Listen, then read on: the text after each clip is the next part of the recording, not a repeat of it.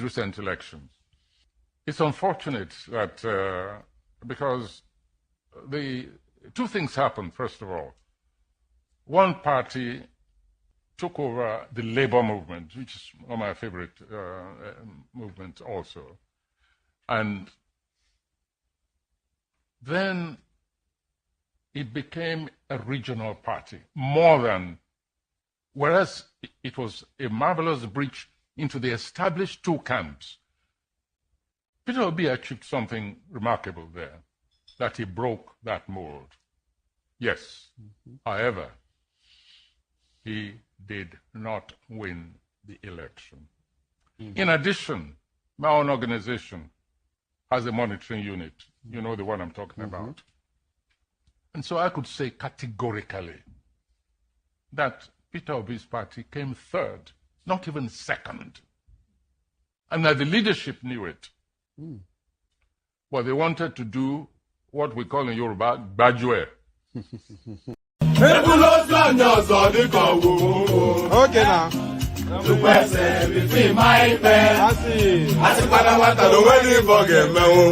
Okay.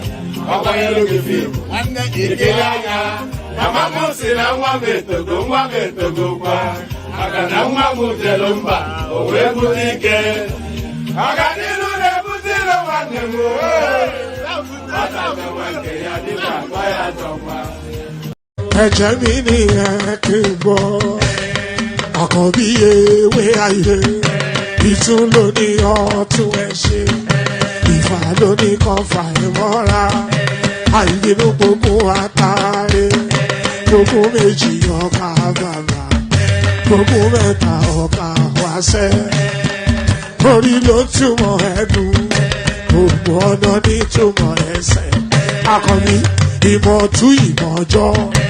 Ìmọ̀ èmi ni wọn kì í dálẹ̀, wọ́n bá lọ mẹ́lẹ́mọ́, wọ́n á fi jóye ẹlẹ́mọ́, àkọ́bí wọ́n bá lọ gbé fèrè, wọ́n á fi jóye ẹlòkó, bọ́ọ̀wọ̀ wọn bá tẹ̀lé, wọ́n á fi jóye aláre. Àwọn mẹ́tẹ̀ẹ̀ta parapọ̀, wọ́n wá jọ ń pẹ́ mọ́, ẹ̀ẹ́mọ́ olóko jẹ. Wọ́n pa Akíntọ́lá ọmọ Ògún. Wọ́n pàdé Ìyọ̀dà ọmọ Àtàlàbọ̀bà. Àkọ́bí wọ́n pàdé Ṣàtàdàdẹ ọmọ ọba Ìjẹ̀bú Mèrè. Aṣíwájú odò gbólùkẹrẹ ajagun lólòdì ọ̀run. Tó o bá ṣe pé tìyẹ, tó o bá ṣe pé tìyẹ, lọ bá ń darí jọ wí, àgbèrò ni kò ń gbọ́wọ́, ọ̀gọ́ ti ṣìgìdì máa gbé, àgétì ló máa ń gbé, àyàn ti ìlàyàn ewúrẹ́, ọlọ́run dákun má padà lẹ́yìn ẹ, kó má gbàgbé ọ̀rọ̀ tẹ́.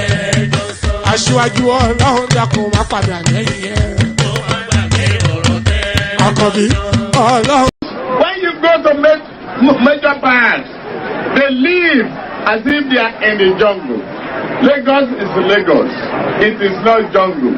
You either obey our law or go to your own jungle.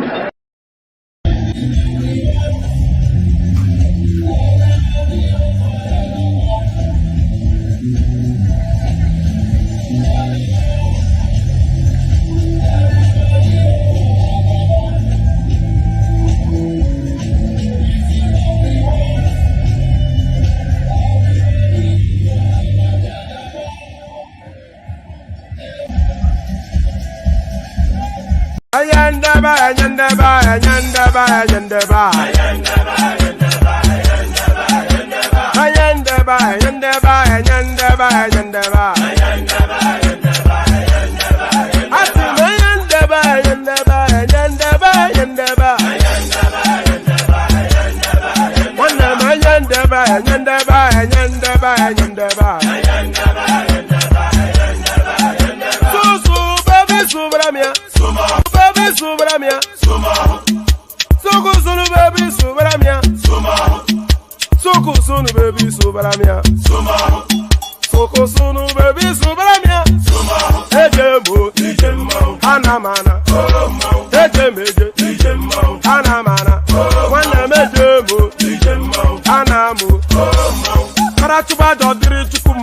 tụba jọ dịrị ndị mmanwụ egwu mmanwụ ego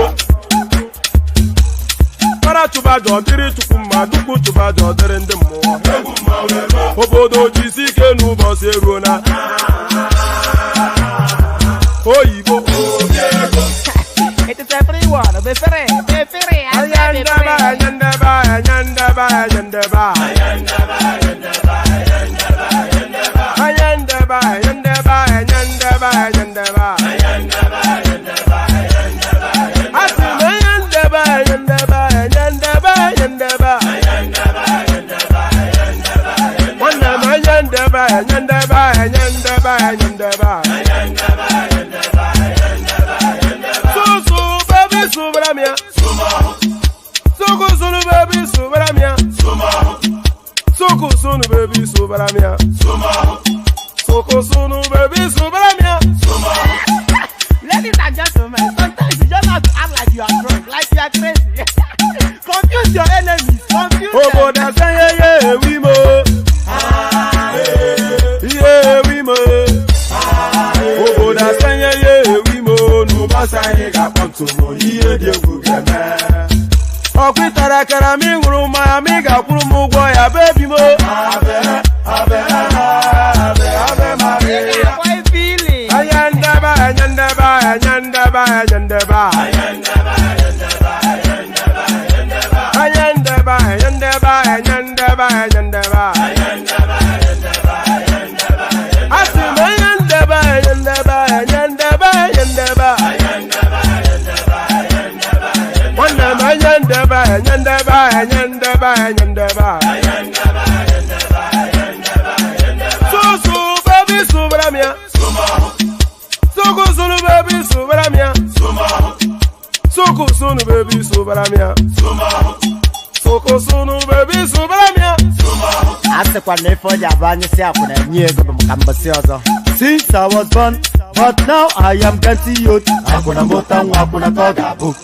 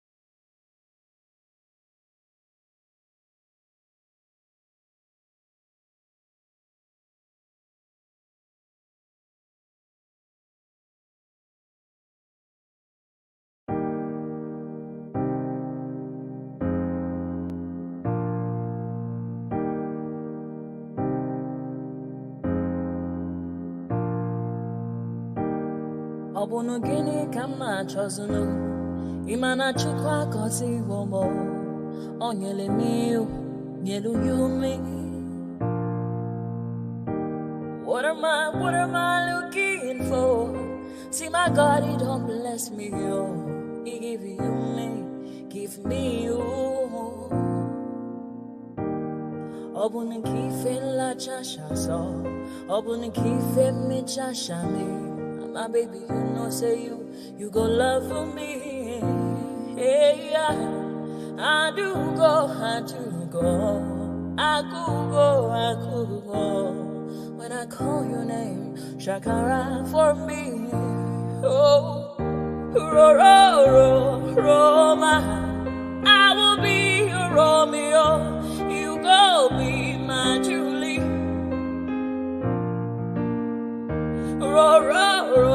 Roma. I will be your Romeo. You go be my Julia. Oh, give me your love and I'll go run away. Show me your love and I'll go use you play. Carry me, go me, I go follow you way. Follow you, they go. Maka Munagi, me and you. Okwa Munagi, my baby, and me and you. Me and you. Okwa Munagi, my baby, oh. Obuzi kife la chasha so, Obuni kife la chasha me oh. My baby, you know say you go love me. I do go, I do go. I could go. When I call your name, Shakara for me. Oh, Roma. I will be your Romeo. You go be my Julie. Yeah. Roma. I will be your Romeo. You will be my Julia. Oh, Roma. I will be your Romeo. You will be my Julia.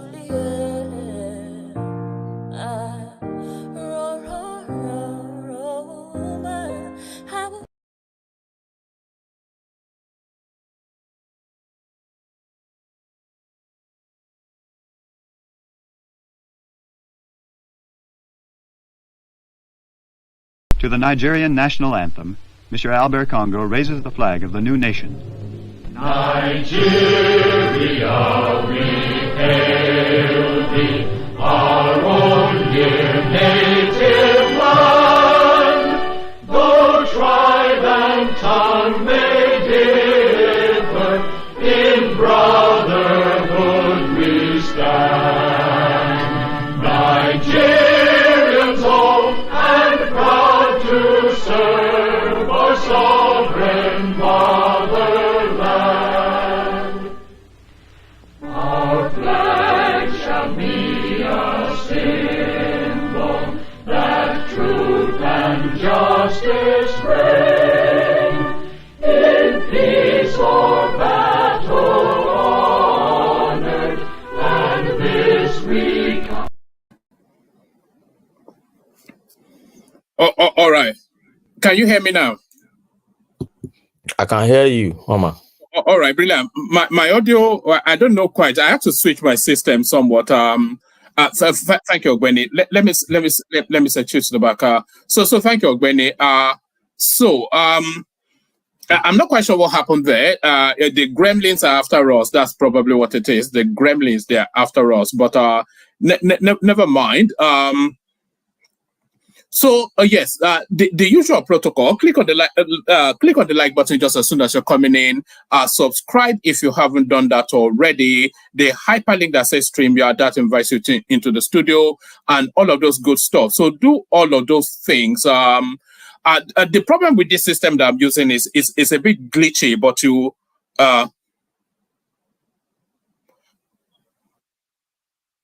Oh, all right. I'm not quite sure what you mean by that, illegitimate. But the system is a bit glitchy, but you have to endure. So let's just manage it for whatever it is. I'll sort it out by tomorrow. So good day to you. Good to be in your company. And how are you all? So good day to you. Good to be in your company. And how are you all? So I have so much stuff to go through. So let's just launch straight into it. We'll launch straight and immediately into it. And we kick it off with this one. So we kick it off with this. Yes. So we kick it off with this one. Let me know if you can still hear me, because I'm going to have to switch my system around again. Can you still hear me? Yeah, somebody indicate if you can still hear me. Can you still hear me, Wendy? Yes, Mama. Can people still hear me? Yes, woman. Woman. Can you still hear me? Yes, we can hear you, woman. Yeah.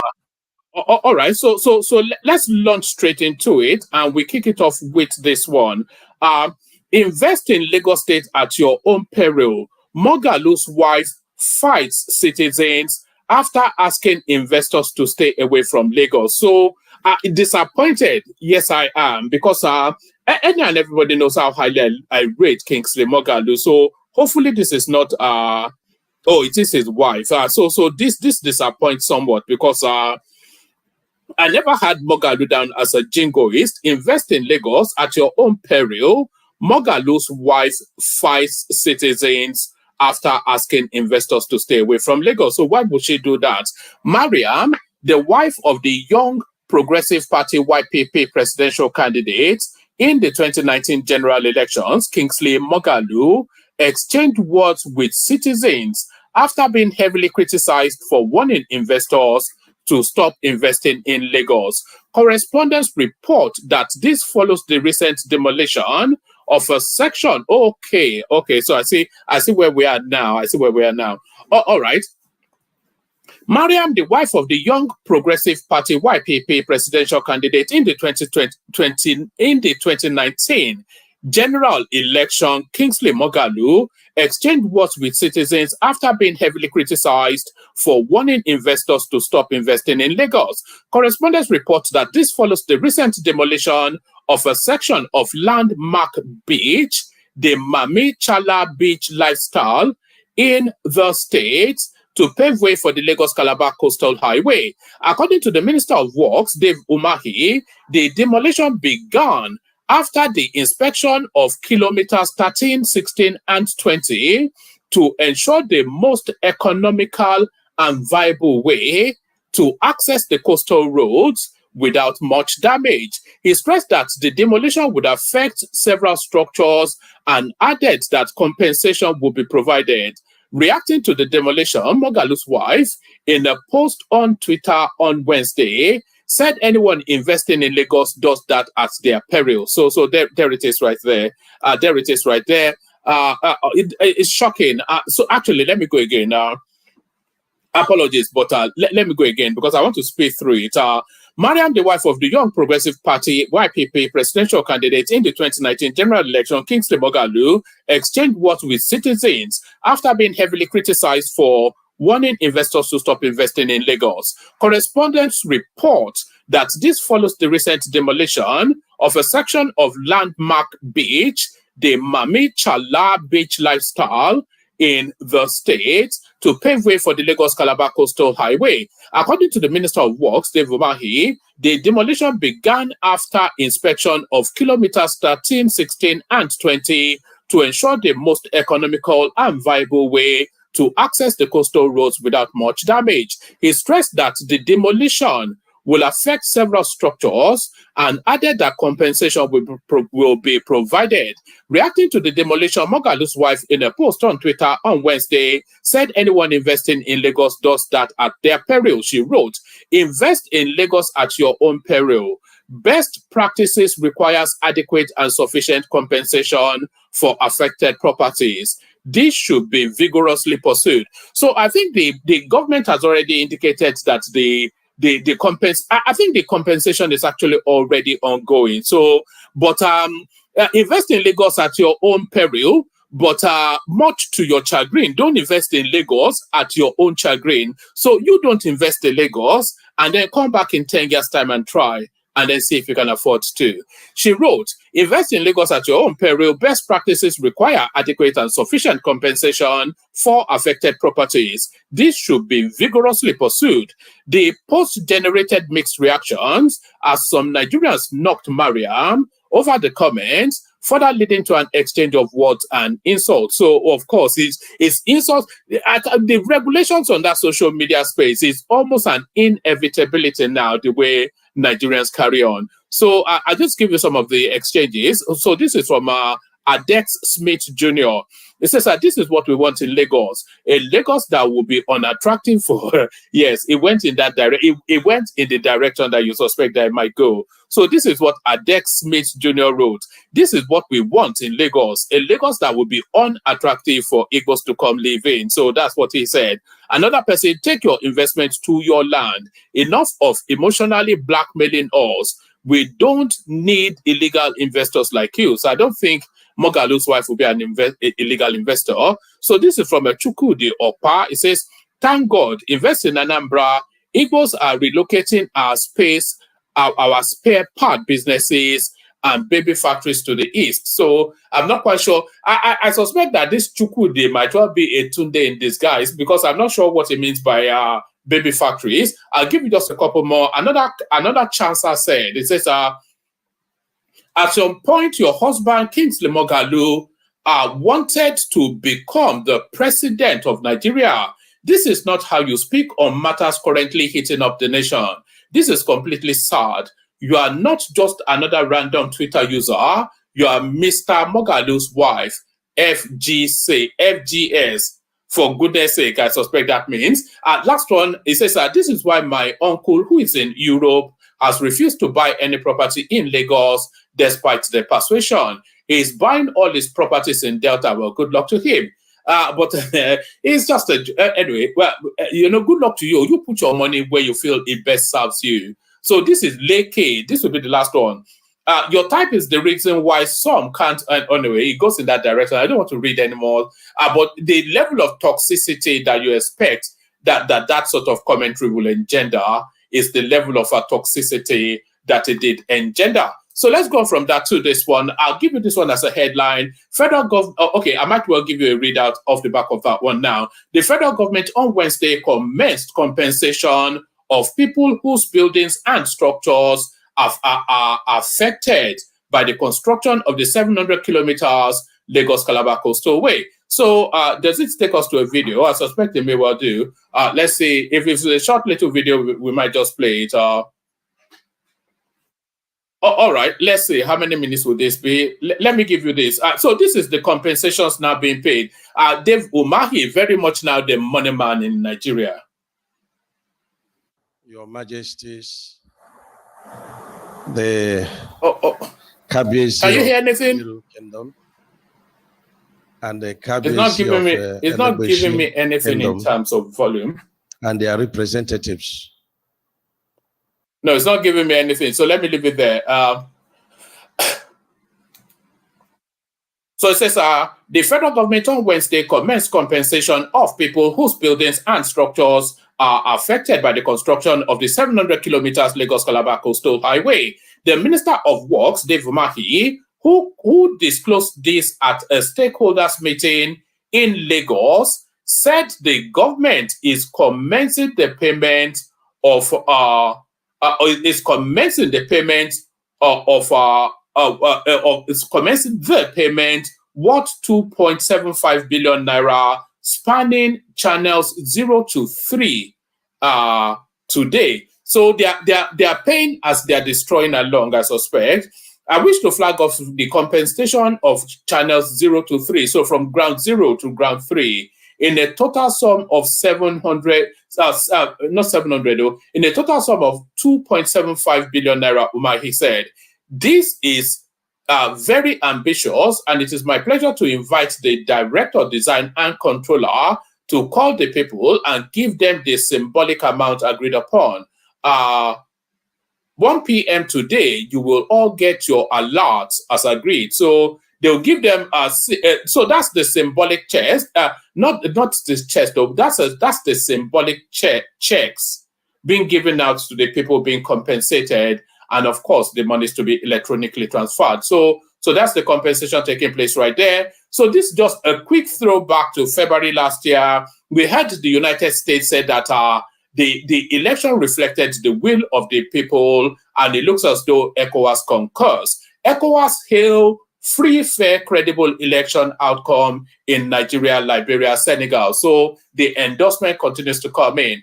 Let me take you to this one. Africa's top 10 richest cities with highest millionaires by population. So let's say now, Africa's richest cities with highest populations are by millionaires. So we want to say, I took a peek, and I think I think number one might well be a Nigerian state, but maybe not the one you suspect. So the 10th, the city at number 10, cities with the highest number of millionaires, and I think we're talking dollar millionaire, proper money, I think.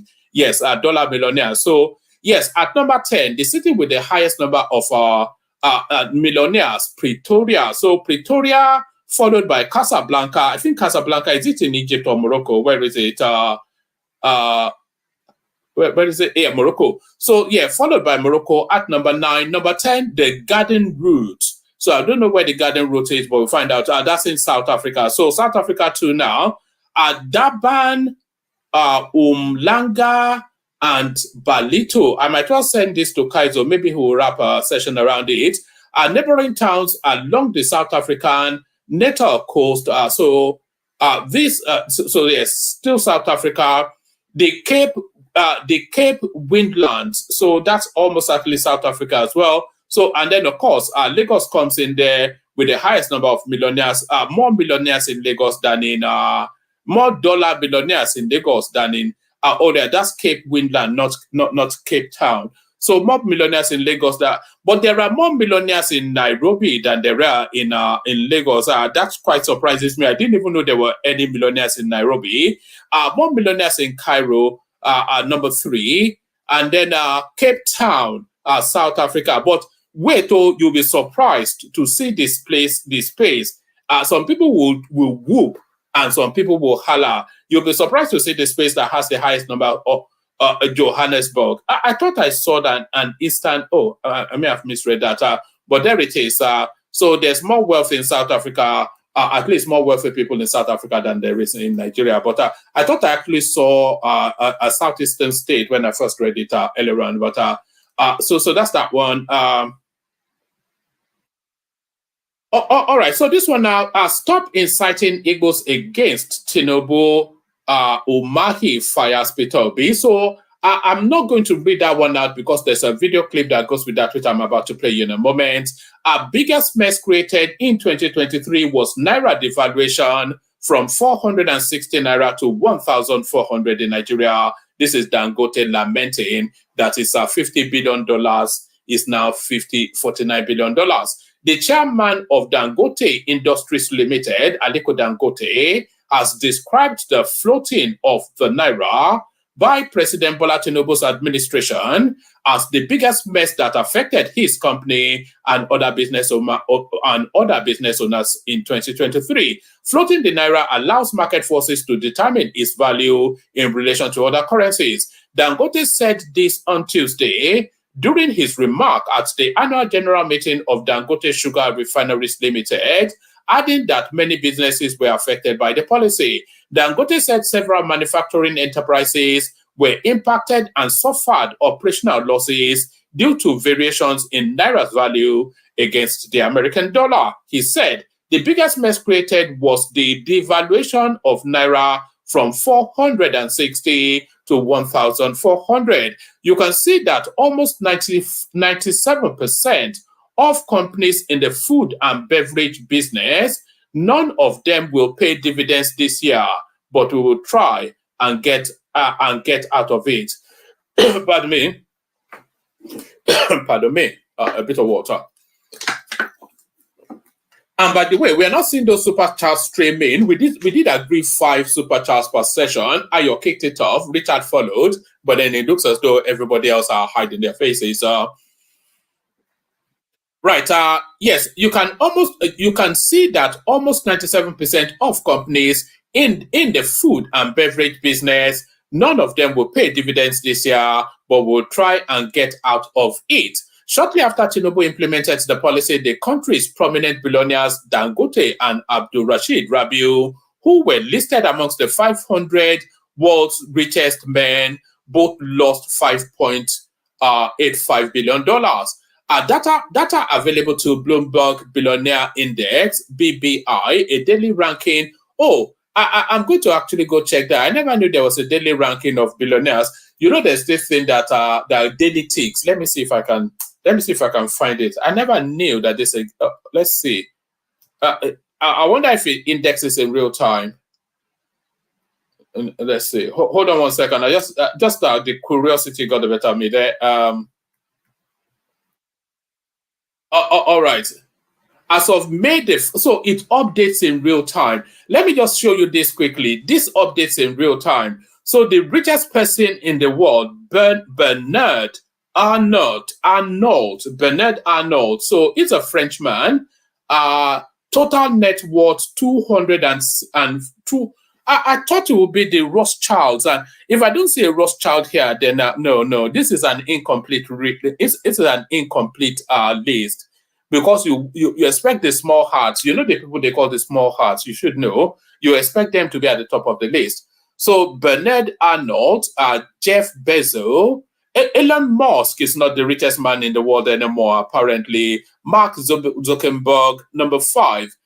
Paltry $149 billion, Bill Gates, etc., etc. So I wonder where the Nigerian comes in. Unbelievable. No, not in the top 50, nowhere even close. But so yeah, no, that's just a little aside. Where was I and what were we doing? Let's see, where was I? What were we doing? Okay. Okay, yes, we were here. Data available on the Bloomberg Billionaire Index, BBI, a daily ranking of the world's richest people portal. So anyway, Dangote claiming then that the naira devaluation really messed him up. So there's that one. Lagos Calabar Highway. So this seems like a topic that is not leaving the headlines anytime soon. Lagos Calabar Highway landmark has no claim to 250 meters shoreline. This is what Babati was explaining and Kulata just as early as yesterday. Lagos Calabar Highway landmark has no claim to 250 meters shoreline. Umahi. It's not a long read, so let me speed through.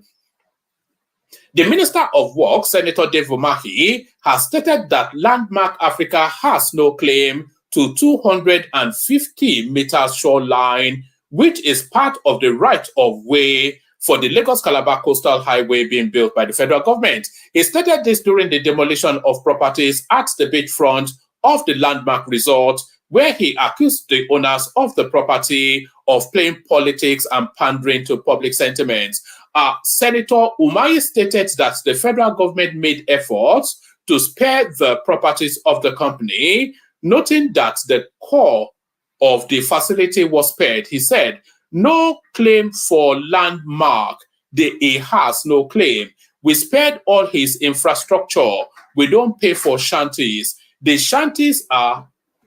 We spared all these infrastructures. We don't pay for shanties. The shanties are on our right of way, which is 250 meters from the shoreline. So he has no claim. We made all the efforts to spare all this infrastructure, and that is why I say he is a politician, whilst I am an engineer. I don't know the attention he's seeking. So there it is right there. So just for the records, he's not actually due any compensation. His property was not affected. He has no entitlement. That's what Dave Umahi is telling us. So that's what Dave Umahi is telling us. Let me see, just a couple more. I think we may well have we cycled through? Let me see, we may well have. Let's just see. Ding dong ding. All right. Let me bring you this one. I'm only really bringing you this. No, I didn't want to bring you this one. There was a particular headline that I saw that a northern girl had the highest scores in our school exams in Nigeria, which goes against the grain of the prejudices that we have. Yes, so there's that. Oh, okay. Let me play you this clip. Still a few clips to play you. So let me take you to this one. We kick the clips off with this one. It brings me to some of the comments made by my brother, His Excellency P2B. Brings me to some of the comments made by my brother,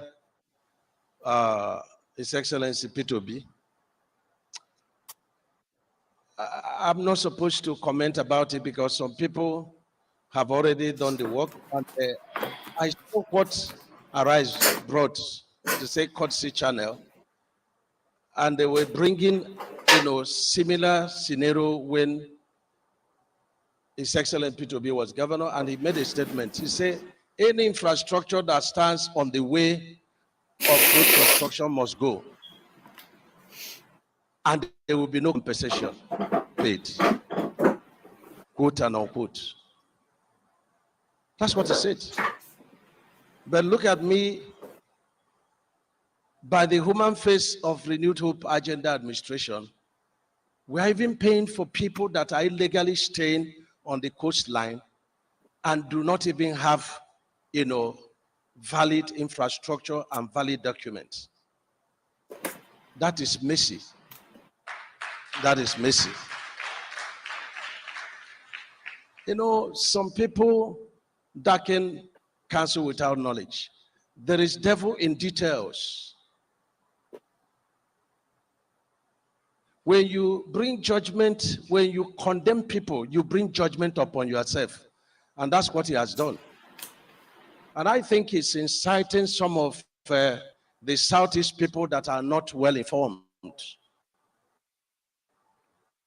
He's inciting them, and he gets them into trouble, and he doesn't go to fight for them.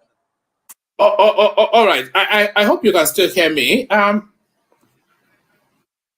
Sorry, I'm bouncing back from somewhere.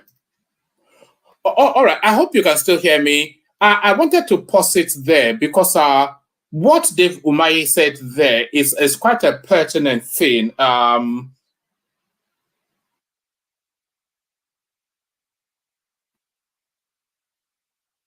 So I was just reading what Pansat was saying. Pansat, of course, on a special diet. It's quite pertinent what Dave Umahi is saying there. He's telling us then, and I'm glad that it's a Southeasterner saying this, that the whole of the obedient movement. Listen again, because I'm going to scroll it back. What Dave Umahi is telling us there is that the whole of the obedient movement is nothing more than ethnic jingoism, which we've always said, which everybody knows as well, but it carries more potency when a senior voice from that space tells us it. It's not that we don't know. We know, they know, we know. Everybody knows what is going on. The whole of the obedient movement is ethnic jingoism. We all know it. We know it. You know it. You know we know it. We all know we know it.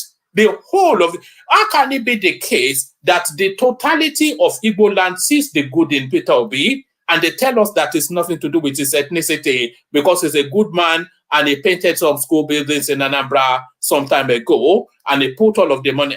We know that it's all about tribe, because it cannot statistically be the case that 90% of Igbo land, so he's telling us it's ethnic jingoism. And so let's hear him say it again. It's inciting some of the Southeast people that are not well informed. He's inciting them, and he gets them into trouble, and he doesn't go to fight for them. Wisdom is a defense. We know money is a defense.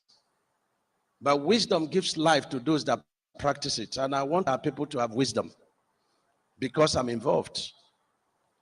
And there is no humanity method to landmark. Some people darken counsel without knowledge. There is devil in details. When you bring judgment, when you condemn people, you bring judgment upon yourself. And that's what he has done. And I think he's inciting some of the Southeast people that are not well informed. He's inciting them, and he gets them into trouble, and he doesn't go to fight for them. Wisdom is a defense. We know money is a defense. But wisdom gives life to those that practice it. And I want our people to have wisdom because I'm involved. And there is no humanity method to landmark. That matter should be buried because I was there.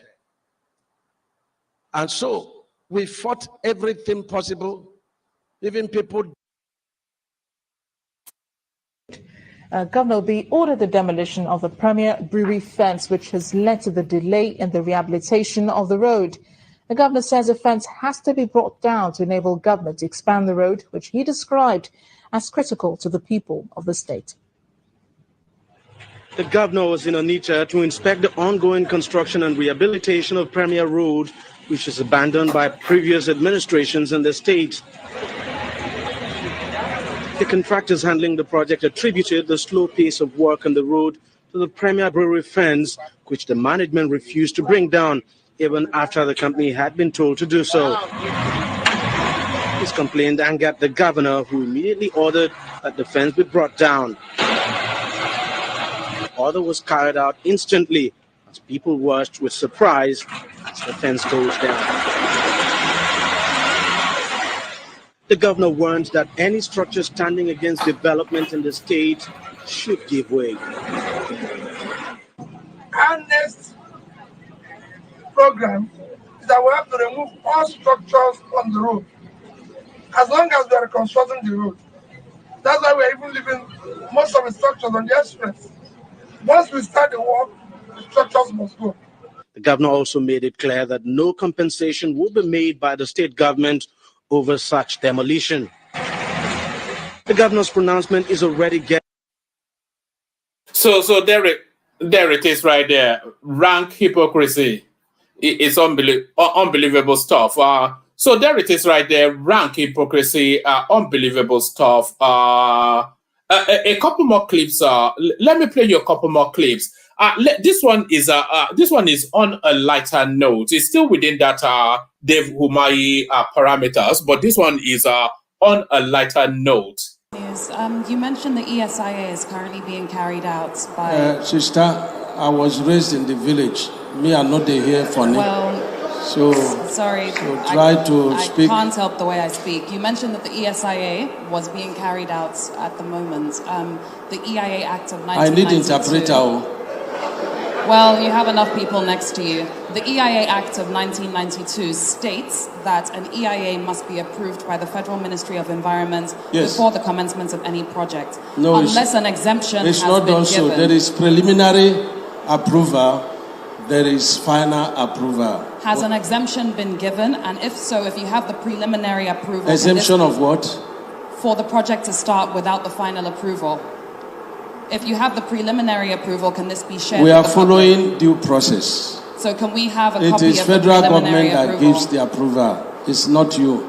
So can we have a copy of the preliminary approval? We have the approval. And you can make that public to the media? Everything in order. Okay, thank you. All right, Brian. So that's Dave Umahi mocking the phone of whoever that journalist was, one of their rights babes, one of Ruben Abati's babes. But the thing is, Dave Umahi was only really poking at that woman because Dave Umahi, of course, he has children all around the world. His children are internationally schooled, so he's used to that sort of phone language. So he was just wanting to prod at that lady. So that's just a bit lighthearted, somewhat something. Let me bring you this one. It's not at all lighthearted. It's heart-wrenching. This is really sad stuff. You know, the people who live in this accommodation that I'm about to show you, would you believe that they were paying 250,000 naira per annum?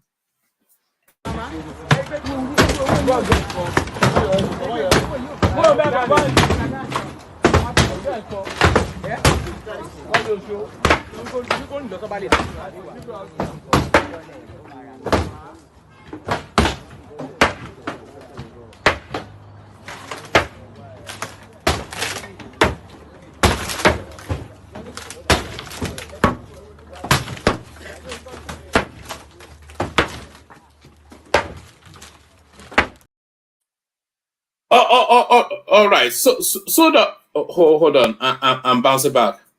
So sorry. All right. So those were people living under the bridge. So it's quite sad actually. But then Lagos is already filled up. So if you don't really have anything in Lagos, then just don't come. Stay in your own home state and be a local champion there. Don't come and live under the bridge in Lagos.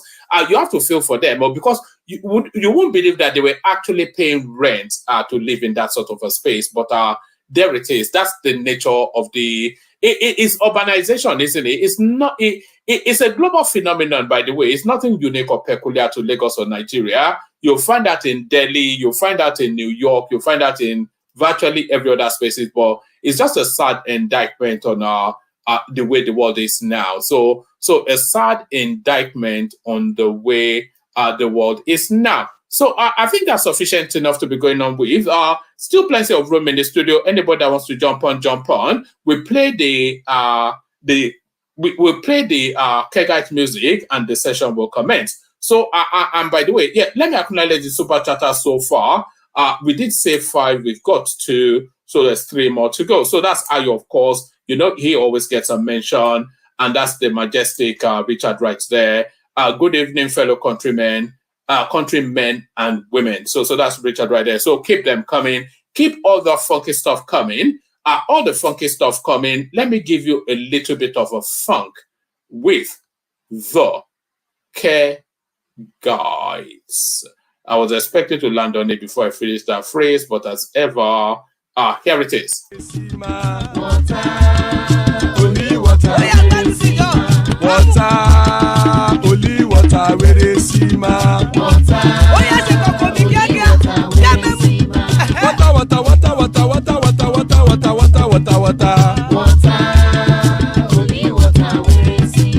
Hapa o naido.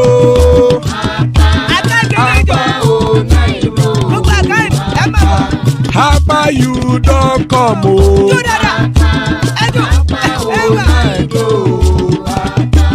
Hapa o naido.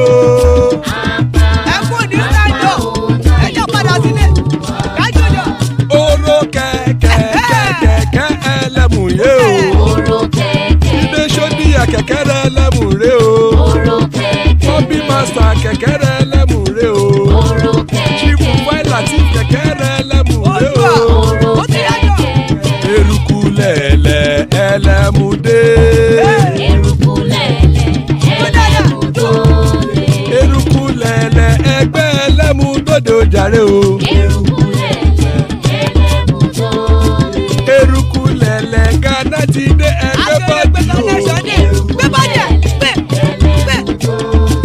Ọmọ ẹlẹ́yẹ ẹyẹ o ó dìle o. Odúyẹ̀lá ẹyẹ o ó dìle o. Petrosonama ẹyẹ o ó dìle o. Petrosodunke ẹyẹ rẹ̀ ó dìle o. Ẹlẹ́kọ̀ ọ̀run mú ìní o.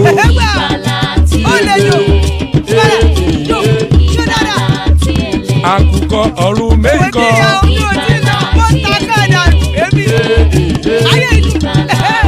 Ikú kò ní ríwà gbéṣe o.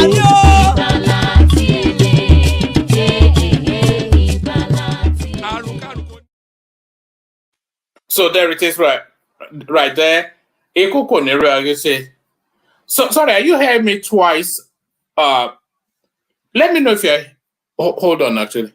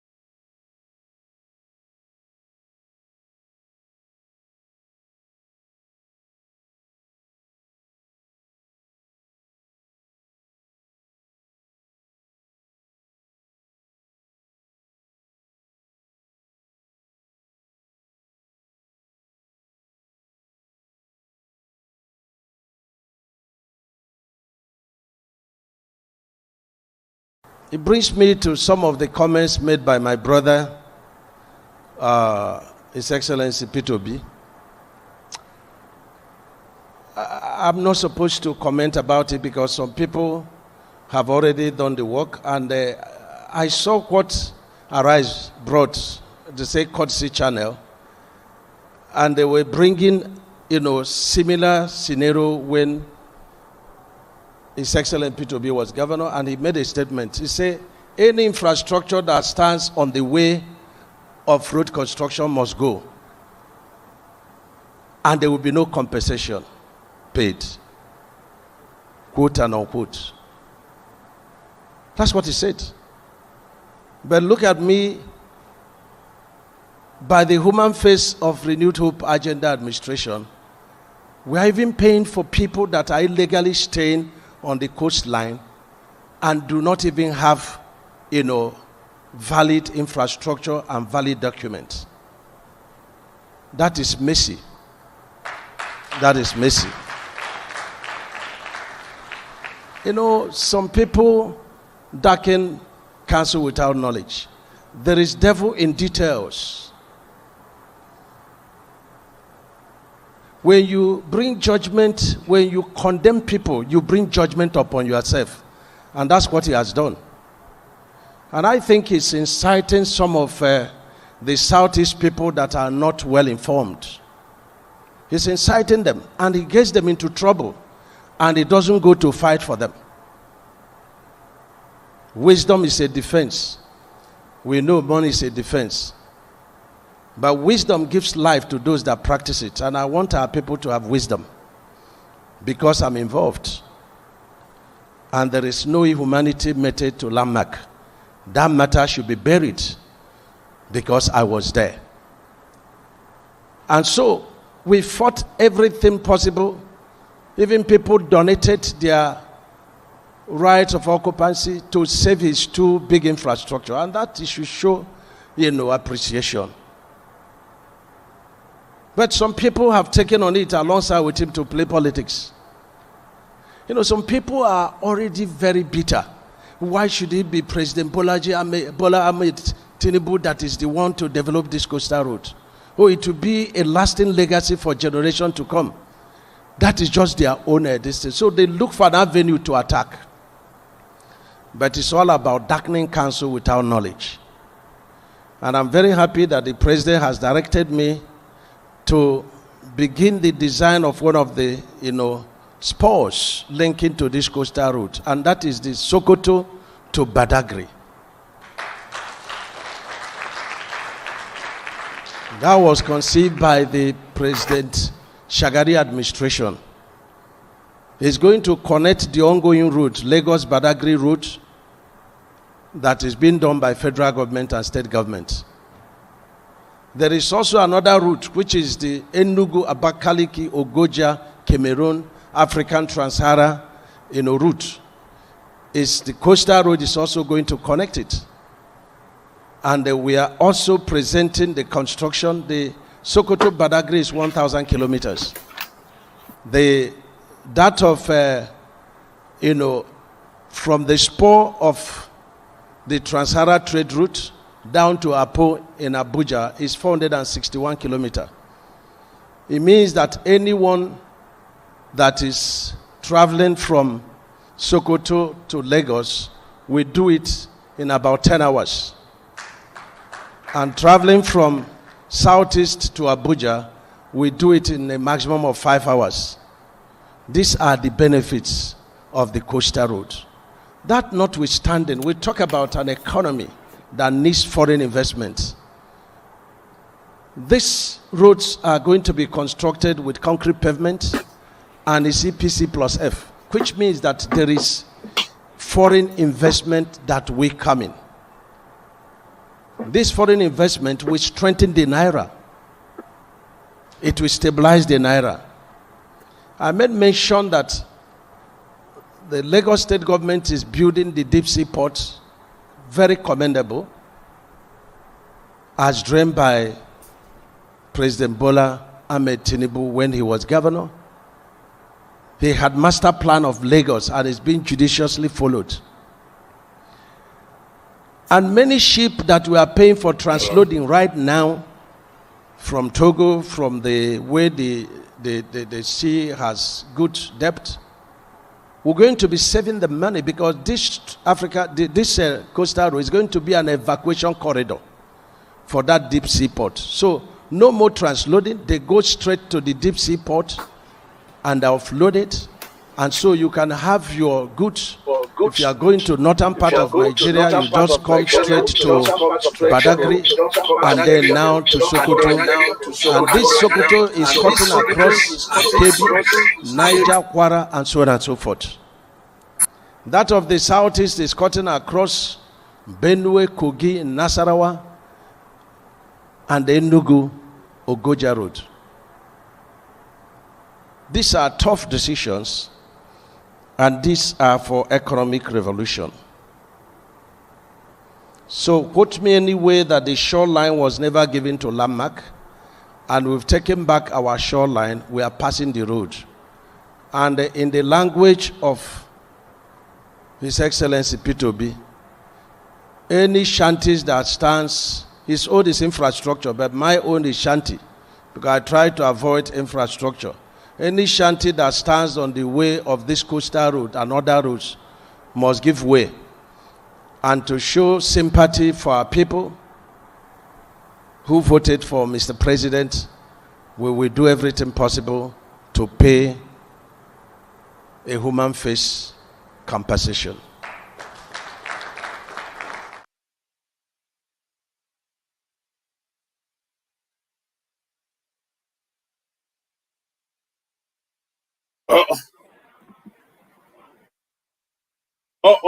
All right. Hopefully you can all hear me. I'm having a bit of problems with my system, but hopefully you can all hear me. Just give me 1 second. Let's kick it off with Ogbedi. If you can hear me. One man, I can hear you, although it's echoing, but I can hear you. Yes. I'm not... Let me try and figure it out. You take the floor, and I'll try and figure it out. Well, anyway, I don't know where you want me to start from. I think I will just pick 2 issues. I think there are so many other news today. There are some other news today I think you didn't cover. But yes, I think we have enough to discuss. Let me start with this Mogalu woman. Well, I don't know why. Let me first say that I think Nigerians should begin to be thanking God by beginning to see the reality of what underpins people's bellies. You know, most times you can have people pretending to be who they are, but issues like these make us to understand what exactly they stand for. Somebody like this woman, for me, it's either a matter of Fomogalu, which is very unfortunate. You know, is for me, it's either a matter of Mogalu, you know, having a wife that you cannot really control, or you're refusing to tell you, or someone you refuse to tell. Sorry, Ogbeni, can you hear me? Yes, I can hear you, woman. Is the echo still there? No. All right, brilliant. Carry on. I think we're good now. Carry on. So for me, I see the case of this Mayam Mogalu as for Mogalu, I think is very unfortunate and sad, particularly for somebody who wants to lead Nigeria. I think Mogalu is one of the promising, you know, youth fellow that people still think one day will still lead our country. But such thing coming from his space, it's I think brings out probably what exactly the family really represents. And over time, they've been probably pretending about it that we don't really know. You know, for me, I see it as for him as either, which I've said, probably having a wife that you can't really control, or you refuse to tell about yourself. You know, I pay close attention to Mogalu, particularly when he was contesting the last time and the previous time he contested. And his story was what actually attracted me. The Mogalus generally were, you know, people who actually benefited so much from Lagos. or Nigeria than even many that benefited even more than so many, Lagosians or owners of the land called Lagos. His father Isaac, in his name now he has a foundation. He was a Nigerian Foreign Service officer in Lagos, and his father was, he was inducted into what do you call it, Ministry of Foreign and Commonwealth Affairs since 60s. Shortly after, after independence, they've been staying in Lagos. Even his mom, what was her name? Shinelo, late now, I think, was a school teacher. History. His mom was a school teacher in Lagos Highland there. And, at a point in time, his dad was from that same Nigerian Foreign Service office. His dad was posted to Switzerland. I think from Switzerland there, they went to Washington, D.C. and all this, spending Nigerian money. He was representing Nigerian there. There were other Nigerians, of course. But, you had that opportunity and that privilege. You stayed in Lagos. You stayed in Ireland. You had your life there. I think Mogalu was also even born from his story in Nigeria. But shortly afterwards, they left Nigeria for Switzerland. And Mogalu returned home. Yes, civil war, everything happened. His dad has to go to the eastern region, and then throughout the war and all sort of. Mogalu schooled in, I think, somewhere in UNL, but he had the secondary school in Abia and others. But afterwards, where did he start his life? He had to come back to same Lagos. This is the same Lagos this woman is talking about. Don't invest in Lagos. So why did his own husband come back? Mogalu relocated back. In fact, I think he did his NYC in somewhere in probably Shell in Lagos. Go and check his history. It's his own biography. He wrote it, autobiography. He wrote his own profile back then when he was contesting. And even his banking life started from Lagos. So I wonder, but sometimes when you see people, is it politicians have this way of pretending? But when they are not in power, observe what they do, observe what they say, observe their demeanor and disposition. That is exactly when you can know who exactly they are. For me, I don't want to use this woman as the yardstick to determine what the Mogalu stands for. And that is why I would rather put it in a way of probably a woman you can control, or a woman you refuse to tell your story to. But somebody drew my attention to something this afternoon. The person said, when I was talking about this Mogalu thing, he said, go and check Isaac Mogalu Foundation, which Mogalu started, for the less privileged and others, and go and see where most of the projects, the space where he has most of the projects. I've not checked it yet, but I will take my time to go and check. And what I want to do a quick research on possibly is the person said I should go and focus on COVID, because after COVID-19, during COVID-19, Mogalu roll out palliative, rice and all these things. I really want the person said I should go and check the space where Mogalu focuses palliative on. It's on record. I'll go and check it. I don't know yet. But the person was trying to, point my attention to something that if I picked little things like that and I align it or synchronize it with what this woman is saying, I will understand what the family stands for. I still don't want to make my decision now, but this is a red flag for Nigerians, to know who is. Does it surprise you just how many people that you thought were above the pedestrianness of ethnicity are suddenly turning out to? Yes. Mogalu, I would have bet my mortgage that Mogalu. I'm a fan of his now, as I suspect you know. That his wife will be, Same with me, and that is why I said I'm a bit surprised, and that is why I don't really want to use this woman as a yardstick. It's just like Cecilia Hebrew. You remember the Cecilia Hebrew saga and everything, and eventually, remember family came. Don't use Cecilia Hebrew to judge Hebrews. We had our honor, we have our, we know her. She came to marry us here, and don't use will I but when that my friend drew attention to the Isaac Morgan, I will go and Ogwene, send your system is chopping up a bit. Can you hear me? Yeah, much better. Carry on. Okay. So, you know, by virtue of my training, I don't, when I see red flag, I don't avoid, I don't just dismiss it summarily. And at the same time, I won't draw conclusion from it, but I will take it as red flag and I'll run with it to do further search on where exactly is this thing coming.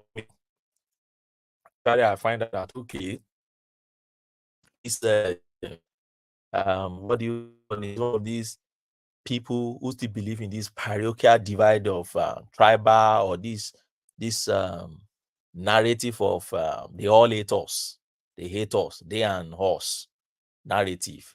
I pity Mogalu with all his education, with all his awards here and there, and what the pedigree he has in Nigeria. I don't think this kind of thing should be coming out from the family.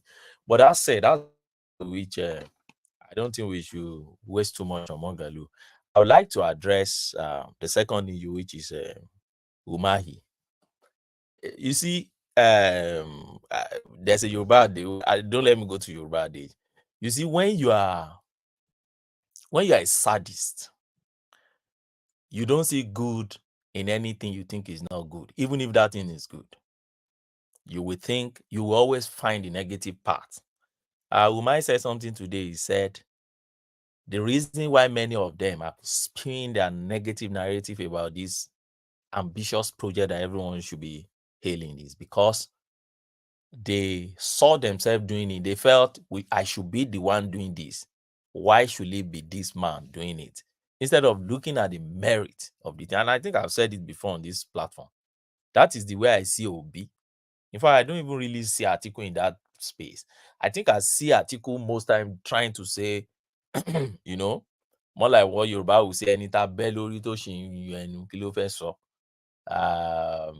Atiku wants to still maintain his relevance. Atiku still wants to say, okay, let me still be playing the opposition politics. We don't know what tomorrow will say in the political space. And you see him coming out once in a while. But it's different from the approach Peter Obi is giving the whole thing. The approach Peter Obi is giving the whole thing, as far as I'm concerned, is this.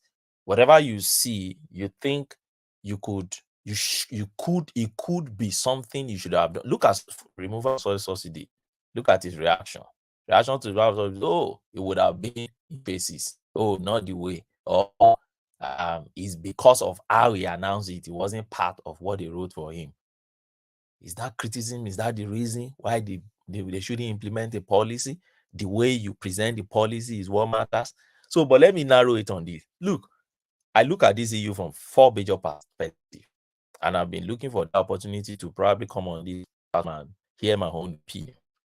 I look at this issue from the legal aspect. I look at this issue from the business aspect, political aspect, and then moral aspect. What is the legal aspect? One man is very clear. And that is why sometimes when gullible ones like Rufai Hussaini Abati and others, gather themselves on that platform and speak some nonsense, I cannot just it baffles me. But sometimes I'm just disillusioned. I'll just laugh and leave them, because in many cases they don't really understand what exactly they're talking about. What's in EU here is very simple, woman. Very, very simple issue. Prior to all those 1982, 1990, before 18, the 70s, there were issues on the laws of the IC. What's the issue? The issue is that demarcations on the laws of this, after the Second World War, there were many issues. US took over territories of some coastal, some coast, or some continental shelves of some countries, which they counted as enemy during the Second World War. UK also took over some. Why? Different countries, they took over different territories, for the purpose, for strategic reasons of war and others. But there was a conversion that came in in the, I think, the early 80s, there's a convention that came in. They call it, let me get it. We used to call it UNCLOS. We call it UNCLOS, but that's the acronym. The full meaning is United Nations Convention on the Law of the Sea. Yeah, no, the UNCLOS. Yeah, United Nations Convention on the Law of the Sea. You see, you know what that convention states? That convention clearly demarcates territories on the high sea, and then donates or vests interest or power or ownership of those areas and their resources to different bodies. So it's like this. Let me, if I won't waste your time, let me break it down a bit. Now, there's IC itself. That is when you are in the Atlantic or Pacific, you are in the main ocean. Now, the moment you are getting closer, okay, to the territory of a nation, that's where you find land. The first place you get to is what we call continental shelf. Now, that continental shelf, by that UNCLOS law, says that converts 200 nautical miles, right, from the sea down to where you find land. We call it continental shelf, and that is not where I'm going to. Now, within that your continental shelf, next to get to, or what you can call boundaries or division now, is what we call exclusive economic zones. Now, the exclusive economic zone is another. I'm not saying miles now. I'm using nautical miles. That's what they use now in law. So 200 nautical miles from the baseline, okay, and then so the coastal states now have the exclusive right to export to anything you want to do within that area. Now, don't forget, I said the background to all these things in Second World War. So that for me to protect my territory, the moment you are moving to 200 nautical miles from the baseline down to the high sea, you are within my territory. That is my exclusive economic zone, right? And then you have your contiguous zone, you have territorial sea. There are divisions like that. So I won't go really into it. But where I'm really heading this EU to is the legal aspect I'm trying to treat now. Where I'm heading into is this. When you now enter the territorial sea, that is within the coastal line. Don't forget, Nigeria, what we practice is federalism. Federalism means there are federal components, each state. And don't forget, in Nigeria, we have states that lies along our coastal line. Okay, so over times, those states took ownership or possession, don't let me say ownership, possession of those territories with almost unlimited powers. Don't forget, when our Land Use Act now came in 1979, the Land Use Act vested every land in the state in the custody of the governor. So everybody started using anyhow. But don't forget, Section 49 of that Land Use Act now say, but any space that is being owned by federal government should still be allowed, should still be reserved for the federal government. So yes, they were reserving areas where federal government have had probably what you call immediate possession of. Okay, in those times. Fast forward it in 2018, there was a judgment. Attorney General of Federation against Attorney General of Abia State. And that is the judgment you see Umahi referring to. What happened in that case? About Abia State, about 8 states in Nigeria, particularly those ones along the coastal line, they took the federal government to court, and it became a serious issue, Supreme Court that fast forward, the decision of the Supreme Court on that is this. It's very simple. They said 250 meters from the shoreline. Okay, so once you get your water, that's, after your exclusive economic zone, your territorial, within your territorial sea, which is that 12 nautical miles now within the exclusive economic zone, into land, you now count it from there where your water stop, 250 meters of it into your land inside. State government cannot own it by virtue of Land Use Act. It takes it away from the state government and vests it in the federal government. And mind you, it's not that judgment that vests it in them. It has always been.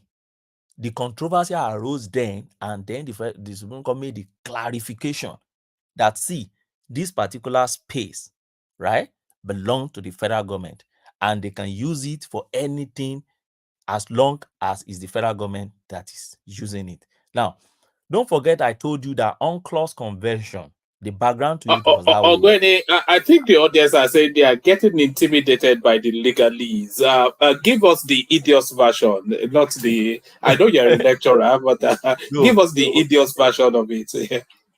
No, one man, you see, the point to this is this. Everybody, many people think when Umahi spoke, they think everything is just political, or many people see it from this political and the moral aspect. But it's not. Umahi was telling you more of legal foundation. People like me, we are enjoying it though. Yeah, Umahi was telling you the legal Enjoying it foundation. too, but the audience is going over some of their heads. Like if you are watching the comment section, they are starting to pretend. Anyway, carry on, Ogweni. I think Don't mind them. It's very informative, so don't mind them. Well, we have to mind them now. We have to mind the audience. But carry on, Ogweni. Those people they are LFA people. Leave them alone with their own. Continue. Woman, let me round up that point by saying possession of a land in law is different from ownership of a land. I can be possessing a land that is not mine, but the day the owner comes, that is the day you must vacate my land. So the fact that you are possessing my land doesn't mean I am not still the owner of the land. Now the owner comes, the person possessing it is now saying, oh, why will you chase me from this land? That's the way I want you to see this case. It is clear. That place is owned by federal government, and I've told you the background to it. For Nigeria to preserve its sovereignty, federal government needs to be in charge of the whole territorial. That if you want to take over in 1861, when the British came and demolished Lagos and took over Lagos, they came through your coastal line. Any country, if you go to defend the integrity and sovereignty of your country, your state, which is the federal government, must be in charge of your coastal territory. And that's what Umahi was simply saying, that this thing belonged to us. Now, yes, landmark came, but he said something today. He said landmark is not even, his investment is even nothing to some people. There was one man he called out today, I think one Bolaji. He said that man, the whole of his estate is going down. But, what baffles me is Arise, and all these guys. When I watched Arise 2 days ago, the Elekushi family, they are losing, they own that space. They are losing a sizable amount of land as well, a huge amount of land. There was another community that came today that they said they are losing the whole of their ancestral land. Those guys, in fact, those guys, they were almost fighting.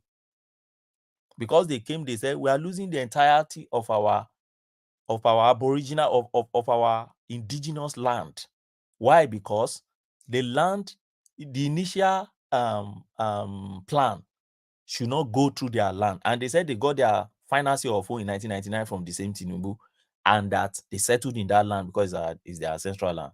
But the initial plan should not go through. Because when the minister saw that if they maintain that initial plan, it's going to affect a lot of communities, they have to break it into two and allow one to go left side and the other one to go right side. And then the one going left side, I think, is the one now that is affecting these guys. They were not originally to be affected. And the man said, Mr. Speaker, is the Oniru, not Elegushi. It's the Oniru. Yes. Yeah. Those guys came and they were almost fighting. If you see them, they were even snatching the So how much more? You're not talking about landmark. See, you know what baffles me? Let me tell you what baffles me most is I don't understand what exactly is the motive of Arise. When that young lady that you saw, that Umahi was just trying to intimidate that girl, that young lady in a report yesterday, either a day before that I was watching, she stood around a particular property that was being demolished and she was portraying it as landmark. And she was saying, oh, you can see now that is landmark, so million. And she was telling us how many thousands of Nigerians that will lose, that landmark is going to sack, that will lose their job, you would think she has all the statistics and everything. And today, Umahi was just telling us that it was shanties. So obviously to me, what that lady was showing from the background yesterday was not. In fact, he sublet that space to private people. That is another thing, and that's why I brought in the possession and ownership. So what landmark simply did was that, okay, you got that land. He has his own portion, a particular part of his own land that he got. Then the part that belonged to the federal government, which the state government never gave him, that was the area he now sublet to some people. And subletting it, there were no, according to mine, there were no, and he told them, bring your contrary evidence and let's discuss this. That in the whole place, he is not demolishing any infrastructure anywhere. There are shanties. And we all know what are shanties now, caravans and all these pan and all these things. That's what you are destroying. And you are comparing it, and you are not emphasizing on those ones that they are really destroying their buildings. The one that Obi and others can pick and be discussing is because the one that can, that can feed their narrative of this tribal thing. Obeni, can I come in here with you for a minute? I try to get... Let me land. I told you 4 points is the legal aspect I'm dealing with. And I know I want to just deal on that area. Then you continue. It's your time. That's okay. No interjection, please. That's I mean. Let me just write down. So hold on. I just want to in a limited area so you can continue. No, please step in. He said no. No, he said no. Just for the purposes of whoever has the floor gives the permission for the interjection. But carry on, Obeni. No, I would love to write down. I know Pansat now. You won't be able to conclude your thoughts. Just a little question for you that you continue. Pansat, you won't ask questions. Yes, absolutely. You won't ask questions eventually. Let him continue. We don't want any interjection. You can ask later. Except if I don't have time to do this, then it's a lot of people here. Can you round up quickly then so we can all get in? If you don't want to interject, let one man say that you are not the one controlling the platform, please. All right, whatever, go ahead. You are just one of the panelists, please. So that's the point, one man. So my point there is this: legally speaking, of course, there is time for everybody. Right. Just wait. Legally speaking, the federal government is right. Umahi is right. They are on a firm basis. If landmark feel legally cheated, you should go to court. You should go and test his case in court. And I'm so sorry for I just feel very sorry for the guy because the guy has not really been on the media talking too much. Should you really feel sorry for the guy? The guy has been mounting some sort of campaign of calumny against he live streams his platform. Do you know he live streams? I find it. I say I find it. It's even here. He's live streaming it almost like Snow putting a megad. This is the guy. It says save landmark. Can you see? And it's live streaming it every single day, monitoring activities there so that the guy is waging a campaign of calumny against the state. This is a live stream that you're seeing right there. One man, you see, the man is just trying to save his business here. And that is why if I deal with the business aspect, I think I'll be able to go to this direction. I think what he's just simply doing here is probably prioritize the federal government to see his own view, prioritize the federal government to see his own view to this and try to have some concession for him in terms of probably make a redirection of their policy. That I just, but the tribal sentiment, brought into this issue is not really by this guy. Those who brought the tribal sentiment to this issue are the Abatis, are the Rufai Husainis, are the Obi and others. We should just say that's the pure truth. That I'm not bringing all this. It's because the man is evil, man. It's because they are the one bringing it out. They are the obedient. They are the one bringing all these issues out. That is the truth. But for me, that's the legal aspect. On the business aspect, this is what I see. One man, like Umahi said, it is a tough decision, but it is for economic prosperity. And for me, I look at this from this angle. So, if I put myself in the shoes of Landmark, what would I have done differently? Yeah, I would have been doing the same thing Landmark is doing presently. Live streaming it, going everywhere to beg them, just to make them see reason why they shouldn't do it, go to court to get injunction, I'll be going up and down. At the same time, if I see that eventually nothing will come out from there, I will be begging them for compensation or relocation to a place where I can still get my market. Why am I saying this? For me, I think the guy's attraction to that place was that sea view. Unfortunately for him, that particular corridor, the entire line belonged to federal government. So, but because federal government has, over time has abandoned that space or has left that space over time, then the fact that you're possessing it doesn't mean that he owns it. So he's missing possession with ownership. He's mistaking possession for ownership. That's just his problem. So as it stands, business-wise for me, and if I were Umahi too, business-wise, I would think twice before I enter that landmark and even many other businesses around that side. I'll find a way. But if there is no way at all, I'm supporting the federal government to continue with their policy, because there are many projects also in the world we can cite where they've taken tough decisions like this. And today we all travel abroad and we're enjoying all this. Do you know the kind of havoc that they have caused, to businesses when they were doing many infrastructures that we go abroad today that we're all enjoying? Now, what is the political angle to it, Wama? Those that injected political narrative into this is not landmark. Arise TV, Rufai Husseini, Abati, Obi, and others. These are the guys that injected, they hijacked the guy's course and start peddling their usual narrative that, they all hate Igbos, and they put it and lace it with that tribal narrative. Boom. And throw it to the obedient, the headless. That will only be tenable. That will only be tenable if it was only an Igbo man's property that they are demolishing. But I think 80% of the property has been demolished belongs to Yoruba people. That is what Umahi has shown.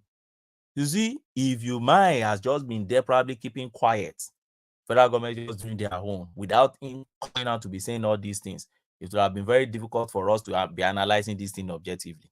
Look at that Bolaji. There are a lot of them that today now, they even gave some of check. I know tomorrow, you see, obedient to come out and say those guys are fake. I know now I prepare my Didn't mind. They see Esther Jaidia, the prophetess? Yeah, I saw that woman. You see, I've not come for me to, it's time now for us to start getting used, to the obedience space. And it's time for us to start knowing how to relate with them, because they have come to stay with us and they will be here for a very long time. And we know the way they think. So we won't be wasting our time too much to pay too much attention to the narrative. And finally, Wama, morally speaking, which I said is the fourth angle I see to this issue. If you ask me, is it morally justified to destroy landmark shanties in that place? I will tell you, I will balance it with others. How do I balance it with others?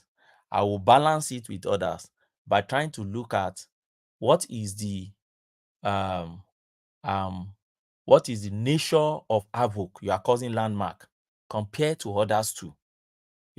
For me, it will be utilitarian approach to it. Okay, if I have 100 people, we're going to offend here. This man that is crying, Mura, is the one making noise. Is he the one that will really hurt most? If he's not, then why should I now go to others and without going to him? Why should I exempt him? Because he's the one making the loudest noise? The answer is no for me. And well, I know there is no, like I always say, no moral universalism anyway. There's moral relativism. So to some people who are landmark guys, it will be morally unjustified, because probably they will feel hot, and naturally landmark guy must feel hot, particularly for somebody who said he relocated from the UK and believe in Nigeria. and this is happening to him. One man, I think that's all I just wish to say on this point, and Pansat can ask his question or probably wait for his own time to make his own contribution. All right, thank you very much. I appreciate that. Jack, could I please go before you, and then I would sit back and listen. Instead of asking him a question, let me just go ahead and take my turn if it's okay with you. Ajan Lekoko. No, I think you wanted to interject, didn't you? Yeah, I wanted to interject. Because after Ogbeni, I want to go to Ajibade Olamide because I think it's his first time here. And you know, we always proud. Yeah. Okay, let me then do the interjection. Then you go to that guy, because I've seen you do it many times, and then come to me. That'll be fair. Ogbeni, thank you for your presentation. I was glancing over at the comment section. It seems like a lot of people do like your input on the platform. And I had quite a cordial dialogue with you the last time I was here. So I want to continue that. I promise one man that we don't want to dabble the session. But you do know, aside from the concern that you have, that you consider the legal aspects of, say, an individual and the state fighting over land and all the gossip about it's tribal and all that. That's normal. I'm not gonna go into that area. It really doesn't concern me. It's none of my business. But as an attorney, a lawyer, you are aware that we have an agency and a law that caters to public private partnership. In our case, we call it the ICRC. Sorry, apologies, Pansat. One moment. Suman, can you switch on your camera so I can see you? I've not seen you here before, and we have some problems with our people trying to spam. So switch on your camera before I let you onto the screen. Suman. So I want to say who that is. So I'll wait for you to do that before I put you on the screen. Carry on, Pansat. All right, thank you very much. So that's to Suman. Yeah, carry on, Pansat. Yeah, so I'm disappointed that instead of you going to that area, we have our laws in our country. We have what's called the ICRC. That's Infrastructure Concession Regulatory Commission. And they regulate private and public partnership. In the colloquial sense, what we're talking about here is like bidding on a contract. If you're going to do anything, it has to go through, if anything has to do with the federal government, it has to go through that particular regulatory commission. It was established in an act in 2005. Tell you how far back it goes. But you call it the 2008 ICRC. First of all, let me ask you, do you know about that? You're asking me a question? Yes, I did. Do you know about that agency that regulates somebody? Whenever federal government is going to do anything, there has to be a bidding process, a public process. Yeah. Yes, I know it now. Okay. You think it's kind of customary in pretty much in every democracy. Of course. In the West, you cannot just assign contract to somebody, right? So now, you know that was violated in this case, and that is a big deal. It's not when people are talking about the tribalism, for example, the victim in this case is an Igbo man, but it's not really. It's all of us that are victims. Now, let me post on the private session, and I hope one man will then share with everybody who actually is who is the one that we have that owns the company, the Chagari Group. Who is he? Sheyi Tinubu is just made like a director in the company, but he's not really relevant. He's a small potato. This Chagari Group, I'll post a couple. Maybe let me give you a couple of links so you could look at who actually is benefiting, who is behind this. I also have a State Department profile on this guy, and then where are we going? An interjection is meant to be just a short little infusion into. You're taking us on a merry-go-round.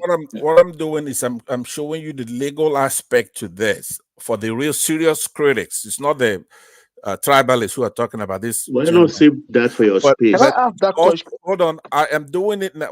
Let me do it this Can way. I answer that question for you? Because I'm a procurement man, so that's my job. Okay, but please hold on. So why don't I use this opportunity for this interjection to give you a signpost of where I want to go?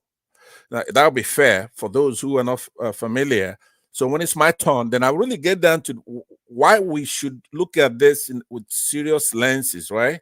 Where all of us, all Nigerians, should be concerned about. It's not a tribal thing. It's a matter of you following our laws or who's breaking the law. The law is being broken by the federal government. You cannot go doing a project and then just bypass our laws, procurement laws. It's in the books. We have an agency for that. So it's not the little tribal stuff. Yeah, I agree with Obini on that. I don't know anything about that, about the individual story. I'm a big believer in individual rights, obviously. And he's supposed to have his right of occupancy, whatever certificate is given, right of ownership. But the question is, Dave Umahi, who is a perfidious individual, right? I notice that a lot of people enjoy people like that, a deceitful person, right? Perfidiousness is, we cannot, if you're playing one tribe against the other by being deceitful, duplicitous, unfaithful, and with infidelity, you come and they say, oh, we know you're from that tribe, but if you switch over this side, then you could just fool all of us.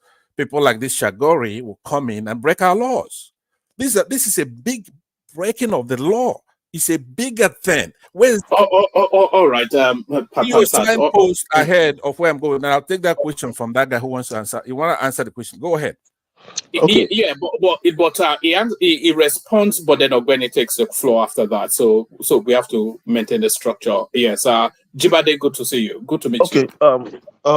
Sorry guys. I'm not a lawyer, but I think I've had Umahi said side of the law, that counter what you just said now. Okay, I'm a procurement man. Okay. And now, what we need to do when we are giving out the contract, number one, it depends on there's some contract that is that have something that we call a bottleneck, and what I mean by bottleneck is there's that contract is not, or maybe that kind of material is not being produced or being supplied by a lot of people. Okay, so, and in that case, there will be a clause on that aspect that, fine, before you can do this, you could have done this, or you could have different, like previous experience on that aspect. Now, what Umahi is saying, and which is very, very right, and I believe is according to the law in Nigeria as well. Like, these people, forget about who owns it. That who owns it, whatever that's in my say. But what we are talking about, who can do the job properly? Who has a track record of doing this job? We have like majority of us are from Lagos, and then we know what Babish is all about. If you don't know, please ask somebody about Babish. During those time, during that time I live at Makoko, and if I ran towards the end of maybe towards November, December, or December time or November time, there will be this water that will overflow to Babish, and the whole of Makoko also will be full of water. Are you getting my point now? So this has been an issue from day one, from my birth.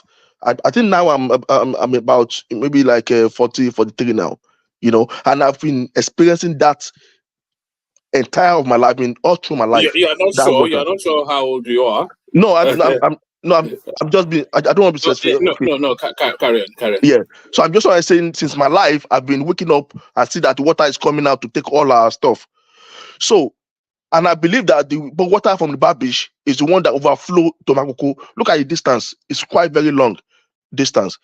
Now, Shaguri I mean, like that complaint, I can't remember it's H. I just say H or whatever. They are the one that solved that issue for us at that time. High tech. High tech, thank you. They are the one that solved that issue. And if you look at the years that they've done that, we've never had that issue from then. And look at now, all the Lekki, the Babi side from NTA going to Eco Hotel and stuff like that. Now they even proclaim majority part of the sea. So that should tell you that these people have the experience, they have capability, they have history of that.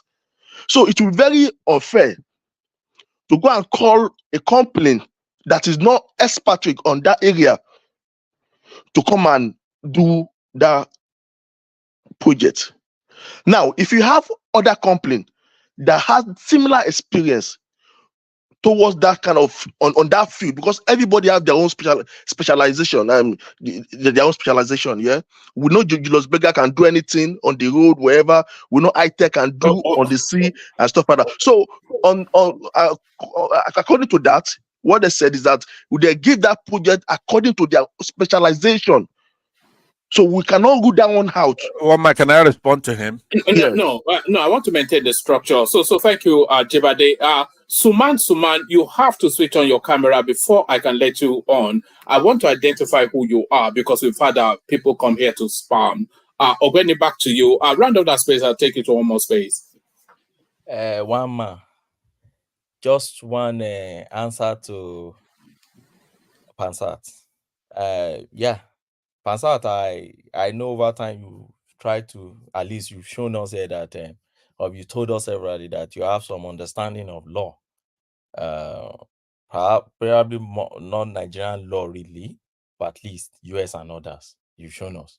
So I'll give you that benefit that you understand what it's called Public Procurement Act in Nigeria.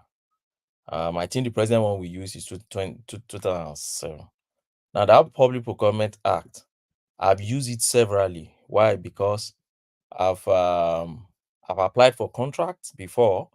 I'm a team lead of an IT firm. Okay, and I do IT infrastructural contract. That's what I do, and so I have a good understanding as a lawyer first of our Public Procurement Act. I've handled some cases that has to do with a breach of public procurement, where I lost some, I won some. Those I lost, those public officers were jailed. Some of them are still in prison today. So I have some understanding of how this bidding process and others work. You see, when you go to our Public Procurement Act, it's been long I read it now, so, and I heard Umahi citing some sections, which I can't specifically state now because it's been long. And so, but I understand that there are different types of bidding you can have there. Bidding process. Okay, that's the bidding for procurement. Few ones that I can remember, let me quickly tell you.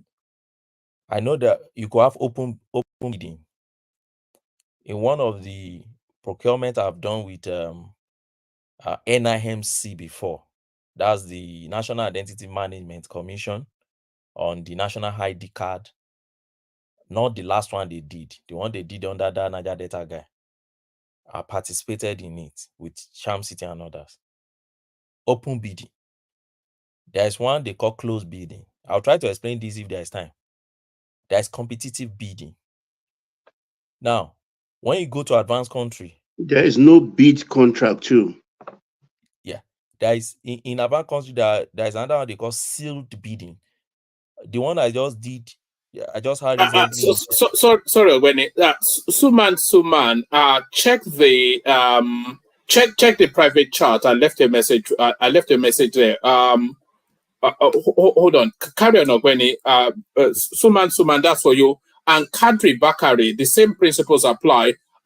Switch on your cameras before I can let you on the screen. I'm not going to let you on the screen with your cameras on, but I want to see the face because we've had spammers. You switch it on, I see you, then you can switch it back off, then I'll let you on the screen. So that's how it works. Sorry, Ogweni, carry on. Okay, no problem. I can't even remember where I stopped. So I know competitive bidding. Now, in advanced country, like the one my younger brother just did in Glasgow here for some IT infrastructure here. What they used was what they call reverse auction, because the facility has been there already, but has gone moribund. So they wanted to, to pick it up. So they call it reverse auction. We've never heard it before. We have to go and read about it. And it's still public procurement. There's one also we did, they call it request for proposal. All these are types of bidding. There are lots. There is 1-2 stage tendering. There is design, bid, build. Now, so many. I can't best value procurement. There are so many that I know. And I've listened to Umahi saying, look, the fact that you have competitive bidding doesn't mean that is the only type of bidding. And that's why, you see, we as educated ones should be the one enlightening, because Reno Mercury always says something. He said, see, 60% Nigerians are still illiterate. That's the statistic coming out from United Nations. 60% of your population they are illiterate. So when illiterate are cooking stories or narratives, the educated one should be, depending when we will educate them, should be the one correcting their narrative and say, look, that is not it. It will only be an illiterate. All right, but Benny, you're not responsive to my question. I mean, I'm you can go on responding. and on if you want, but it's not responsive to what I'm saying at all. I'm saying, are you it's familiar? my space now. Don't worry. I know, but it's your space, but don't behave like you're responding to me. You could go on. 20 minutes, I take to give it respond one to your man point. to go to the next person. I don't want an education on law. No, don't I'm say saying, go to the next person. Apansat, I've told you are not in control here. You are just a panelist like me. You are in my space. You have asked questions. If it will take me 30 minutes to answer your question, be patient enough to listen to my answer. If you don't like listening to my answer, you can mute yourself pending when I'm answering. And if I finish answering, you think I've not answered your question, you can push further. If I feel to continue answer, I will answer. If I feel not to answer again, I close it there. That is how it should be in the gathering of intellectuals. Let me just continue and land on this. Now, my point is this. It is only an illiterate that would think that competitive bidding should be the only bidding. Our Public Procurement Act allowed for other closed bidding. And Umahi said that is what they did there. And he gave a reason why they did that. I know you are aware of that reason, but many people like to close their mind against it. And that is the reason the last speaker just told you. He said, this is not just an ordinary project. This is a project where you have identified a particular company that have solved it before. And instead of you to be facing your time of competitive bidding, you have a particular contractor that you have singled out, then you call for negotiation or proposal or from that contractor, then to come and do that high-tech project for you.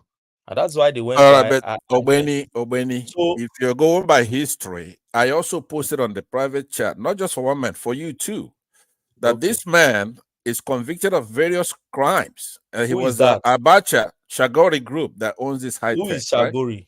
Hold on, that's high tech. They gave the project. I know, but high tech is a subsidiary of the Shagori Group. Just hear me out. The complaint is different from the owner. The company is different from the owner. You can't just be saying that. Hold on now, hold on. The owner, like he said, hold on. The owner, he says, has a history of doing a good job. Does anybody who owns a company? And hold on now. All right. When it start to bring it home, I did want to take good. No, I did want to take you to another talking point, but I'm conscious of people waiting for a while. So bring it. I'm okay. Yeah. I'm okay if I land only on this point and then you move to another person. The last thing I wish to say is that it is only an illiterate also that will say only one man, a man owns a company. There is nothing like that in the corporate world. Wigwe died when? Today, as Access Bank died, you would think Wigwe owned Access Bank. That's not. Companies are owned by their shareholders and their subscribers. So if the fact that Shagori has shares And you just mentioned that Tinubu's son has they made him something in high tech. I'm not aware of that. The reason is this: as of 2 days ago, I wanted to write a paper on this issue, and I went to Corporate Affairs Commission website to search for details of this high tech. I can't find Tinubu there. And you see, when we throw all this narrative, where there are space we throw it to where they gob it and they don't even question it, they don't integrate Here's it. a link for you. Here's a link for you on the Okay. Tinubu song. It's right there. Yeah, That's to and Twitter. One man, please show that on the screen for him. You can click Twitter. it if you want, So but it's yeah, Twitter, the from Twitter Twitter is you're gonna getting give your you the link if you want, but Twitter. it's gonna tell We you. can't Yeah. follow One Twitter. man, He has please. gone to Corporate Affairs Commission in Abuja to No, search but the you could, paper. one man can And there click is the link on Twitter too. there's But it's just, article of association and which he has gone through. he He said he has not doesn't seen a know, and I'm Tinubu showing signature in him, it. and you're talking. The point You're is, he talking doesn't about know. Twitter. We are talking about documents here, Okay, federal but documents. one man, please click on it, please. Click on it. It will take you to the magazine that has the long story, but this is just a nutshell. You don't know, so now High you should Tech find is out. a corporate citizen of Nigeria in law all and in those spirit. magazines written by David Udain and others, and all those guys that speak to No, your just narrative. let's click on it and find out. If I'm wrong, then I'm wrong. I don't care. The point is that we want to get to the truth. All right. All right. click on it no, now. no, no, Jib, no, no. Don't This worry. can't be Jib, verified. no. Just mute yourself, please, Jibade.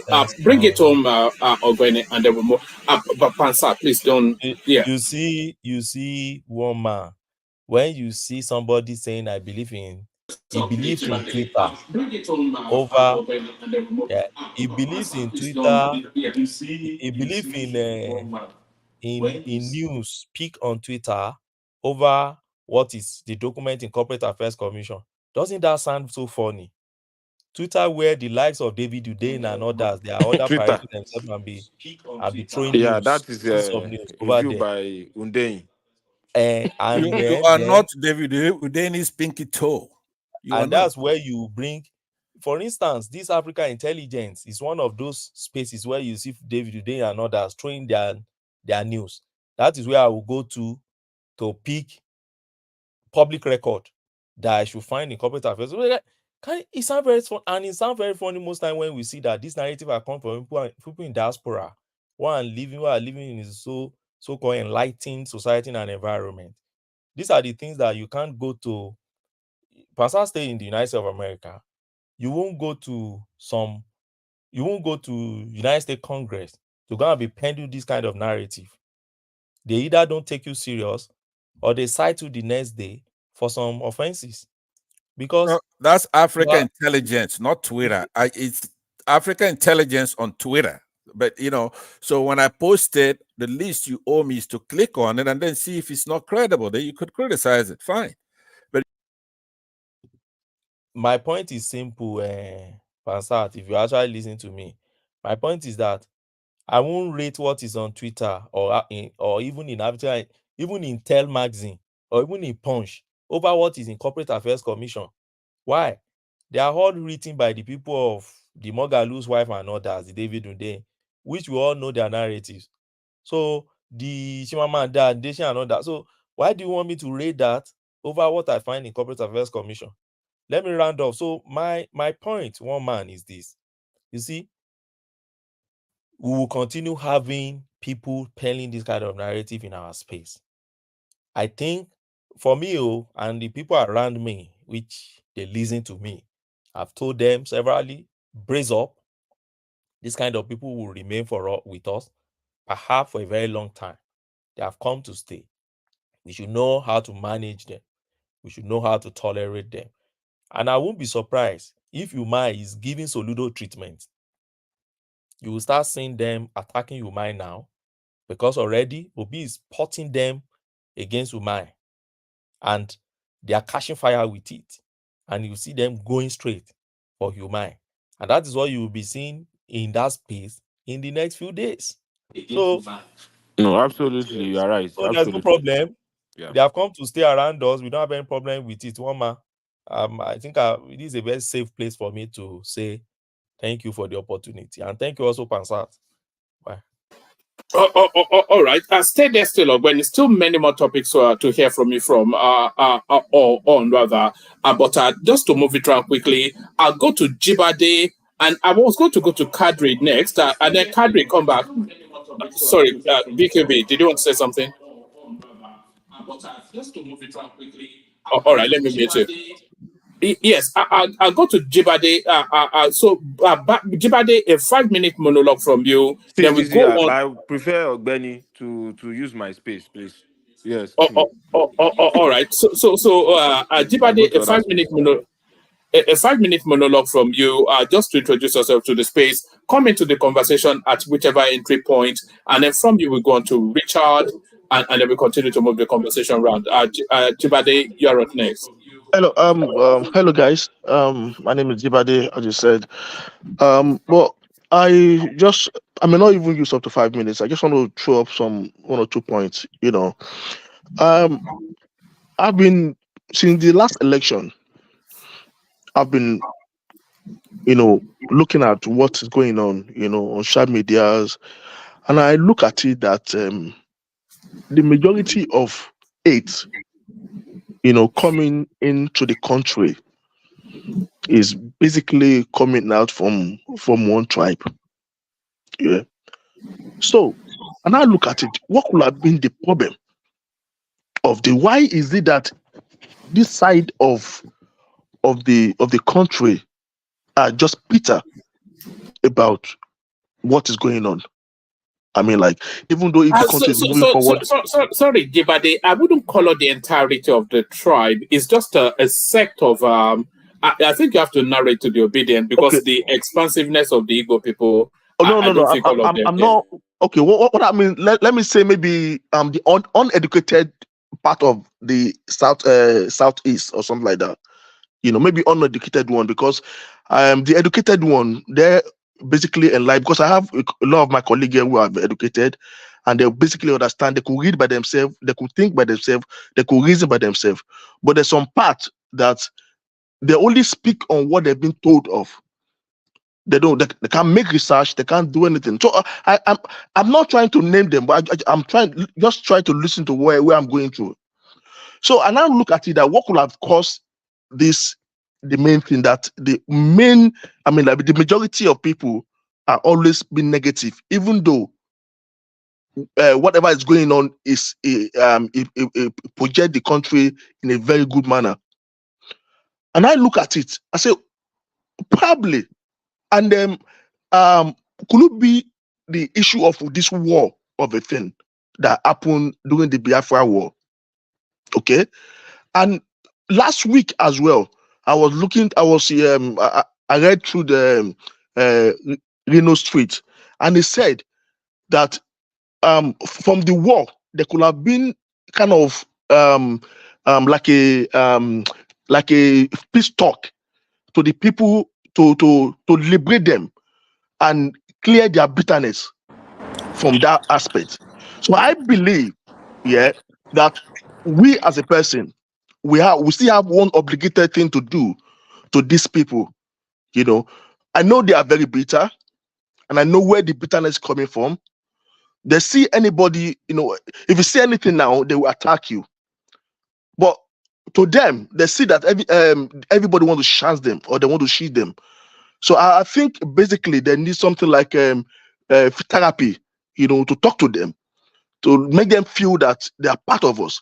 Because the bitterness is getting too much. So if you look at Hausa now, not concern Hausa with Hausa that are doing their own thing. Look at even Calabar. Look at every part of the tribe. But you notice that the majority negativity is coming from one side of the country, and I believe that if we could give them a bit of therapy, to see how they are part of us, to see how important they are to us, this negativity will be out of it. That's number one. Now, let's go back to Obi. Personally, I don't see Obi as I see it as the one of the worst candidates that ever emerged, or maybe ever campaigned as a president. worse. But I don't see anything, because before anybody want to talk about things, you look at their past record, you look at what they've done, look at their investment that they have done, look at the states they've, I would prefer what's it called, Showore than Peter Obi. And if you look at this Peter Obi, they know themselves that Peter Obi is not that brilliant. They know. But because it's Igbo, they just want somebody, not Hausa, not Yoruba. They just want Igbo. They don't care whatever product they brings. And unfortunately, Peter Obi was the only one that emerged. They painted Peter Obi to be an angel, forgetting that Peter Obi was in PDP. It was Atiku's vice president last election. They forgot all those things. And you're kind of looking at what exactly is going on. Why are they doing like this? I think it's still part of that bitterness I said in my first statement. So anything that is okay to be like opposition. It's okay. But if you are being opposition, when government do something good, you should recommend them and give them their flowers. But I see Peter Obi as negativity. He's just trying to, paint this region. And if you notice that when he came into the campaign, he came in with this emotion pattern. He knew that Nigerians are very emotional, and he used that to twist the image of Nigerians. He almost succeeded in it. But I think Nigeria will not make that mistake again. So, concerning this issue of landmark, I'm really sorry for the guy, because David, the Minister of Works, when this issue first started, he was trying to be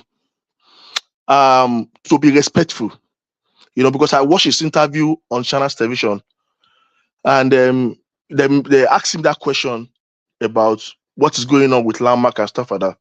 And he said he doesn't want to say that government owned that part. He just said, "Oh, it's my brother. We've talked. I went there yesterday, and this and that." He was trying to be politically correct. But I think Channels Television, Obi in particular, Rufai, those people, they use this guy. I think they use this guy to treat their ambition. Well, they are looking for every avenue to discredit this government. Right? And if you look at this government, they are really doing very well. There's never in the issue of Nigeria that things goes up and it comes down. It never happened. It never happened. But now we are seeing it. This is just 1 year. And let's look at what is going on. Either we like it or not, this government is been there. At least the minimum they will use is 4 years. Let's support this government. This is our country. We that we are in Europe, that we are in abroad, we are tired already. We are tired. We want to go back home. We want to go back home. This country needs to be good. And for me, I look at it that in the next 20 years, 30 years time, Nigeria will be, it's very difficult for all this country to compete with Nigeria. The way this government is doing. If anybody have that vision, this guy is a visionary leader and he's doing very well. He's trying to match everything together. So, but these people call themselves opponents or disobedient people. They see that if Tinubu could be able to achieve this aim, they say that it will be very difficult to move him from power. They know Tinubu is very wise. Atiku too know Tinubu is very wise. They know Tinubu will do anything that will make history. Hello? All right, start to bring it up. Bring it up. Okay, so in one sense, what I just want to say is that Igbo, Yoruba, Hausa, we are one.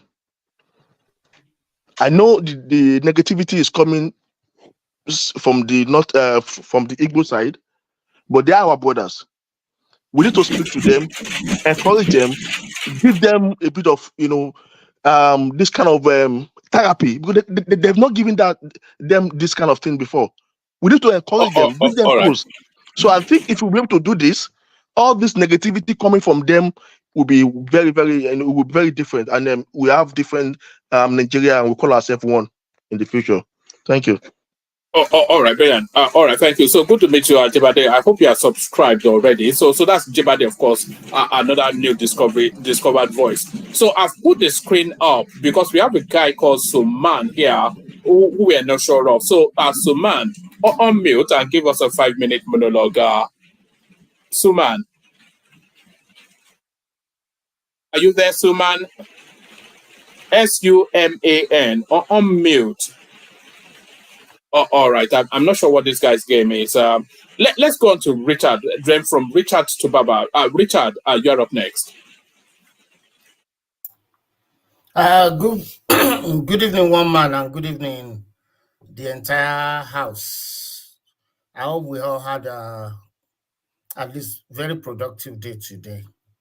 I will dwell much in the issue of the land ownership and most especially the coastal road. One thing is this: globally, there's a law we call eminent domain, which gives the government the power in any part of the world to say, hey, come and take this compensation. The government wants to use the land your property occupies for a public means anywhere in the world. So the only thing you can do as the owner of that property is to go collect the compensation. And I'll give you examples. Some years back, I was still in New York City. Then we had a billionaire mayor, Michael Bloomberg, who is a visionary, a businessman. He saw that Manhattan, which is a business district of New York, was becoming overpopulated and over expensive. So they needed to move to Brooklyn, which is the closest part of the closer, and the biggest borough in New York City. And at the end of, we have Brooklyn Bridge. That's the bridge that linked Brooklyn and Manhattan.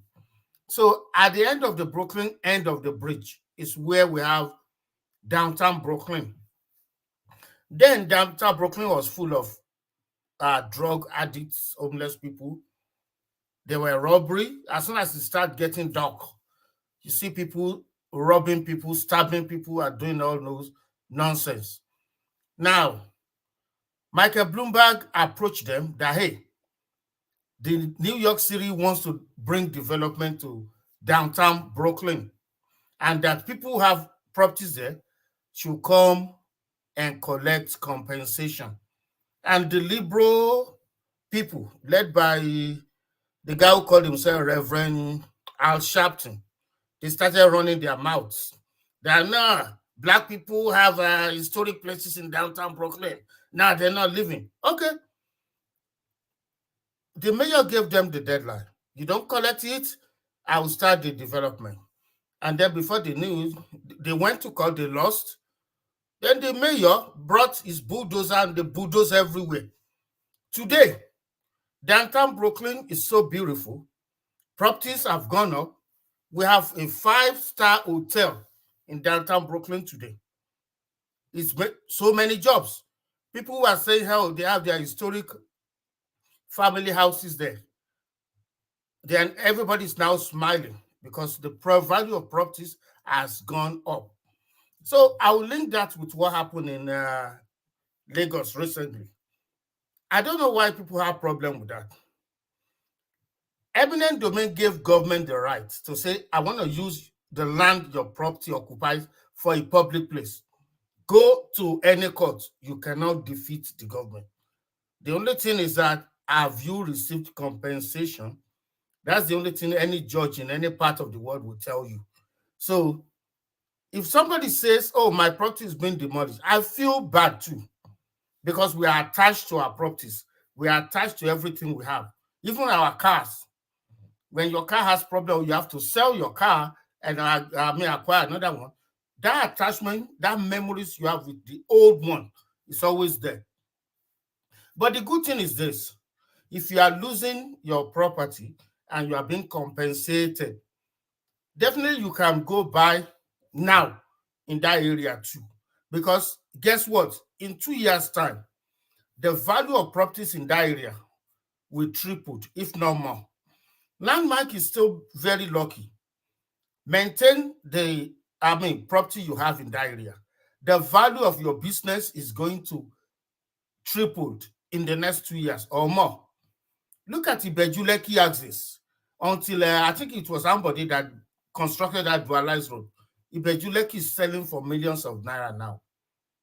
I can assure anybody, from Lagos to Ondo, Edo, Delta, all the way to Akwa Ibom, the value of properties along that coastal road will triple in the next few years. That's number one. Now, because it's an highway, we're going to have gas stations there. And gas station means jobs. We're going to have hotels because they know travelers might want to spend some days. Just stay in some hotel for some nights before continuing their journey. So we're going to have hotels. That's jobs. That's employment. That's business opportunities. So those are the things those who understand economy, as apart from the guy who calls himself a trader, who doesn't know nothing. You call yourself a trader, you have nothing upstairs. We don't even know how you acquire your wealth. So those who have foresight, that's what they're looking at. They're projecting into the future. That is true. At times, we need to go backward in order to go forward. Now, Land Bank is going backward. But in very few years' time, the value of his property, the value of his business is going to triple. And then more and more people will come around. More and more businesses, more and more jobs will come around. For instance, if you are somebody that lives in Akwa Ibom, but for all, if you have a business in Lagos, it takes them 2 days. Now, after completing this project, this road, they said it will take only 8 hours, which means you can leave your business or your house in Akwa Ibom, come to Lagos the same day, get your business done, and the next day, you can get back to your Akwa Ibom. And another thing people are saying is this: oh, it's not now. Why now? There's no money. There's inflation. There's problem. Guess what? In 2008, when Barack Obama became president, American economy was very, very down. But this guy injected over $1 trillion, $1 trillion into the economy. And he was just giving money. Oh, do this, construct this, do this. And some conservative economists were like, why are we acquiring more debt when we are already in debt? Guess what Obama said? We are going to spend our way out of this recession. And that's what happened. Whenever you have recession, when you spend money, you are inducing the economy. Contractors will be hired. Those who will serve them food will be hired. Those who sell building materials, cement, they will make money. That is how people with common sense reasons. For instance, in China, when they saw that they were making the money, as far back as 10 years ago, the Chinese government has built new cities, about 5 new cities. The money they spend then, if they want to spend it today, will be like times 10. It will be like times 10. Everyone on this panel that lives in the US, you will know that anywhere in the US, all the 50 states, the value of rent or buying a house was around, let's say, it was around X before COVID. That was like 4 years ago, common 4 years ago. Today, after COVID, because COVID affected the supply of building materials, and guess what? Most of the building materials we use in America comes from China. Since then, the value of properties in America has doubled in every way. Just 2020, 4 years. Today's 2024. So people who bought homes in 1999, they bought it. Okay, where I live now, average price of homes is around $545. $544,000 for just a single family house. But people who bought the same in the same locality in 1999, before COVID, it was $250,000. So if you bought a property in 1999 in Raleigh, North Carolina, in 1999, that's just like 4 years ago, and you want to sell it today, you will walk away with double the money you bought it. Everywhere, the currencies are losing values, including America. The green dollar is losing value. The $1 you fail to spend today will become $10 you must spend tomorrow. So Obasanjo was the one that said, we need this road. But they didn't do anything, despite the fact that his government made a lot of money, because maybe he was scared of starting a new project. I don't know why. Goodluck Jonathan also saw it.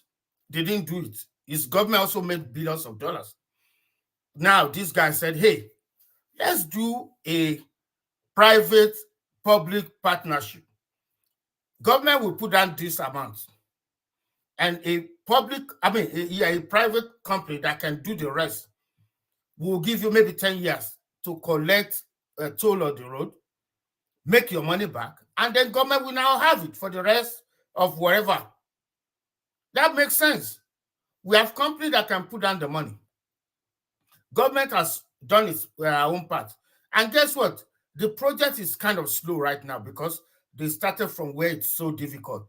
Filling the sand and then putting the concrete on the sand. But there are some areas where the filling will not be this difficult. There are some areas where they will build on a already solid ground. So it's going to quicken up when they get to some areas or some states, maybe Ondo, Ekiti, pass through Delta or some other states. It's slow now because of what they have to do, but it's not going to be in the same speed when they get to some areas. That is that on eminent domain and the government right to acquire any land if the government is going to use it for a public means. Now, it's sad that we are still dealing with tribal issues. I know we cannot get over it, but unfortunately... Yes, just on that space, I'm seeing a lot of complaints in the comment section that it gets too tribal sometimes. So maybe we'll start to grab... I know we get drawn into it by the obedience space, but yeah. Yeah, what I would just say is that I encourage us, when something happens, I encourage us to really do our own personal investigation to see the truth. Anybody can just, go on Twitter and put down something. Oh, they're after me because of my religion. They're after me because I'm a short person, or because I'm a light-skinned person, or I'm dark. We need to find out what really happened. We really need to find out. It's so easy for people to go online and do damages today. So many doctor offices are going through this same. People will visit doctor's office and they'll go online and give them bad recommendation. Oh, they don't know how to treat people. They talk to me anyhow. They are just not good. And it's affecting businesses because anybody can just go online and just write anything. It's unfortunate. Those who establish social media, they did it so that information can flow. But unfortunately, negative information flows faster and more than positive or the truth. It's unfortunate. That's what we have to deal with. And what again do I need to talk about? Woman. Sorry, I was muted. Yes, I was actually going to suggest that we move away from the let's go. Let me take you to the lamentations of the richest black man on the planet, complaining then that the Naira devaluation, he described it as a devaluation that has significantly affected their businesses. So this is Dangote. He says biggest mess created in 2023 was Naira devaluation from 460 to 1,400 Naira. So this is Dangote then telling us then that our shareholders should not expect any dividend.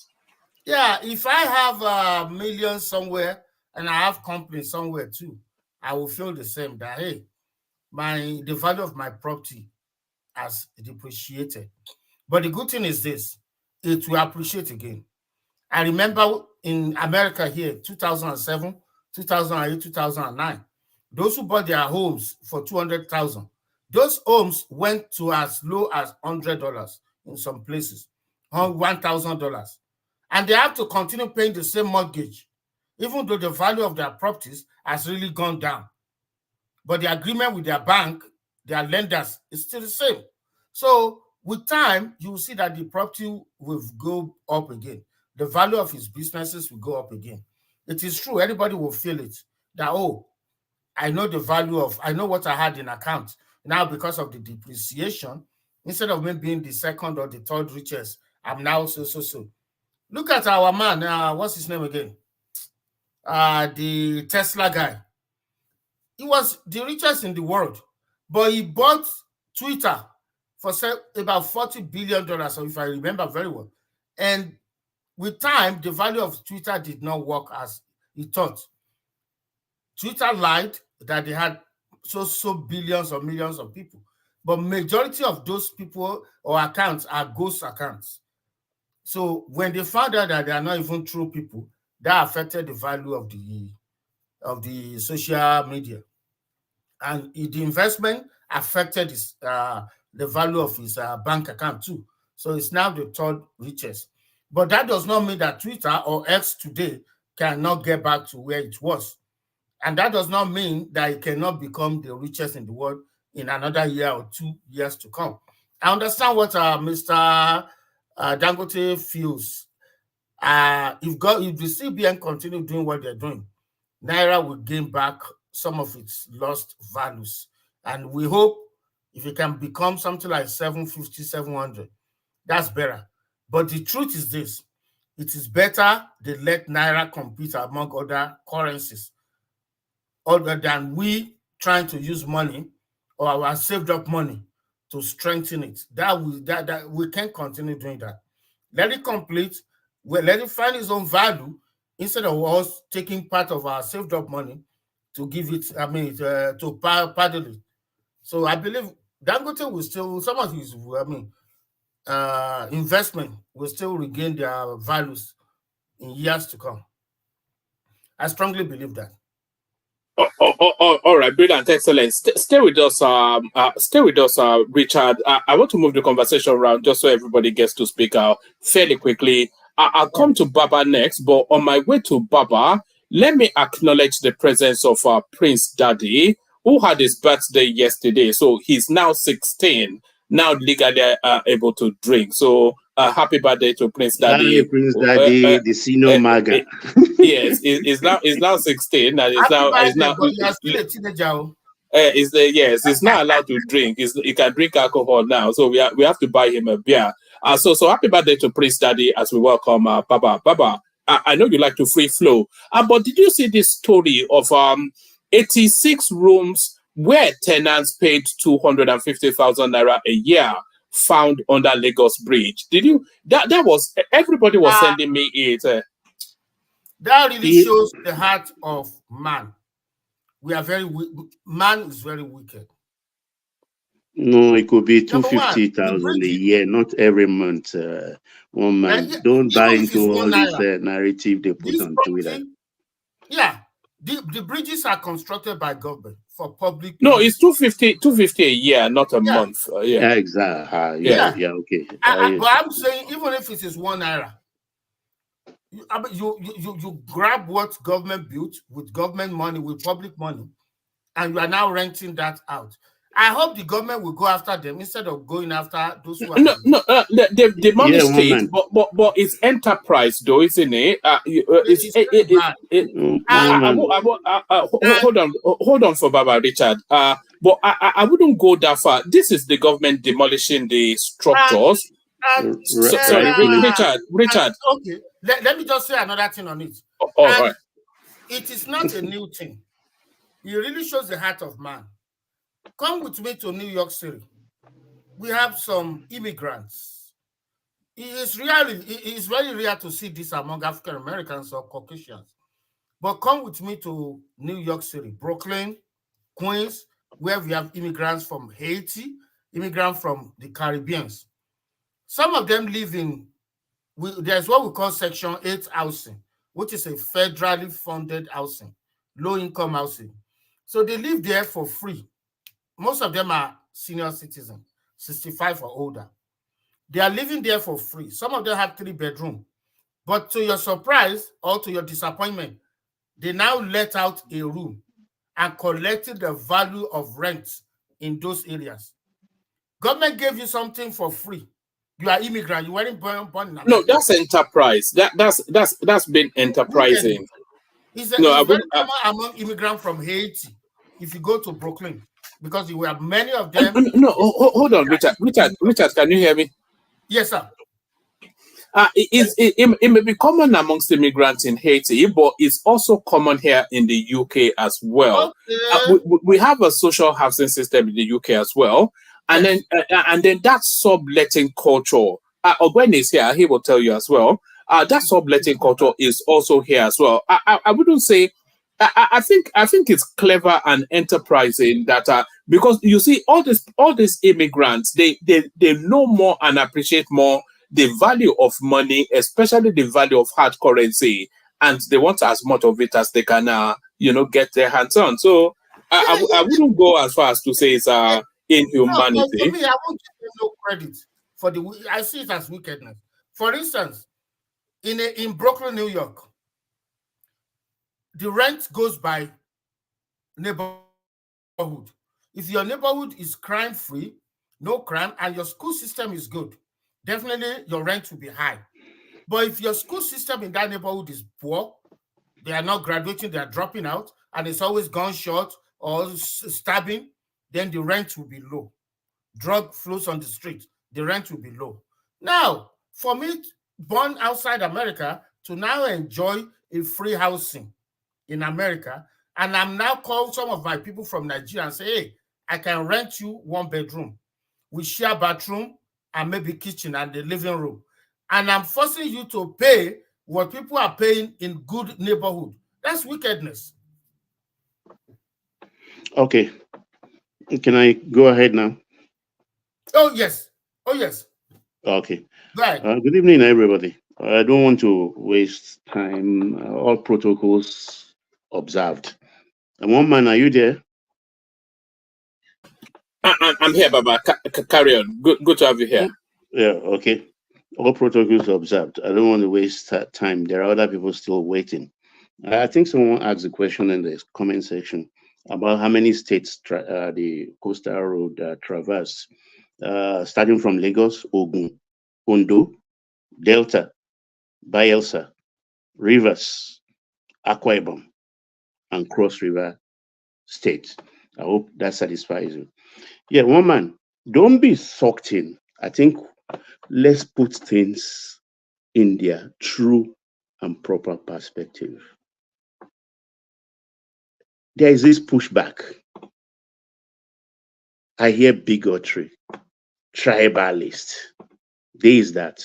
Who are the people driving this agenda? They are the people who are throwing it in other people's faces. They are the bigots of the highest order.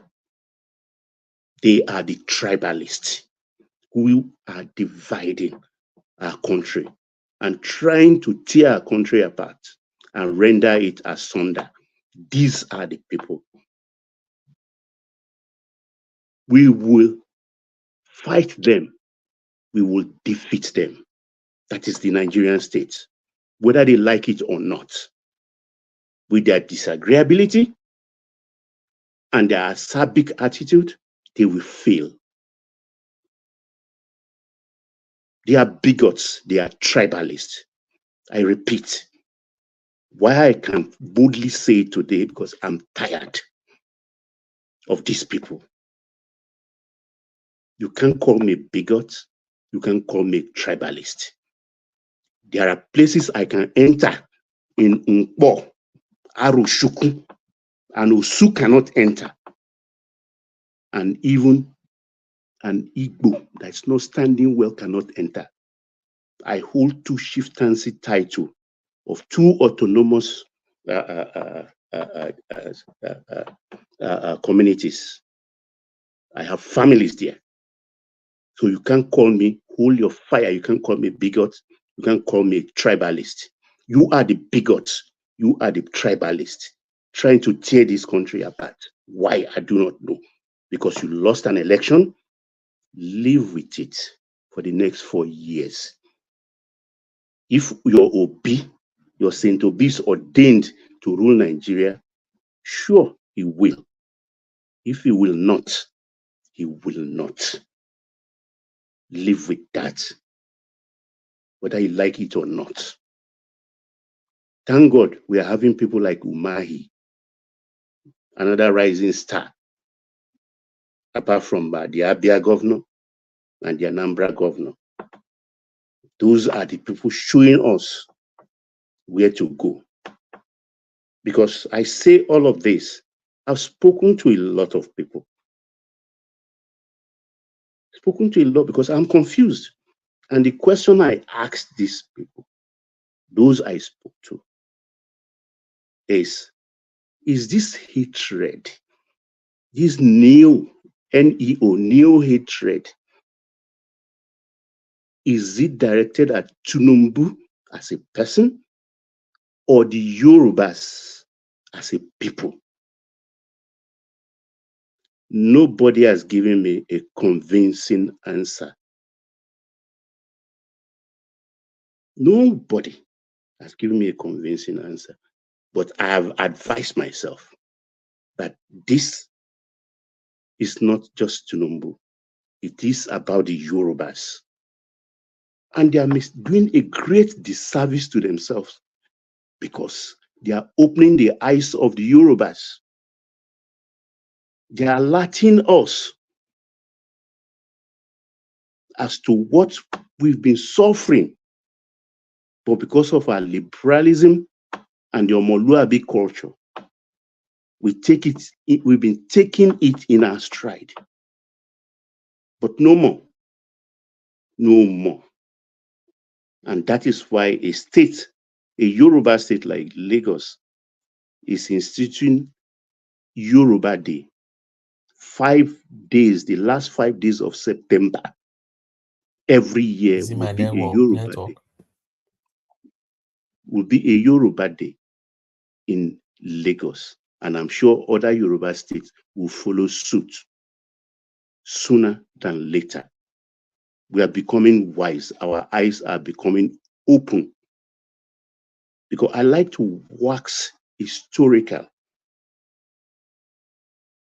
Because I'm a witness to history. This thing about the landmark thing, the owner of landmark, though has been using subterfuge, I didn't see it. I didn't read between the lines because I'm very, very plain and open to arguments. But at the end of the day, where did it all end? In the corridors of tribalism. Those who hijack it and sucked the money into it, they know themselves. All gloves off. This is bare knuckle, whether they like it or not. Bare knuckle. And you can't call a dog a monkey for a man who has 2 eyes. He can see. Because what is it? The law is very clear. Very, very clear. 250 meters from the shoreline belongs to the federal government. It has absolutely nothing nothing to do with Lagos State government. And here we are.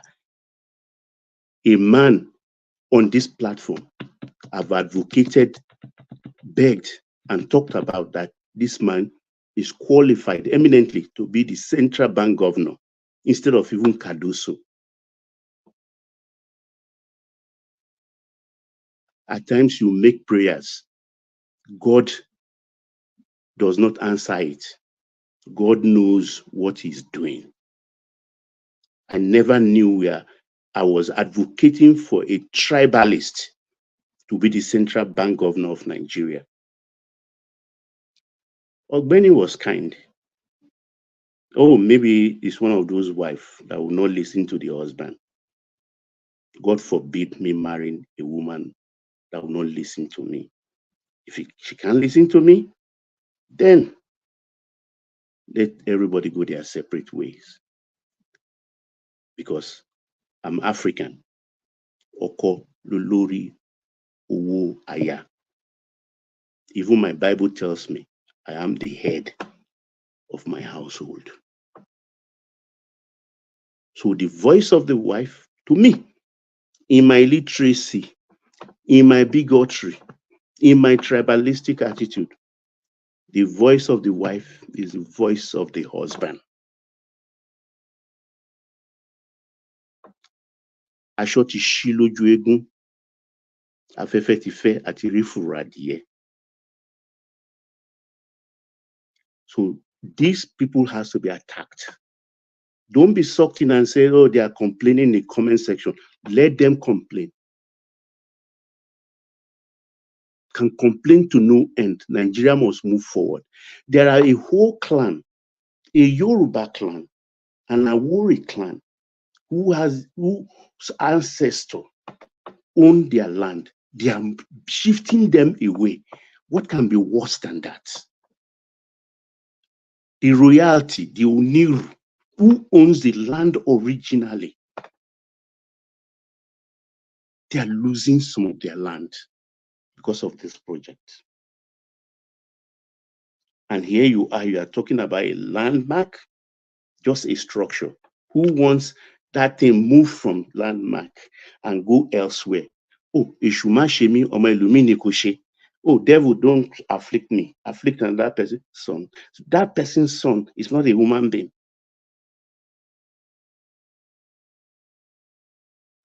Thank God, Umahi comes from the southeast.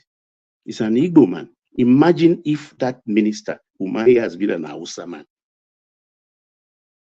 We were talking different thing entirely.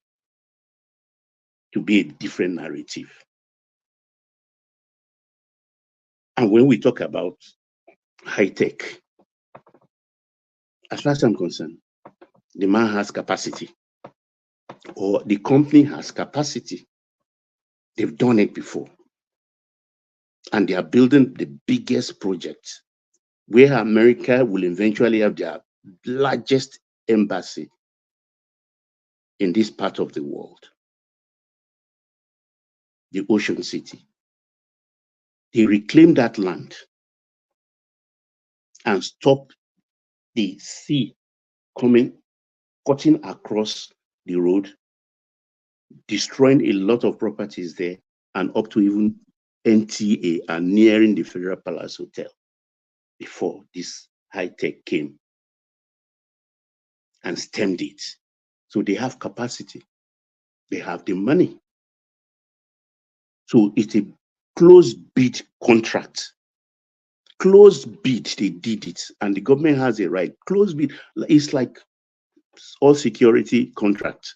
Have you seen them on the pages of newspaper? No. Have you seen them talk about we want to buy Kalashnikov and then they have to put it on the pages of newspaper? Everybody should bid to supply or supply jets and stuff like that. So they are closed bid contracts. And they gave it to who has capacity. We don't want to be deceived. That project is so important, it has to move ahead. Whether they can finish it in 8 years, 4 years, or that, I don't know. I'm not too sure of, but let it start. I'm saying all of this because I'm seeing a pattern. And I don't know why they don't have the gumption to shy away from anything like this. Coming after a state, what has the state done? You know, you are enlightened. You were born in Lagos. You speak Yoruba language. I don't know of your wife. You know this thing has nothing to do with Lagos state government, and you're attacking Lagos state government.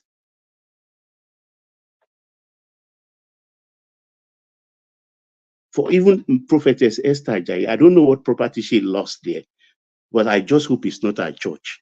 And if it's a church, that's unfortunate because that church was commissioned not more than 3 years ago or so. That church was It is our church. It is our church, brother. Jesus Christ. Are you sure, Adewale? Is it that beautiful multi-million? The one that Amboni commissioned. Adewale, is that true? It is our church. You know, it's close to the yes, it is our church. So what's her name again? Pastor Esther what? Ajayi. Esther Ajayi. Prophetess. Yes. She has clout. She knows a lot of people. She has spiritual clientele. Her Rodolex is rich. And she's losing that edifice. What are we talking about here? I will not allow myself to be emotionally blackmailed. Nobody is going to blackmail me emotionally. They can get away with other people. I hold proper credentials. Sorry, is it this edifice? The Oni was there when they were coming. Is this what they are demolishing? Is it only Oni that has been there? Who in Nigeria has been there? They are destroying this.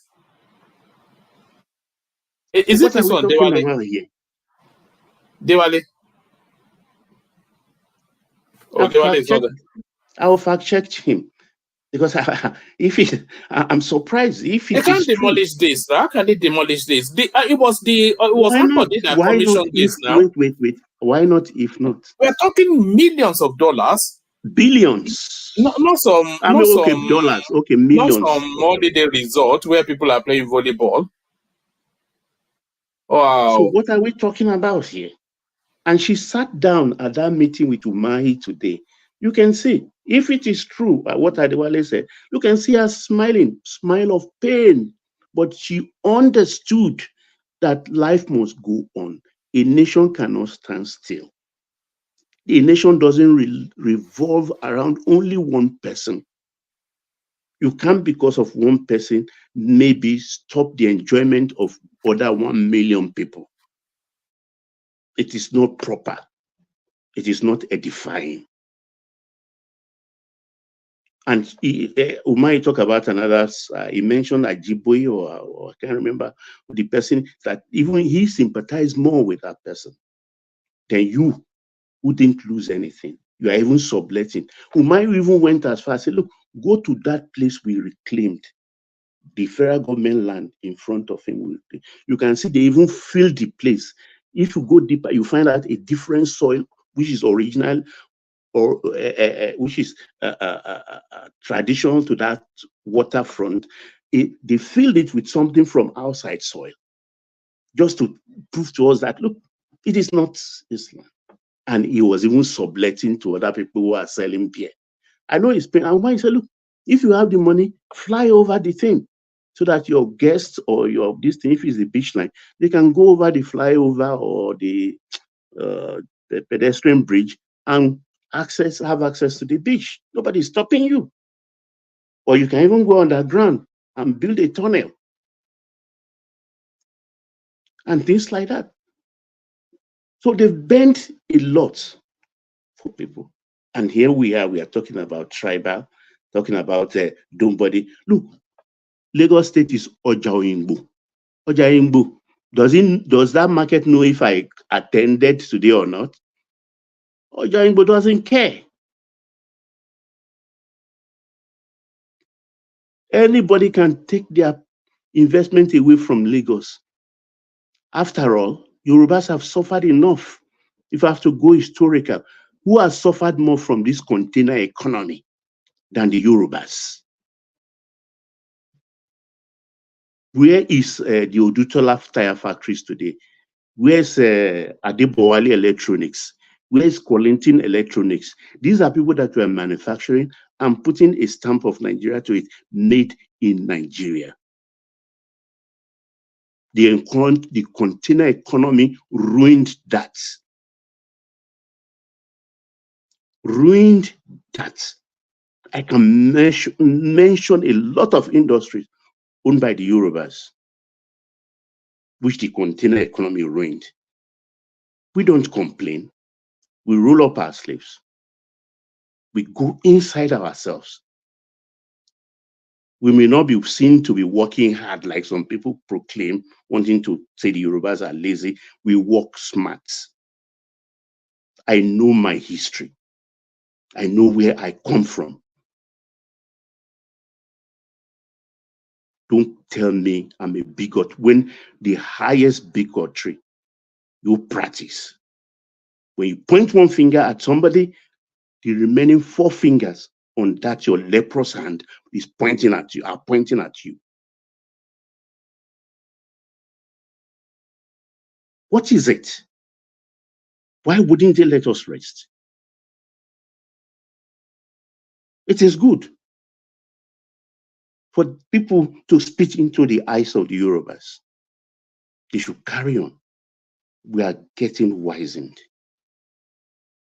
But nothing can happen. Nothing.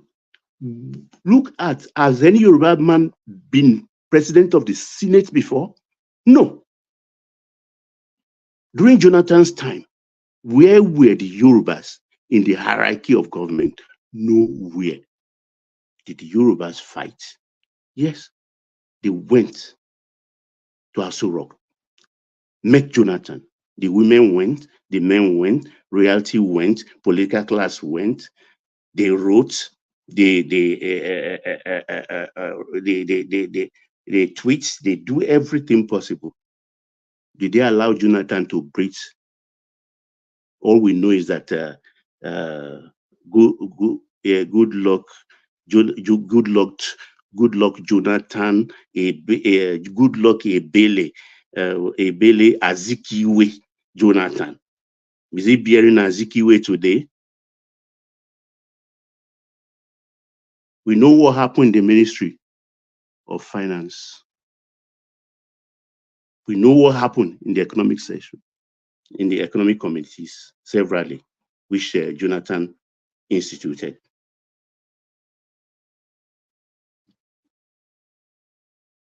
When these people, this man who is in government today, who is the president, call him drug addict, drug lord, fraud, certificate forger. Who is the president of Nigeria today?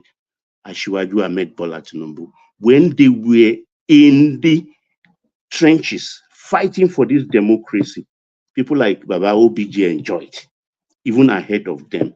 Where were these people? With some elements in Yoruba land, they went in Aso Rock doing business, making money.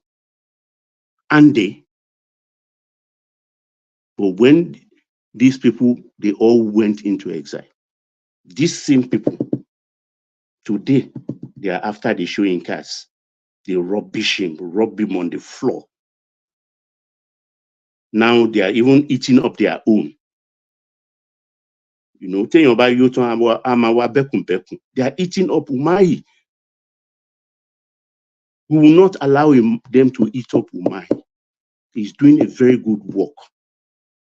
Nigeria is a patriarchy, so he's doing a very good work for our fatherland. I don't care. Abuse me all you can. I'm telling you the truth because nobody wants to hear the truth. They should stop it. This hatred for Yorubas should stop. The hatred for Yorubas should stop. If they don't, they will get their upcomings. I tell you, the Yorubas we've woken up. The insult is too much. Even the best of them, Mogalu, Can't believe it. I grew up in Lagos. I know the history of my people. I live it. I know what happened in the 50s. I heard. After all, my forebears were NCNC. They joined because of Abat Macaulay. Abat Macaulay is the son of the daughter of Samuel Ajayi Crowther. Zeke was the secretary. Ajayi Crowther died. I mean, Macaulay died. Zeke became the leader of NCNC. My own forebears followed. We know what we suffered. NCNC headquarters is situated in my own neck of the wood on the island, Campbell Street. Did we gain anything? Wasn't the party hijacked? Tos Benson, Adeniro Ogunsoya, and all the rest, they were all Zikists. NCNC turned into Zikist overnight. That's how they were labeled. And we know what we suffered for it. They should stop it. Stop this Yoruba hatred. Don't tell me bigoted. That's the mantra. Bigots. They are the bigots. They are the tribalists. Thank you, woman. All right. Thank you, Baba. I think you spoke from a lot of pent-up spaces that you've held back for so long there. I'm not sure that I endorse anything that you said, but certainly I endorse your rights to say it. So that's Baba. Baba, should I take you to one more topic? Do you want to speak on Dangote's lamentation about his loss? Oh man, I'm too angry to speak now. I yield the floor. All right, brilliant. All right, brilliant. Let's go on then from you, Baba. Let's go to Dewale if it's ready. If it's not ready, we go to Prince Daddy.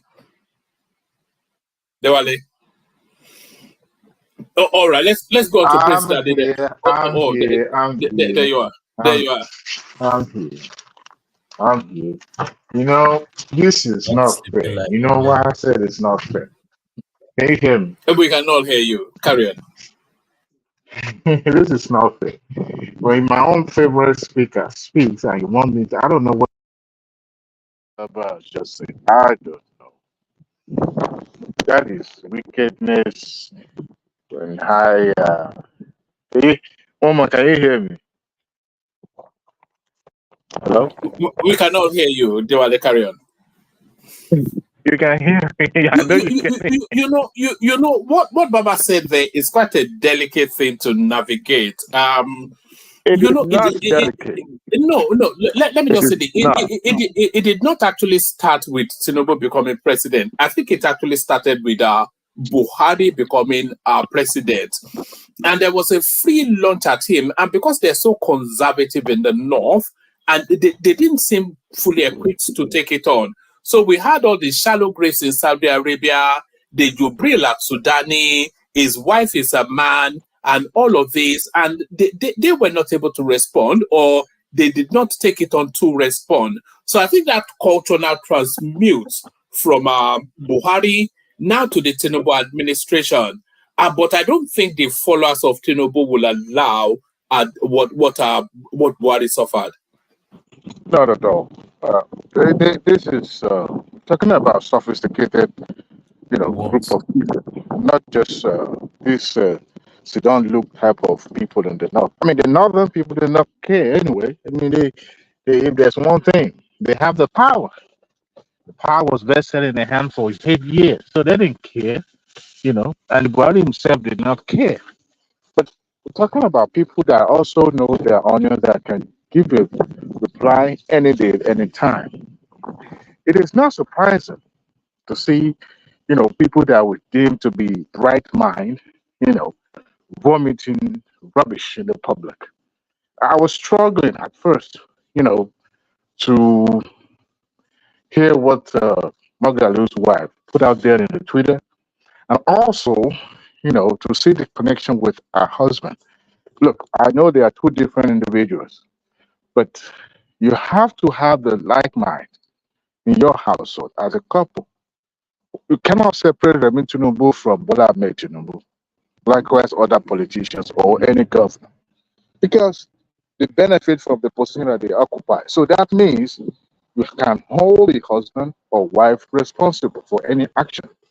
So, however, I'm not surprised that the life of Mongalu's spouse will be putting such in the public domain that invest in Lagos at your peril.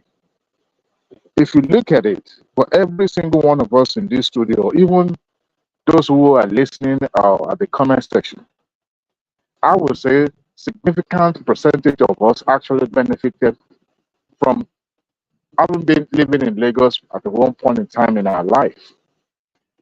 Virtually everyone abroad, maybe just few people can lay claim that they traveled from Abuja to where they now reside permanently. So Lagos State play key role in who we are today. I'm one beneficiary of having resided in Lagos for a while. And to now say, when your spouse, your husband, had a, best in his career in the city that you now, talking about in the bad light. Honestly, I struggle with it, but Yoruba will say "Okudia Kato." Anyway, who am I to judge? The mouth speaketh, and I've seen people trying to, explain more about the importance of building this road, and seems just that what do you call it, beachfront facility is more important to some people that an infrastructure that will expand the economic of those linked states. In their myopic mindset, they just could not fathom or see or envious that this is going to happen during the time of Tinubu administration. Maybe. And I could see, because I'm trying to rationalize some of the arguments that I've come across online, none actually come close. And to put injury, sort upon injury, the Asleep TV and the likes of Rufai Hussein, coming to the public to speak rubbish, pure rubbish, simply because of one individual. I said earlier that Easter Ajayi's church is going to be affected. Not the entire church, but part of that edifice is going to go down. She was there today. I'm even surprised that despite all this shenanigan going on in the social media and all that, the Federal Ministry of Work, exactly, see, the Ministry of Work was still trying to compensate this particular individual. It is insane that you will still come out and allow, even if you are not enabling it, your silence, your constant silence, not putting it into black and white. It is clear that certain portion of the shoreline belongs to the federal government. It is established, it's constitutional.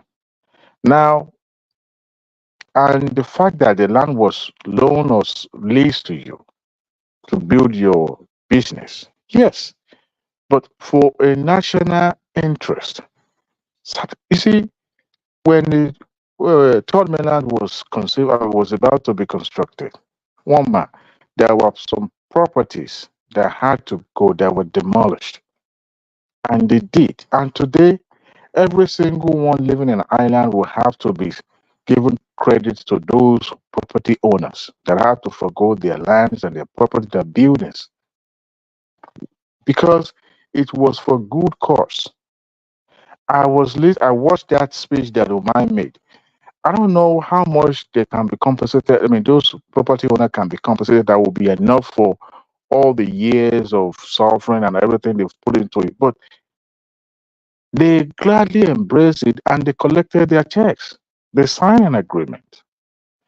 We should have some level of patriotism in us. Simply because your kinsman did not become president doesn't mean that we should burn the house down. The likes of Umahi is building bridges. Yes, you may say that he's doing the bidding of his master now, but a time will come, a day of reckoning, that somebody somehow will remember him and say, you know what, I think this man has paid his due.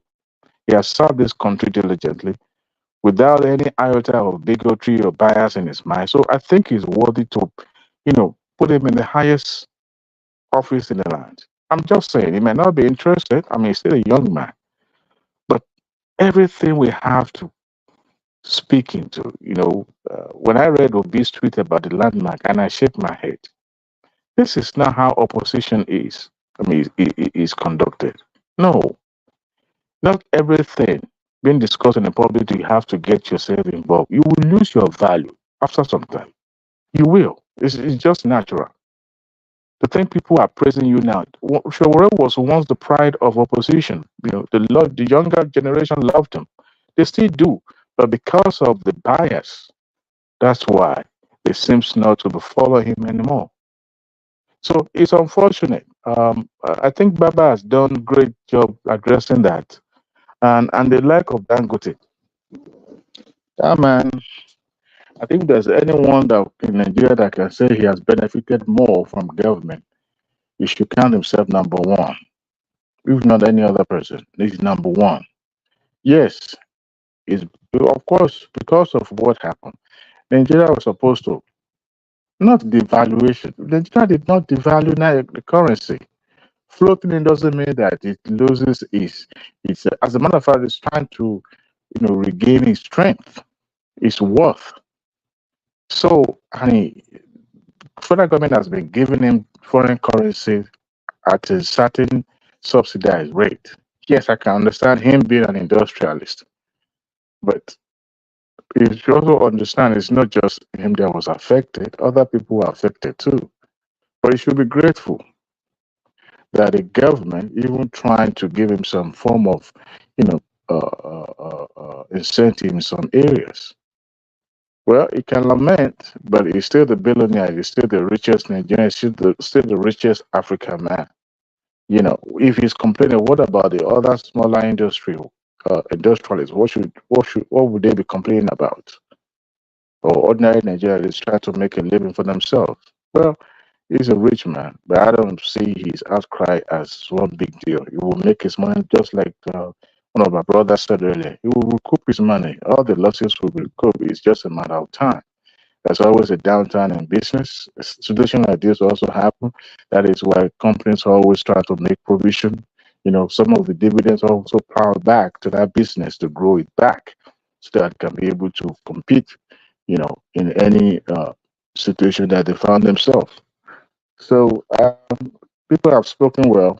I think this time around, today's news is more or less like everybody's drawing a dagger because nothing's been in the news that is actually, it's like a bombshell.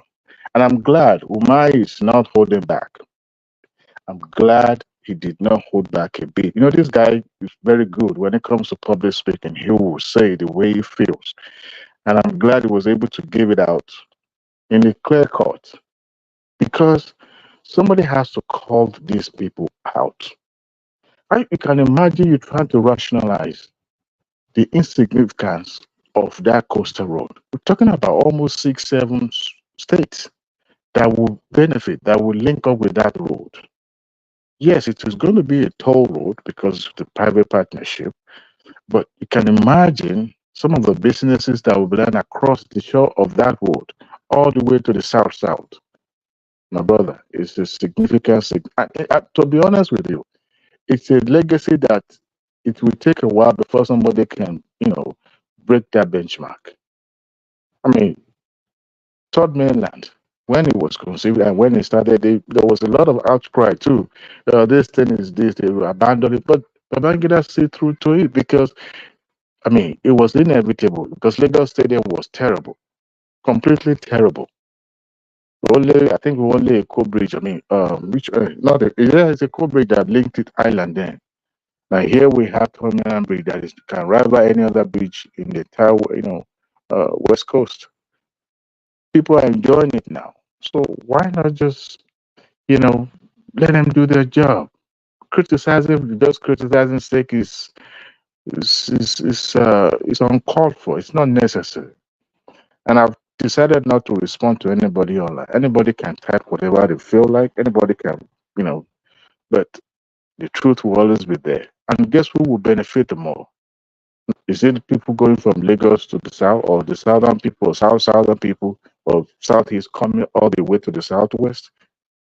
It is true that we are liberal. We accommodate. We allow people to come in and be part of us. But people shouldn't take it for simply because we are very much accommodating. No, it shouldn't be. It shouldn't be. Yorubas are not going to take it lightly.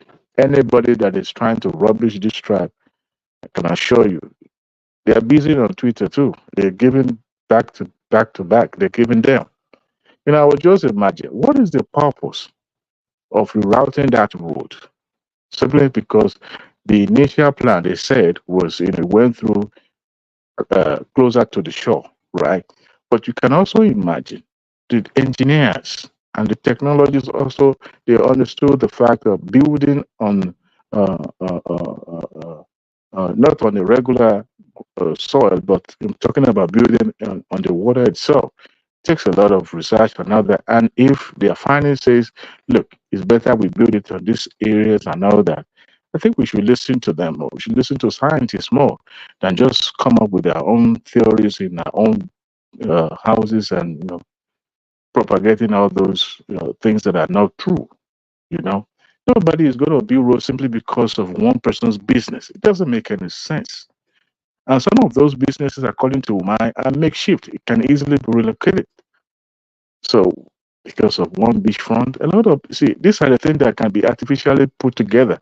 Dubai does have beach. It is artificial. They don't have, they're not close to Atlantic, but they have their own, beach out there.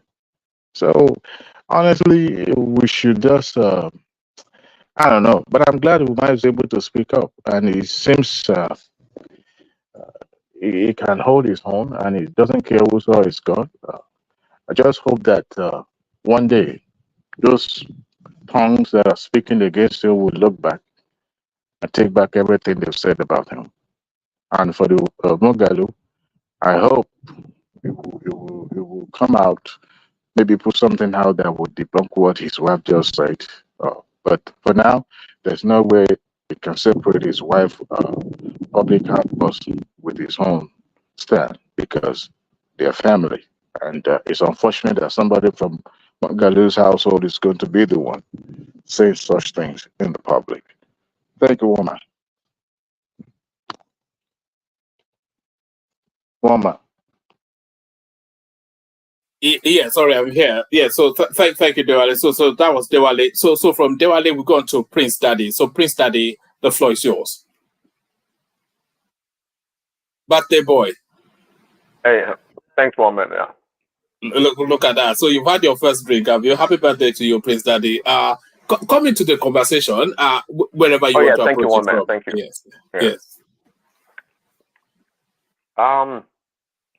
Let's see. Yeah. Hello, everyone. Carry on. Yeah, carry on.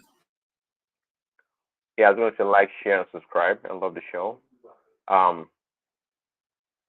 Where do you want me to start? Actually, I heard a lot of stuff from Yes, a lot of it have been wrapping around that landmark space still. I'm not quite sure if we've flogged that to death already. But do you have any thoughts on these people who have turned under the bridge into real estate and they're charging 250,000 naira per annum? So actually, let me play you this clip. The government just went in and broke this whole space up.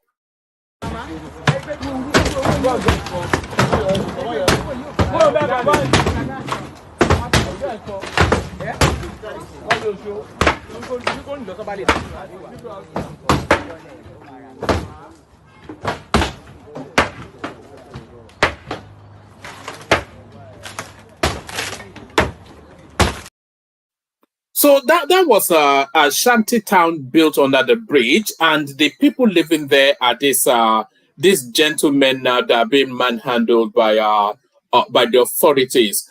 250,000 naira per annum they are paying for that. Surely they could have gotten a face me, a face you for half that price. So what are you not making of the travails of these people? Yeah, well, that's quite interesting. 250,000 naira. Is that true? That sounds kind of a far-fetched somewhat. I'm assuming that's in Lagos, right? Somewhere in Lagos? Yes, it will be.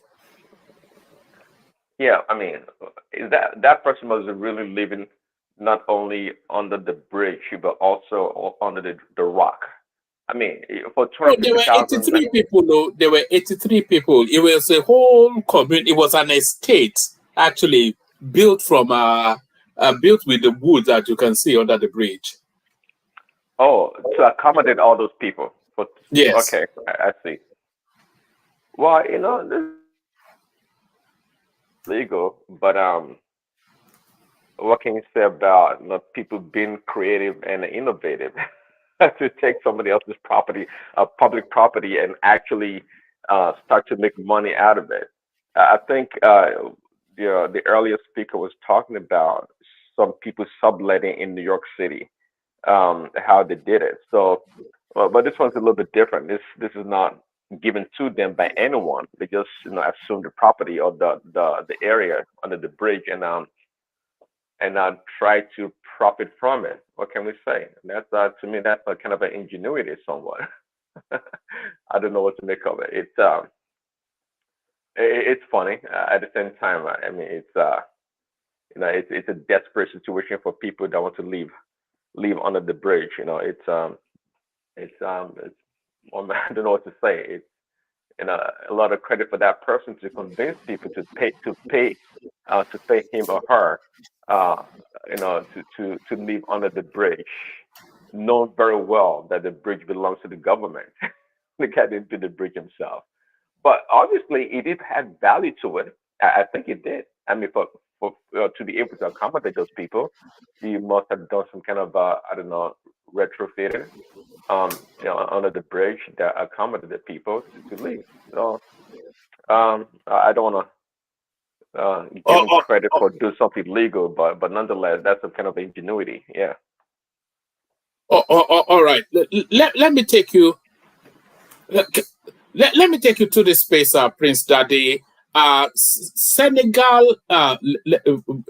I didn't read this out, but the headline should suffice. Senegal adopts Arabic as official language instead of French. So, one by one now, the abandonment of France by these francophone countries, and the French are actually now feeling the pain of it somewhat. Their economy is starting to hemorrhage.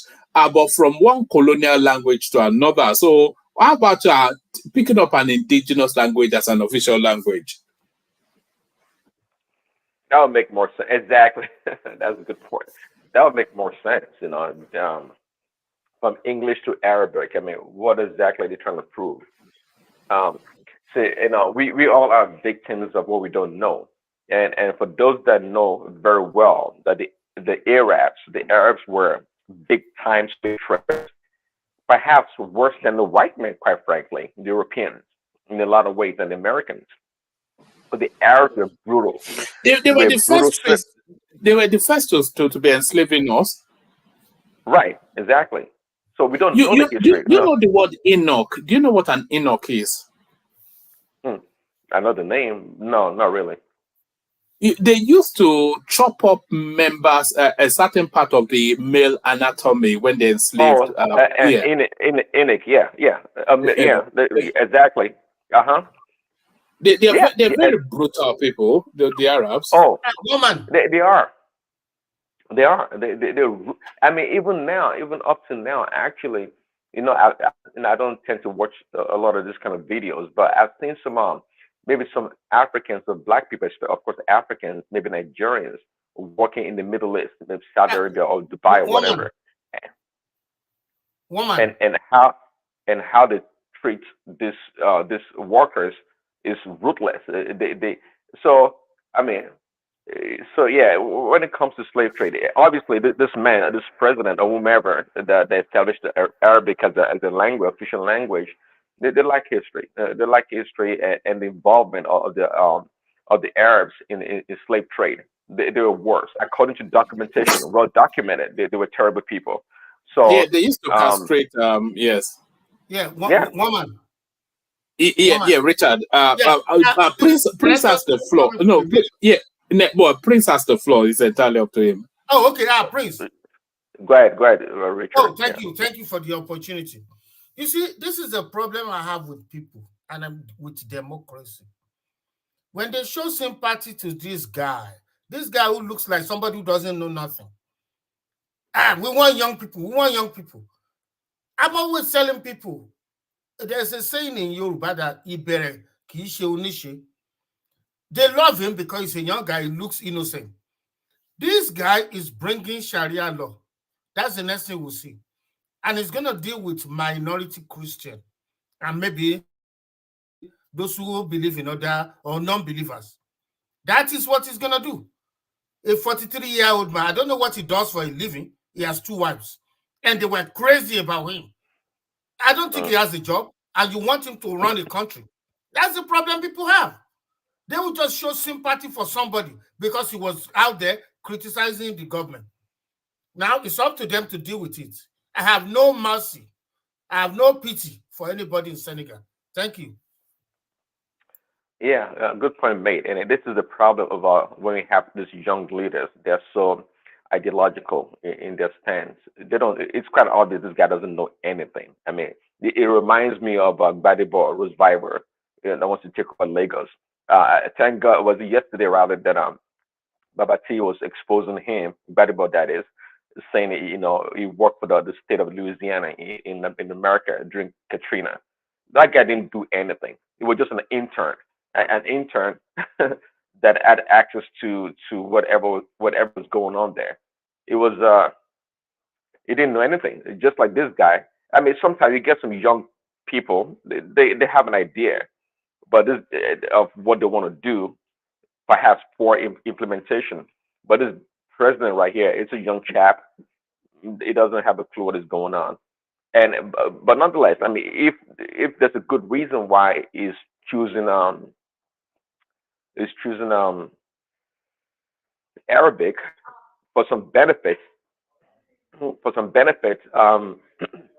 that would be nice. That'd be nice. But if he's getting some kind of a benefit from Saudi Arabia or some partnership with the Arab nations, in terms of funding or some kind of cooperation, that'd be great. But according to what you read, I'm not sure the real value of it. He's just trying to abandon one colonial language or colonial master, not knowing that it's going deep into the throat of the lion, so to speak. So it's just another feel good headline without any substance, quite frankly. Now, I would probably be more impressed though if he chose to make Chinese the official language. That would intrigue me more than Arabic, quite frankly. So that's what I have to say regarding this guy.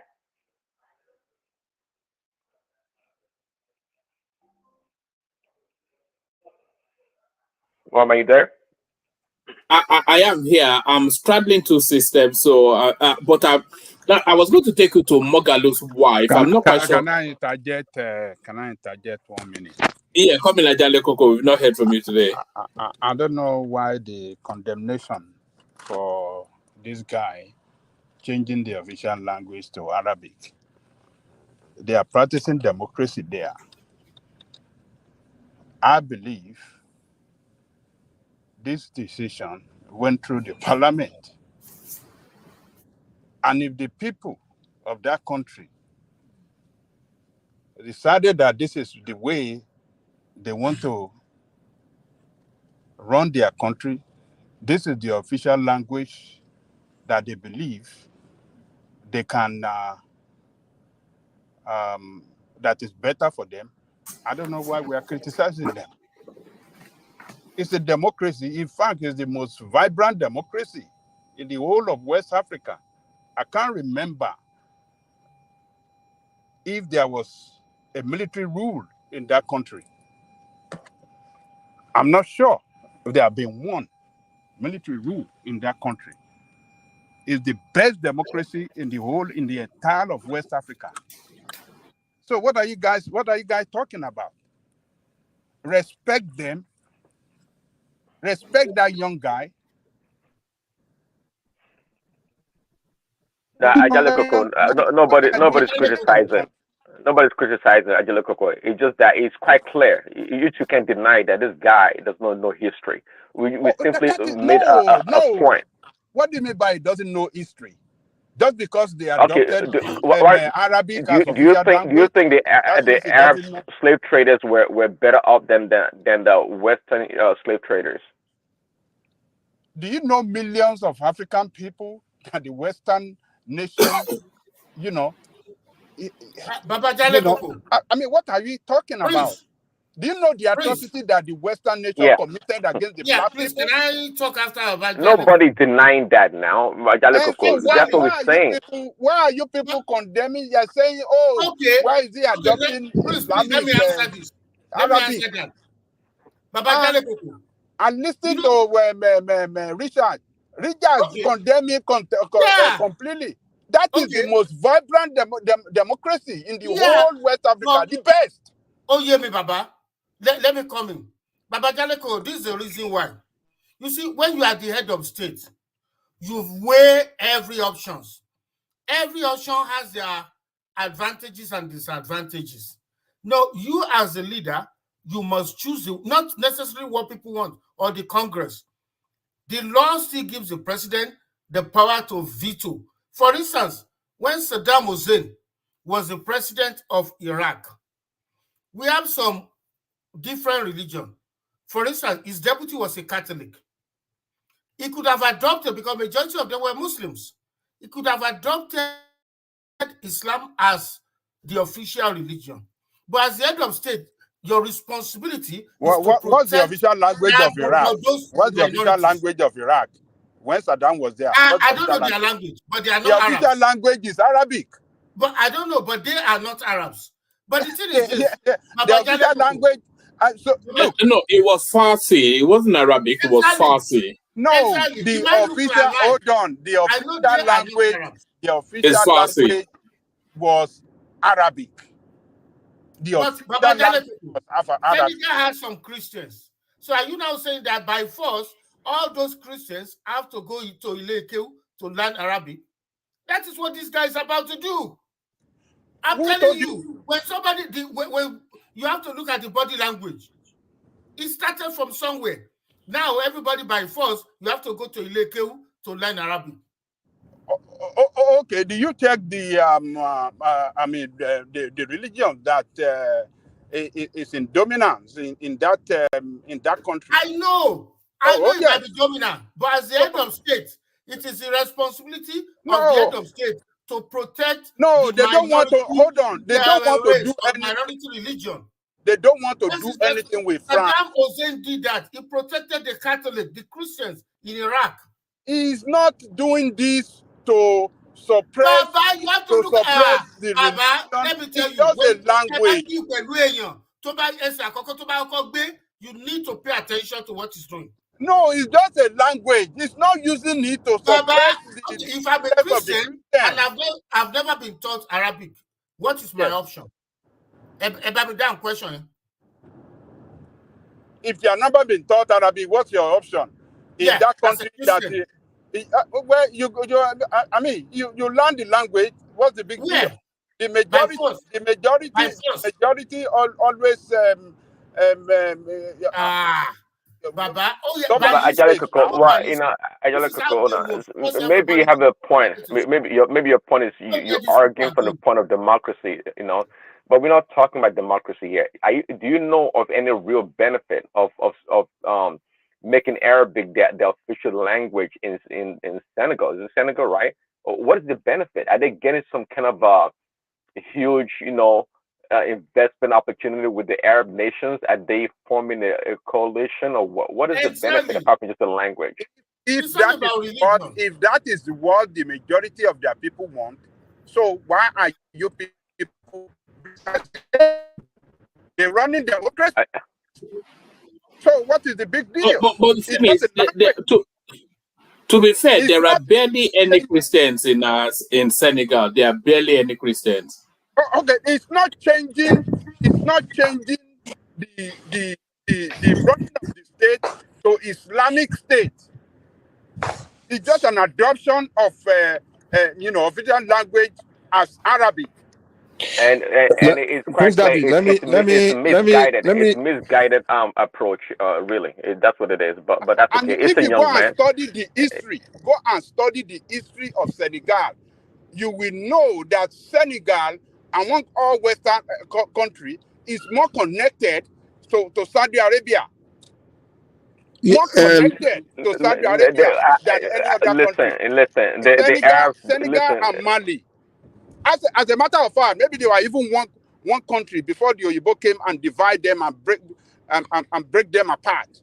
They were slaves. They were black slaves. Just as we have black slaves. Oyo all the way to Republic of Benin. That you see this colonial criminal came and break us apart. Dump some of our people.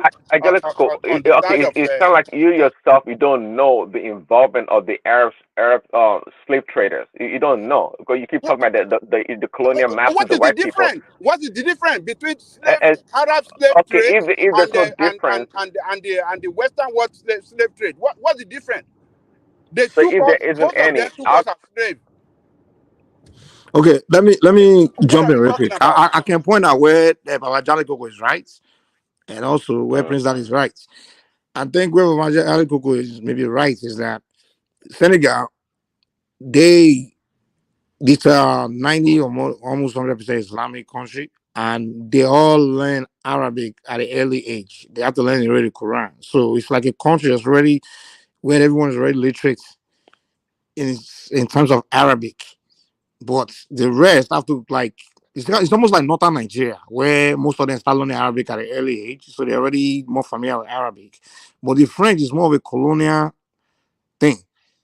So that's one part. So maybe for educational reason, hey, so you're already learning Arabic early on, let's just adopt it in our as the official language of instruction in school, so it's easier. Where maybe that's one part I see, since it's already there. But on the other side, where President is right is I don't really see how Arabic really benefit them economically. I mean, because think about it, the immediate nations that they trade with or associating with in terms of economic business and things like that, it's fellow West African and Western countries. So, like you say, even Chinese will probably be even better because Arabs, I don't see the Arab world is not a place where Senegal can benefit from, to be honest. Even the most prosperous Arab country, Saudi Arabia, is a Western puppet country. So I don't see how Arabic can be a language that can benefit them as a national language, to be honest. So that's the way I see it, Sha. Yeah, points well taken. I mean, it is what it is. As much as good to know that they speak Arabic from a young age, but I can tell you that their proficiency in Arabic cannot be better than their French they've been speaking for so many years. So both languages equally are vital in their country. But again, I think it's more for it's the reason behind it. To me, it's not kosher. It's just. But anyways, one man, we came up to the next one. I'm not impressed, but that's okay.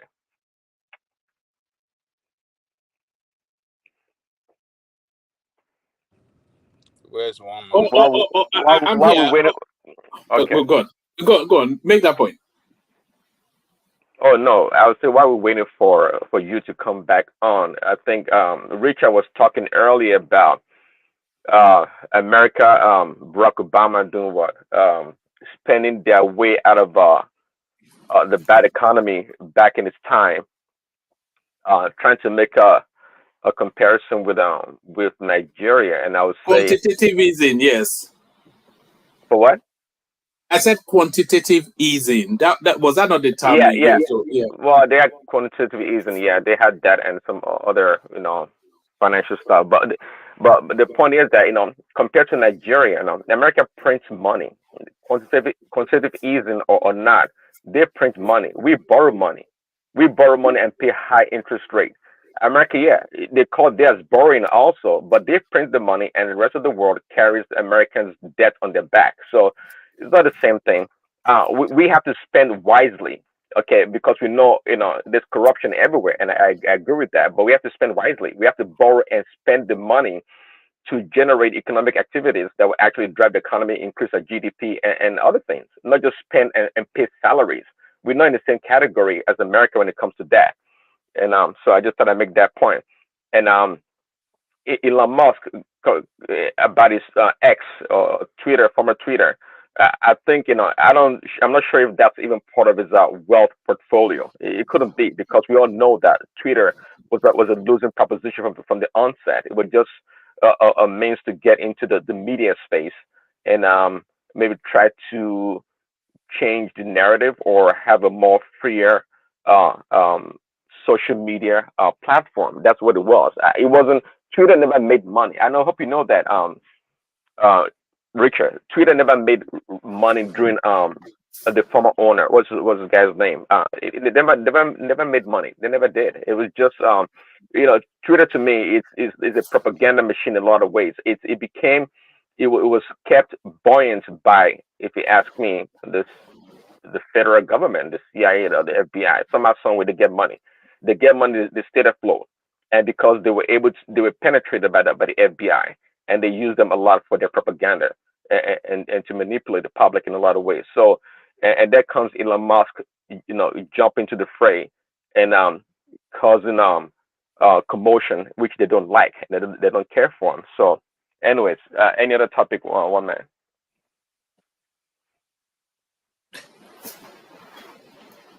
Yes, the topic on the screen, Prince. You said you were not especially impressed. You may not be impressed by this as well. Justin, United Methodist Church lift 40-year ban on LGBTQ clergy. They would now officially and openly bless same-sex weddings. So this is in your country, of course, the United States. I think it's now a case of we just have to live with it. All this you cannot resist it, can you? Really? It's just we have to surrender. It's just no way out. No, I don't take that disposition, not at all. Now, surrender. What are we surrendering to? To depravity? I mean, no, we're not surrendering. There's nothing to surrender here. This is just an opposing force coming into the public domain that needs to be kept at bay. That's what it is. There's no big deal to it. Many of these churches, they've already been hijacked by these people, and that's what is going on. And what is going on in churches today in your country, one man, in England and in America, in the entire Europe, for that matter, most of them, is that just like any other institution, quite frankly, they've hijacked these institutions. The church, the institution of church, has been hijacked. There's no doubt about it. These people are so calculating and so detailed in their approach when they want to subvert an institution, and that's what is going on right now. It's something they've been planning for so many years. They've installed their puppets. They've changed a lot of the laws that guide these churches, and now it's become Prince free Daddy, for all. sorry to cut you off, but I didn't know if the owner of something decide to make changes to it. So what is wrong with that? It's not the first time they've been changing the book and rewriting the Bible. You have King James version and different versions, and I mean they've always been changing it before they even give it to you. So what is this one that you are fighting about? So it's their book. They change it whenever they like. It's their religion. They always reform it, change it, add, remove. So what do you mean they're hijacking when it belongs to them? How can you hijack No, it what doesn't. It doesn't belong to them, Mike. And this is or it not about belongs to you? changing. It's not about changing the Bible. Actually, you'd be surprised that the prohibition of homosexuality is still in the Bible. They just on their own adopting this lifestyle. They're not changing the Bible. But they were the one that read put the it article. there in the first place now. Who are they? It's not they. I don't know. We're not going to go Who put that it route. there? Was it you that put it there? The prohibition in Well, that was there before. the people that wrote the Bible mostly, which were Jews, okay, from Israel. Okay. Those are the people that wrote the Bible. Even before before the nation of Israel was ever created, the Bible, the part of the Bible, the Old Testament, the Pentateuch was written already before Israel came about as a nation. So you don't say that. So where do you have that version? Of course, we have the version. Do you have it? The five. Yes, it's in the Bible. We have it. It's in the Torah. The version you have is the one today, the one these people gave you today. Do you have the original one that you're talking about? The original person wrote. Do you have it? Do you have a copy with you? Have you even seen it before? No, I've not seen it before. But that's so. What are you speaking? You are speaking for something you've never seen before. So how do you know that original one you've never seen before didn't prohibit homosexuality? How do you know? Because it was translated. It was translated into the English language and other languages for that matter. Because it's not. I don't believe the English language was. By the Jews? Huh? By the Jews? No, the Jews didn't translate it. Whichever country that adopted the Bible. Okay, so you never seen the original one before. So you're talking about it and you never seen it before. Well, the Jews have their Torah, is the five books of the Bible, the Pentateuch. That's original. You know the Jews. Do you know the 5 books of the Bible is the same as the Jewish Torah, and they are the master of it. They have the law. That's what they call the book of Moses. Pretty much, they have the law, and they've kept the integrity of that book. So why are you not reading that one? Why are you reading this one? I could. I mean, it's the same, pretty much same thing. I could. I mean, if I could read Hebrew, if I could read Hebrew, I'll probably read that book. The Jewish Torah is different from the ones, these King James ones that you go with today, right? The stories are different, right? It's the same story. The first 5 books are the same story. It's not this is an issue of translation or translation. Huh? You know that it's not the same story. It's not. They are different story. The King James version you read is by the European. That is the European version. Even that the King James is different from the one that the European first wrote. It's totally different from Torah. Do you see the Jew carrying this Bible with you? Do you see them carrying this Bible? No. They go well, with their Torah. you guys rather want to divert the conversation. This is a colonial master's book used to colonize you people mentally and psychologically. You just have to accept it. The issue here more so say the Judeo-Christian. The Christian values is what has kept many of our countries, in this same way they've been for so many years. I'll tell you the truth. You mean the shithole that Nigeria is, right? No, that's a confusion like people like you get into. Because you learned something or because somebody showed you something doesn't mean that you are able to utilize that tool properly. Not everybody's skillful enough. So we have to. No, what you said is the value is what has kept us in some shape, right? And I'm telling you, this is the shape we are in southern Nigeria today. That's what I just told you. That's the way you guys have chosen to practice the religion. Are you telling me that who has practiced it well? Who has practiced it well? Is it America? Yes, they've done really very well. But that's why the institution has been hijacked right now by this kind of pushing right now. They have this. There's nothing about America that's Christian value. I'm sorry, that's really that value too much. Is it the fact of is it the bombing, the pillaging, the enslavement, the genocide of the Red Indians? Is it the racism? Is it the? I mean, come on. You came from a perfect society yourself. Because if you did, no, that's not the argument. Now you're saying the value. No. There's nothing. They don't follow that hypocritical value you're talking about. I mean, what is the value? What is the? They don't use the Bible to rule their country. When it they use their constitution. No, if you correct Clay, that if you look even in the Bible that we read, you will see a lot of atrocities in the Bible. The same, I guess you don't know much Mm. about it. You see a lot of atrocity there because you know why? Because the Bible is really a compilation of the lifestyles or the lives of many people and how they relate to God or how they were godless in their behavior.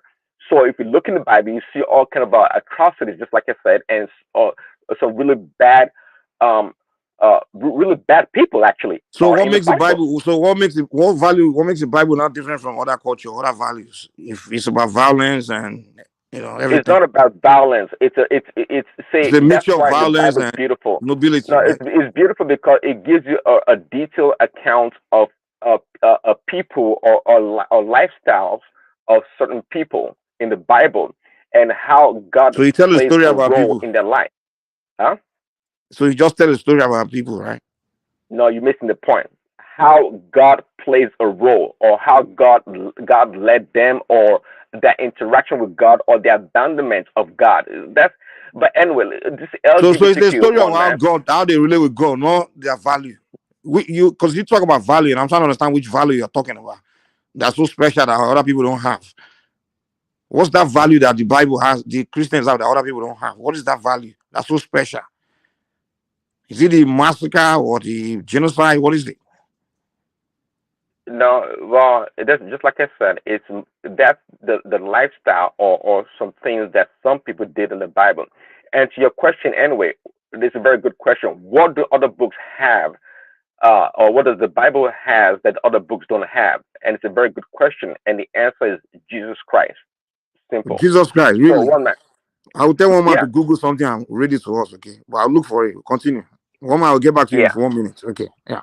He's Major Jesus Christ, right? So Okay. Continue. yeah. So this well, yeah, well, man, this is unacceptable. But again, it just shows the hijack of the church by these people, and it's not going to bode well for us, our children, and our future. Quite frankly, it wouldn't. They've done so in our schools, and I know when it comes to this kind of a thing, one man, you are, how do I put it? You are more lax and accepting of their position that it's a lifestyle. Even animals are do the Yes, same thing. I am actually. My only thing is, it has to be consenting adults. That's just it. Because otherwise, then we're in the different territory. But if it's between consenting adults, then just don't bring it near me. And then you can't Yes, moralize other people's lives now. You can't tell people what they can do in their own lives. no, because yes, you can. That's why we have laws. Yes, you can. Yes, we absolutely can, and we do that. And you can't say and that's the danger of your position, for example, because you say, well, if you're consenting adults, just don't do it to children. But that's the problem. You see, you can't pretend that keep all your bad behavior in your closet or indoors and don't bring it outside. It's a lie. It will eventually come outside. And if you know the reality of the damage in today's society, you would not be talking the way you are.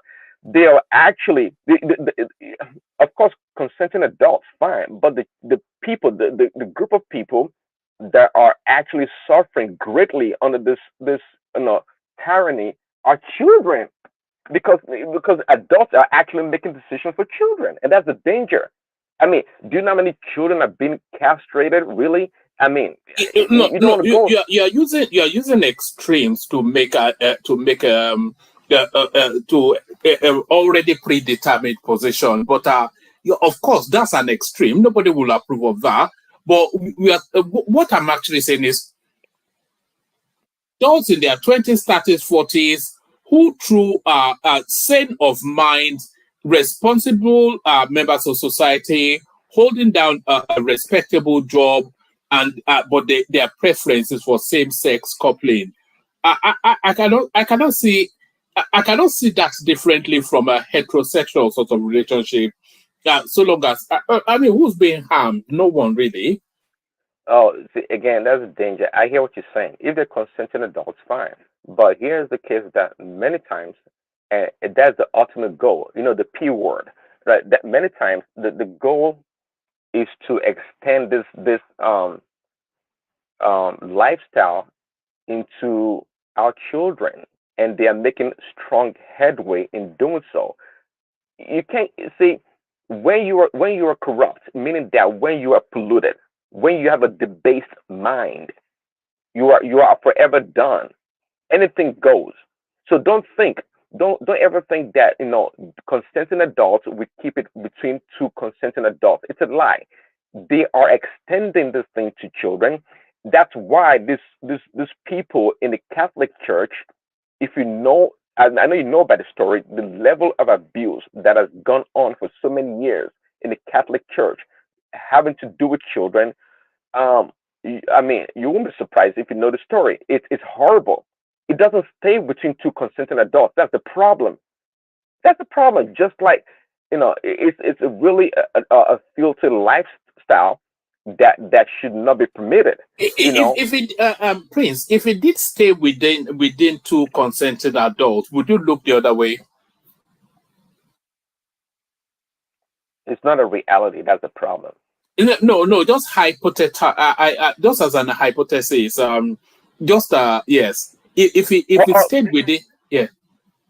Well, yeah, of course. See, let me tell you, yeah, absolutely, one man. But it doesn't mean that if I have the opportunity to show them the light, the right direction to go, I would not tell them. So but your objection is not to the practice itself, but just you don't want it vested on children, which is my position too. So we are actually of the same mind. Well, to a certain degree, but I am to the practice in the sense that, look, I say if I have the opportunity to tell them the truth or show them the light, that this is a better way to go, not the way they are going. And keep in mind, though, not because I'm more, by the way, I'm not less of a sinner than they are. Because in the Bible, the thief, the robbers, and homosexuals are in the same category. So I belong to the same category as they do. Except that I recognize that if I steal or rob somebody, I can repent because I've done something wrong. But they are in a box. They don't know they're doing anything wrong, and that's the danger about it. That's a real danger. So I'm not against that, and I've said to many people or to some people, like, look, don't ever think you're gonna hurt or kill someone that's homosexual and you go to heaven. You're wrong. You're gonna go to hell because God doesn't approve of it. They're human beings like we are. I'm not any different than they are. We essentially the same. We're just talking about an issue here or doing something that's against God. That's what we're talking about here. See, if a homosexual person was drowning and a straight person was drowning, if I have the opportunity to save the homosexual, I would first. Then a straight person. It's not about straight or homosexual. It's about human beings. They are full-blooded human beings like I am. It doesn't matter the color of the skin. One So man, I hope you know that. Can you guys take it easy on the man of God on this platform? Attacking a man of God on the show is it's not fair. Okay, come on. Let's take it easy on Prince Daddy, please. Thank you. One man, rescue him. Take him to another topic. Thank you. All right. All right. If you want to be rescued, you can go to Dangote pleading poverty. But I think that conversation we'll have to have is still because I don't think you can hold. Don't rescue him yet, though. I'm coming in 2 seconds. Yes. Continue. I'm coming. I don't think you can hold the Bible to what is an innate human state of being, if I can find a better phrase. These people are built like that. So what do you do with them? You can't. And why would you want to do anything? Do you believe that we human beings can be corrupt? Like not like in corrupt as in our values. No, we can be corrupted. Yeah. So yes, I accept that. But what I'm maybe suggesting is that this might not even be a corruption.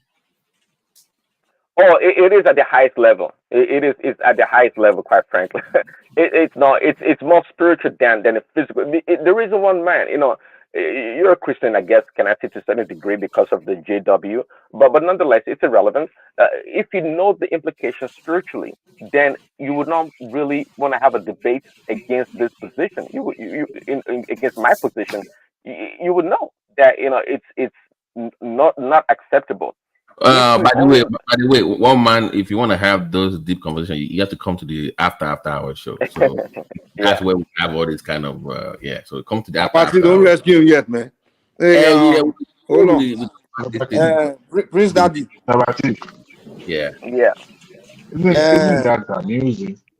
We're talking about Kuli, we ended up in a granite from Senegal to Bible. What is all this? It's part of it too. Conversation yet is slow down there. So it's always a hit when you bring religion. If all else fails, go to religion. I was looking for Prince to say Father Abraham, but even do this. Wole Agba, Prince Daddy. You didn't even wish Prince Baba T, you didn't even wish him a happy birthday. That's my cousin that I reach out. Oh, did you travel anywhere? One man. No, I didn't Prince travel, Daddy. man. I was at home. Yeah, where am I? Okay. Take your shot. Hold on. Okay. So you said Jesus Christ, right? His values and everything, he came and saved us and things like that, right? So in your own word, what is Jesus Christ coming here to do again? Well, it came to redeem humanity, not just Christians, humanity from their, from their destruction, sin. Yeah. Okay, so let me read what Jesus Christ said he came to do on Luke 12, 51 to 51 chapter. Is it Luke 12 from 51 to 53? You can you read it out yourself? Woman, can you read it out, please? I'll put it on the screen there. Not big enough. Let me see if I can capture it.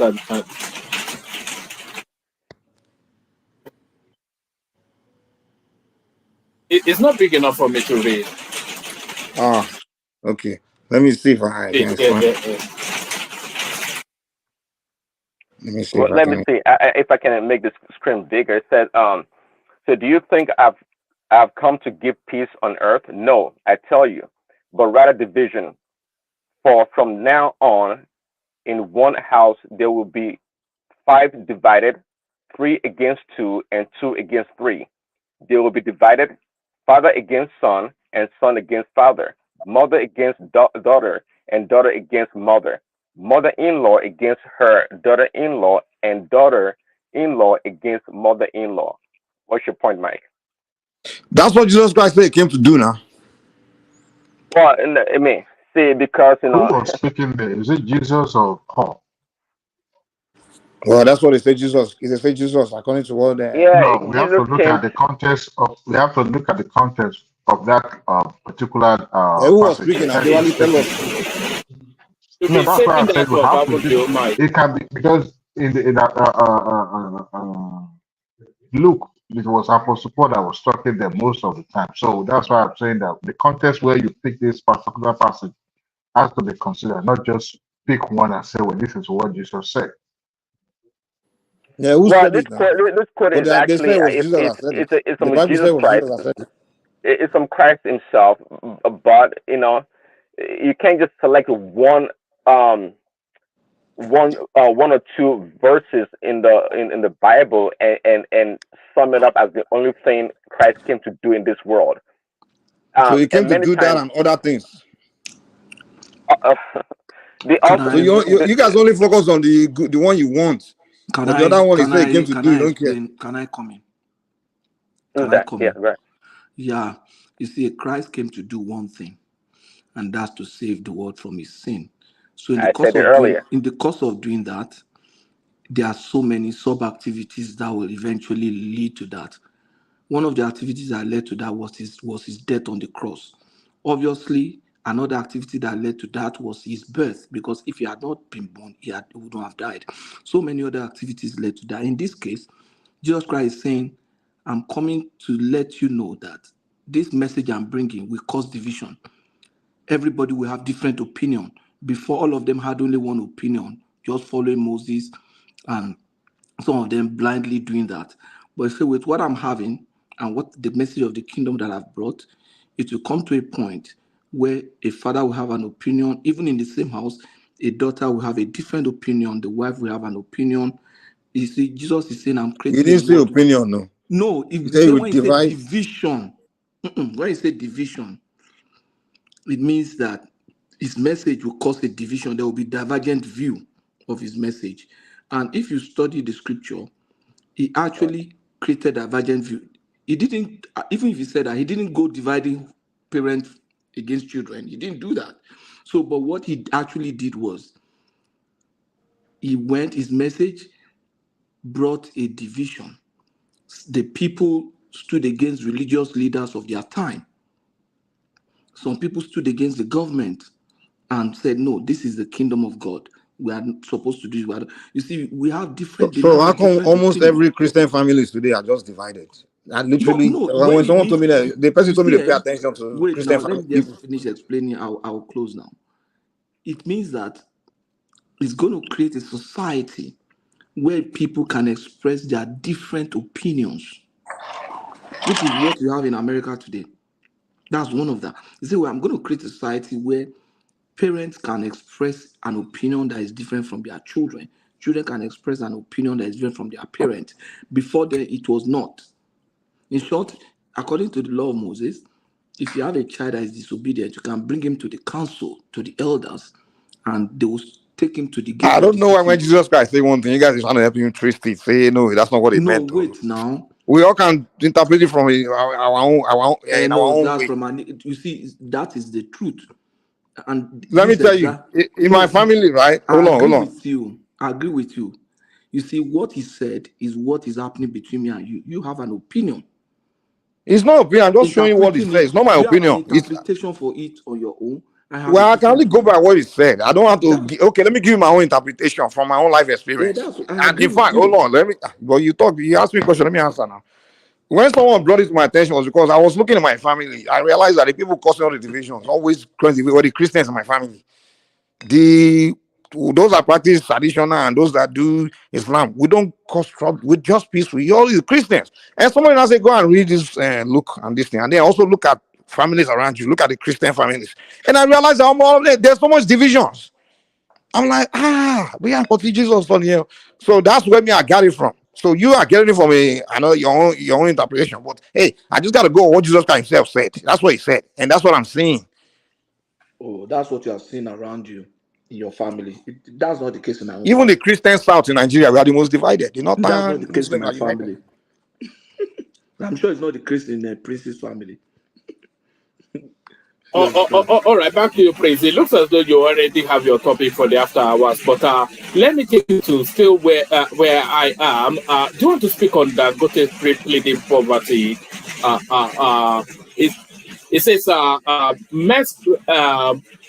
biggest mess created in 2023 was Naira devaluation from 460 to 1,400. So what are you making of the lamentation of the world's richest black man? It probably makes a good, well, it's an obvious point anyways. It is true on its face value. Yeah, the Naira devaluation caused a lot of brouhaha last year and up to now. But I'd like to know more about the story. The headline is catchy, but what does it say? I mean, I will assume Dangote, given his level and capacity, that is able to go into details and tell us why. I mean, if he opposes what Tinubu is doing or the central bank, that'd be something else. But yes, the headline is like a number. It wasn't actually speaking to the monetary policy, the monetary space. It was speaking during an AGM for Dangote sugar refinery, and it was saying to them that no dividends will be paid out this year for reasons of the headline. Let's see. Okay. Well, sure. I mean, so okay. Dangote is a big enough industry or conglomerate somewhat. It is a conglomerate, right? To not edge its revenue with from foreign exchange fluctuation.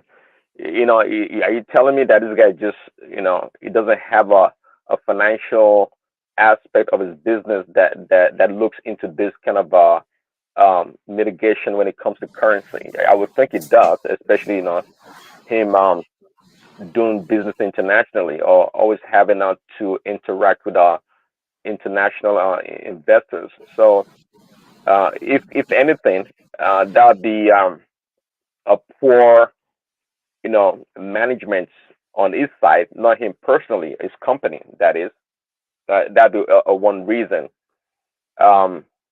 Because it's too big and exposed enough to know such an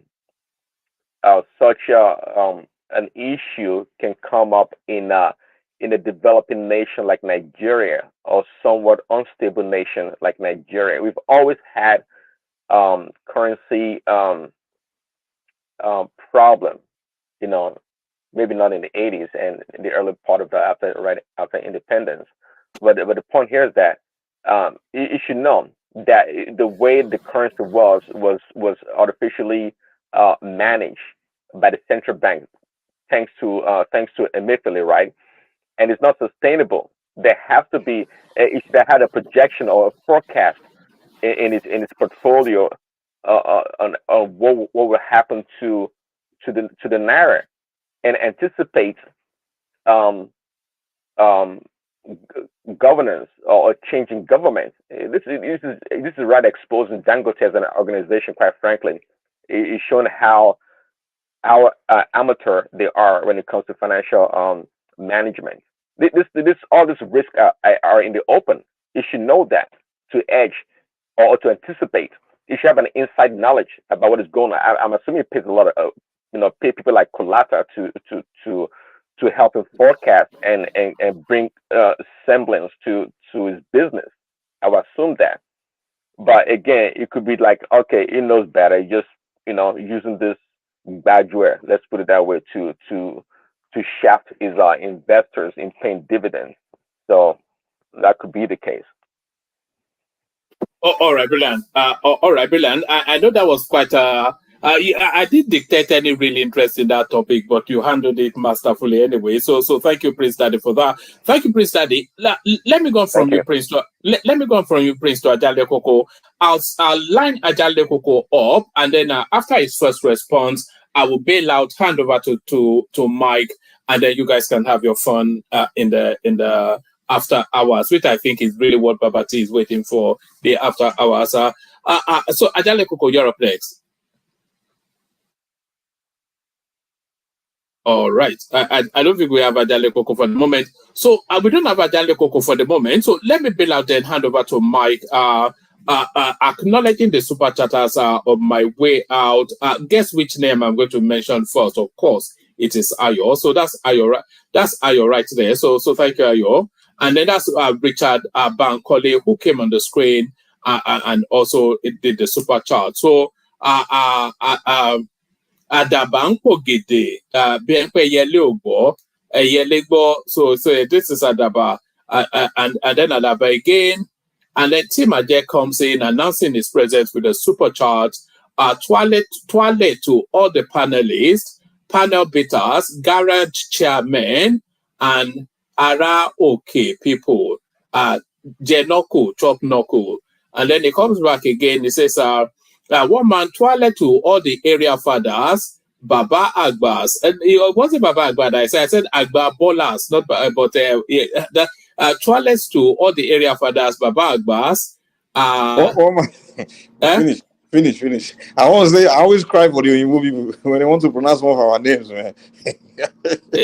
I mean, when they start sweating, man. One man, you talking about this thing is very painful. My God, one man. I'm struggling with this word. You read it because I can't read this word now. Say Tuakasa name. I don't know what Tuakasa means. Tuakasa. Tuakasa to you, Ayo. So I surrender to LTV and OGTV only. So that was when I was inviting Prince Daddy to surrender to LTV. Take you. They still have those. Once she exists in it, they still have OGTV. They said that they are quite to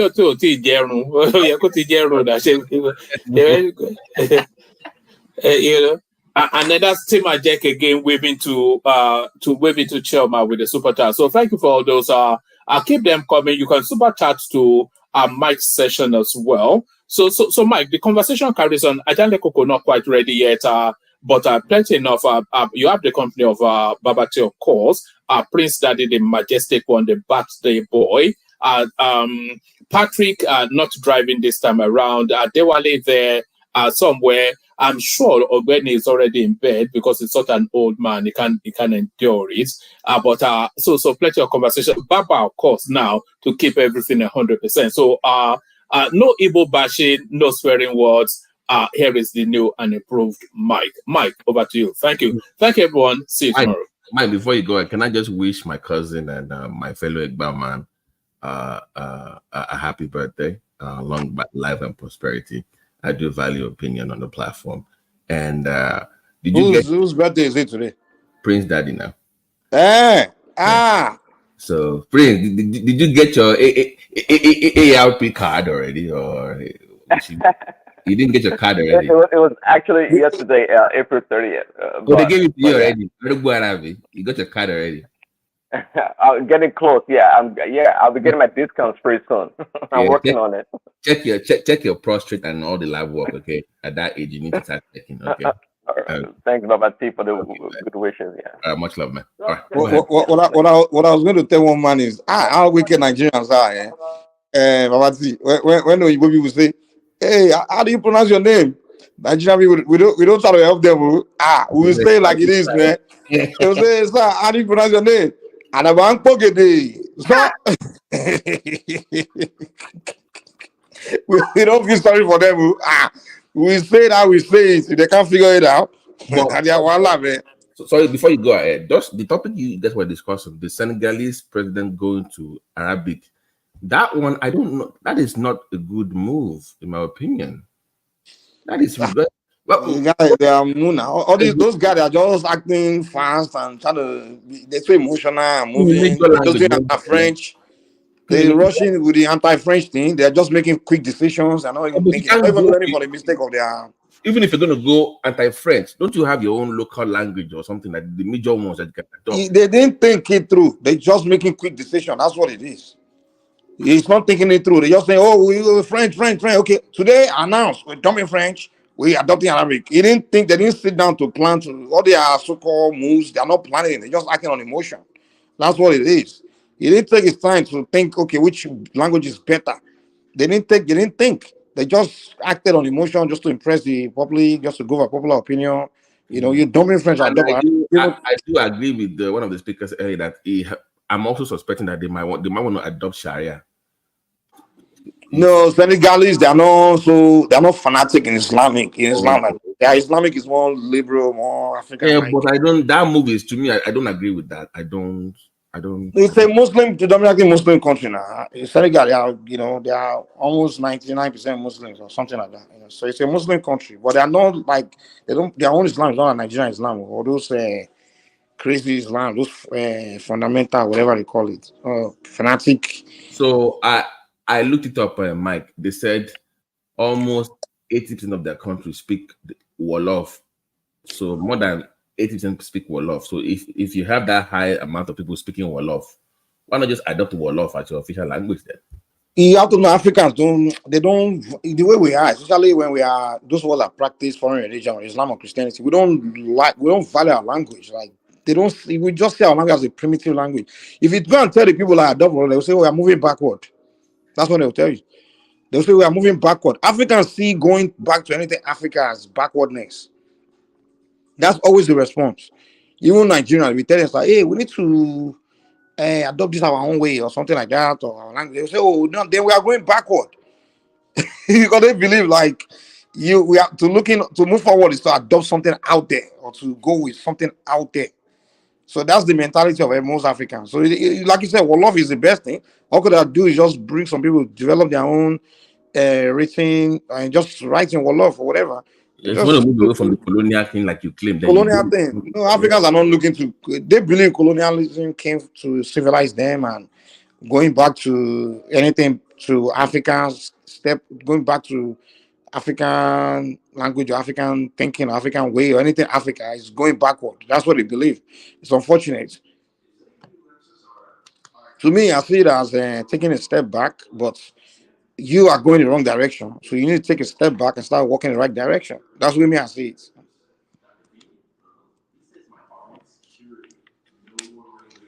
Prince Daddy. Prince Daddy, now I was going to tell you something. Do you know that if you read the Bible, if when you guys read the Bible, you don't pay good attention very well. You know, I'm not here to decide what is what, but when I read it, I pay attention to what I'm reading. Right? I don't read it and begin to. What happens to a lot of you is you read it and the pastor tell you what he's saying, but you don't read it and create your own, see the literal meaning of what you are reading. You know, for example, if you read the Bible very well, you find out that the God in the Bible committed more atrocities than Satan in the Bible. Okay, let me throw some. Literally, I can't even tell you to go to the Bible. Hold on. I'm not disagreeing with you. Trust me, I'm not disagreeing with you. But you didn't put in the right context. What happened? To what degree? Well, I mean, see, if you read the Bible literally, of course you'll be talking the way you are talking, Mike.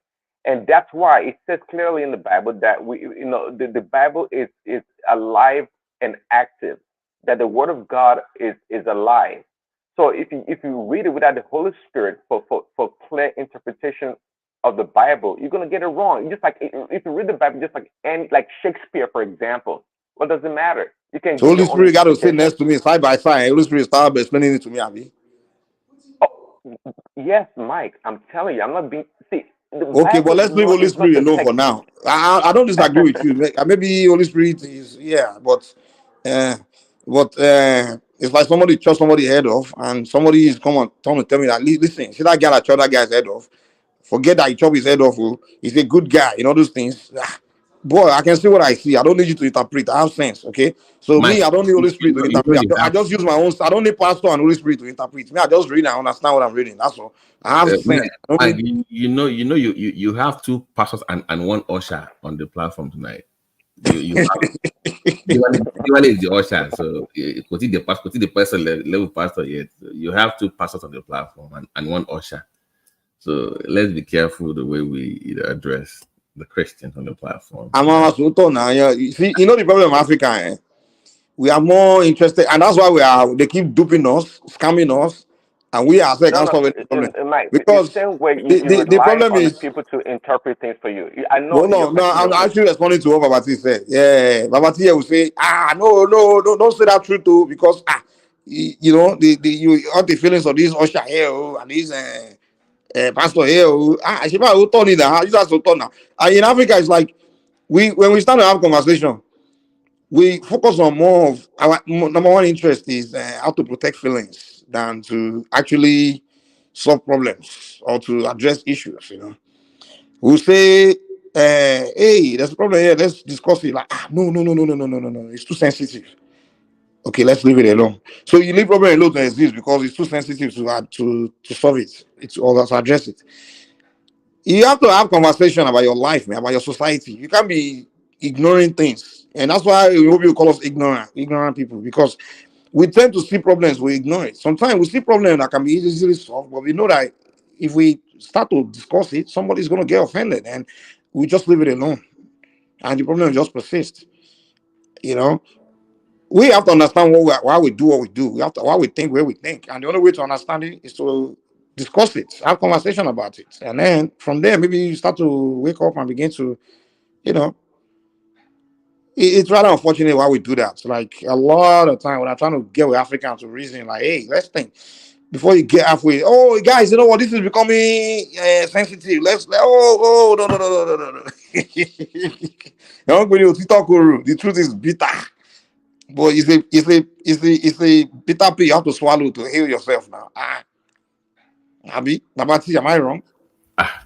Well, you know, when it comes to Prince Daddy, you know, I've tried, Frank. You know, I have tried my best to bring him back home, but you know, no, it's not a matter of bringing somebody back home. Me, I don't even make attempts to. It's not my duty to go and change somebody. Yeah, you know, because like I told you before, it's supposed to be somewhere it's not. but it's But way. you know, our tradition is forbidden to not be converting people, right? But no, his own case is very peculiar. That's my point.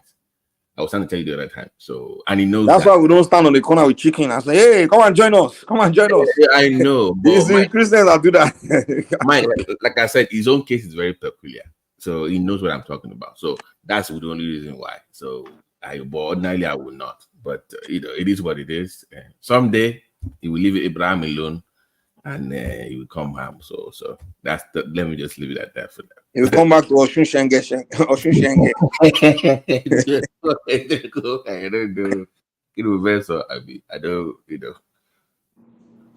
So the day. But Toski, it came from somewhere too. It's coming from somewhere too. But he adopted Christianity, and or rather to follow Christ. So we can always find the light, and I urge you, Mike. There's not, I won't call it similarities, but what you practice, Mike. It's not anybody can interpret stuff. You have to go to people that they're specialists. I think we were talking the other day. What you call it, or dua, or whatever I said evangelism, some form of it. You have to, so evangelism. So that's but it is what it is, So it is what it is. Oh, by the way, sorry to digress. I can, me for tomorrow, but I can't believe that you guys brought up landmark again today. I thought we flood that issue yesterday on the platform. So I don't know what else. I don't know why. Unless there's any new development, the guy needs to be sued anyways. Like I've said, Who's that? Landmark, Oleni guy now. What did he do? But I see, you give a compelling. You know, the guy even concessions that beach to other companies to be making money off it, and he was making money from them on federal government property. But the landmark guy, but I see, your compelling argument yesterday was great. But the landmark guy is how different is it from this other greedy and corrupt leaders or people that have such opportunity?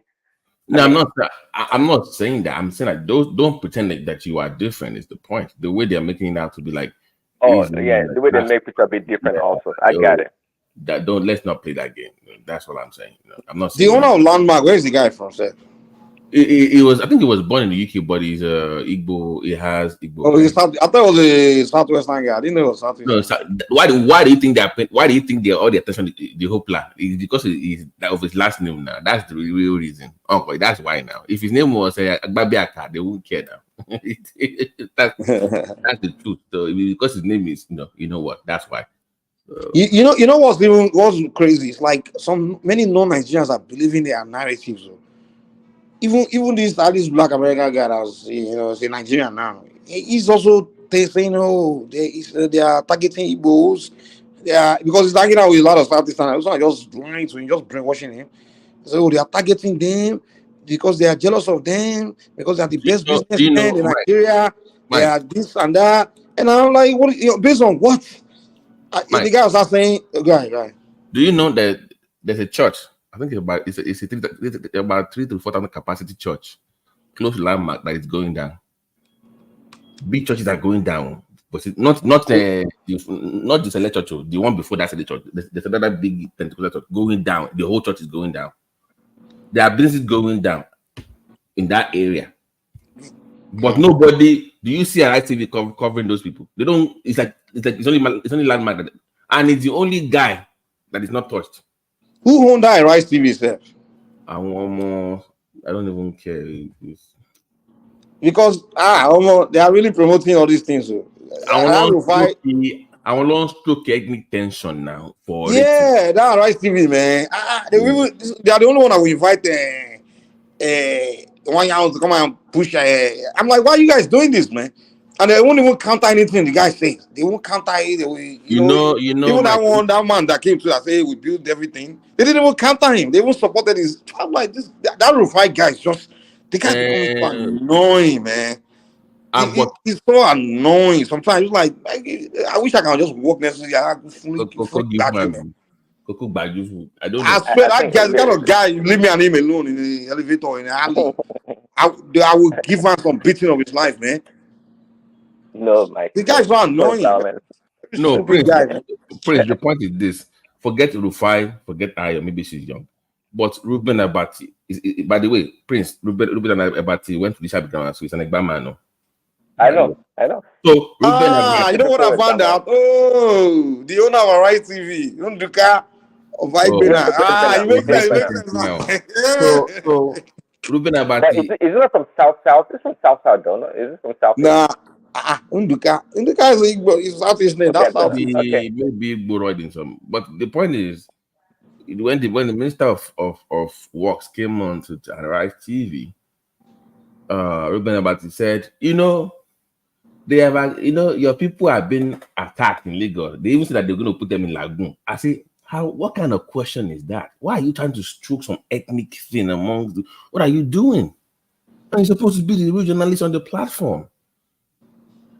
So I don't know what the end game is here, because even their rude fake accent, you see the way she addressed the minister the other day. I don't know what it is about these guys. I don't know what But see, they have to make money now. They have to make money. I mean, not that way. Pander to their audience. I mean, they got to make money.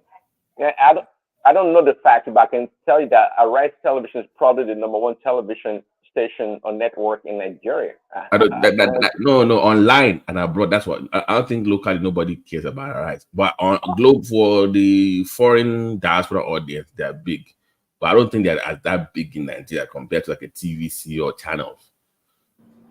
So yeah, They're not. They're not. Yeah, they're not. By the way, Prince Daddy, happy birthday, brother.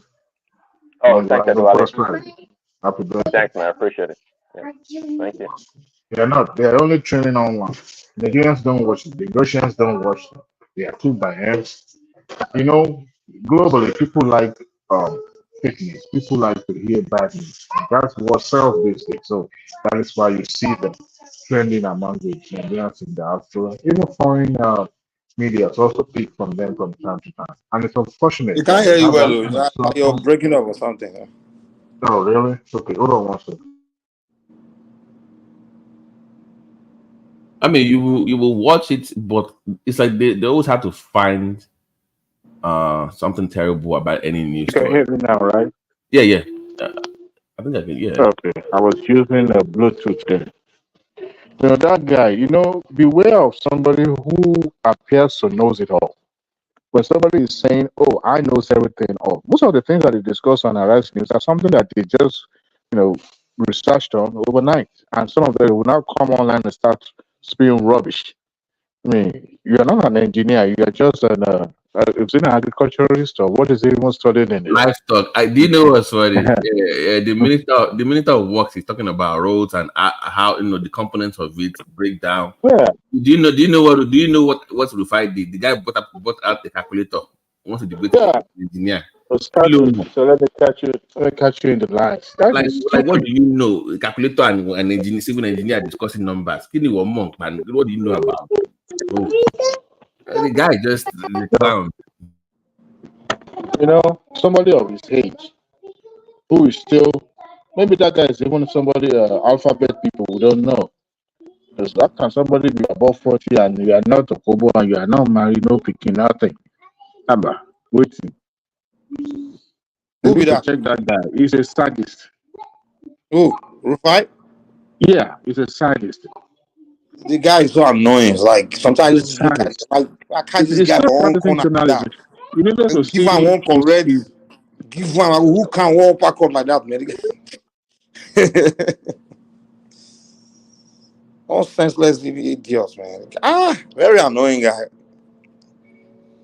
I mean, when the guy before he started this whole ethnic thing, I used to say, okay, this guy knows how to talk. I mean, he knows, he's educated. But he just playing these. I'm like, come on, man.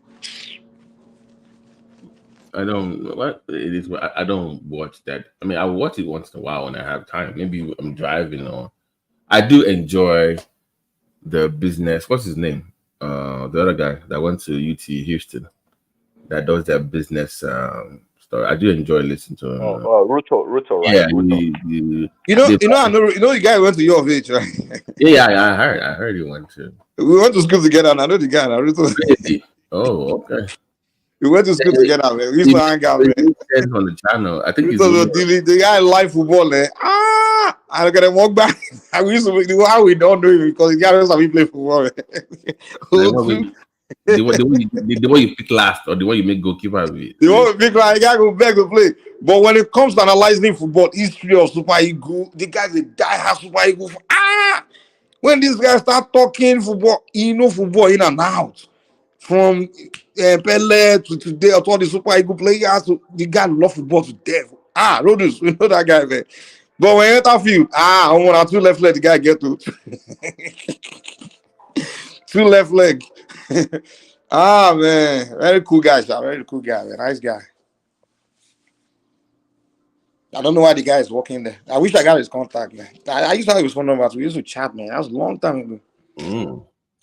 Yeah, maybe he moved back to Nigeria or something. I think it's been. Yeah, he moved back. He came here to go to school. That was the time he was on campus. I was in school, you know. So we were in school the same time now. Oh, okay.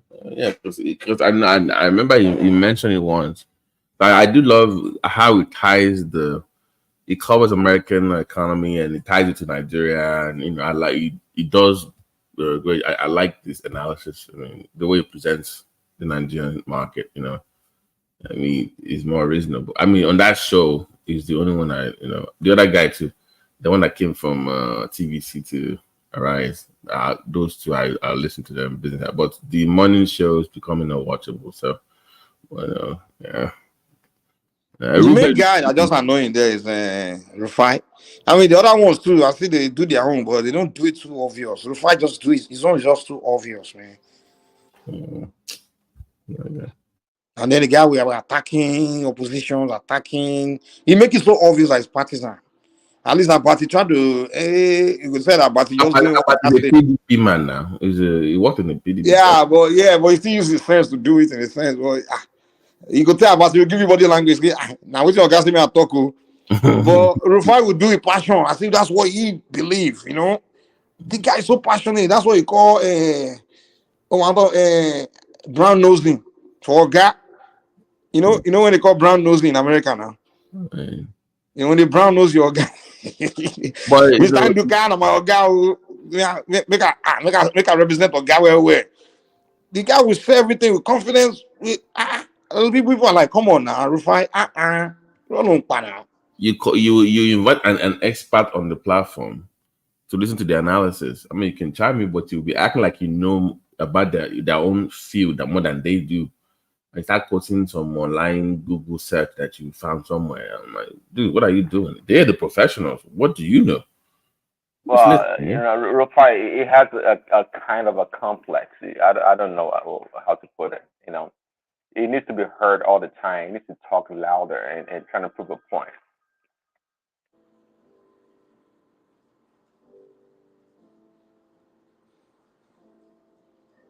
And you guys from the Southwest now? Or is he all these names? It's from the Sagamo area now. Oseni. Yeah, it's not like a northern name now. No. It's I think he was born in Warri, but he's from the Jabu area. Why is it that it's always our own people, the Southwest people, that are doing all this kind of behavior? Another man low. Even in those social media, they are the ones you see pandering. They will even pander against their own region. Like I don't understand. Like we have so many Southwest. They just like they will speak against their region. Not only speak against, they will even somebody lie against their own people. Yeah, because they're enlightened. No, they pretend enlightened. They know too much, right? But even Rufai, I heard they say we are liberal now. When you talk to them, it's like, guy, why are you doing this? Why are you joining? Some people are sitting there spreading propaganda against your people, and you're sitting down with them. You are even agreeing with them. Yeah, they'll say, we are liberal now. We abolish. Is that liberalism or that stupidity? But to give him credit on one thing, when some people Southeast were the one that created Lagos came out recently. he did give history about Yorubas dominating the space. That is, He sees respond now. He said it was it's not only Southeast. I thought I was going to say give you proper. He said the German and the Portuguese and English too did it. So you are telling us now is the German, Portuguese, English, and Igbos. No, we're just giving a more response to the question. Oh But man, Rufai. if you, Mike, if you notice lately, those that were like very liberal or that called themselves Pan-African, I listened to somebody sent me a clip on my way from work. Shehu Kuti was, they were giving him the water, like the guy. Shehu Kuti forgot to call himself Pan-African. He said, "Listen, I'm a Yoruba boy." I said, "What happened to Pan-African?" He said, "I'm a Yoruba boy." I said, I thought I heard that.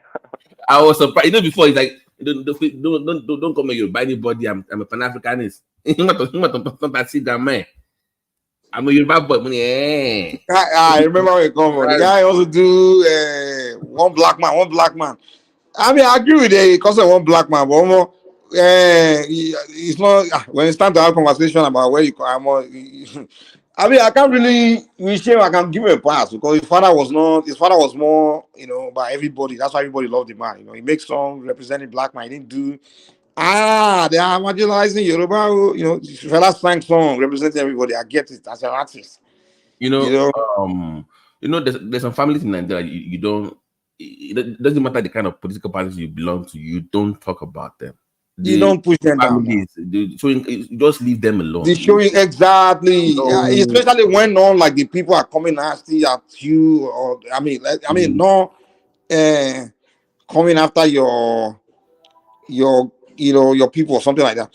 For example, Shoyinka it's not like Shoyinka went after ethnicity. It's not what Shoyinka even feel like. It's not that what did they say that's so serious that they went off. Dude, they went after Femi. They went after Ashio. Now they dragging Fela. To the point that you're saying Fela they're like chicken. Hey, these people don't know. They don't know. Dude, man, well, this young generation, man, they don't care, man. Come on, stop. This young generation. They went after Shoyinka. They'll go after Shon Kuti. Come on. They'll destroy him. It's not even generation though. If it's some young kids that are doing this, I can say, hey, these are young kids. They're elders. Are you kidding me? He's not kind of young generation. He's a young generation. Samuel is in his 40s. He's old enough to know who Fela is now. He knows Fela now. He was given a history, calling him a weak person. What did he call him? He called him something. He didn't care. He don't care. I was reading the old Twitter. I love Twitter. I like when I'm bored. I just read. So Mogalu's wife. Somebody dug out at one of our old tweets. Mike, do you know that Mogalu's wife tweeted years back that during the war, their father's house in Lagos was preserved by the Yorubas, and when they came back, they gave them the house back. That they safeguarded their properties for the Igbos in their area during the war, and when it was over, they gave back. Somebody said, "So how come you're not going against that same Lagos now?" In terms of don't invest there, they will destroy things. Like, why would you say that? But who said that? Huh? Who's Mogalu is speaking against? Mogalu is not one of doing that. No, the wife. Oh, the wife is speaking against Lagos. That nobody should invest in Lagos. That if because of the whole people should invest in somewhere. Mogalu, it has a Yoruba name. It's very. He was born in Lagos now. Yeah. Okay, so Mogalu was born in Lagos. Yeah, it was. I know it's Igbo, but it was a Lagosian. So I'm surprised his wife is talking like, dude, that's not good, man. People talking. But I don't know why you guys always respond like this when they are talking that they want to invest, they want to move, and you guys always trying to appeal to them. Like, why are you talking like this? Let them talk now. He's telling their people to not invest and move on. Let them move on now.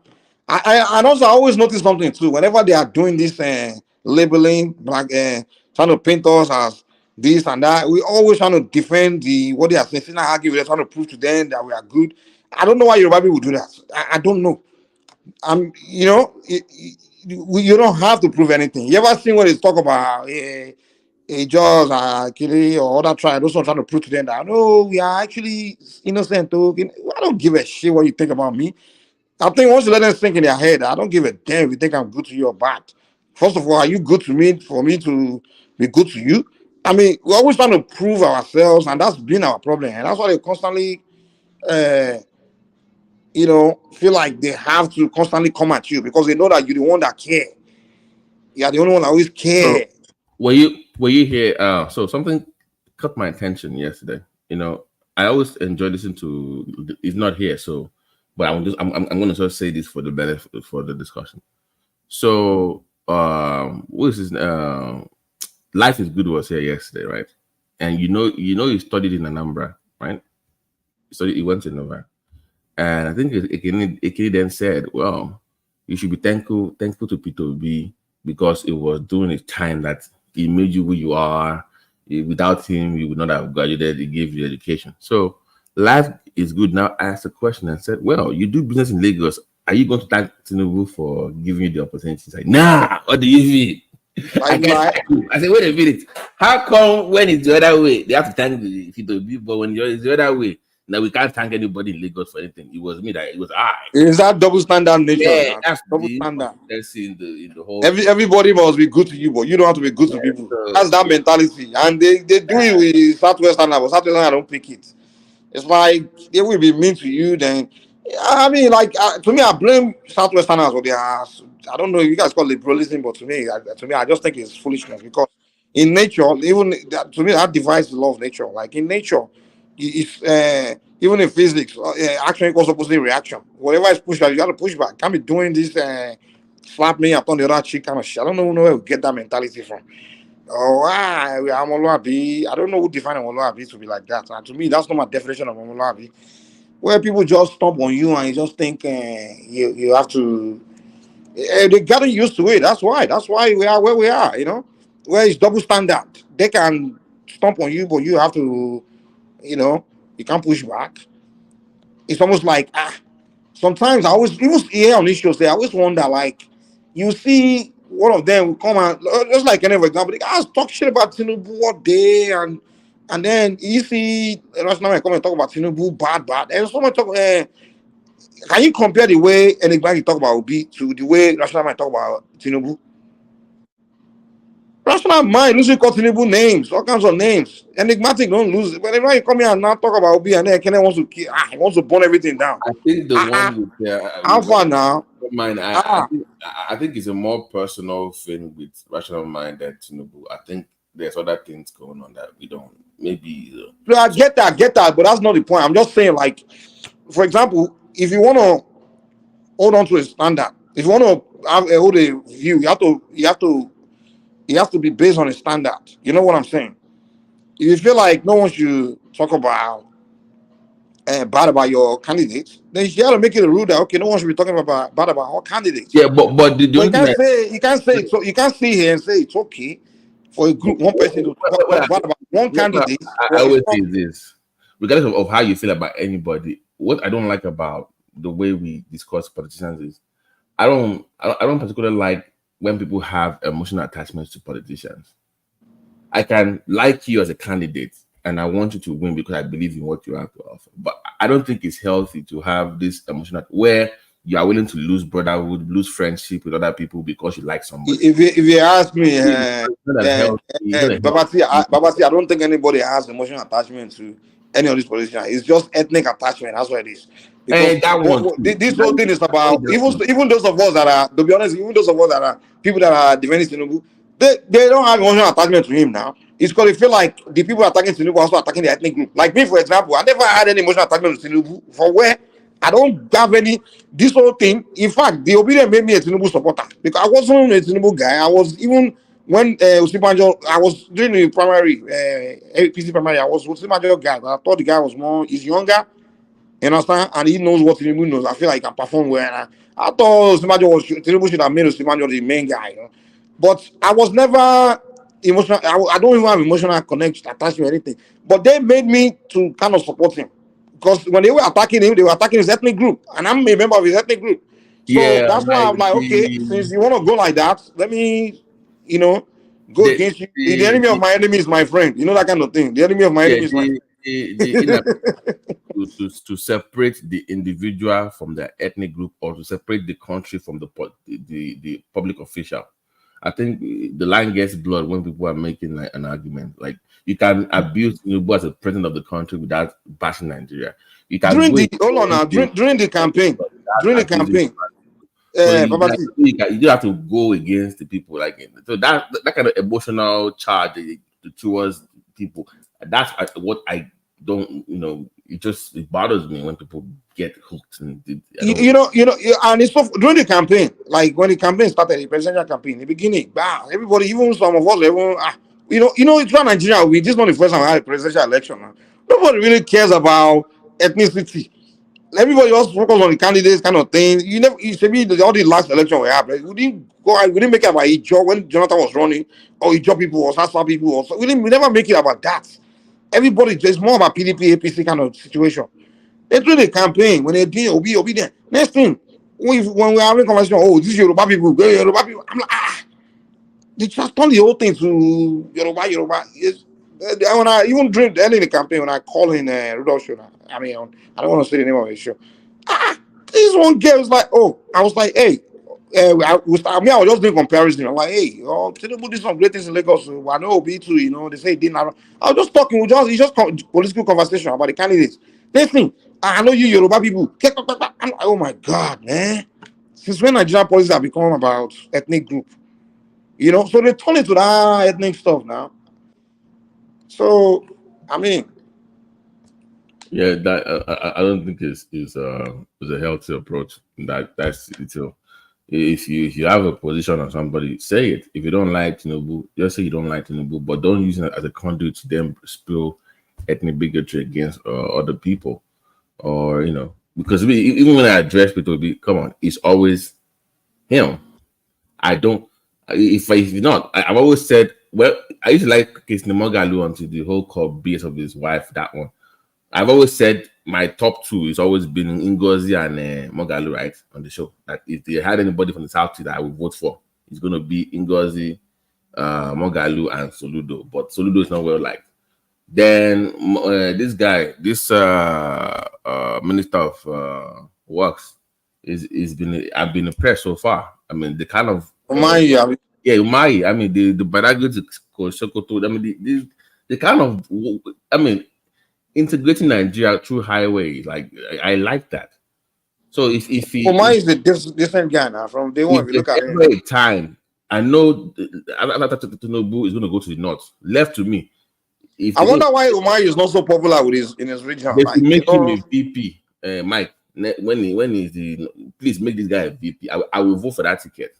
This guy, it's really impressed me within the short time that he's been there. So I like that kind of individuals, and I like what he said. But you think it's people who support him?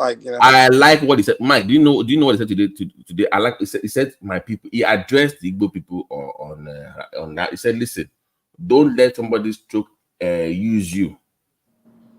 Okay, he addressed, don't let people use you, stroke tribal tension for political gains. I like someone that is very bold and courageous to address his own people and tell them, don't fall for the trap. So he's very direct. I like that about him. And he spoke the truth, even though people might not agree with him or what he said. But he's bold enough to address his own people and not attack any emotional thing. He was very bold, very direct, and he's very effective in what he's doing. So to me, that was very appealing. If he ever runs for any office above what he has right now as the president, even if it goes against maybe when if it goes against anybody after him, I will vote for Mari. I like the guy. I've been impressed so far. So for me, I like that kind of leaders, not people that we abuse somebody. Your fans will abuse somebody. You can't even caution them. You now go to the person that they abuse to go and beg on their behalf. You're not bold enough. I can't vote for Peter Obi. I'm sorry. He's not a courageous human being that I can vote for. Umahi, Ngozi, Soludo, I will vote for those kind of individuals, but not Peter Obi. I can't do it. Not me.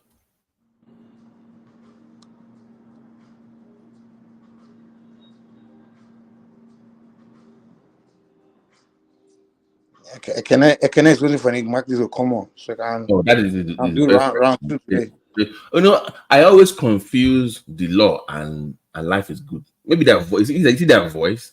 And I don't. Sometimes I get them confused. I don't know who is who. I call the law life is good sometimes. Mike, what did I do? What did I do? I say you're waiting for enigmatic to come on, but come on now, so you guys can fight. And he never come before. I did joke. No, I see you quiet now. Normally when you come in talking, storming. Well, you say, man, I just wait. Make this guy come. I didn't like those. I didn't know Kenya and Life is Good. They have a long history on the platform until yesterday. You don't know say enigmatic get issue. Yesterday, I'm like, why you hate enigmatic now? Enigmatic is gentleman. He doesn't insult people. He doesn't talk. He doesn't mention your name. But I always wonder why you're going to fight the guy. He doesn't insult you. He doesn't insult your people. I mean, he doesn't make comments. I mean, he just doesn't agree with Obi. But then come and just attack the guy. I don't have problem with Babati when he said that he don't like Obi or he will not vote for him or whatsoever. I don't have any problem with him. But I hate people that lie too much. Enigmatic is a liar. Not only that he say he will not vote him or he don't like him, but when he begin to bring things that I know personally that is lie, typical lie from the pit of hell, from Anambra State. That is why I became agitated with him. And sometimes the guy, I see him as a bigot. So I'm not. Because we talk about Obi. No, it's not because of. It's because of the lies that he speaks most of the time. I don't have any problem if you don't want to. If you don't want to support a candidate, if you say you don't like him, I will not beg you to like somebody. You understand? That's a different issue. They are making accusations. We are giving analysis of what accusation. Maybe you can give us 3 of the lies just so that we can know. Okay. Give us some of the lies. Maybe we know where he's lying. No, I don't have that time. If you don't know. So you don't even know if he's lying. I know what he's trying to do now. The guy is just trying to. But the guy always lay down facts, man. We verify things in face. You are even under the educational system of the government during that time. What do you mean? Because he went to the university in that place does not mean that he's paying school fees. And I don't know why you are talking that way yesterday. I was thinking about He's saying he's paying his school fees and he didn't know. He didn't know that you two are paying tax in Lagos. We're not going to tell you to now support APC. We are reviewed. But the kind of lie is built on this platform against things. Let me put this to you. Put this to you. Like you claim, the guy probably went to university in one of the states in the southeast, maybe Anambra, but he paid school fees. We have a lot of your people that also went. I didn't stop him not to go to university. Listen first. We have a lot of your people that have free education from primary school to university in the southwest. They were born in the southwest. One of my best friends is from the southeast. He was born in Lagos. Primary school, nursery school, secondary school, all free education to university level. So you cannot say something like that. That what you said yesterday makes people think about where they came from. That is why people are. It's a kind of hatred and tribalism. You are in Lagos before you become your own boss. Maybe you also learn under an Igbo person in Lagos that has made his money there. What do you want the people in Lagos to do? The people that patronize you most are also Yoruba people. And they give you opportunity to dwell and make money in that place. But when you guys continue to rub it on their face, they will fight back. And when they fight back, you people won't like it. There is something like, see, Remy, he's not the first time. If we talk about that, he is the first person that even told me that I live in Lagos, I do this or. Well, you are the first person that. But my problem is not that. My problem is not that. My problem is not that. My problem is the lie he's speaking. He's just like me now. He's just like me now, staying in Lagos, and I begin to sell lies. I begin to sell lies of what I know that is happening in Lagos today. I will come here and begin to tell lies about it. What is happening in Lagos today? I don't do that. This is a state I reside. You cannot point out any time I've come to this platform and say that someone will do this, which I know that he didn't do. I say things the way they are. I say things the way they are, starting from the time of Fashola when I started witnessing Lagos. You understand? I know the things. I know the things built by Fashola, which I cannot deny him, which I cannot say. I cannot use it against him. Can I hold on 1 second? This guy in the backstage. Can I wait? This guy in the backstage. Shelby, click on your camera. So because the account, it's not allowing me to hide you because your camera thing is not on. I guess just click on that camera thing. Well, I won't be able to hide you, Sha. Shelby in the backstage. Where can I continue? Whatever is ready, we'll figure it out. Yeah. So that's my view, and that's how I see it. But his own, the way he talks most of the time, as if nothing has even happened in that state since you become a student in that state.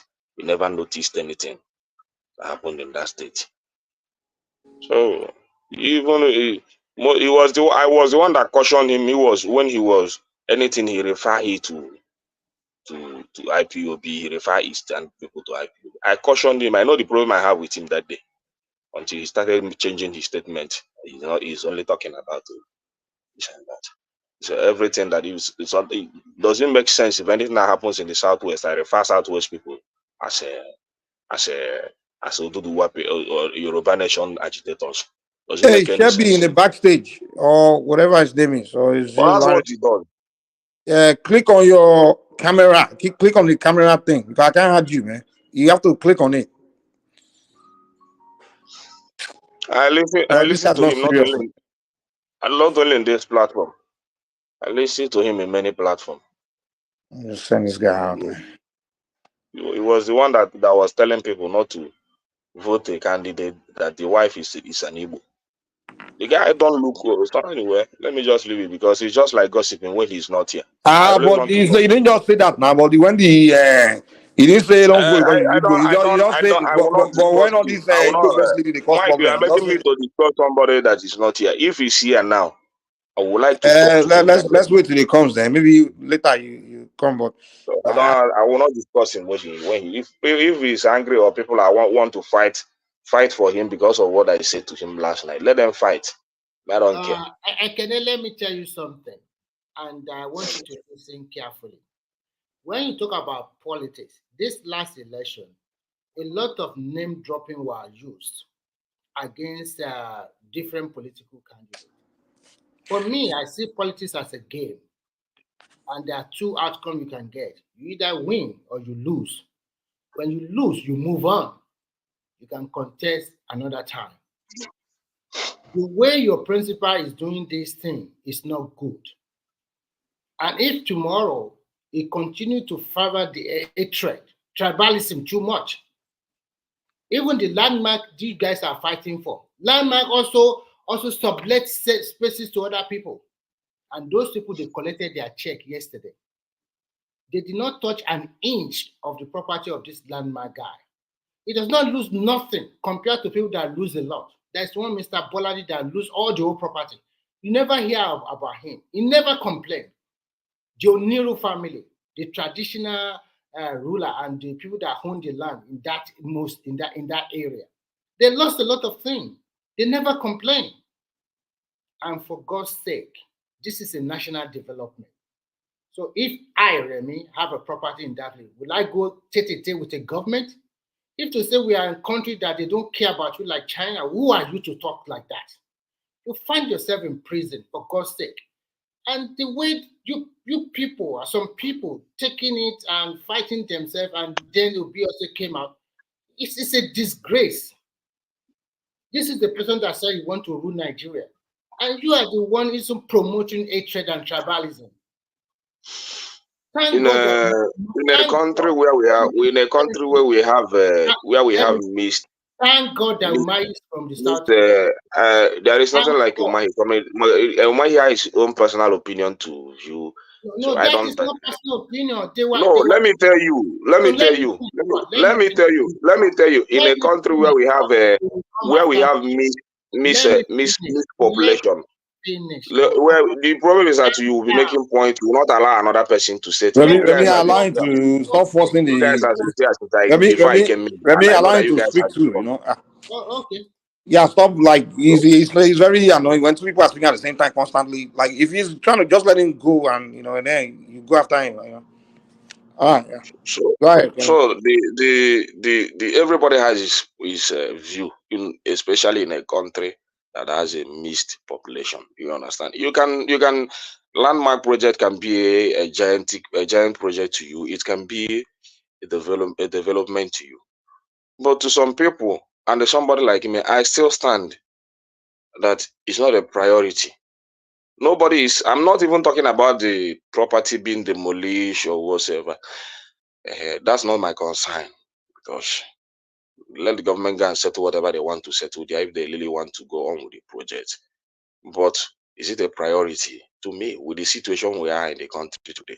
Spending that amount of money when we know a lot of things are going down in this country today. Yeah, it just one rainfall today. See what happened in Benin roads today, that federal road. Just see, the video was circulating. People were spreading it, and we're angry with the government. You know how many trailers are for there? Me personally, that I did a way bill to come on Lagos to Ondo, and the one that I did to Port Harcourt, about 2 trailers that my goods were involved, 4 on that road, because the drivers are trying to dodge potholes and all that. Okay, can I come in here? I thank God that those goods were not damaged, but many people lost goods of millions of naira in a federal road.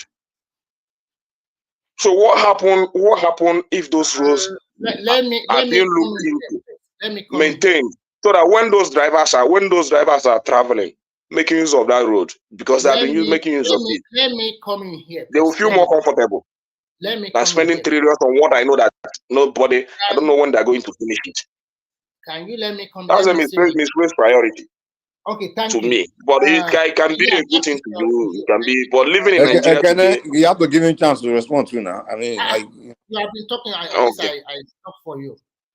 Umahi said yesterday they met over 5,000. Remy, can you come close to your mic, please? I think you're a little far. It's close enough. That okay. mic is loud, man. Okay. Okay. I saw you're not hearing him about it. Okay, what about now? Umahi said yesterday over 5,000 uncompleted projects rose all over the country. That this is the first time in the history of Nigeria that a president give them money, and all those 5,000 projects, they were doing it. People should go and check it. And mind you, as a government, you cannot just stop because, okay, this road from Abaliki to wherever need repair. The other things should not be done. Government is a continuum. While they were renovating or repairing those ones, they embark on new ones. And the coastal road is part of it. I do not see any big deal. I don't understand you Nigerians sometimes. To me, some Nigerians just think like they want to be stagnant, just remain in one position all their life. That is why that country is not making any progress. You are just talking about your personal blah, blah, blah, blah, blah. Are you the only one that is doing business in Nigeria? Or Landmark is the only one that have a property in that beach? So many people. And we are telling you the truth. Landmark does not lose an inch of his physical property. The shoreline, the water, blah, blah, blah, that people are playing with. He also sublet it to other people, not his own, making money from it. He's a criminal, for God's sake. And moreover, we might also have to compensate them, both illegally structured and legally built structure. While well compensated, they quote the law to back it up. I do not understand in the history of a person or history of a country that say, okay, before you can build another project, you have to finish the other one first. I don't get it. Where does that one come from? If that is the way, America will have remained stagnant for 40 years now. After look at China as they are beautiful. They still continue to construct new road, continue to build new train, new bridges every now and then. Why can't they say, okay, oh, we have not finished those ones, they need repair, let's just stop here? That is the layman argument, for God's sake. Well, it's not a layman argument. It's just that we don't understand principle of development most of the time. Well, it might be to you, but for me, anybody that said that you don't put your two hands in your mouth when you are eating. You only use one hand. You finish the other one before you start the other. I don't whether they are I'm doing not that at the hungry same. though. If you want to do all of them at the same time, no problem if they can do it. But Yeah, I'm just joking though. I don't even know where you're coming from, but go ahead. the only thing I know about the only thing I know about Nigerian projects today is that we have the history of abandoning projects. That's our problem. So Nigeria knows that. And so when they are saying, when Nigerians are saying, don't embark, finish what we have at hand so that at least we can have a sign of relief in those ones. Then you can go on and build a heaven, you can build road in. You can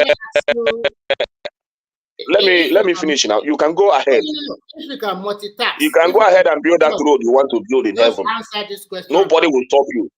Take this question along with you. Take this question along with you. I will ask you a simple question. Can you multitask? Do you understand my meaning? Can you do two things at a time? Can you? If you cannot, if you can do it, so why are you complaining?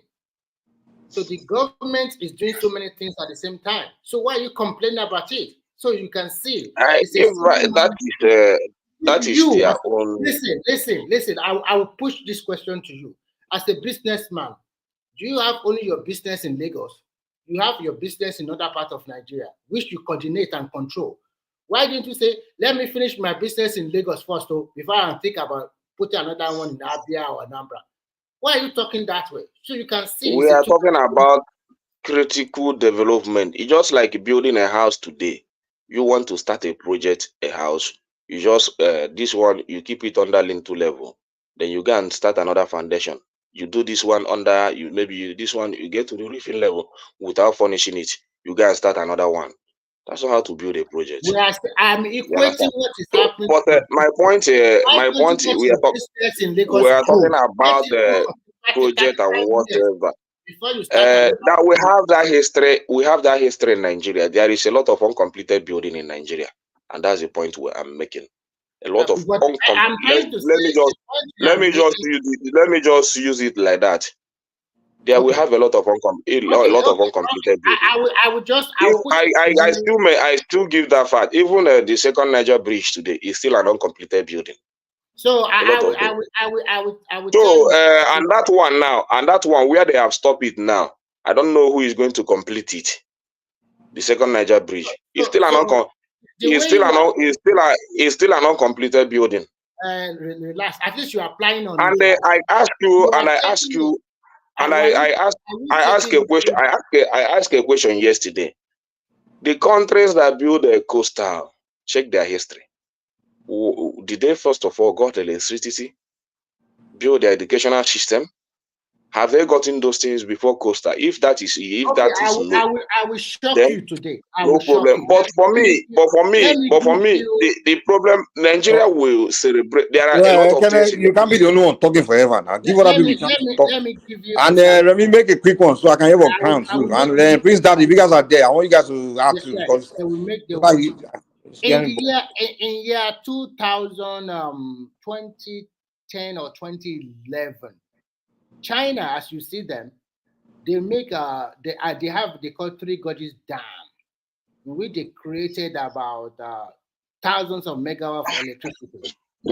Before they do that, they have already constructed a lot of coastal roads and so many bridges in their country. Why can't you use that as an example? Why can't they wait? They are still short of electricity and they continue to build more, generate more. So as you are a businessman, why don't you say, okay, my business in Lagos should prosper first before I can go to Edo, Anambra, as you say? Why don't you wait and finish your business for 30 years in Lagos alone?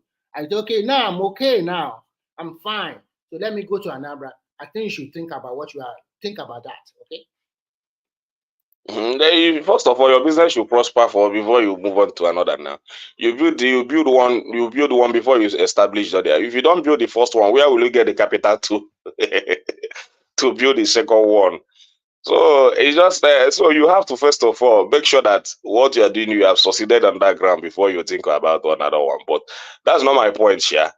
My point still remains that you are not saying my point still remains that very, very my simple. point Layman. I'm done. Okay. My point still remains that we have a lot of uncompleted building in Nigeria that needs completion, and is there. So if we're able to complete those buildings, then we can make a new foundation and start another building. So it doesn't make sense when I know that I'm building too flat. You are building this and let's let Crown come in too. You know? Oh, okay, Mike. I just joined because of this rhetoric about this coastal road. I think I don't want to offend anybody, but I just see a pattern that if we are not careful, we just go with this rhetoric every day. This second Niger bridge, when Buhari was building that bridge, none of you guys, most exactly, none of you guys say, oh, let Buhari stop that project until when they fix all the abandoned projects in Nigeria. So when they finish it, they should now face the second Niger bridge. None of you say that. And now they said they want to build something because Obi have tweeted about it, and you people are going around talking about, as there's a lot of abandoned projects in Nigeria, they should just finish that one first, and after finishing it, then they will not continue the. What are we talking about? I don't understand the thinking we a lot of people are thinking in Nigeria. So because they want to build a road, they should now leave other road. They should just fix other roads so that when they finish it, then they should not continue one project. Because whatever Obi's tweet, hold on, please. You have been talking. So whatever Obi tweet is the right thing to do. The same Obi, recently the video is online that he said he want to build a project and he will not compensate anybody. He did it in Anambra. That the hypocrisy is just too much. And when you people come online and talk as if you know what you are talking about, what are you saying?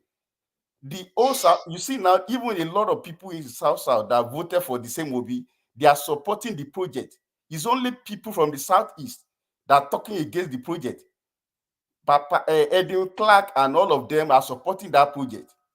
And you come online every day, you say, oh, you cannot eat your yam and have it. You cannot eat this one and have it.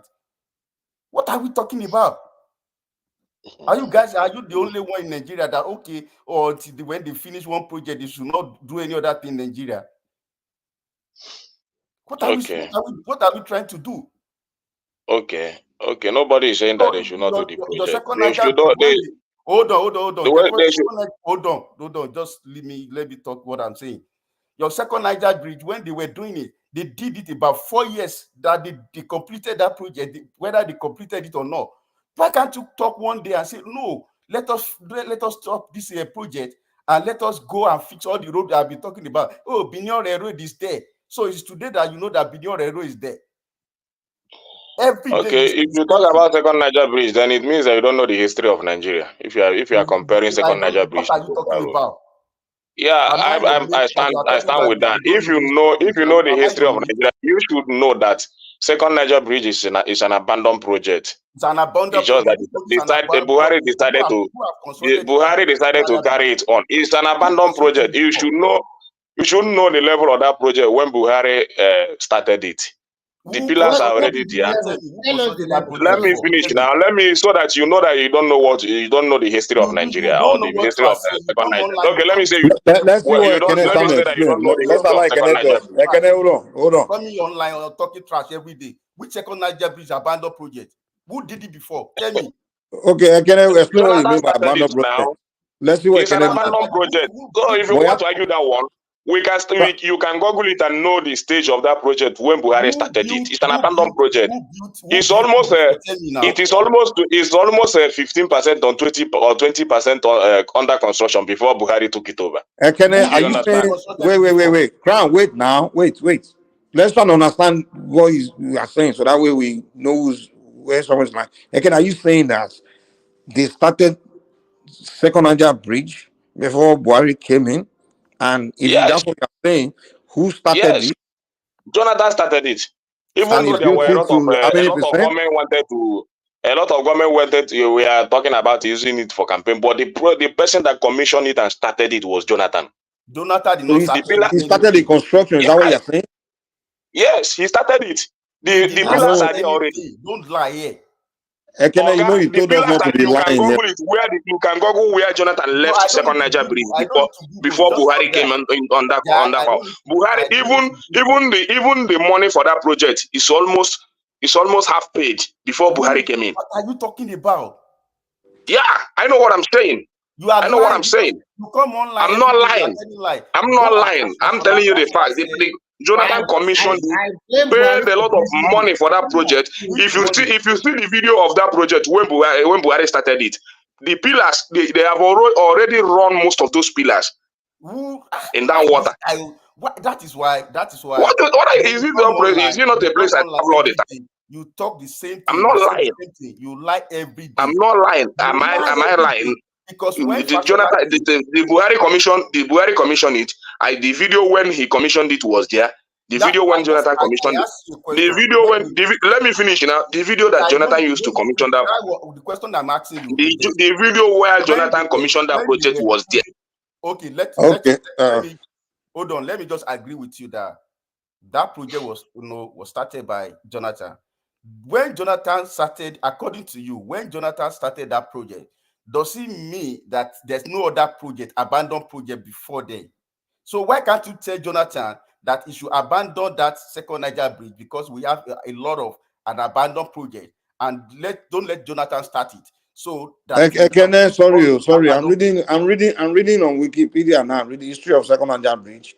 Second Niger Bridge construction started September 1st, 2018. Now, who was president in 2018? Don't mind the guy. You came here earlier saying hold on. You came here earlier saying you don't like liars. And the reason you hate Enigmatic is because he's a liar, he tells lies and things. But I don't know what you did just now. Enigmatic will not tell this kind of lie. Kenna is a big liar. See, no any construction, nothing started under anybody. Buhari starts that foundation. Go and you see everything is. Because I remember when they started it too. Now I knew it was under Buhari. I didn't know exactly what day. That's why I had to look it up. All of them, they are just taking picture on the second Niger Bridge, using it to campaign. Why you always lie? You always come here like you always come here and do like a saint. Lie. Fashola talk about suku that they used to build that second Niger Bridge. He talked about it because the funding that Okonjo-Iweala got before then, those things, they canceled that contract and they have to rebuild it again. And this one is telling me that I don't know the history. Chief Crown, can I ask a Kenneth question? Because apart from what you guys have asked him so far, he brought up that that we should focus on the most important roads at the level of. He was arguing about the level of importance of the Lagos Calabar road. So let me just read one of the few reasons why they focused on it. These roads connect about 10 states. It connects seven seaports. It's also it connects the southeast to the southwest. And it also has offshore lines to do all this new. They have all these new refineries I've had some of the new names, smaller refineries that will be coming up as well on that run. That is the reason why they focused on it. So I want again to tell us, based on what I just told you right now, name me a different route that has more value to Nigeria's economy than this one, that you think that they should have paid attention to. Maybe I don't know. Maybe when the Dangote starts. Do you know? No, Ekene, do you know of? Sorry, Crown. Do you know of a different road network that has more value right now than this Lagos Calabar route that they should have focused on? Give us an alternative.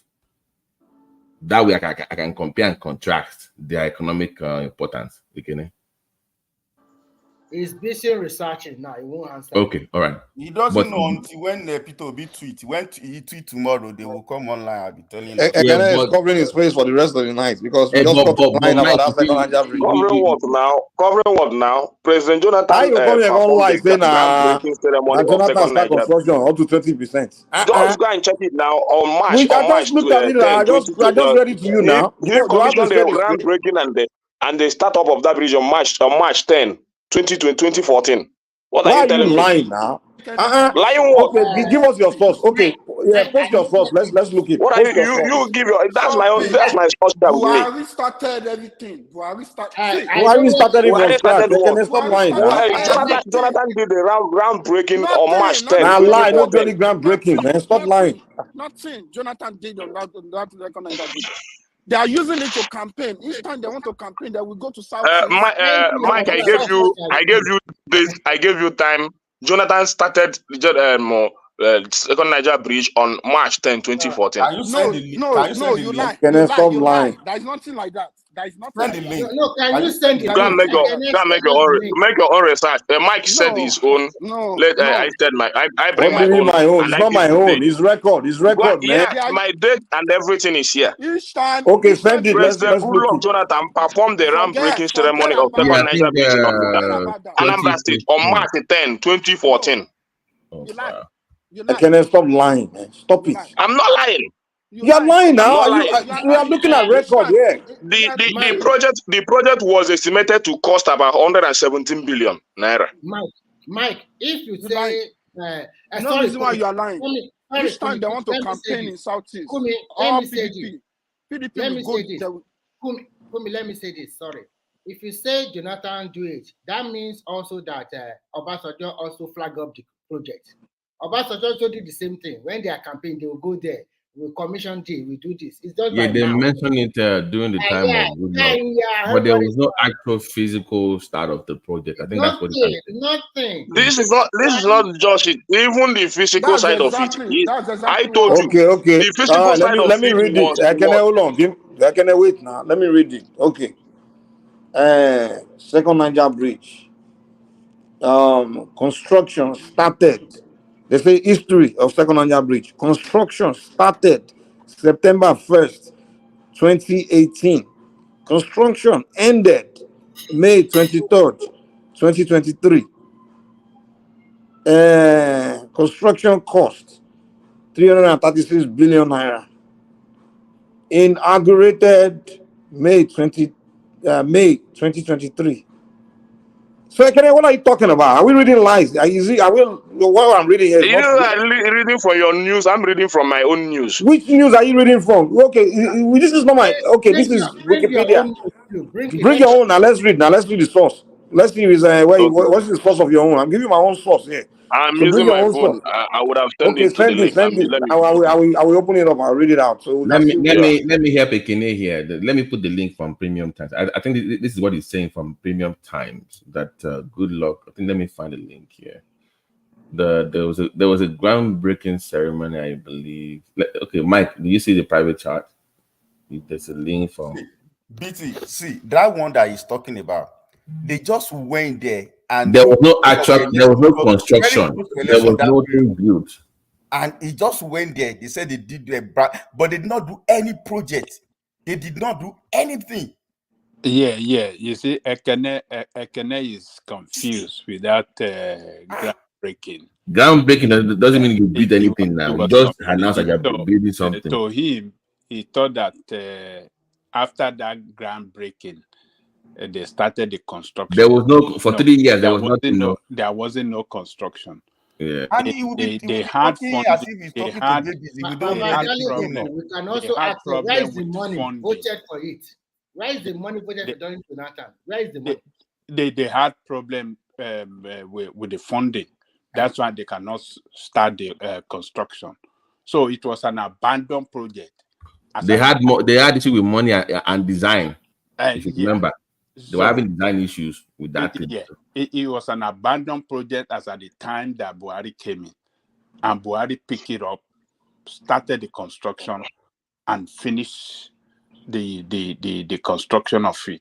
So, Ekene, you are not that wrong to say there was a groundbreaking ceremony for, to commence on the construction, but they failed to commence on that construction. It was just that ceremony they did that. Oh, look, we want to do this too, we want to do that too, and that we are ready to do it.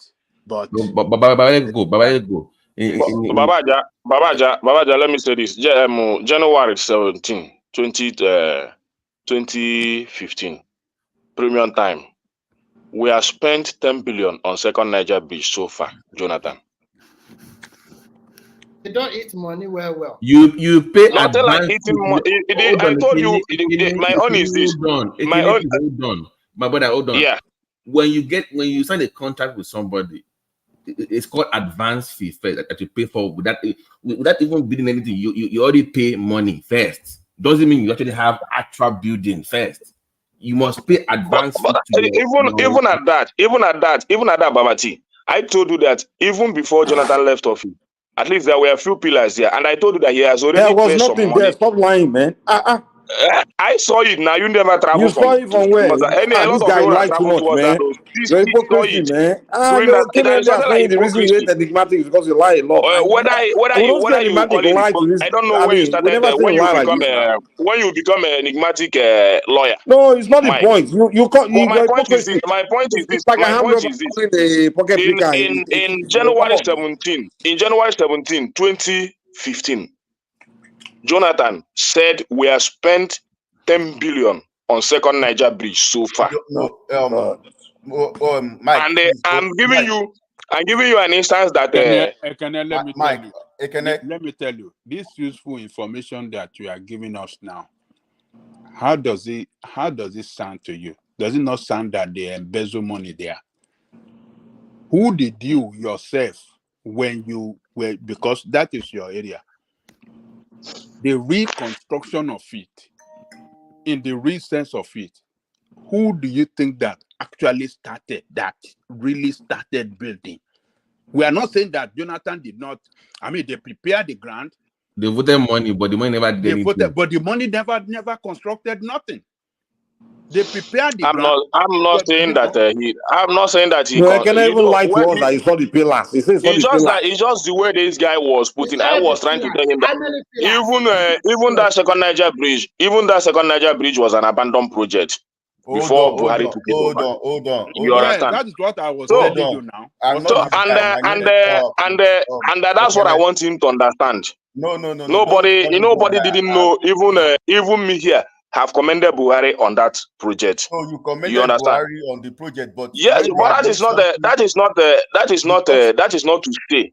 That time you guys did not say this of priority. Yes, that's my point. That is my It has been the project. What I'm trying to tell him is that it's an abandoned project, and what we are saying today is that we have a lot of it in Nigeria today. Should we do it and commission those ones also? I think we have Buhari to blame. You should have that was beneficiary to you. That's why you say they should complete it. Right? Guys, hold on. Do you know that in 2018, due to the way that thing was handled, they actually signed a new agreement with. Yes, that's what I said. They canceled the old one because it was so bad. They had to do. Why you had to sign a new contract again?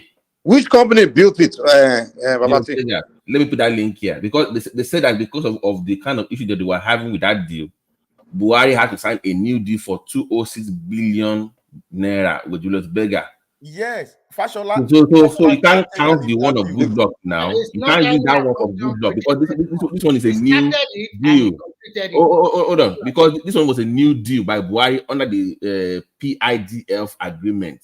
So you can't count good luck as part of being this again because that one was already voided because of the corruption in it. Well, but initial budget was 117, but The money Buhari that's owned the more point they than. are making to So, you but again. my The money own are not my going point to is whether Buhari continue. signed a second agreement or whatsoever. The point is that good luck has already signed an Wait, agreement Babati, we gotta move on even from this, man. before. First of all, I don't even But for know. me, First I of don't all, have time for all those stuff. hold on. They said I don't know why we do this. First of all, we shouldn't even continue to discuss with Ekene. Once you already told a big lie from the beginning, we should already just dismiss him and not continue to try Ekene, to. can you look at the Yeah. private chat? So, Okay, please. yeah, Babati, let's just move on, man. There's no point. I don't know why you guys spend your Just energy trying to debate this kind of people. Mike, This guy here, in the beginning, this is what he said. Now, we're not even helping to shift the goalpost, even help him with, make him look better. Hold on. Babati, wait now. What he said in the beginning was Jonathan started construction, so about 20%. So that's already a complete complete rubbish that we debunk from the jump. So now there's no point in even discussing anything with him again. You know, the guy already proved himself to be a pathological liar, man. That's what you said. What you said, my. That's what started the argument, and that's already I the. just read to you. Okay, I just read to you what I read. What I do read you also still in the agree? news. Okay, You let me cannot talk, tell me man. that your own news is more better than my own news. When I tell Hold you that, on. Let me talk. Do you still believe? Are you still arguing that Bonatan did the construction up to 20%? I agree now. I traveled towards that road. I saw what he did Now before he I left can office. redeem you, man. Let's just move on, Yeah. man. Yeah. There's I no know what point he even did going before he further. left office. You cannot tell me to not to believe what I saw. I know I saw You saw it with the your two pillars that eyes. was put on Jonathan there. built the Even though bridge he up to didn't do the major 20%. project, but Jonathan Wait. started the project. Jonathan has already digging foundation, putting pillars before he left office, because that commissioning was at the end of his office. This You guy's understand? let's just move on, man. I can't Nothing help you, like man. that. Nothing, you That's can one take it reason I as can't respect whatever, but that's what I saw when I is a traveled typical towards of that road. your people, When man. after he You guys commissioned it, you were lying and you see and he has already made it you clear see that he red spent about and you 10 billion constantly naira argue that it's not before he red. left What kind office, of whether you call it embezzlement or whatever. But I saw what what kind he of did. 419 brain do you have, self, man? It's like you have no shame. let me If you can get it, you're shameless, man. I'm sorry. You know, I like you, but you are very shameless, man. Mike, How can you be telling obvious lie? Like, come on now. You are telling me I'm seeing blue. You are telling me you are telling me that it's not blue, it's red. Mike, let me Please ask just look at the link, Ekene. Please look. They tell you they even debunk. Hold on. They debunk the whole thing from good luck. They give you a breakdown of the timeline of how hold on. everything fell apart. It's Babati, right there. let me ask you news. a question now. Baba, there's no need to be arguing with the liar now. You still just Jali Kuku. How come my parole? There's no Let point. us ask When you him know this someone is just question. a liar, You there's no know, point even. he saw some things, and we want to, we need more information from you. There's no information from a liar. Baba, just move on. Hold on now. So, Ekene, you say you saw some pillars. Those pillars, were they on the side of Onisha? Or did you see those pillars across the river to the other side? Where did you see the pillar? To the Asaba end, Asaba. I mean, no, not as ahead. Do you see it across the river to the Asaba end, or just on the side of Onitsha end? It's not on the side of Onitsha end. It's from across Asaba now to where the bridge we across are leading to. the river. Yes. Into the Asaba. Yes. So, but my point is not that those, Mike said I'm a liar. Yes, you can say whatever you want to say, but it's becoming of you It's to not what I come here want to and say. It's a confirm. fact because I already So, saw but the. I'm done. You read your own fact. I told you my own fact is the There's news is here. there's only one It's fact. 17 There's no such thing as January two facts. 2015. Yeah, premium time. You need to 17 go back to January school. Man. I don't 2015. know. The man Your told. papa supposed to send you go school, send me they send you go shop. You don't know. You have no education at all. There's no such thing as two facts. There's only one fact. Mike. Okay. You can say maybe different truths because people can say two different truths about one particular issue. You understand? Not like Mike, same please thing, let us but move facts on. is there's no true fact. There's only one fact. So don't say I say my fact. Say your fact. Come on, get out of here, man. Come on, stop lying, man. Mike, I just want to, because I will leave now. I just want to say that even let us agree that Jonathan started that project, but are we going to agree?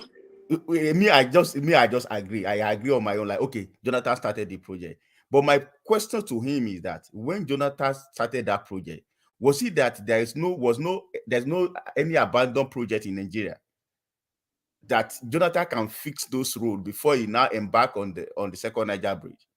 Does it mean that we don't have any abandoned project? Let's not do this, man. See what you're doing here, and unfortunately, that's why they always do this thing. You guys always help them to make their propaganda look like truth. The fact that someone lie, don't even say, "Oh, let's agree with you." No, don't do that, because now these are the brainwash people watching. Because when they lie and we help them to expand the argument on that lie, some people listening will not believe that. Oh, maybe he's saying the truth. Don't even when someone tell lie, don't even I don't know why. The reason why I'm saying this is that I don't know why they are the only one coming online talking about this coastal road. They are the only one. They did not see any positive effect on that. Please.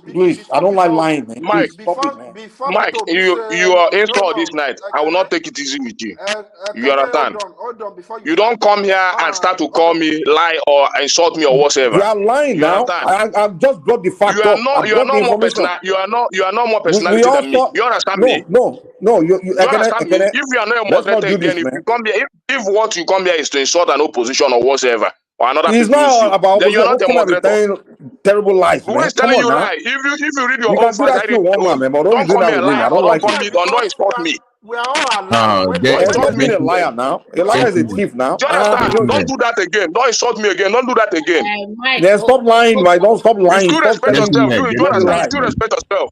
I'm not taking easy with you. No, you respect yourself by stop being a pathological liar. Do that. Which liar? You're not still lying. If your own news doesn't have any, then you my own. If your own, you read your own. I read my own. Don't call me them again. Don't use such statement on me again. Don't try it again. Don't try it again. I'm a bloody liar, man. Mike, don't try it again. Don't be a fool. Be a moderator. No. I will never respect you if you come here to lie. Mike, respect you. Am I begging you to respect me? But don't use those languages on me. Don't be a fool. No, correct, man. I understand. Please calm down, please. I beg of you. Can we stay on the point Crown was making about why there will always be need for big projects? You can't stop those people because there's hunger in the land or there's one. Can we stay on that point, please? Let's leave good luck and let's move another topic, man. There's no need to make this about Ekene, man. Let's not be debating. Okay, we can talk about anything. Let's talk about something more constructive. Let's talk about what Tinubu just did. 25% to 35% increment in federal civil servant, military, and police officer. This is not minimum wage. They just increase it and they backdate it to January. So they will get additional money from January to April. And by May 27, we are going to have a new minimum wage. At exactly how much, I don't know now. But at least that means for this set of civil servants, including police and military officer and other parastatals, they will smile home with additional 25 or 35% backdated from January to May. So I they paying them 70% and 70K now as minimum wage. That is for what do you call it? Edo State is doing that. 7, but I learned that Tinubu is pushing for almost 100K. But the problem we have now here is the state, because Nigerians they don't look at this thing that federal civil servants are totally different from state civil servants. And every state have to pay according to their what they want to get the same amount of money. Yeah, so Nigerian would think, why does federal civil servant collect 100K minimum wage, and why are they not collecting 65 or 70,000 minimum? It cannot pay 100K now. They might be new, but it can't pay 100K now.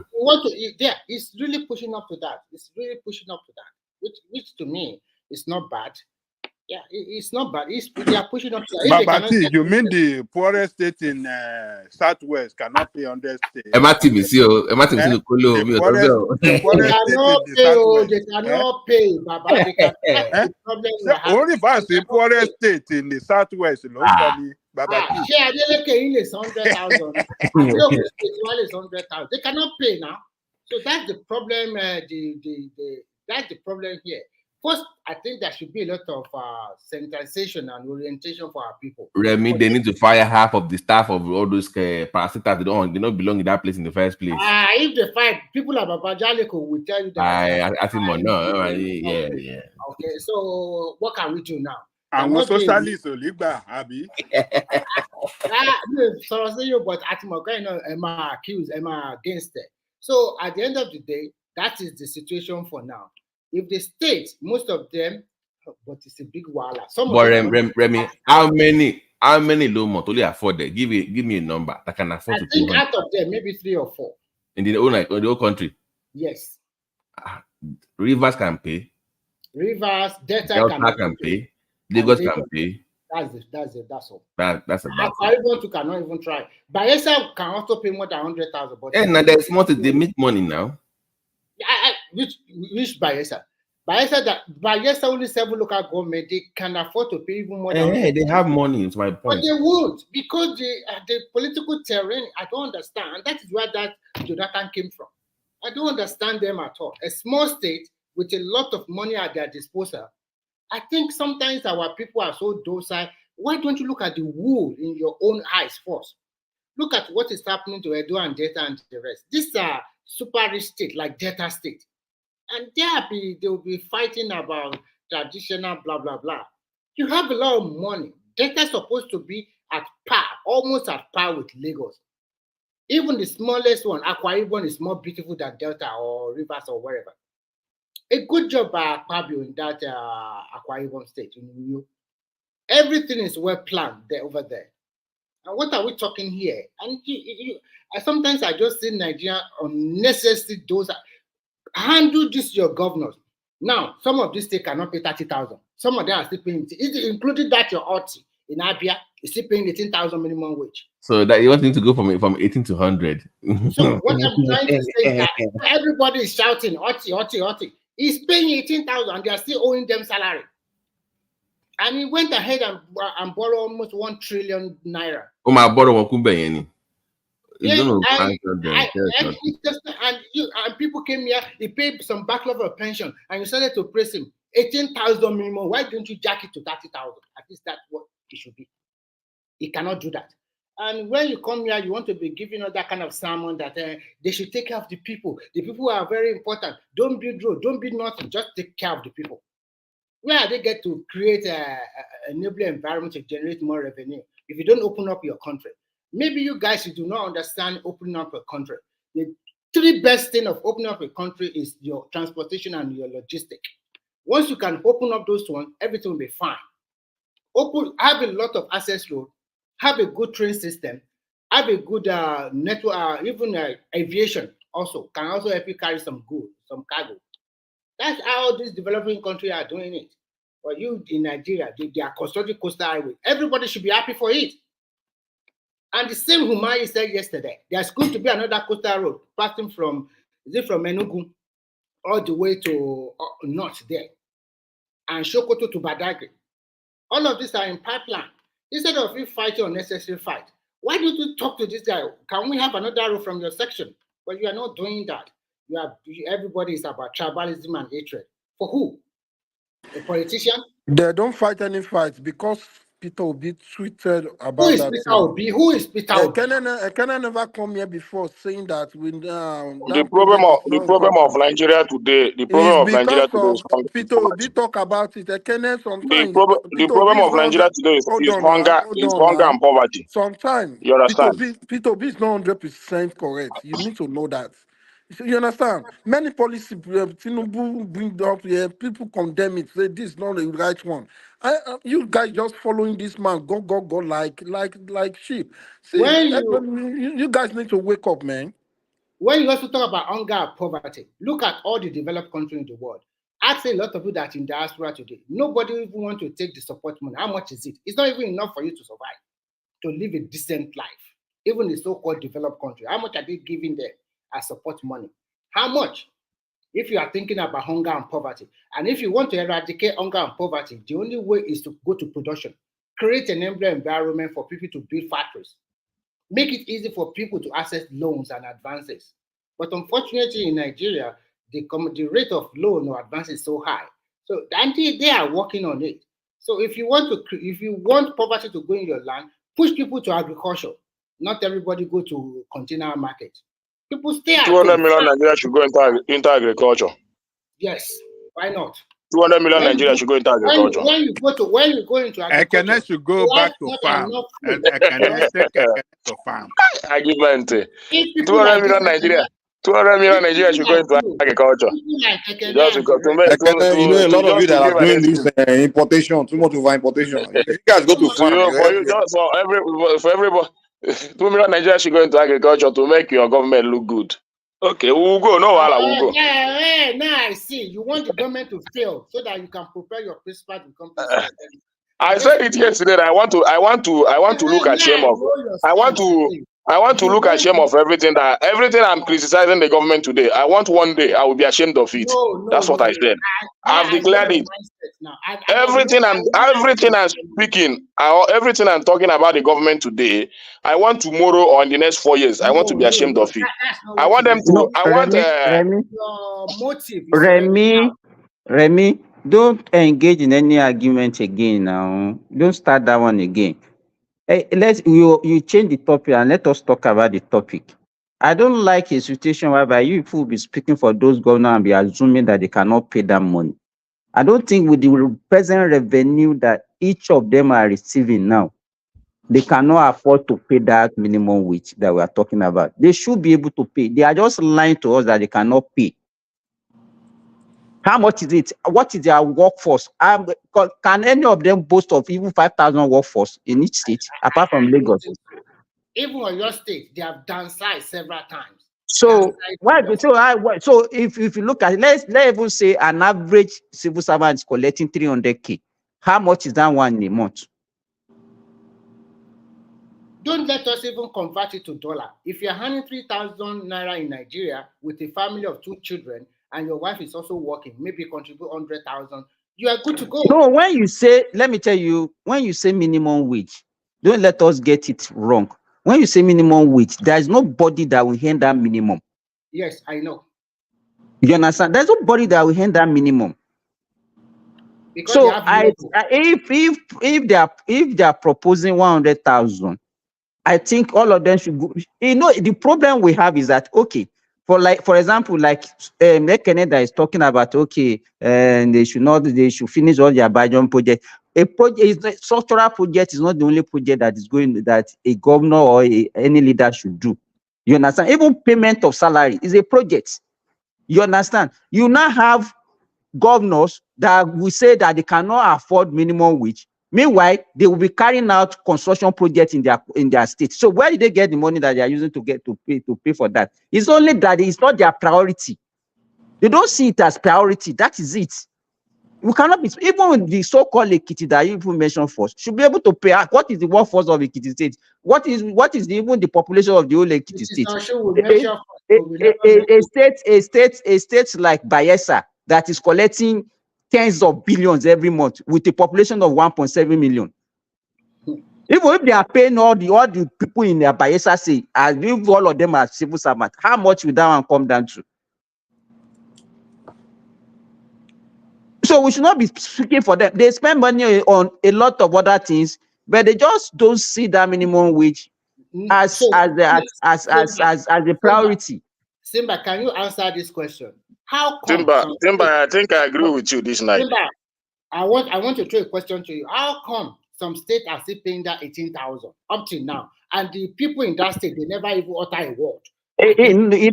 Let me tell you, the problem we have is that we have this fixation about the federal government, as if it's only federal government that can help us. That fixation is the major. Nobody, have you ever seen people in states that are not working that nobody talk about their governors now? We only focus on the federal. Simba, look at Bello that stole 80 billion in Kogi. People still came out to on his behalf to support him on the street of Kogi. Even the Kogi people, they are just quiet. Nothing. He didn't pay salary. He stole 80 billion. Yet he's there to protect him on his behalf. Leave him alone. I said, what kind of humans are this kind of people? I don't get it, man. I don't. And I must say this: even the people in the diaspora, they are not also helping the people in Nigeria. They are those ones everywhere online, spewing rubbish, garbage every time. They don't know information, they don't know nothing. And when they continue to demarket Nigeria, and where you are living, you obey the law 100%. And when you go back to our Nigeria, you feel like a big man, nobody should touch you. You want to feel everybody should worship you just because you step out of the country.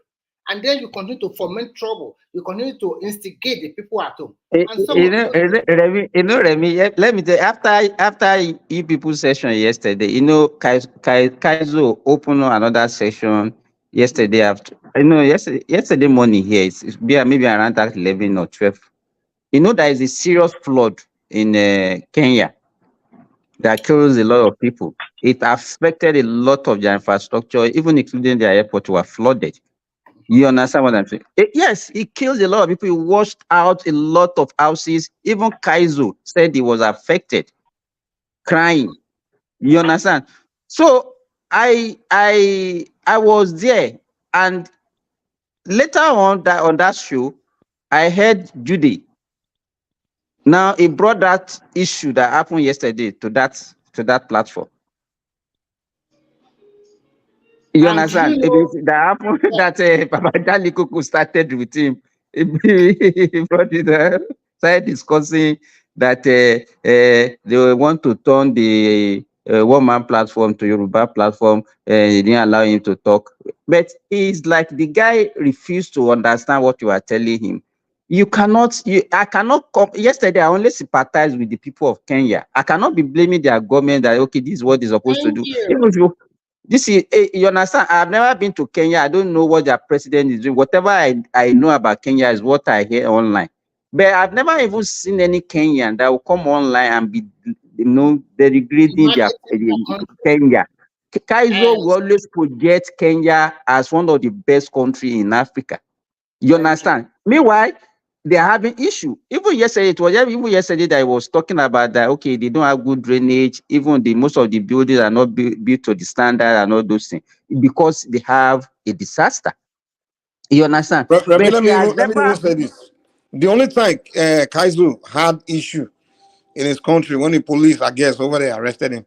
But when he discussed it, guess what he did? He saw the whole Africa. He didn't say Kenya. He didn't even mention Kenya. He said, these Africans are dusty. These Africans. Look what happened to me. This African police. This African. He made it about Africa. I'm like, to the point where I begin to, I went later on, when he started talking about Nigeria, I went back and I said, guys, how come when there's an issue in Kenya, when the Kenyan police is something wrong, he says Africa, something wrong with Africa. But when it comes to that country, he specifically talk about that country, don't say it's Africa. When you want to talk about, Kaiser want to talk about Nigeria, you say, look at the Nigerians. He talk about Nigeria. But then when his own country, when something went wrong, he will say it's Africa, Africa's problem. So isn't it? 2 weeks ago, there is a huge flood in Dubai, flooded everywhere, including their beautiful mall. You can never see them demarketing their country. Like a simple flood or fire happen in Nigeria. It is your in Lagos. Just say in Lagos. In Lagos. The president is so good. I don't understand this state of mindset. Remy, if you see the level of that disaster, it was a monumental one, no? Yeah, it was in Dubai. More than 300 people dead. There are so many that they are still looking for. It's the dam now. The dam that. No, it's not only the dam. Baba Jayoko. It was not only in one place. Oh, it cut across the whole of the country. Low. Wow. It was huge. Yes, it happened. That dam that you are talking about was in another town, but we are talking about even in Nairobi. In Nairobi, he showed us a video of. He said that video that was showing us that it was just like some few meters to his house. Wow. Even yesterday, he was begging for super chats that they needed money. That in fact, he doesn't know when all the utilities like water, electricity will cut off. That is just showing that. So he doesn't even know how long he will be able to continue with that show.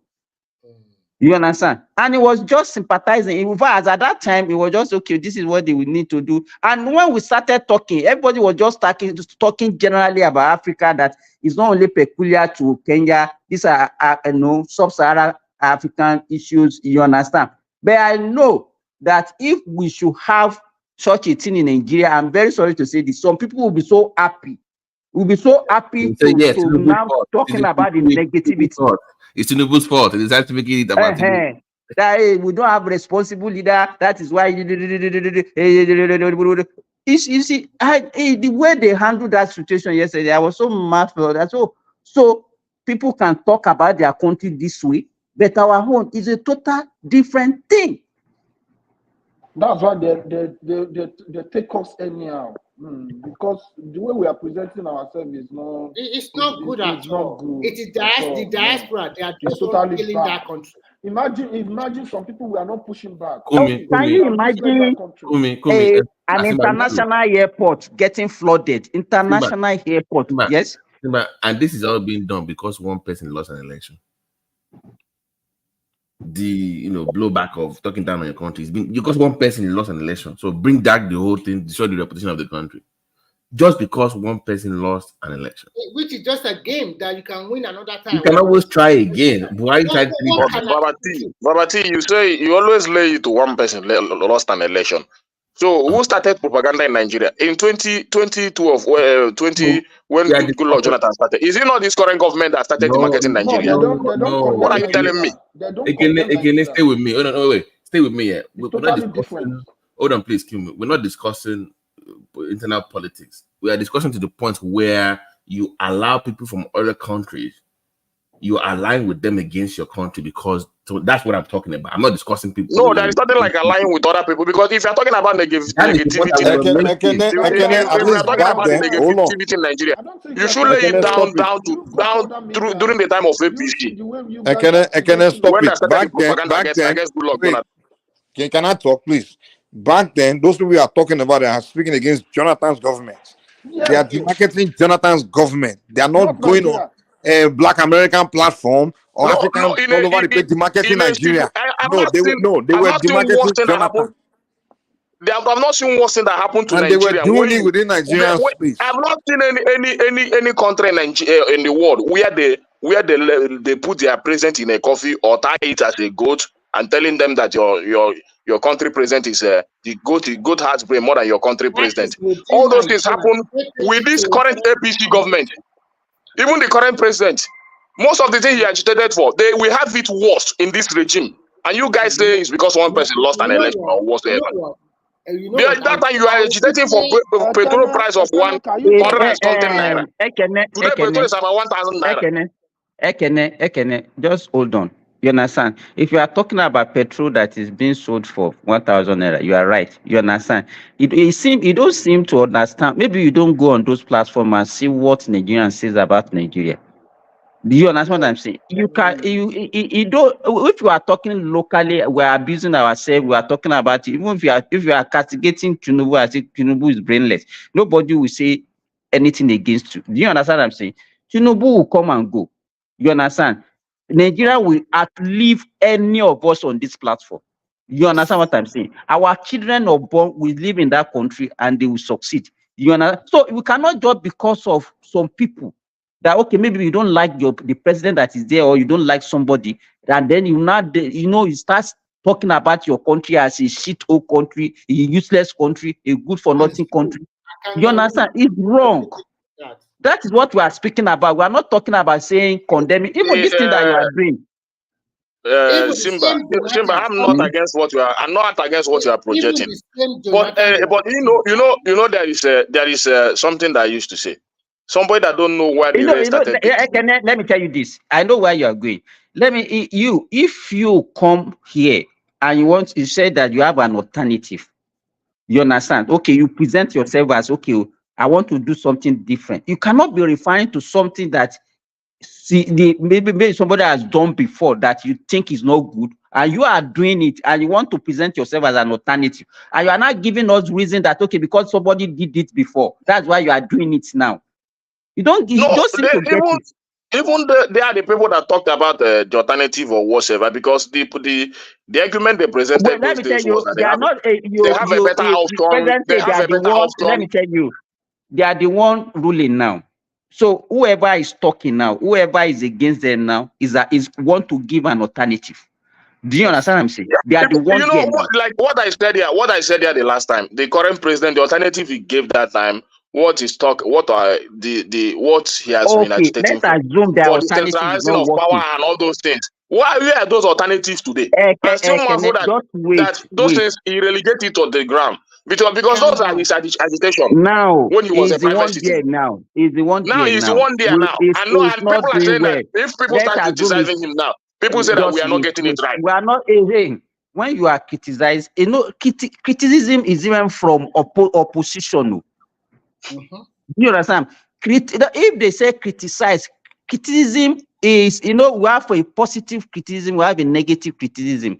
You understand? In a situation whereby you don't see anything that somebody is doing that is good, that means you are too negative. Do you notice that Ekene never mentioned anything about You understand? Umahi So said what today? we are saying, What Umahi said forget today about Peter Obi? Tinubu. Why Ekene doesn't say Tinubu anything about maximum.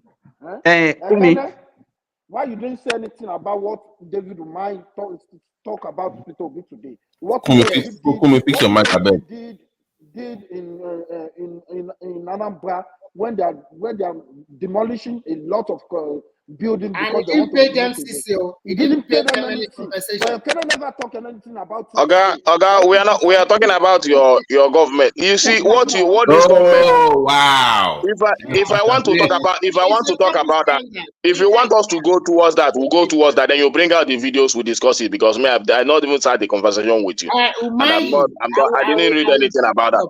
I just saw it on the surface of the news. I've not even bothered to read it. So maybe tomorrow we talk about it when I've settled down and read it and understand what they're saying there.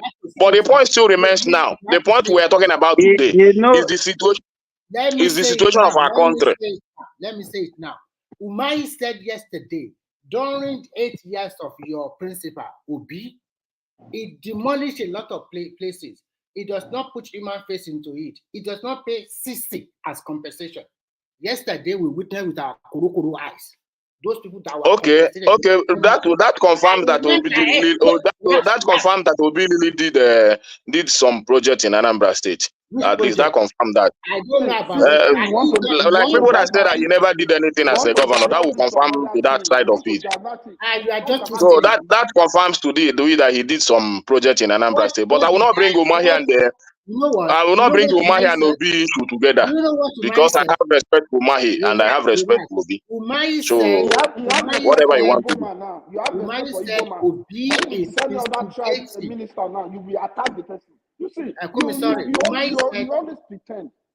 Umahi said you guys, let's leave that. I think that coastal thing that we are talking about, we've been on this issue for more than a week now. I don't think it's something that what I want to say is that what happened in Kenya, we should be wary about it in Nigeria, because from the news I'm getting from home is also not favorable. There are heavy rains. I don't know if Ekene can testify to that also. Maybe you should stop building on canals. That will help too, Just saying. No, that is one of the major issues. That even let me tell you, the way we construct houses in Nigeria also is like we have issue with maintaining standard. How many people even build house in Nigeria involve all the necessary professional that are necessary in building that houses? No soil testing, no drainage system that connects across the area. You just build and you have your fence, and you don't even know how water flows. You just build at the back of your fence. You don't care where it goes. So there's no town planning. Where is town planning? When you are building, it's supposed to involve the town planning to know, this is where you put your pipe to for your. Even BT, where they have a plan. I think I mentioned it on this platform some times ago. Where I live in Ilorin is a government residential area where they already map out. They have areas for school, they have area for hospital, they have area for recreational area. You understand? And the people even in the ministry, even Nigerians, are buying those areas that are meant for public use, not for personal use, to build their houses where they're supposed to put hospital. They've already erected an apartment there for personal resident. Where they're supposed to put school, they're using it for another thing. You understand? And it's not as if we don't know. We know. People know that is what actually those places are meant for. So some people even extend beyond their land. And you understand, the road, they will narrow it down. The road that's supposed to be, let's say, 25 meters wide, some people, they will just consider that narrow it at like 20 meters. And it's like we behave recklessly. We don't know the implication of some of these things that we are doing. But when the repercussion comes, we now start shouting. We now start shouting. We start blaming some other people for our own mistake or whatever deliberate thing that we have done to ourselves. So as I'm saying is today is Thursday. Let me tell you, if care is not taken, we are going to experience a lot of flood in Nigeria. God protect our people. That Lagos, that island, it's coming down. I'm telling you, if they don't finish this, and that's one of the benefits of this Eco Atlantic thing, because it saved that place. It literally saved that place of flooding. But you must start rebuilding all your marina. You know what happened about 2 years ago in Marina? That whole area just went on. Their cars were floating. All those banks. And if care is not taken again, if they don't manage that thing, they will have issues again this year. I think, Babati, I want to say something. It might be very harsh. I think they need to stop inflow of people to Lagos. They need to curtail it. Because every state or every city must be planned in Nigeria. When I look at Nigerian structure, some of these places are not well planned, and you want development. You want development, that means some places have to go. They need to demolish. It's a harsh decision. But if you want Remy, how can you be paying that kind of money, having an apartment under the bridge? I want that video. What the hell was that? I think sometimes we need to start to plan in Nigeria. If that population explosion still continues in Lagos, that place is also not safe totally. Because how can 25 or 27 million people just crash there, cramp themselves in that place? It's high time they need to curtail people too. Because sometimes you just see a lot of I don't want us to even get fixated on Lagos. You remember that it's now becoming an annual thing along this Niger, the states along River Niger banks. You see what happened in Kogi State, was it last year or 2 years ago? What happened even in the East, Anambra State and all those places? What are they putting in place now to forestall all those things? The only thing that the national emergency will do is, okay, the rain is coming, people should start leaving the banks of the something though. What structure? Sorry for the interjection, Mike. There is this one guy. His name is Israel Sukuru or Sukutu. I don't know. He came on this platform one day, and I interrogated him. Since that day, which is almost like 6 or 8 months ago, every time he came, he's a young guy. That is not that guy in Dubai. He's the one. He just leave the small boy alone now. What happened? Yeah?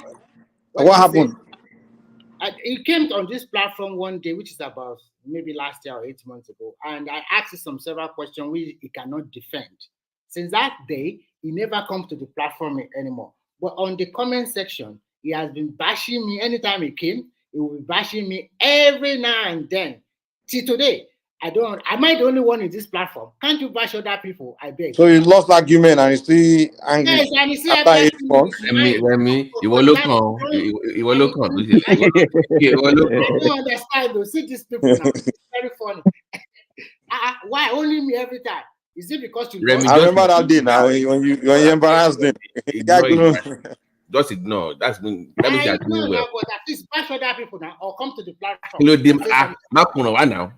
Mike, I'm still waiting for us to have our conversation.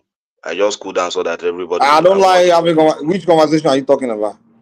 Don't Don't, worry. Mikey, don't let him drag you to any issue today. Let us have peace, please. Exactly. Me, I like that conversation with someone that's honest, so I can have honest conversation instead of arguing over some line of your. As we are talking about, I can't sit down and be talking to somebody So that we can see blue and we get to argue over that. Simba, let me ask you. Remember when they had the flooding? They were supposed to do something on that Benue River, like to expand or something. Maybe is it dredging or whatever. What happened to that project? They were supposed to have. No, but you know the problem with that we have when the thing comes now, when there is flood now, everybody will be shouting, and immediately the rain stop, and everybody, even people that left their house, they will still move to that same flooded house. No. I'm saying, like, was it 2 years ago that that Benue area was flooding? I think it was across Nigeria. They had all this flooding across the place, and they said it was because down to the Cameroon area, they were supposed to dredge that area and expand it, but it was not done. No. I think what they were talking is like they want to connect that Benue River to Lake Chad. Mm-hmm. You understand? But it's not a project that Nigeria can fund alone, because that Lake Chad belongs to about three or four countries. Mm-hmm. You understand? But so Simba, I don't know. You know, if we have flood in Nigeria today, this will not be the first, this will not be the second, and this will not be the third time.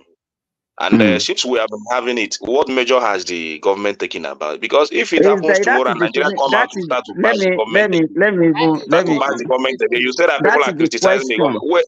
We had it last year, we had it last few years, we had it, and what are the measures that have been put in place so that it will not happen again? Or even if it happens, we said the government has really done something or did something about it. Let me say this. That do you know how many states are along the river, the banks of River Niger and Benue? In fact, if you count the number of states, is more than half of the state that we have in the country. Right from Sokoto to Kebbi to Niger to Kogi to Kwara to Benue to even most of the southeastern states, Anambra. You understand? Yeah, they're there now. You understand? So the issue here is as Remy used to say, the states themselves. What are they doing to mitigate this disaster? Everybody will always be waiting for the federal government, and you get money for ecological projects every month. Yes. Every month. I could remember it happened. It even, sorry for mentioning Obi, it even happened during Obi's regime when he was the governor of Anambra. Ecological funds. Yes. Yes. They get it every month. They get They will just pocket it, and then nothing. Then when it happens, everybody will be looking up to the federal government. Again. It's like they swear for them. Actually, well, during his time, he did a lot of drainage in that environment, because I know where it's happening in Anambra State. Drainage is not a solution to River Niger flooding. I think our this ecological problem is not only state. I think federal government should come out with a bigger solution to it, because if we allow state, yes, you cannot keep on isolating federal government in every matter. Nobody. You understand? I know state governors are not doing well. I know state governors are not doing, but there must be a general plan for this stuff from the federal, which I think happened in other states that try to. If you guys don't politicize it again, do something about it. Let me tell you. Even the current, everybody, when it happened last time before Buhari left office, they use it as campaign. Obi said he would do something about it. Tinubu said he will be the super highway, and was, I don't know how the grammar he used for it. Let me say this. There are some things that does not even cost money. It's just political will that you need. You understand? We know the flood-prone areas of, or if you go to all the states along the banks of these rivers that we are talking about, the people intentionally buy land and erect structure because there is no place that will get flooded. People don't know that this is a flood-prone area. You understand? It's like because our governors, they don't have that political will to take that decisive action. Because we always talk about we waste life of people just because we want to have human face to most of the things that we are doing. Give an example of how to reduce flooding. planting trees. Just tree planting alone helps you a lot with flooding. Did you know that? So I think you can. Back in the days in Ogun, they used to encourage planting trees. Every house or every compound had trees that you have to, maintain. Yeah. Hey, So no, let me even BT, let me even tell you what is happening these days. Most of us, even when we construct our houses, what do? We put concrete on the floor, on the whole compound. What happened Any to little rain, if you see the amount of water that will be coming out from each houses, then where are they going to? They are going to the road. Because we don't understand what the way we're supposed to even maintain this ecosystem. Why they even allow? Think about why they even back in the day when you build a house, the inside they don't do concrete, so you do the soil with grass. That is what people does these days. You understand? That's most people absorb the water. The trees will absorb the water. The next thing, once there's a rain for like 5 minutes, the whole street, you see water on the whole street because there's no water is not going down. It's not going down.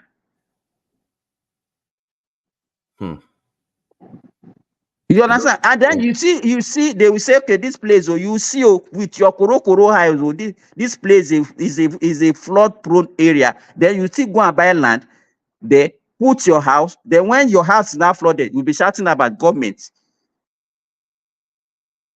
I think what they're supposed to do is to demolish all those. Do you know? Sorry. Do you know what it's called? Wallet. My wallet. So when you build yes, they will tell you what is the direction of the water flow. They will now wallet it towards that water flow for it to come out. Yes. But now you don't even do that anymore. You just build for no reason. You now have water in the backyard just by the fence. Didn't you know the water flow pattern in your house before you build? You're supposed to do all these things before you start building now. To know where the water will flow before where is the drainage? They will ask you. You must flow towards the drainage of the town now. That city tap. It's like we don't even understand what the importance of even have a green area in your compound. You understand? Why should you put concrete everywhere in your compound? And those are the things that contributed. What do you say, Kenny? No, finish your talk. What you're saying. So there are a lot of things that we are doing that is also affecting us. But the problem we have is that we don't take responsibility. I don't do that. By the way, I apologize. If you start disrespect you earlier, may not be say, it is I hate you, I'll be something. You also be my guy, so I just apologize. If you feel sad, disrespect you. I just vex it, what you do. I don't like people just tell me on your slide, But my apology to you if it vex, Simba, continue. Okay, Remy. So any response to that? Even though he said it in a big man way, I accept. Oh, he does. What do you mean by a big man? Big man.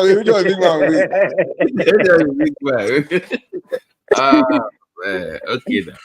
No, okay, that's good. Mike, thank you for doing that. At least it takes a lot of. We disagree, but I don't have issue with him at all.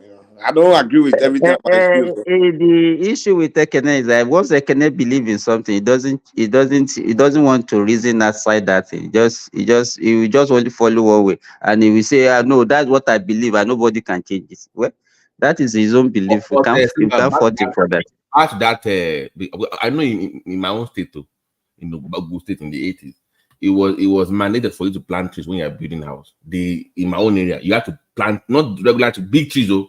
I want like you have to build in that area. So when you're driving in that area, you will see everywhere it's just huge trees everywhere.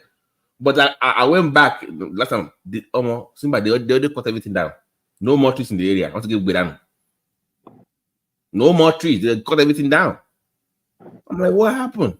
Babati, when you plant tree in Nigeria, all of them saying they are hungry. Poverty is in the land. Look, country, that's what they were telling you. You don't know your people. They are so. If you see the way Nigerians are cutting down trees to produce charcoal, to produce charcoal. Unbelievable. You understand? And if you tell them that this thing that you people are doing, because they will just rubbish you. They will just rubbish you. Do you know how much trees absorb for carbon emission only? Even yesterday, I mentioned it. Now. But there are things you know in Nigeria today. Is not everybody can afford gas now. You know, if you see like all this charcoal stove that is raining today, a lot of people, it's a movable market now, that charcoal stove. A lot of family are buying it. So you don't blame them. If they cannot afford the gas, they should go for the one they can afford. So why blaming poor Nigerians for seeking for an alternative? Let me say this, Remy. I mean, Ekene. I could remember back even in the 80s. This is not the first time we'll be experiencing this thing. I'm very sorry to say, you might not know what I'm talking about. That time, people used to use sawdust to cook. And there is a type of stove that they used to put that thing that they used to. Abacha time, 1984. It was 86 or 88, Abacha period. I know it was through, I remember Babangida stroke Abacha. Babangida time. Yeah. So, social adjustment program, something like that. They should have a pumping stove now. Pumping stove and sawdust. You use sawdust and sawdust. Yeah, sawdust. You understand? You know, let me tell you, if you want to base everything on people must survive, you cannot survive and forget about the next generation.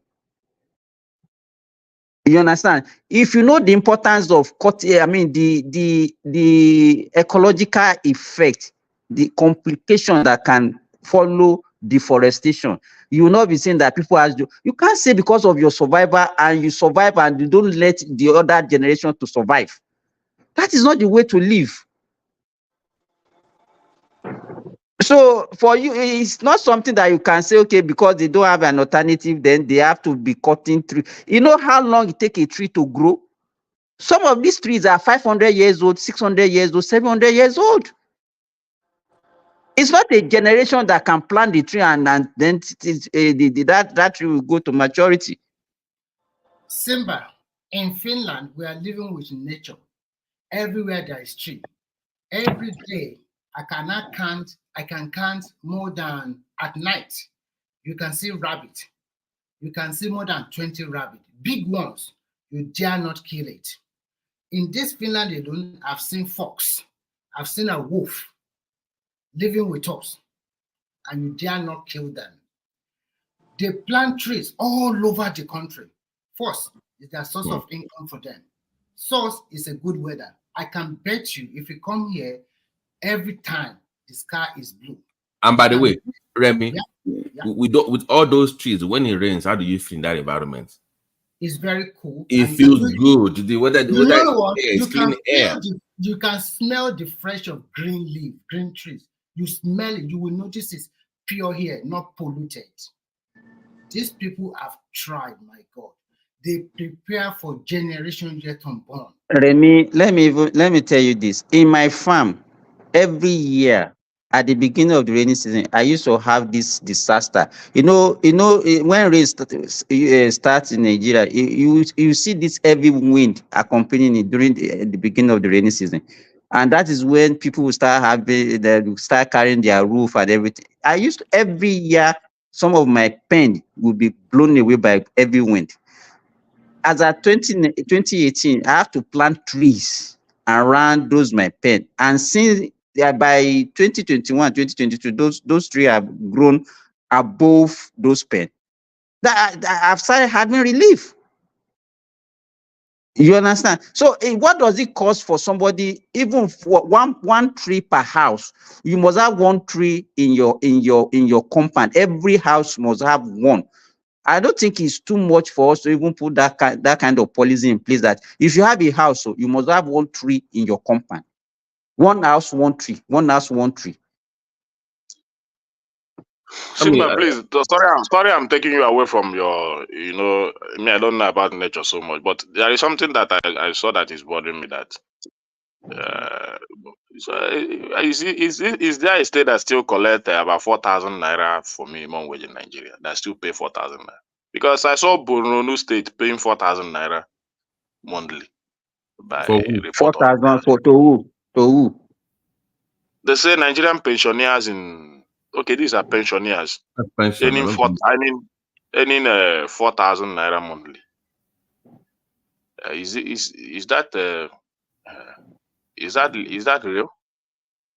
I didn't see that story, and I don't know what is. Let me tell you, you have to also be wary of whatever you see on the social media. You have to confirm whatever story you are This reading and see if you know the it's a source. made day now. I It's don't made day think now. there's any pensioner It's that be earning 4,000. people's gazette. It's made day yesterday, made day now. So the people of pensioners in the state are saying that what they receive in Borno State is 4,000 naira as pension. It's not. No, let me tell you, that is when you know that even that news is not true. It's Because not even pensioner, even pensioner, what they collect varies. It depends on your level, and your this thing before you retire. You understand? If you retire as a level 10 officer, what you'll be earning will be different from what somebody who retired as a level 17 officer. Do you understand what I'm saying? And it also depends on your profession. If you retire as a driver, it will be different from somebody who retire as a lawyer or who retire as an engineer. So for somebody to just come and say, okay, they are paying pensioner 4,000, and you believe that is what everybody heard across, is that the way if you listen to some story, immediately you look at it, then you know that this thing cannot be true. Okay, but away from that one, the Nasarawa state governor was on the news today, and I think that these governors are beginning to wake up because they are commissioning is it a lithium factory in Nasarawa, just as he said. Yeah, and I'm impressed by. I think that is not that thing is not a recent thing. We watched something that we watched that in last year, sometime last year from even the minister for solid mineral. That time the lithium that an agreement that they signed with one Chinese company that they said they were manufacturing a battery in Nigeria. Lithium battery.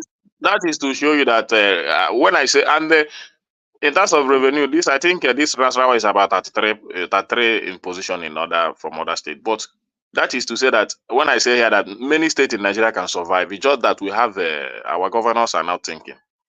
But I think I was even amazed by the submission of Adan Soshomole last night. He made a very good submission concerning the minimum wage and the productive system we need to build to move our economy forward. So most of the things he said, I agreed with him. Most of the time that Adan Soshomole makes some sense. Babati was talking about, let me tell you, it's only that if we want to be sincere with ourselves, you understand, we have a lot of redundant civil servants. Redundant civil servants. People, even you, if you want to be sincere, you don't want to be on opposition. You see a lot of civil servants that does not even go to work. I know people that are even in the military. I've never seen them in military uniform in their life, and they are collecting salary. Some people are not even in Nigeria today, and they are collecting salary in Nigeria. Even these refineries that are not working, I had a lot of people is collecting salaries and. So you don't know that the people that they have workers in those refineries that have not been working for 20, 30 years, and they are getting promotion and they are getting salary every month. I just imagine this kind of country.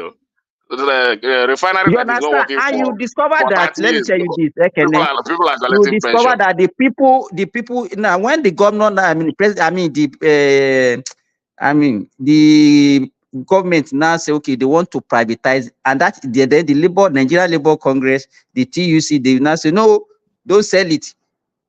What is the rationale? What kind of business is that, for God's sake, that you have people that are not doing anything and they are collecting salary and they are getting promotion? But you know, the steel company in Ajaguta has never, when like they are their workers now. They are okay, so when they go to work in the morning, what do they do there? Nothing. They don't do anything now. Are you producing steel? You're not producing anything. But they're going to sweep the place So now. what is the hang out. plan now? Are we going to continue? Are we going to continue like that? What is the plan, Simba? What do you think that the government should do to eradicate those?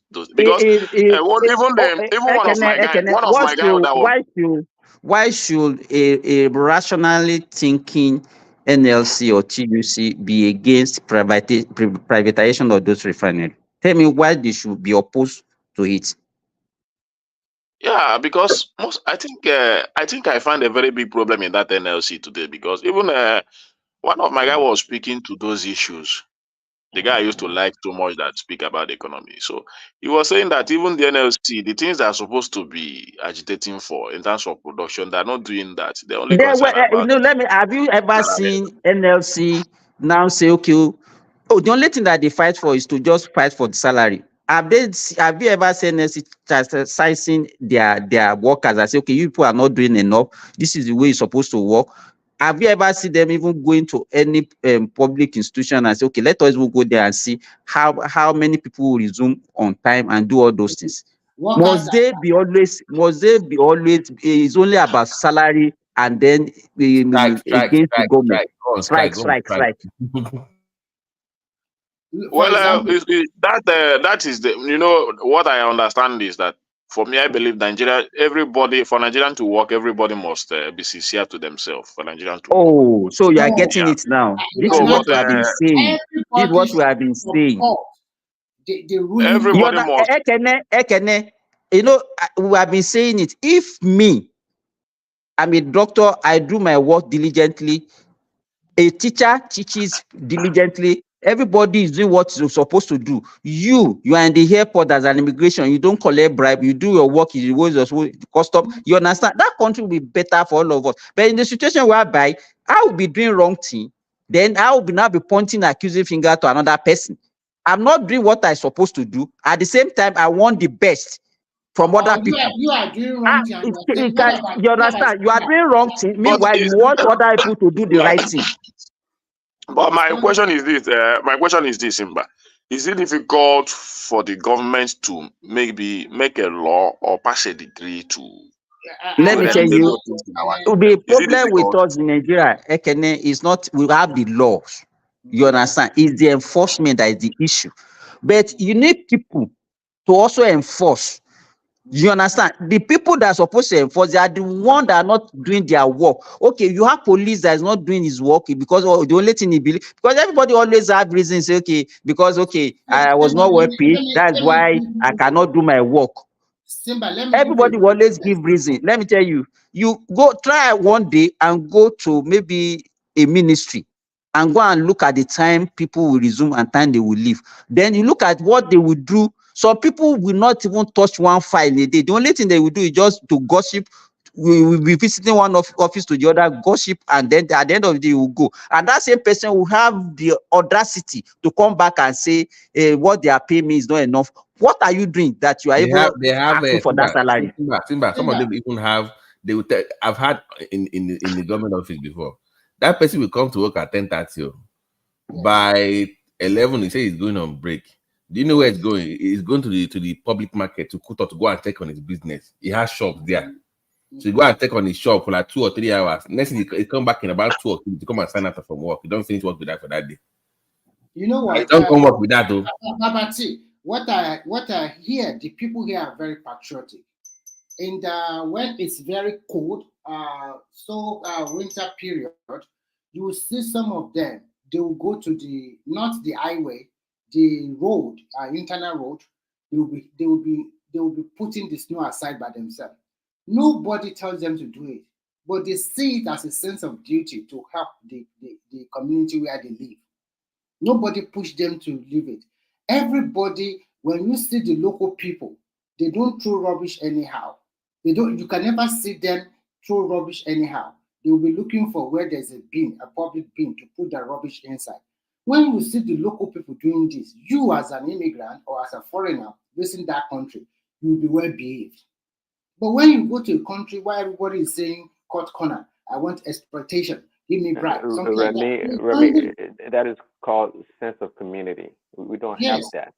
We don't have that at all. Everybody just want to exploit the system. Look at our country. The dollar is going up. And a woman that is selling plantain by the roadside will tell you, no, my plantain is no more 30 naira. Dollar don't go up. 500 because dollar what is plantain for dollar now? I'm telling you, everything is by dollar.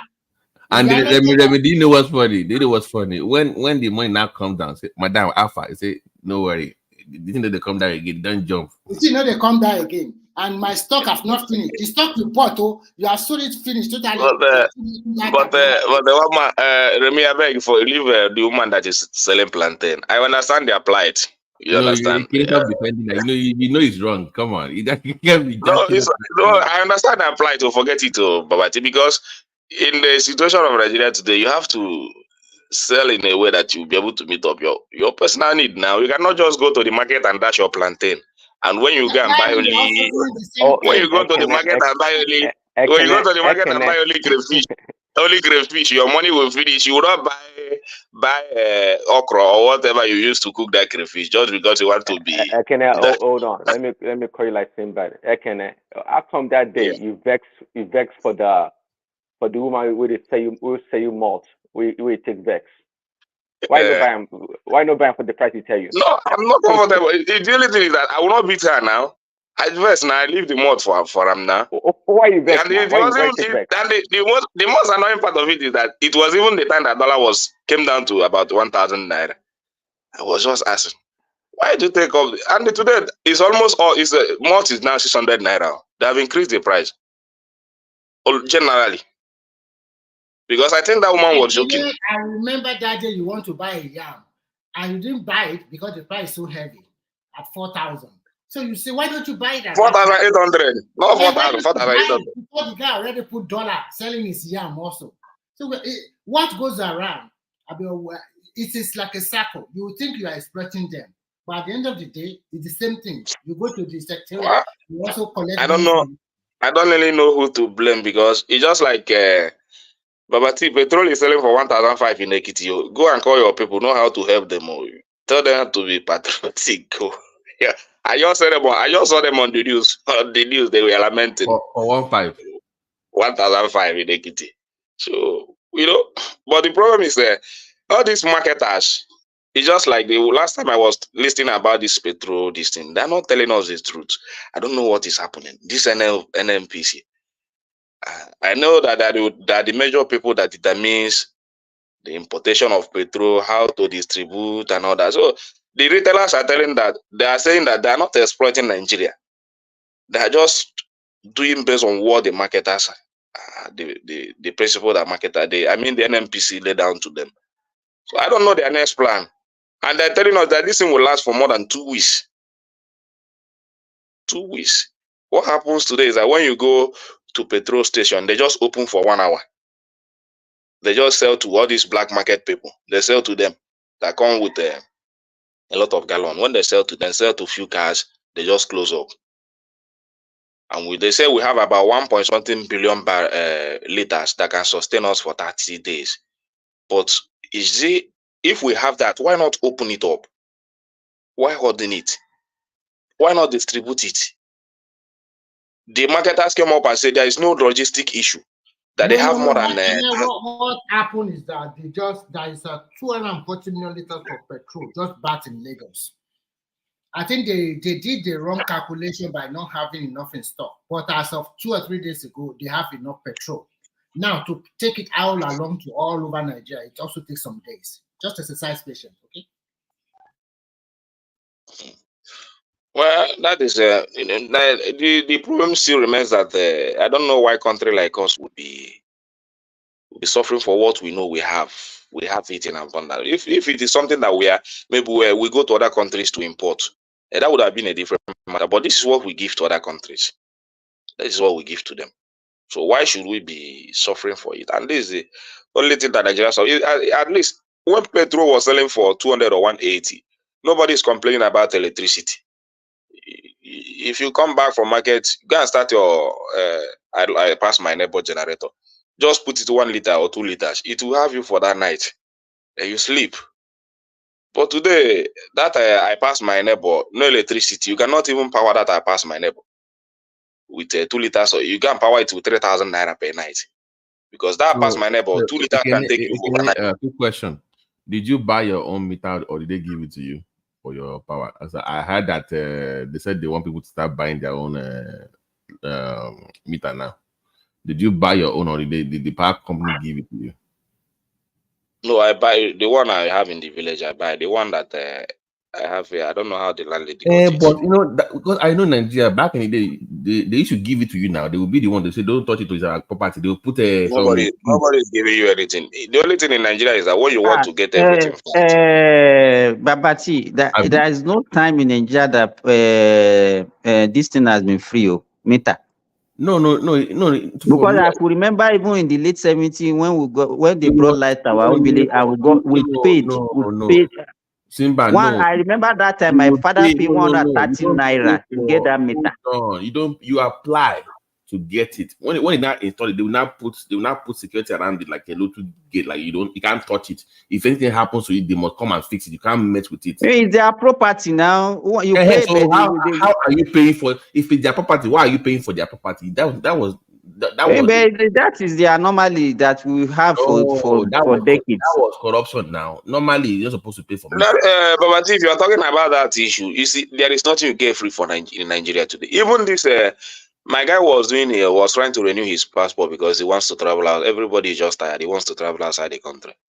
So he was renewing it. The guy charged him extra 20,000 if he wants to get it. But Ekene, is the government that is collecting that money? It's not government now. So why do we do such things to ourselves? When he said it, and another thing is that if you don't do it, if you don't pay that extra 20,000 naira, you will not get what you want because he will not do it. He will just abandon it, and you cannot fight him. The question I want to ask you: why do we behave like that? Why do we suffer ourselves? I don't know.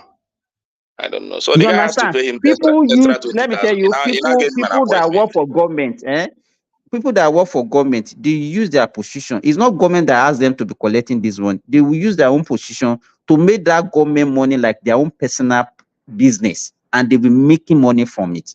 Why do we behave like that? And this same person that is collecting 20,000, we say government is corrupt too. We'll be blaming the political leaders. And that is it. And when we are already praising the interior minister, and then Nigerians are there sabotaging his effort. This guy now is there building a bad image for him. So, but that's it. Yeah. But they're even dealing with the guy. I think you can report that passport office. You can report them. Because, and at the same time, I also want to ask you. Let me tell you, in bribery, there is a giver and there is a collector. You understand?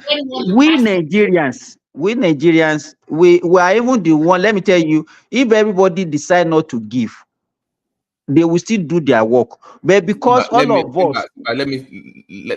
put it this way. Do you remember that actor that died on the? They were doing a photo movie and they were taking a boat. Mm-hmm. Okay, that's Bishop. What do you call this guy? You know that people were saying that young something. People said, they're supposed to have jacket, blah blah blah. When they did the investigation, they said it was even the people that was encouraging the driver to speed up.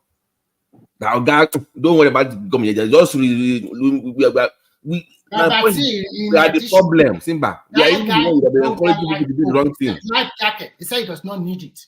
Yeah. Life jacket also. He said everybody wears. Only him does not wear. It's us that will be encouraging that bad behavior. Oh God, don't worry about government. And even for me, that guy issue, I blame that guy so much because as exposed as he is, I don't believe that guy will enter water with that life jacket. Even somebody like me, I will not try it. But the point is, as dedicated, exposed as that guy is. Wait. If you're the driver of that, whatever, if by law they have to, that means you should have said, "Oga, sorry, I can't take you that way wearing." You should have been, Abi, you should have said, "Oga, I cannot take you."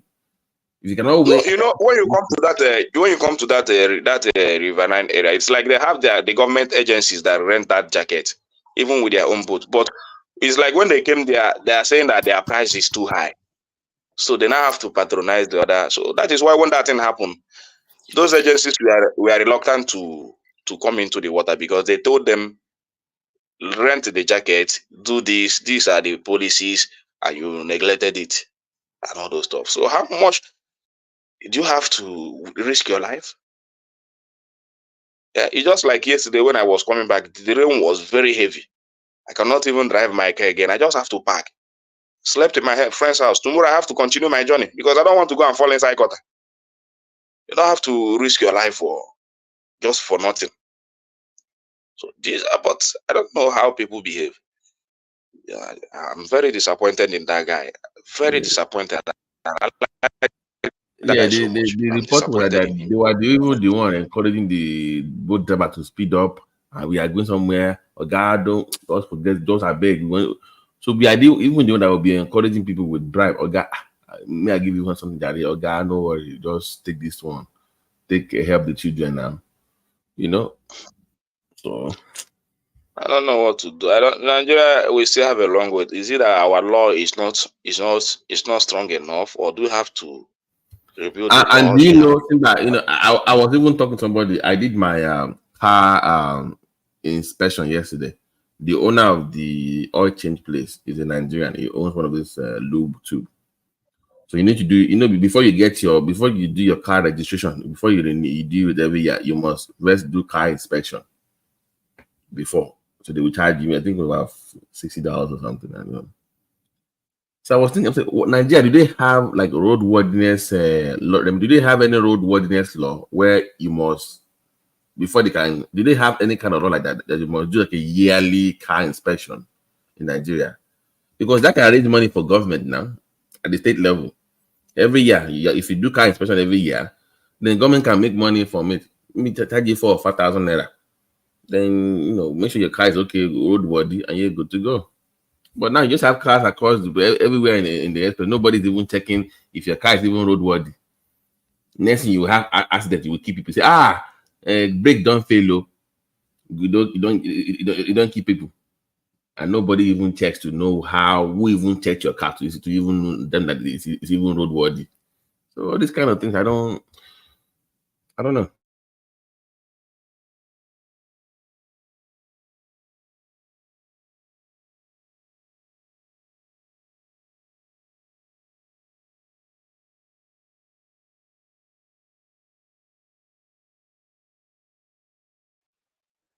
But with all the laws in America,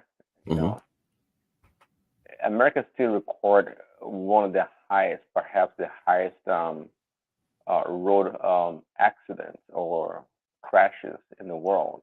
It's pretty high. Oh, why do you think that is? No, because sometimes I think I was reading a study sometimes about road design. When the road is too good, like Simba, you're on. I think you're on. Yeah, okay, but go ahead. Okay.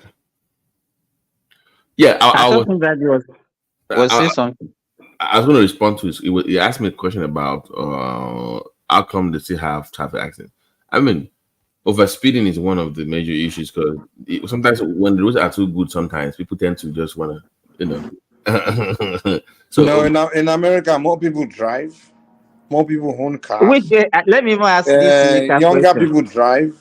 In all other countries, before you can buy your first car, you're probably already 40 years old or 30 years old.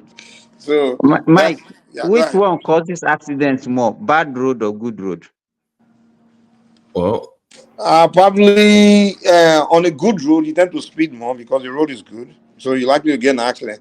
Bad road damage your car, but it depends on if you're talking about the one that the road causing your car to flip or to get damage. So if you're talking about that kind of accident, but we are talking about collision. But the accident, the one that you have on a good road is more fatal than the one you have on a bad road. Yeah, yeah. If you're talking about accident, a collision accident, where you contact, you jam another car or something, like collision accident, even from a accident of your Bad car. road now scratch you they get for bad road now. You And scratch your so, car. Yeah. The bad road accident is more like maybe you fall into a pothole and your car flip, you get in an accident, you lose control, so that kind of thing. so can the Because point of, about anything? but if you are talking about collision accident, meaning Can the point here? What is your point? You should just, no, okay, no, it depends on. No, I'm trying to give you one great accident on two sides of the two not you, roads. Mike.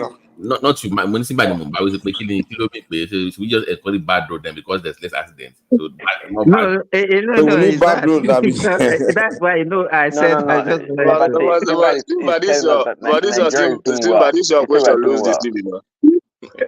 Eh? What is You it? want us to do you want us to I said, continue with bad I road? thought you're trying to make a point that Nigeria is doing well without bad roads. Prince, hashtag more bad roads to save life. More bad roads to save life. Exactly. That's what he's telling us. The thing about this life is everything comes with good and bad. There's no good thing that doesn't come with bad. There's no bad thing that doesn't come with good. So good and bad is always on both sides. That's just how nature designed everything. Every disappointment is a blessing. Every good thing come out of every bad thing. But Mike, do they have like car inspection in Nigeria? Like how we do it here every year, where you do your body check every year? Do they have in Nigeria? I'm not sure. I think they do. Not every year. I know they do registration, things like that, but roadworthiness. Roadworthiness. But they collect bribe a lot. They just pass. The issue here, every year you renew your vehicle particulars in Nigeria, and in Nigeria, really? Roadworthiness. Yes, every year. Okay, so they do it then. I know they're supposed to do it, but what the people will do is that they will just issue the certificate and collect money. They will not even ask for the car to come and inspect it. Yeah. Nigeria corruption is everywhere, man. So the only thing they do, this VIO, these people that used to wear white and black. Wait, please. In America here, they find a way around that problem. Government will now, it is the private company that will do it for you. Like where I go do my oil change now, they can do that for you. So government will just give them that whatever it's called, that they can do it on behalf of government. That paper is now you need to go and get your registration or whatever you do. So government can actually make money off that. Is my point. Where you will give it to private companies to do on your behalf, maybe they are mechanic or whatever. License agency. Yeah, but even in Nigeria, government is still making money from it, but they are just making the money without doing the work. Do you understand what I'm saying? Oh, nobody. Yeah, every time if you meet police along the road, all these VIO, those people that used to wear that black and white cloth, they will still ask you for that certificate. But the issue is that did they inspect the vehicle before they issue that certificate? No. You understand? Most people will have the certificate, but the certificate does not match the vehicle. But to be fair, man, in Nigeria, you get high level of freedom in our country. Due to that corruption. Prince, how do we know your brakes are working? Your headlight lamp is working. Your wipers are working. It's only when they want to extort money from you. That's when they will not ask you to park. Then they will not be asking you press this, press that to get you to part away with money. Because by the time they start asking you all those things, you get Nigeria, we have this. We don't want to wait for anything. We're always in a hurry. You understand? And that is what encourages corruption. Okay, Oga, just take this. I'm in a hurry. Please take this. And they always use that one, and that's what you get by the time anywhere you go. They want to actually cause some delay. They know that it is not in our DNA to have that patient to do things right. You understand? So one way to eliminate that's a good point. One way to eliminate corruption is to pump money into law enforcement, meaning that you also have to find a way to pay law enforcement. Law enforcers a lot. Like just make it a special occupation where they just, if you join this force, you make a lot of money. Or people in charge of Okay. like people that are in charge of key positions where the corruption cannot happen without them. Those jobs, those positions, those people should be extremely highly paid. It should be a special job. You understand? Okay, Or Mike. within every agency, you create a group of people where their job is to police that agency, and you just pay them very good, where they're not desperate. Because in Nigeria, I notice a lot of people, man, they're desperate too. Even those police officers, like, they don't pay them shit, man. Okay, And I can Mike. just give them gun and put them on the road, Go ahead, go I ahead. have a solution to your problem, and this is where the Bible comes in. Hey, Just take a whole generation and kill Day. them off. It kill the generation off, and the new generation will be more disciplined and well oriented to do the right thing. What the fuck are you talking about? I want this guy, man. I want to go to that holy pass. No, But the kind of mind they have, man. see now what you're saying. See, no. See, the reason why in the West or whatever and other places, even China, that things work. Because it starts from a young age, from their schools, their orientation. You see, corruption is perverse in our society. You know that. There's no way you can easily, isolate a certain group. In other words, you're going to empower that group, give them more power, like the politicians, to oppress the people when they all think the same way. When you're so impatient, you want to get something done, just like you guys are talking about. They want to shortcut and get things done right away. So the people that have the power will always not necessarily manipulate the people, because the people are so impatient, they wouldn't mind paying or engage in corruption. So you can't just change people's mindset or their life, the way they see things. Let me Just like that. ask you a question. Let me ask you guys a question. Do you think if the United States, like, they take away all these system where they, in America, it's difficult to get away with some of these things like you do in Nigeria. Let's say America becomes a system where a society where the system is also as weak, where you can easily get away with corruption, and or even if they catch you, you get away like you get away in Nigeria. Do you think corruption will be as rampant like as it is in Nigeria? 100%. Let me answer the question for 100%. Let me tell you, they're human beings. I know you know. They're not any different. See, people look at it, for example, when the Nazi Germany took over Germany, right? Before the Second World War, right? The Germans were the most, I think, in the world, the most educated people. They were well cultured. In their society, and they're very cultured, advanced people. They were smart people, the German people. But when Hitler came and his ideology and spread his ideology and was able to foment hatred towards the Jews and other people, distant Germans, educated people, their mind and their thinking, their orientation changed, and they did not mind engaging in atrocities, just killing people and discriminating on a large scale. Why that is? See, to that point, people can change like in a dime, so to speak. It all depends on the leadership and the value that's proposed in that society.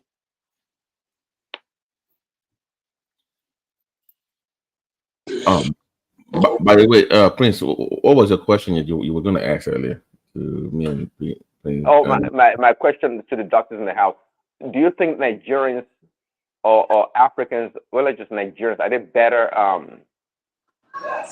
drunkards than Americans? Better what? Drunkards, drunk people. Huh? Yeah, Drunk? Like alcoholic? alcoholics. Yes, them Okay, so let's white average it people. down. So let's think about what is the average? What's the The reason I ask the question is because there's always drunk driving is a big deal in America. You know that a lot of people, a lot of drunk driving, a lot of people getting killed from drunk driving. It's terrible with all the laws and the I say police it's and all more in the. America, man. For one, more people can afford to drink. And It is two, a lie. kind of like, It's a lie. more people, you start in America. I mean, I came when I started drinking Dude, heavily in my younger years was how when I much came is to the Ogogoro US. that expensive? Is a Google that expensive? Is a Google that expensive? Yeah, compared to beer. People are not really in Nigeria. Like people are trying to hustle, man. Trying to feed. People are thinking about buying food first before they even buying. You know what I'm saying? Like America here, you can just order. People that drink in Nigeria, they go out to go drink, right? In America, you can have it in your fridge. You can have it in your house. Yeah, it's everywhere. It's not, people can afford it. But I think in Nigeria, like when somebody they drink one bottle, you buy one bottle for them. That's a lot. One stout. I want they've drank enough that day. They've have great time. But in America, when it's time to drink. But my point I was trying to make actually in seriousness is that look, right? Right? Can you repeat that? Hello? Your phone's kind of skipped a little bit. Oh yeah, because a call came in. I said people do drive drunk in Nigeria, right? We do drive drunk. Yeah. But nobody Yeah. checks. Okay, but we have much less accidents. Is it because we don't keep the record, or we don't see the accidents happening? People, because you leave the club, you leave anywhere. Police don't pull you over and do a breathalyzer to see if you're drunk or not, if you pass the limit. There was a limit. There was a The police are drunk too. There was this stupid bus driver that drove us from Lagos. He was going to Wasango at night. So all I noticed is that this guy he said he parked the bus and he opened the bonnet, whatever, that covered the window, whatever. And he was going for like 15 minutes on the highway. So I'm like, what's going on? This guy apparently had went into the market to go and drink paraga. Only the guy came back into the car, all smelling drunk, and next thing you know, the guy left our own way of our own side and went to the other side and faced the oncoming traffic. You see, because there was hold up and he wants to speed up. I said, man, everybody got down from the car. So you have Paraga, Ugoro are synonymous with bus drivers in that area. So they drink a lot of shots, hot shots, a lot of them. They drink a lot of it, and they even take hard drugs sometimes. Yeah, so they even the manufacturer takes economic situation in Nigeria into this thing. They have these sachets that are very affordable that all of them can afford. They just, in fact, they can have many of it, and they will be taking it at intervals. You understand? But the beauty of all those things is that they can only get drunk with all those small sachets. No, but Dr. Simba, do you think our weather plays a big role in people getting drunk? I don't know medically how that works, but you think the weather has something to do with it? Liver? No, the weather, our hot weather. Our weather does not encourage drinking because it's warm. I mean, but in terms of the heat, I think the people that live in the cold weather drinks more than people that lives in the warm weather. Yes, but do they get drunk as quickly as, do they get drunk more because it's in the cold weather than in the hot weather? But no, I don't think individual, like your exactly, because your liver function, the way your liver, because some people, the way they metabolize, actually it's the liver that metabolize alcohol. So people can take maybe, let's say, 100 mils of alcohol and they get drunk with it. But meanwhile, some people can take 1 liter and nothing will happen. By the way, Simba, if you do decide, Prince, if you do decide to drink, your liver can still function at about 35% capacity. So if you damage it 2/3, you are still okay. So good luck out there. Okay, thanks for the advice. But the issue is that do you know the state of your liver even before you start? Do you know the functionality? Do you know a percentage of functionality that it has even before you start adding another toxic dose to it? You will find out the hard way now. So Prince Daddy wants to be drinking. I Prince Daddy sound like he gotta drinks a lot too. Look at the way he's been asking questions. Around for me not to what's going on with this guy. He sound like a drinker trying to know more about his Pastor Prince trying to know Daddy. more about himself. Christians, they do their life contradicted. Mike, no comment. No comment, Mike. Christians, hey, those people. I fear them. Oh yeah, you know what happened? Because she tested, she loud belly. Can you hear my one leg? The kilo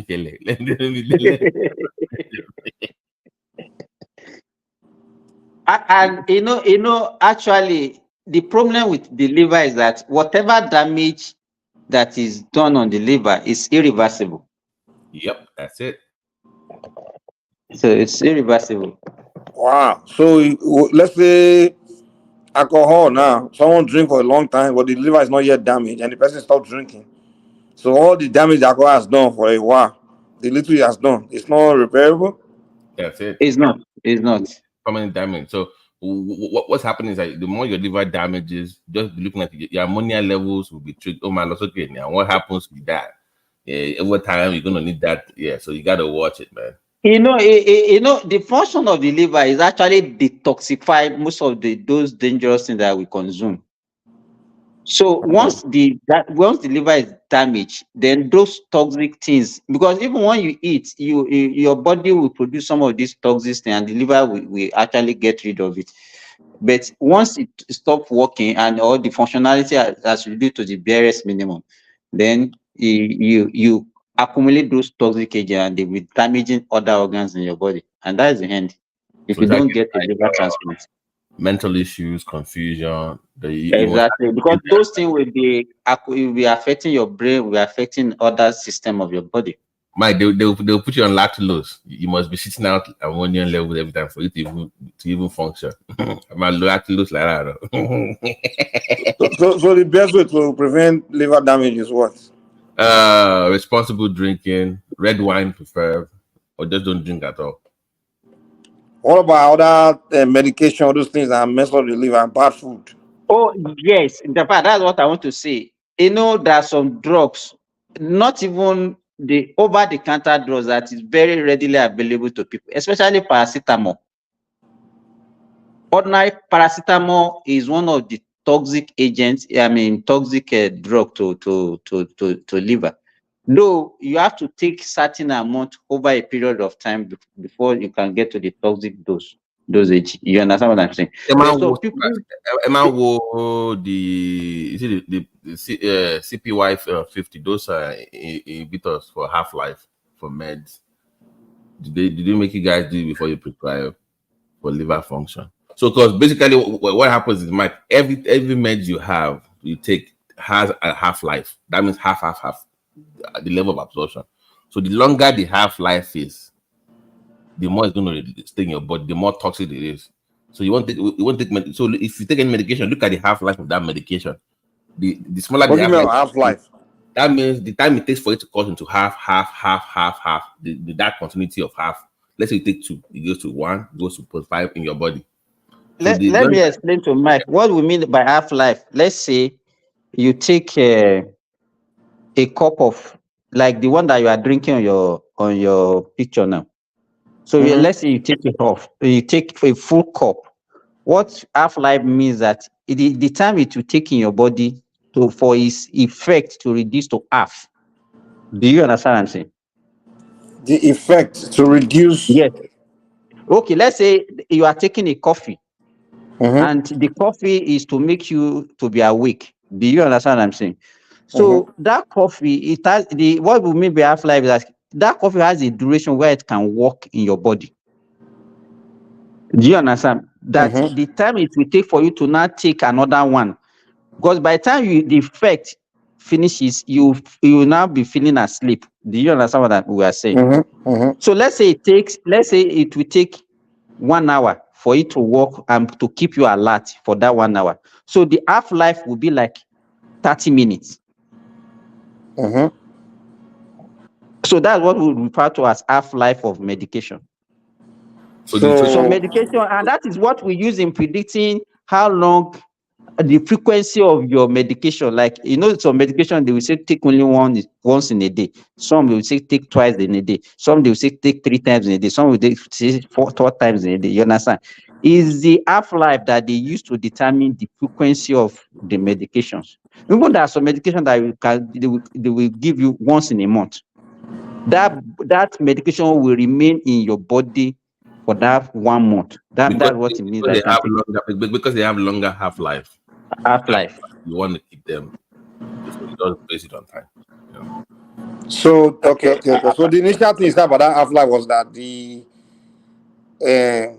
effect of on your liver depend on half-life. That's why I was trying to understand what you mean by that. You know, right? No, right, because if you say let's say you're taking something that only longer half-life, right? But you're taking multiple, and you're not taking it more frequently.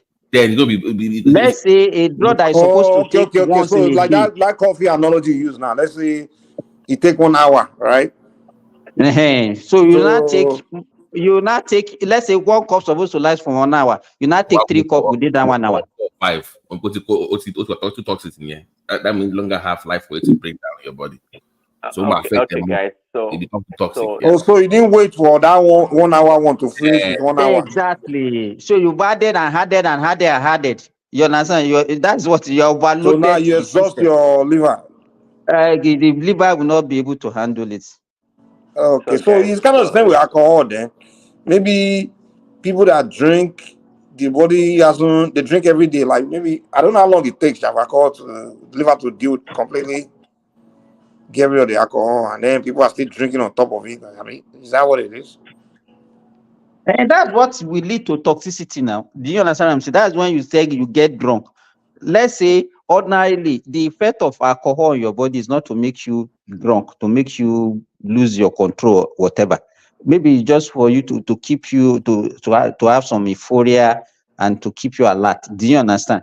By the time you not take as more than that you require to get that Libra effect that we are talking about, then you get to the toxic dose. So that at that stage, you will now be getting some other effects that are not actually what you are craving for. So that's what really damages the liver then. Yes, now because you are giving more than what it is. Just like if you are a military man, you need like let's say 100 combatants to go to war. You understand?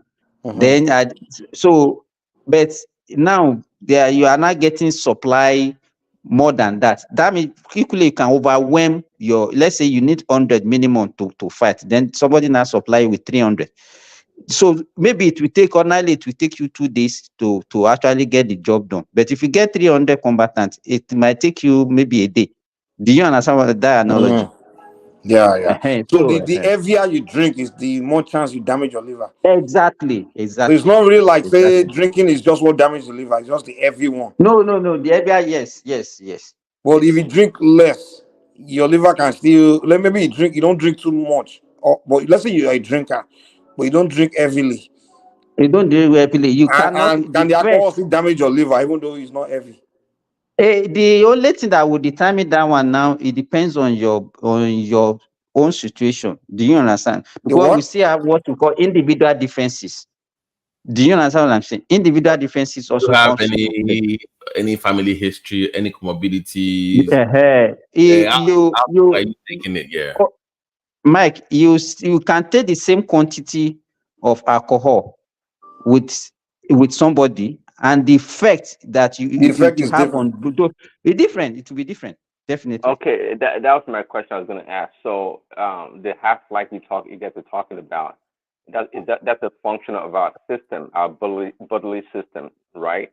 No. No. That one is an average. They determine that one. They have done study on that one. And they find that averagely on everybody, that is what's supposed to do. But that does not mean that you can't still have individual variability. So in your liver, you have what you call your P450 enzyme. That's what binds with medication. So when you take medication or anything, it binds with those medications to process. Or bind. It can either bind with it or inhibit it from working. So either way, depending on the medication. So to that point, the reason I was asking because I don't drink coffee. When I did, coffee or caffeine stays in my system for a very long time. In fact, if I drink a real coffee, a cup of coffee, I can stay up for days. I can stay up for days. I didn't know that many years ago. So and some people, they drink coffee, you just pass through their system within an hour and they're done. The caffeine is gone, and but me, it just keeps me awake forever, for days.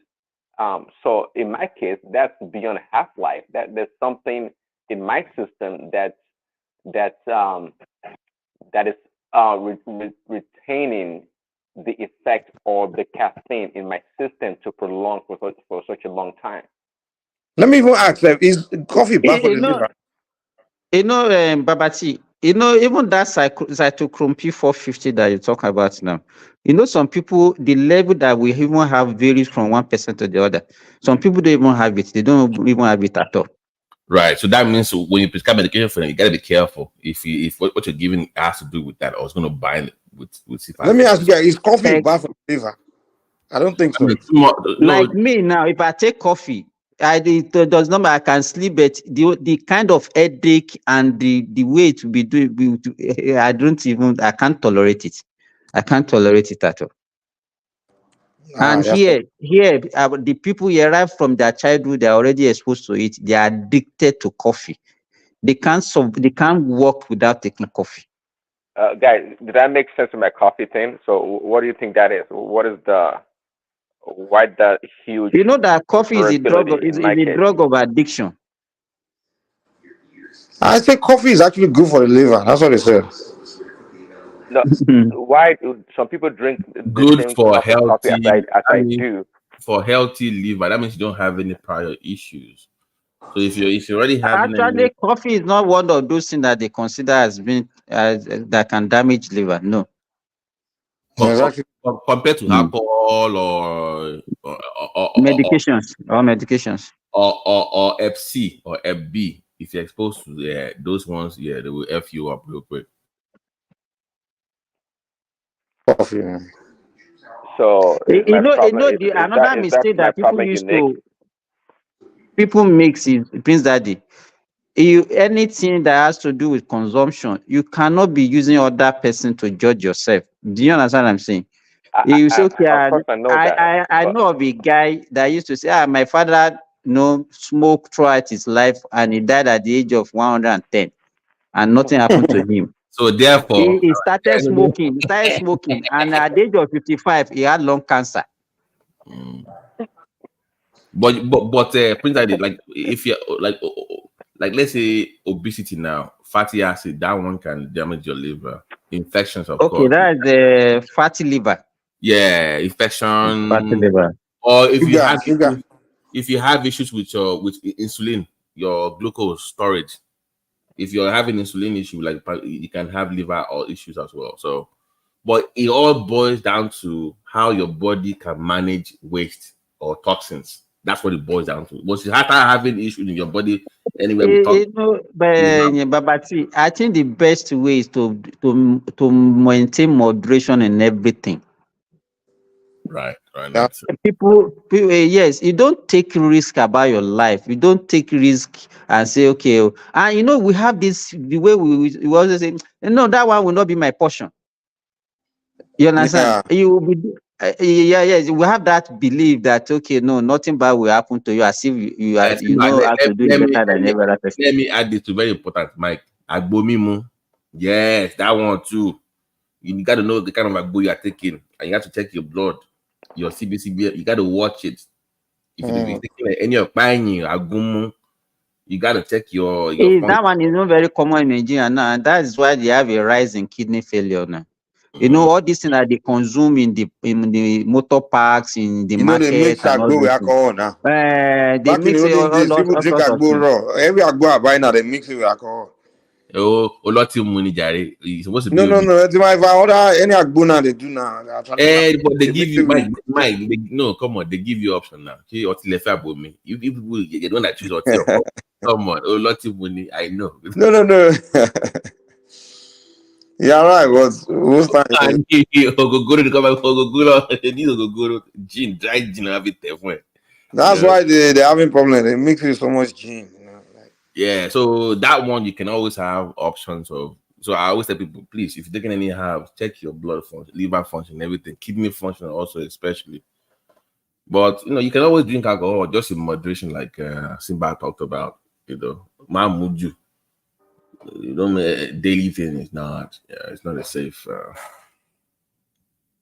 It's not a safe way to. And it's even better in the even the medication. People take medication even without prescriptions, and some people don't even know. Even some of these things that people use to bleach. You understand? Some of these soap that we use that we don't know the effect on our body. And that skin can actually absorb a lot of things. I heard that too. No, So what you skin put in your skin goes straight to the blood, Abby. it goes to your system. Believe me. Ah. Some people that smoke, the way they actually make them not to smoke again is to get this nicotine patch on their skin. Do you understand what I'm saying? So that one will also be giving them that little to still be supplying them little nicotine that they will. So gradually, then they can wean them off from smoking completely. Our skin, is one of the largest organ that we have. Look at our skin now. Look at how big the skin is. You understand? So Yeah, so. it is a very organ. The skin is the largest organ. So you cannot imagine rubbing putting some things on it every day, maybe sometimes 2-3 times every day. It gets absorbed to your system.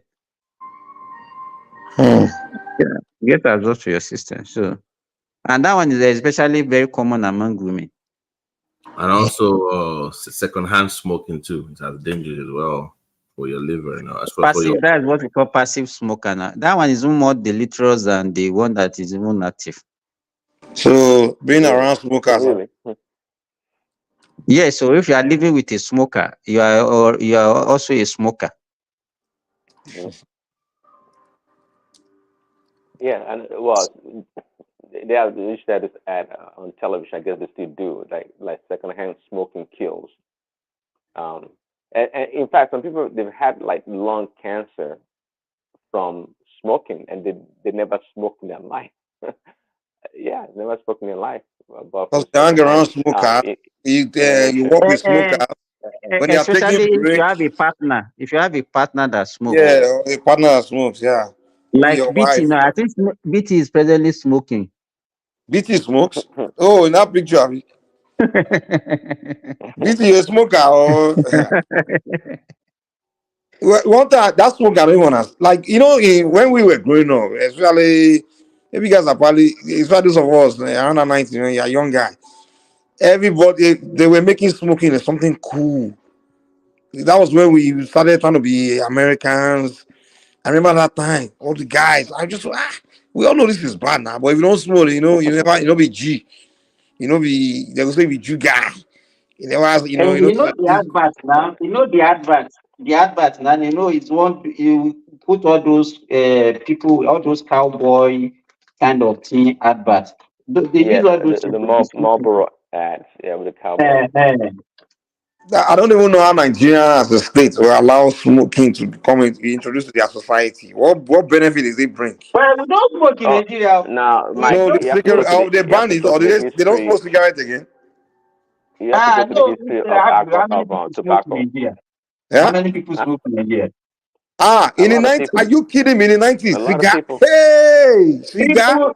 No, let me tell you, I think the rate of smoking has reduced That's what significantly we in can. That's Nigeria. what we can say. Yeah, maybe they don't smoke anymore. I Well, kind of noticed that. what is the substitute Simba? What is the alternative? Hard drugs that these kids are People, taking yes, nowadays. they now smoke the marijuana, even Yeah, I think it's publicly good now. that they smoke now. It's good now that they are smoking. But in the 90s, These people are Benson. smoking Remember more than Benson they're and smoking more what's than. the other one? Benson. Those days, that's why they call Igbo now. That you can't smoke it in the public. You have to enter bush. That's why the Yoruba people call it Igbo. But now people smoke marijuana publicly in Nigeria now.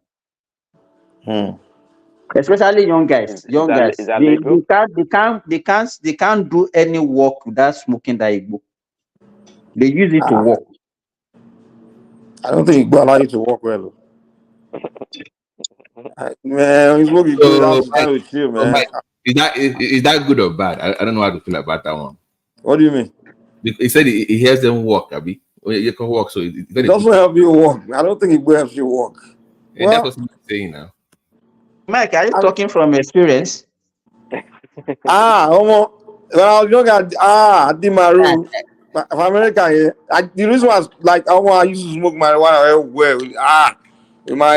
In America is that is like cigarette.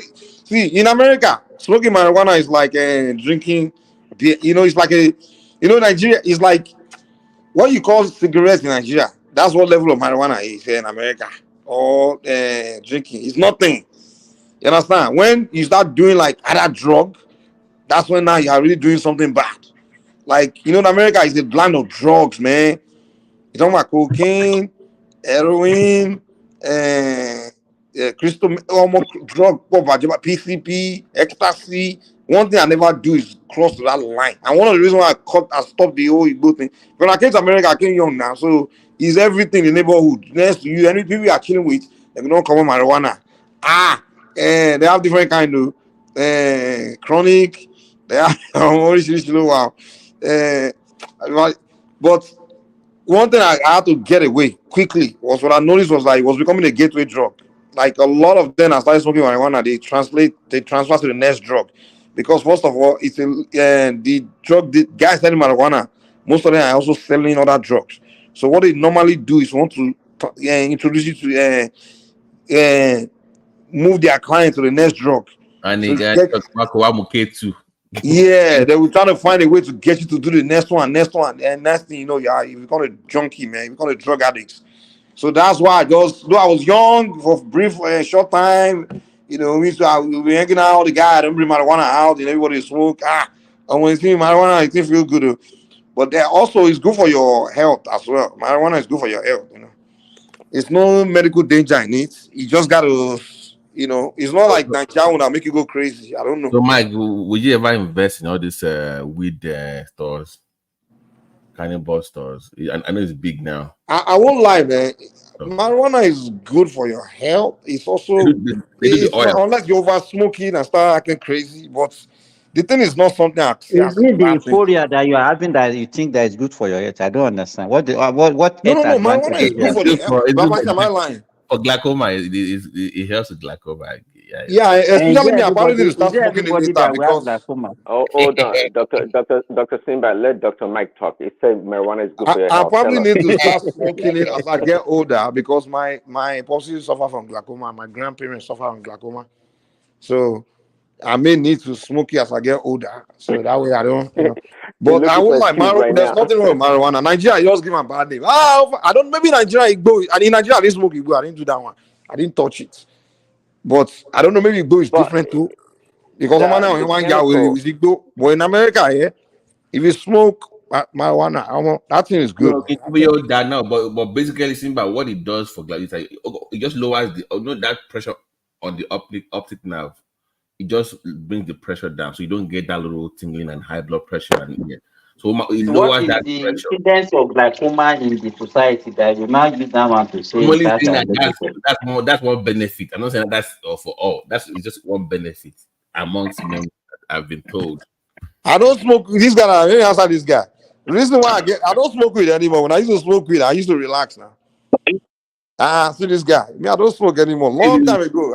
Maybe we should recommend. Long time ago, years ago. Maybe we should recommend that you start smoking weed again or something. I want to go back to it, but I just don't. The reason why I ran away from it is because people they were doing it, and for one, it's illegal. I don't want to get arrested and things like that. Eventually, police will catch you in your pocket, and when you're black in America, they will just say, "Oh, we catch you with weed, that's a foreign case in here," And then two, I realized that the weed drug dealer are trying to use it to turn. There's sometimes they will mix other drug with it and mess you up, Oh, just to bring you and you start asking for that specific brand, like they will mix. They did it to one of my guys, and they mixed cocaine with the weed and gave So I realized what was happening. I just ran away from it, man. I said, man, I get better things to do in my life than to become a I know, but on also we do use weed for cancer patients, Robinol. You know Robinol, right? So it drives down mucus secretion when they have it. So they use it for cancer and for seizures. It's pretty good, but it's not like the raw form of smoking it though. It's already processed. So on those ones I know, and maybe some GI issues as well, and of course now anxiety. Of course you're going to use it, and for of course inflammation, but not the weed, not smoking part, but if it helps, then maybe we should give it a try, Simba. Nigeria So you are give saying you marijuana mean that bad thing. you give marijuana to your patient? Is that what you are telling me? Is that what you are telling me, Dr. B? The what now? What did you say? You give marijuana to your patients? No, the like it's called like for Robinol, for instance, it's used for cancer patient. Yeah, for the inflammation. Yeah, we use marijuana here. Yeah, you didn't know that? Yeah, they use for cancer patient. So instead of giving like, let's say they have like all this nausea, vomiting, and you're giving Phenergan and you're giving Zofran and it's not Compazine. Yeah, they will do Robinol. Robinol is a marijuana extract, but it's mostly used for cancer patients. Yeah, we do use it. Yeah. I don't doubt what you are saying, because you know that it depends, or it also depends on the society. In your society, marijuana is legalized, but where I practice here, that is illegal. Yeah, so they can't even. For in the medical spaces for extreme, it's like it's really available for everything.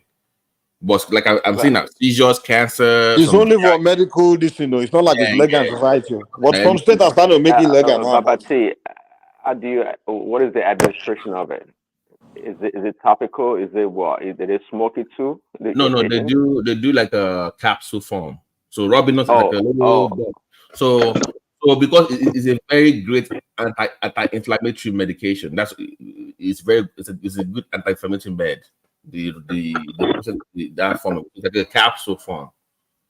Oh, is it possible? Can it be edible? One company that are manufacturing that now as yes, medication. Now they use cocaine in America in medicine. You know that they have cocaine in some medications? Yeah, they do now. You didn't know that? But say, is it edible? Did you say cocaine for medication? Yes, you didn't know that I have cocaine in it. Well, not to get addicted or high. No, it's meds. It's not like it's. But kò ní pẹ́ tẹ́lẹ̀ máa sọ dé everybody dàmúgbó àti cocaine nínú yẹn. America.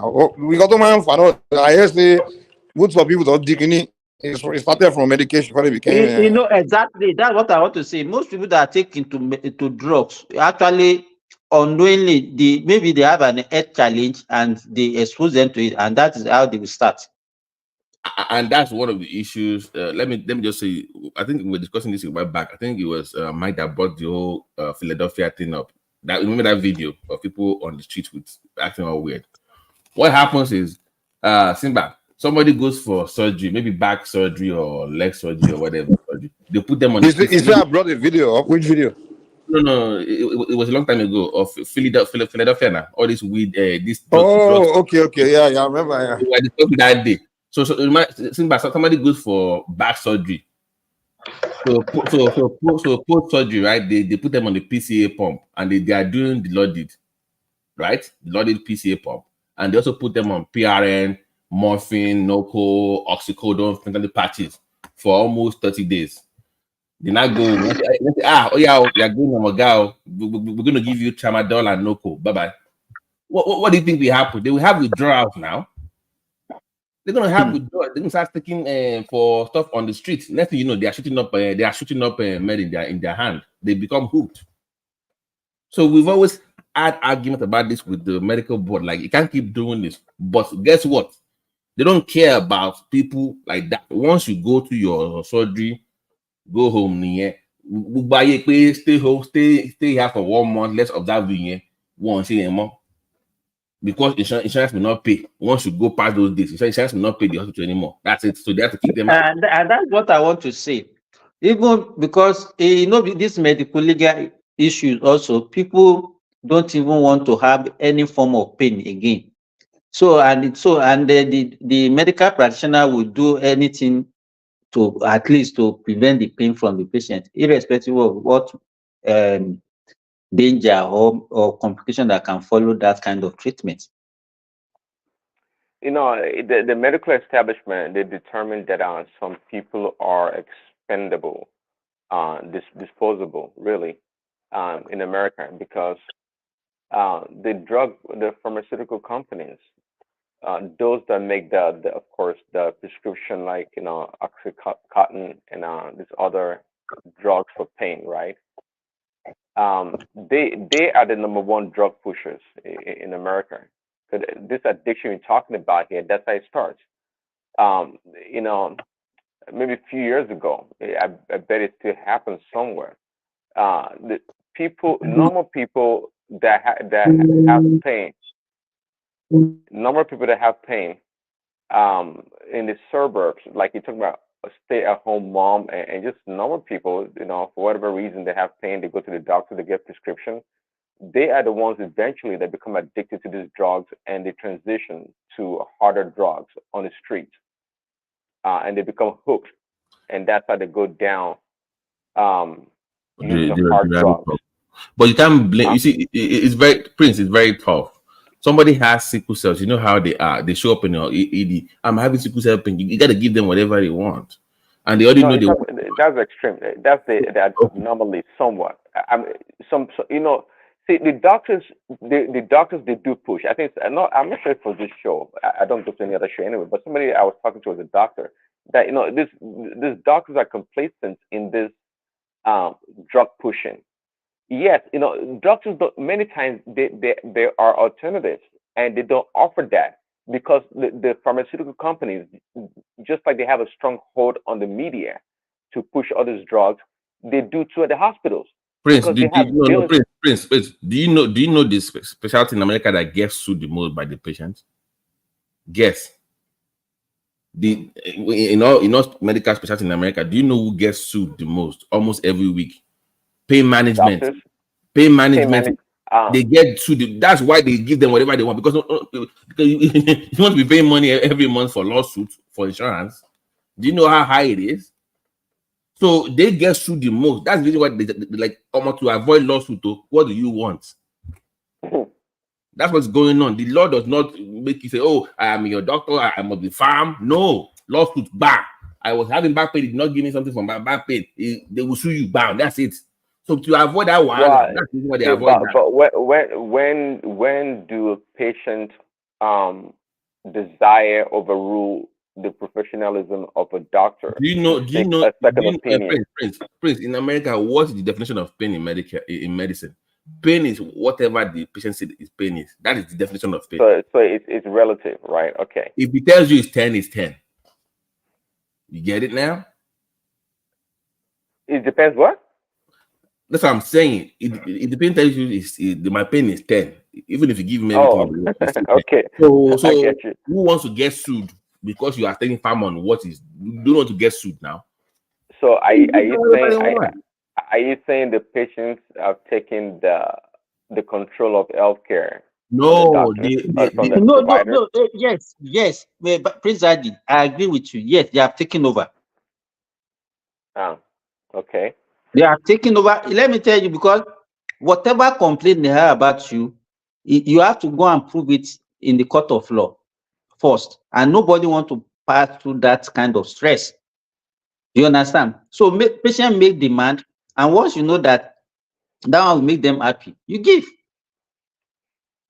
It's only in extreme cases that you decline. Most of the time, because it's like this kind of freedom and the opportunity that they give patients, that okay, you can sue your doctor, you can do anything. It gives them opportunity. So it's really affecting healthcare practices. I'm very sorry to say. So, and it adds to the cost. It adds to the cost of healthcare services. It adds to it. Because there are so many things that ordinarily you are not supposed to even be given to the patient, but because they make requests for it, you have to add it to whatever they are receiving. So okay, like what Babati just said now, if a patient does not have pain and is telling you that he's having pain, how can you prove it? So America is the culture of medication.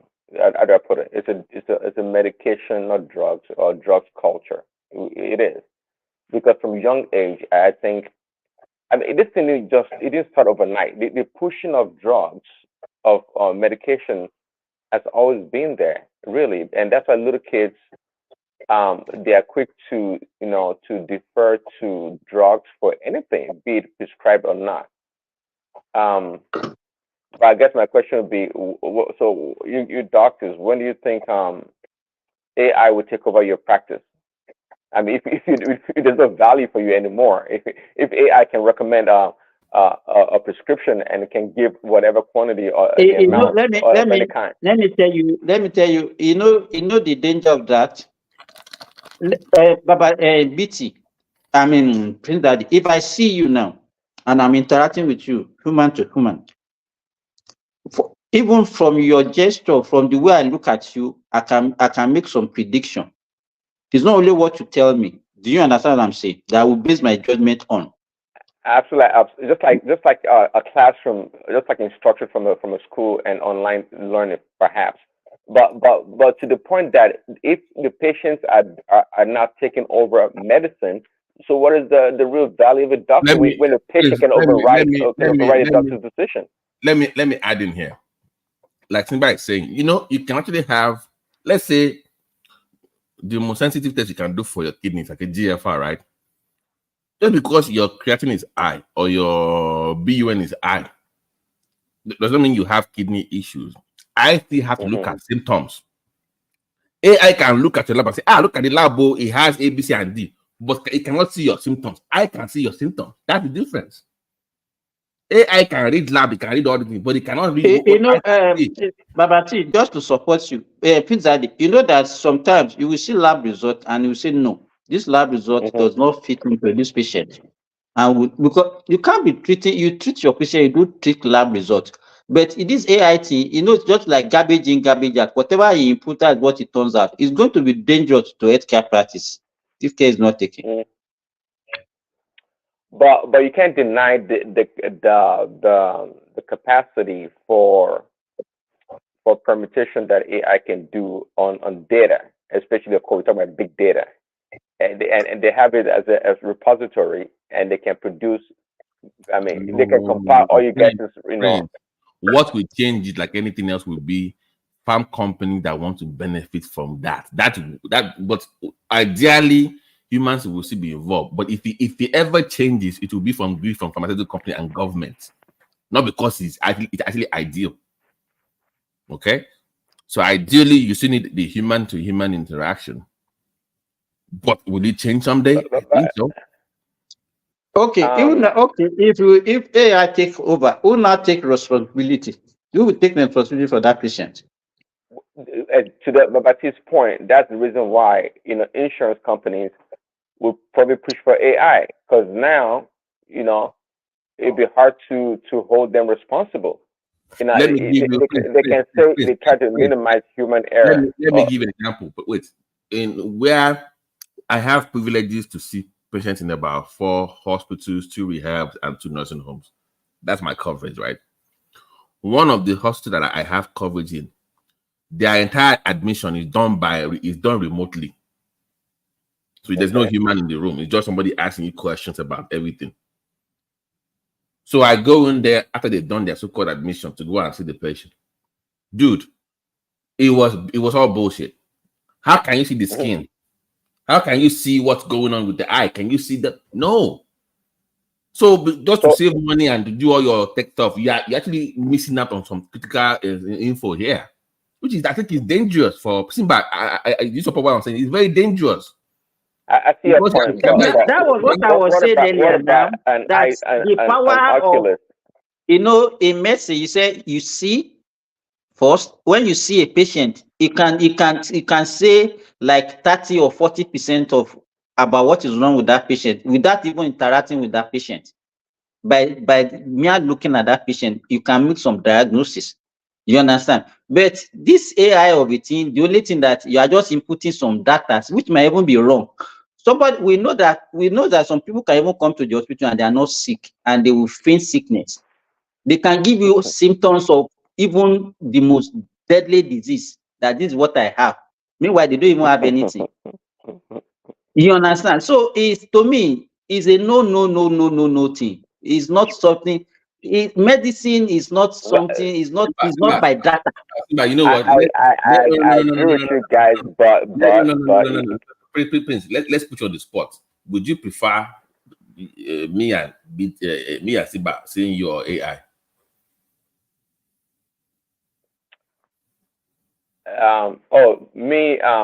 If you can choose, I'd rather see a doctor like you, guys. But the thing is that why are you encouraging this bad? Why are you encouraging?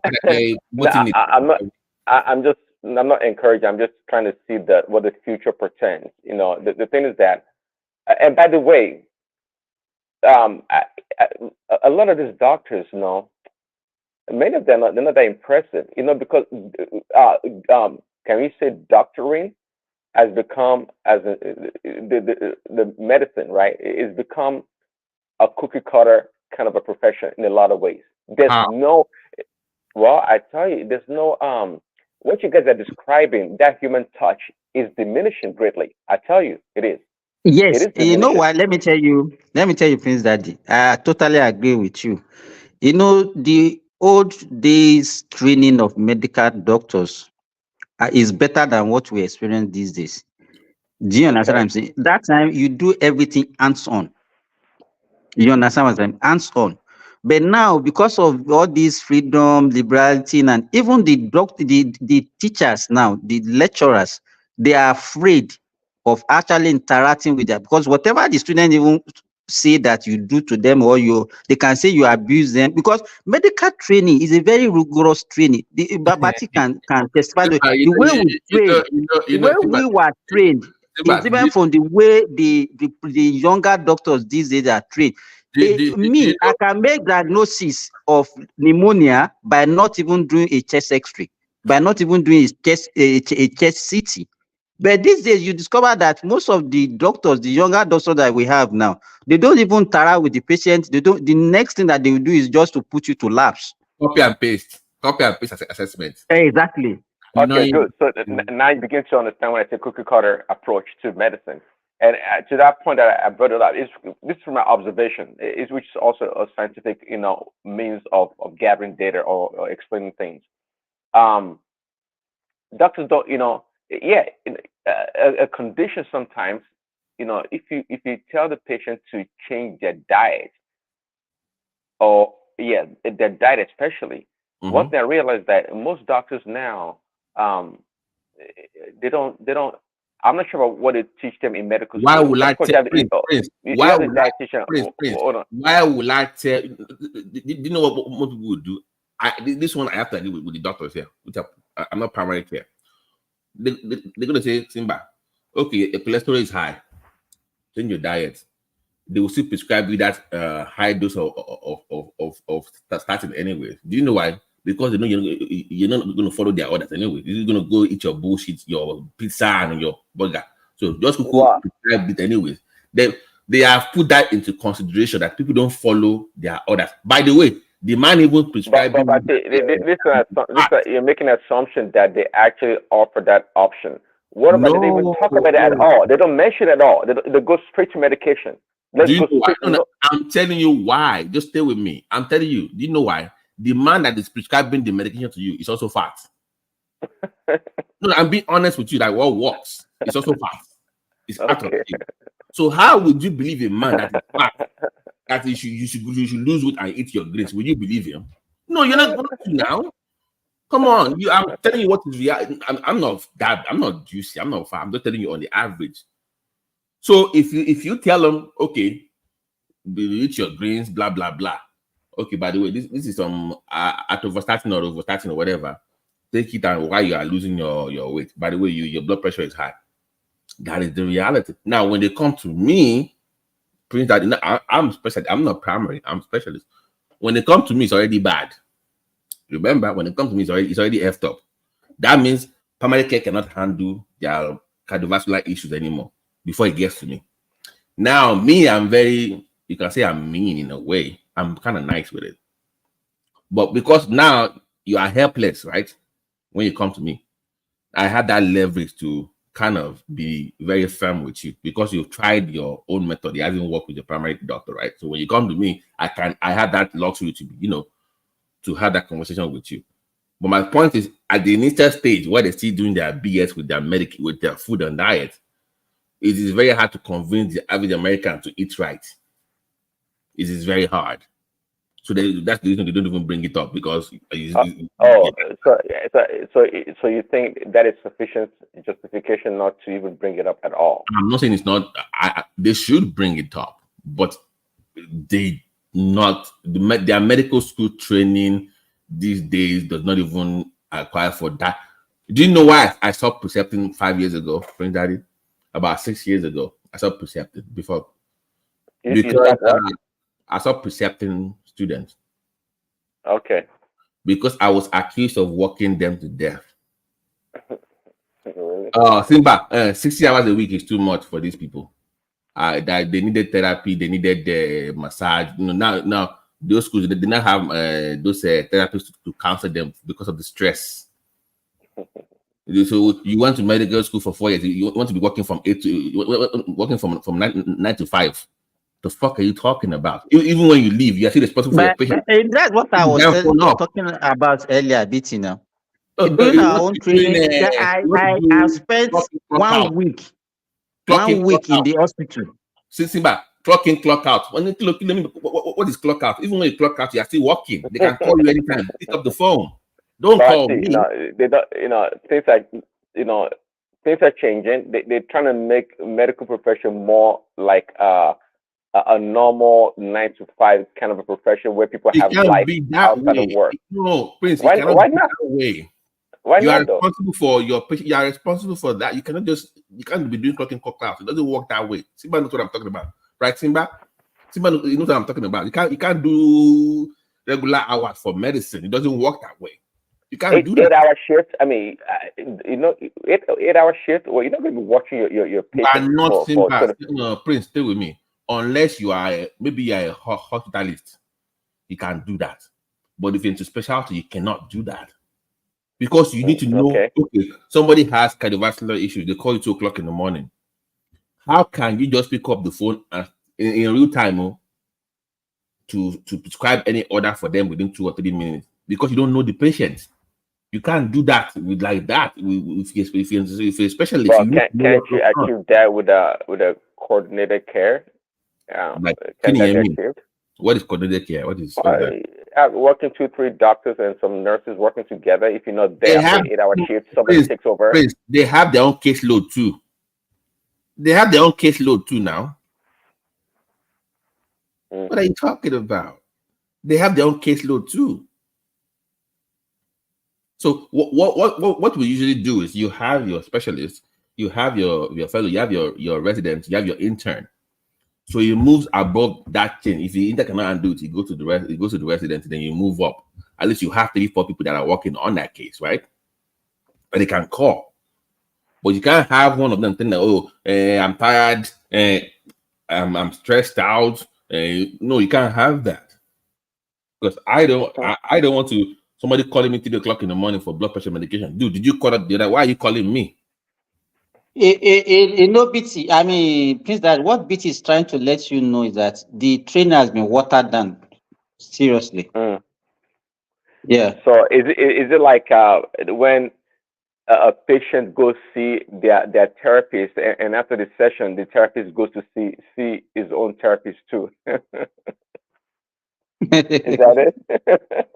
Is that it? Yeah. What they accuse him of is not only him. Majority of the old doctors have been accused of that, because the kind of training that they have, they discover that the younger ones are very lazy. They are not ready to learn. They just want to take. I don't know what actually motivated them from coming to that profession. Maybe because of money or whatever. No, because they are legacy. Now we're talking about generation. They are legacy students now. Their dad is a doctor. Their uncle was a doctor. That's why they come in now. You will see all of them. All these now. That's what they come in for. So Okay, you but come, see, you come in, you come into work as a doctor. You are on TikTok. I have never had that kind of before in my life. TikTok. The fuck is that? You're on TikTok. see, okay, so okay, obviously we're talking about a certain age group or what do you call it, demographic in a way, because people like now, for example, all the problems that Boeing is having is being attributed to um, the quality of work from certain generation not being detailed enough, not willing to spend time to get a job done. That because there's an intersection between DEI and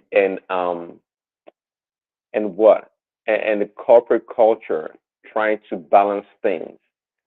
So and there's this Boeing executive. I think he passed away not too long ago. They said he committed suicide. Now, not people kind of doubt that, but anyway, the guy was complaining about the culture of quality has drastically gone down at Boeing. And the guy is like maybe like you guys, you and Sinbad is like old school kind of a guy that's like, hey, we work in airline industry, we make planes. This is a really important job whereby the planes fly, of course, in the air, and something bad happens. So he's like really hard nosed kind of a guy at Boeing. But people didn't like him. One second, people didn't like him because it was that too rigid. So they got rid of him. And so the DEI thing kind of play. I don't know if somebody knows what DEI is. But I can explain. So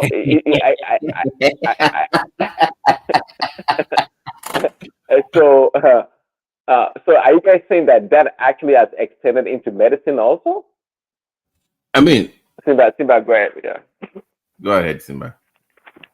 Okay, what I wanted to say earlier was that when that time before you went enter medical school, there are certain things that they will have put into your brain that you have to cut off in your life. Do you understand what I'm saying? That is why they call it a noble profession. You are dealing with human life. You understand? It's like what BT was saying. How can you be a doctor and be on TikTok? There are certain things that you don't expect from a doctor. You understand? Okay, you can imagine yourself, you are unconscious, then you wake up, then you see a doctor, your doctor that is managing you with Rasta, maybe was even smoking and all those things. How will you feel? That is this the person that is managing me? Because you expect that there's some level of decorum, some level of dignity that a doctor should have. A person that will be dealing with life must be responsible. Do you understand? If you see your daughter on TikTok, how will you feel, Prince Daddy? I get you understand? But even all this thing that we are still saying that the trainer has been watered down, it's like cannot see my pilot with a dreadlocks, huh? You understand? So, but even with the way we said that, okay, the trainer has been watered down and the level, I mean, the standard is actually falling. You can't still replace human being interaction with human being with AI. You understand? It's like, okay, Babati made mention of something like you have a skin infection. How would AI see the skin? You understand? Even there are some diseases that are systemic disease that manifest on the skin. Once you see those signs on the skin, you'll be able to say, okay, this is the disease that this patient has, and you start treatment.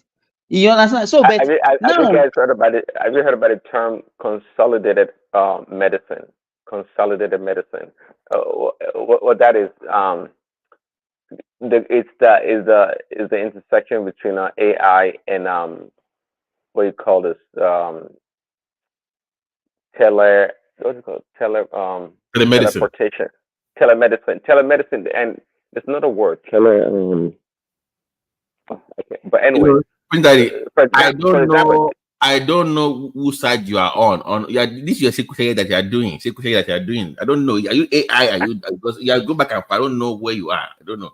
No. See, that's the thing. With me, sometimes people may have difficulty. Me, I'm just trying to understand what is going on. I already told you clearly. I'd rather go with a human doctor. But I'm looking at the trend that is going on in society, and that's where leadership comes in. Because I don't like something, or doesn't mean that I don't get to know about it and see how it affects people in society. I'm just telling you that's where it's going. For example, are you saying like, you know, a skin disease, whatever you guys call it, using like a telemedicine of some sort, that you are able to look closely onto the skin and Right. magnify the skin. Let me save you the time. So let's say I'm talking remotely, by the way. Remotely. Yeah. I'm Okay. saying that, some are palpable, not palpable. If I press on your skin, if it's something that I know, maybe it's edema on your ankles or foot. Nobody in telemedicine has limitations. If they say anything, they will say go and see your PCP. They don't focus on everything that they see. They might say, okay, maybe they are refilling your medication. They will ask you some questions based on that. If they need blood work, they will say go and see your principal. Telemedicine doesn't cover everything. They know their limitations. This AI thing that they are coming up with is assuming that they can cover everything. So what if they can cover everything and it comes to your own family member and that is the blind spot of AI? Then what happens? Do you want to be the blind spot of AI and lose a family member? No, the term I was looking for is teleportation, kind of teleportation, right? Doctor Who? No. Actually, it's called telepresence or presence. Telepresence. Simba, do you guys do, I don't know what. You say it's like, it's like for example, walking in let's say you walking on the street of Africa in Lagos, being in America, based on the technology that they have. On the technology, telepresence. You feel like you are there. Okay. Is it like Star Wars when they beam in? No, that would be teleportation. But telepresence is like you feel that you are there. But how do you call it? There's a game anyway. You feel like you are in that place, that particular place that you see, but you're not there physically. You're looking through like a different screen or medium, but your interaction with that environment, it feels so real. Okay, it feels so real, like you're there. So bring that telepresence into the hospital room. Will feel very real, like you're looking at though you can't physically touch the patient, right? But you feel so real that you're looking at the patient so closely to the point that the patient can interact with you, being afar. Okay. Now, if you merge that with AI, do you know what is called the white coat syndrome? Do you know patients behave differently? But do you know, like, see, we know what I'm talking about. Some people's blood pressure and blood sugar go up just because they are in the hospital, not because they're actually diabetic or they have high blood pressure. Did you know that? Yes. So when you start bringing all this atmosphere or whatever surround system that you're bringing in, what is the effect on the patient? Do we have enough studies on that? Do we know? We don't know. So you got to give me some respect. I don't know. No, but this younger generation, they feel very comfortable with technology. In fact, they will embrace such kind of. So we are the old as I be. I be. I get it. Well, I fall in that category too. But I'm just telling you, they're thinking. These young people that they're thinking, they're like, oh, that is cool, man. They embrace it, readily. I mean, we're talking about the TikTok generation here. So, but anyway, that's just the future of medicine. I think, I mean, I like some features of it. Don't get me wrong, but I just don't like not AI yet. But I don't like, maybe Simba knows what I'm talking about. Simba is still there. The WebMD patients. Mm-hmm. That my leg, I saw it online. Maybe I had some that. Well, if you have it, go and treat yourself. Then, if you think you know what it is, then don't ask me what it is. So don't WebMD your way into what happens with AI. Is like that part I don't like that. Now you can research some prescriptive diagnosis, whatever. It's okay. We can have that discussion. But this is where everybody feels like they are doctors now or they are pharmacists now. They know this because online it's on YouTube or it's on TikTok or it's on Google. No, we're not doing that. Which one make a quicker impact? AI in medicine or AI in law? That's a good question. I think more. I would say more in law. I would say more in law because it's more like you're debating to win a case, not based on fact, but who can make the better argument. I agree. Yeah. So that's true. that is more, which is dangerous in a way, but yeah, I don't know. So no, but don't get me wrong. Today's generation, they are very smart. They're book smart. Trust me. They because they can do more research than you ever did in your life. They know all these things. It's just that sometimes that they need somebody to just push them. You know, that's just the difference. So they are smart people. There's no DEI. I don't think if you went to medical school, you're smart to some level to finish the program. Not because you're black or Hispanic or brown or yellow. You're just a smart individual. And that one I cannot, Maybe they had entry barriers to get in. That's maybe you can have the DUI discussion on that one. But having gone through that, they were good enough to pass. So, but just a little push, it's what they need. So, yeah. Foley, are you there? Okay, so. Oh, Foley's not there. Yeah. Go ahead. Yeah, I'm there. Yeah, I'm there. Yeah. Yeah, I'm listening. Oh, please go ahead, Prince. No, if Foley got something to say, he can go ahead. We're just talking about randomly about this. I just do it.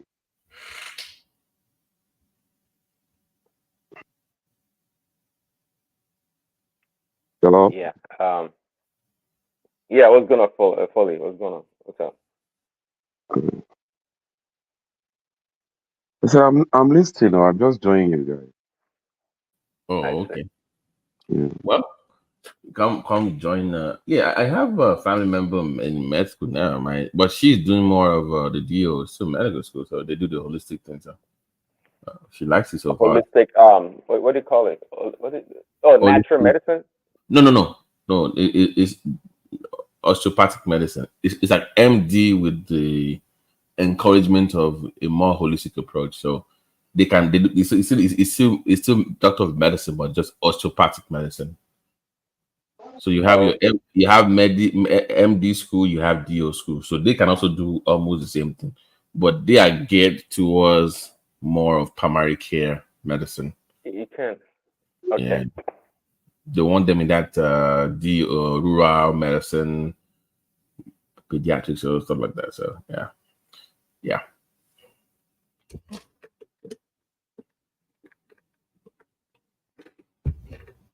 Foley, are you there? Yeah, Foley's gone. Is that a future of medicine now? I'm here, but I'm listening. I'm doing something like that right now. Okay. No. DO school. They've been here for a long period of time as medical school. They're almost the same level degree. They can do the same thing as MDs too. It's almost they're the same. So DOs also they're also medical doctors as well. It's just like they are more well-rounded in terms of a holistic approach to it. I have a narrow mind. It's about medicine only, right? Medicine, medications, treatment. They have a well-rounded, so they are more likely to open up to using like herbs and stuff. They are more into that, but they can also prescribe like a medical doctor as well. So it's almost like the same thing. Just So they've been around for a long time. Yeah, DO school. Okay. Yeah. Robert T, can you hear me? Yes, boss. Hey, recently I had my physical done. Through telemedicine, kind of, and then that would be the last time I'm gonna try that. It's not helping. Never. As a matter of fact, when they said I should review, I realized that genuine in my review because I mean some of the method or the specimen that I sent back to them for the lab, I could easily lie on it, right? But I wasn't even sure if I actually did it right. So and when it was time for consultation, I realized that it was I had a number one, I had a limited time because I didn't even see the doctor. Was paired with a nursing practitioner. I was dumbfounded. So I can imagine how much it's gonna build my insurance for seeing a practitioner, a nursing practitioner. Um, even though the one, I mean, if I could be having challenges with human being talking to me on the video camera, can imagine the AI powered um, alternative that probably would not, just like you said, me being in the hospital environment is enough to hasten my, blood pressure to a point because I don't know. Every time I put that thing on my arms, my body kind of reacts somehow because I feel that something is not normal on my hand, right? And I was always told that it doesn't matter. But now that you've spoken about it, now I see the reason why. Not that my BP is high, but it's just that I feel some reaction, right? Um, Even having needles and being poked, it has some form of reaction. And you're right. There's no way, no matter how AI trying to replace medical practitioner, it's still not going to be like when it's a human being having interaction with a human being. Uh, just mere talking to somebody, you can tell, where I don't know. I'm not a doctor, but you're a doctor. Apart from the lab results and all those tests, there's a way you have that, human connection that you can actually maybe help out.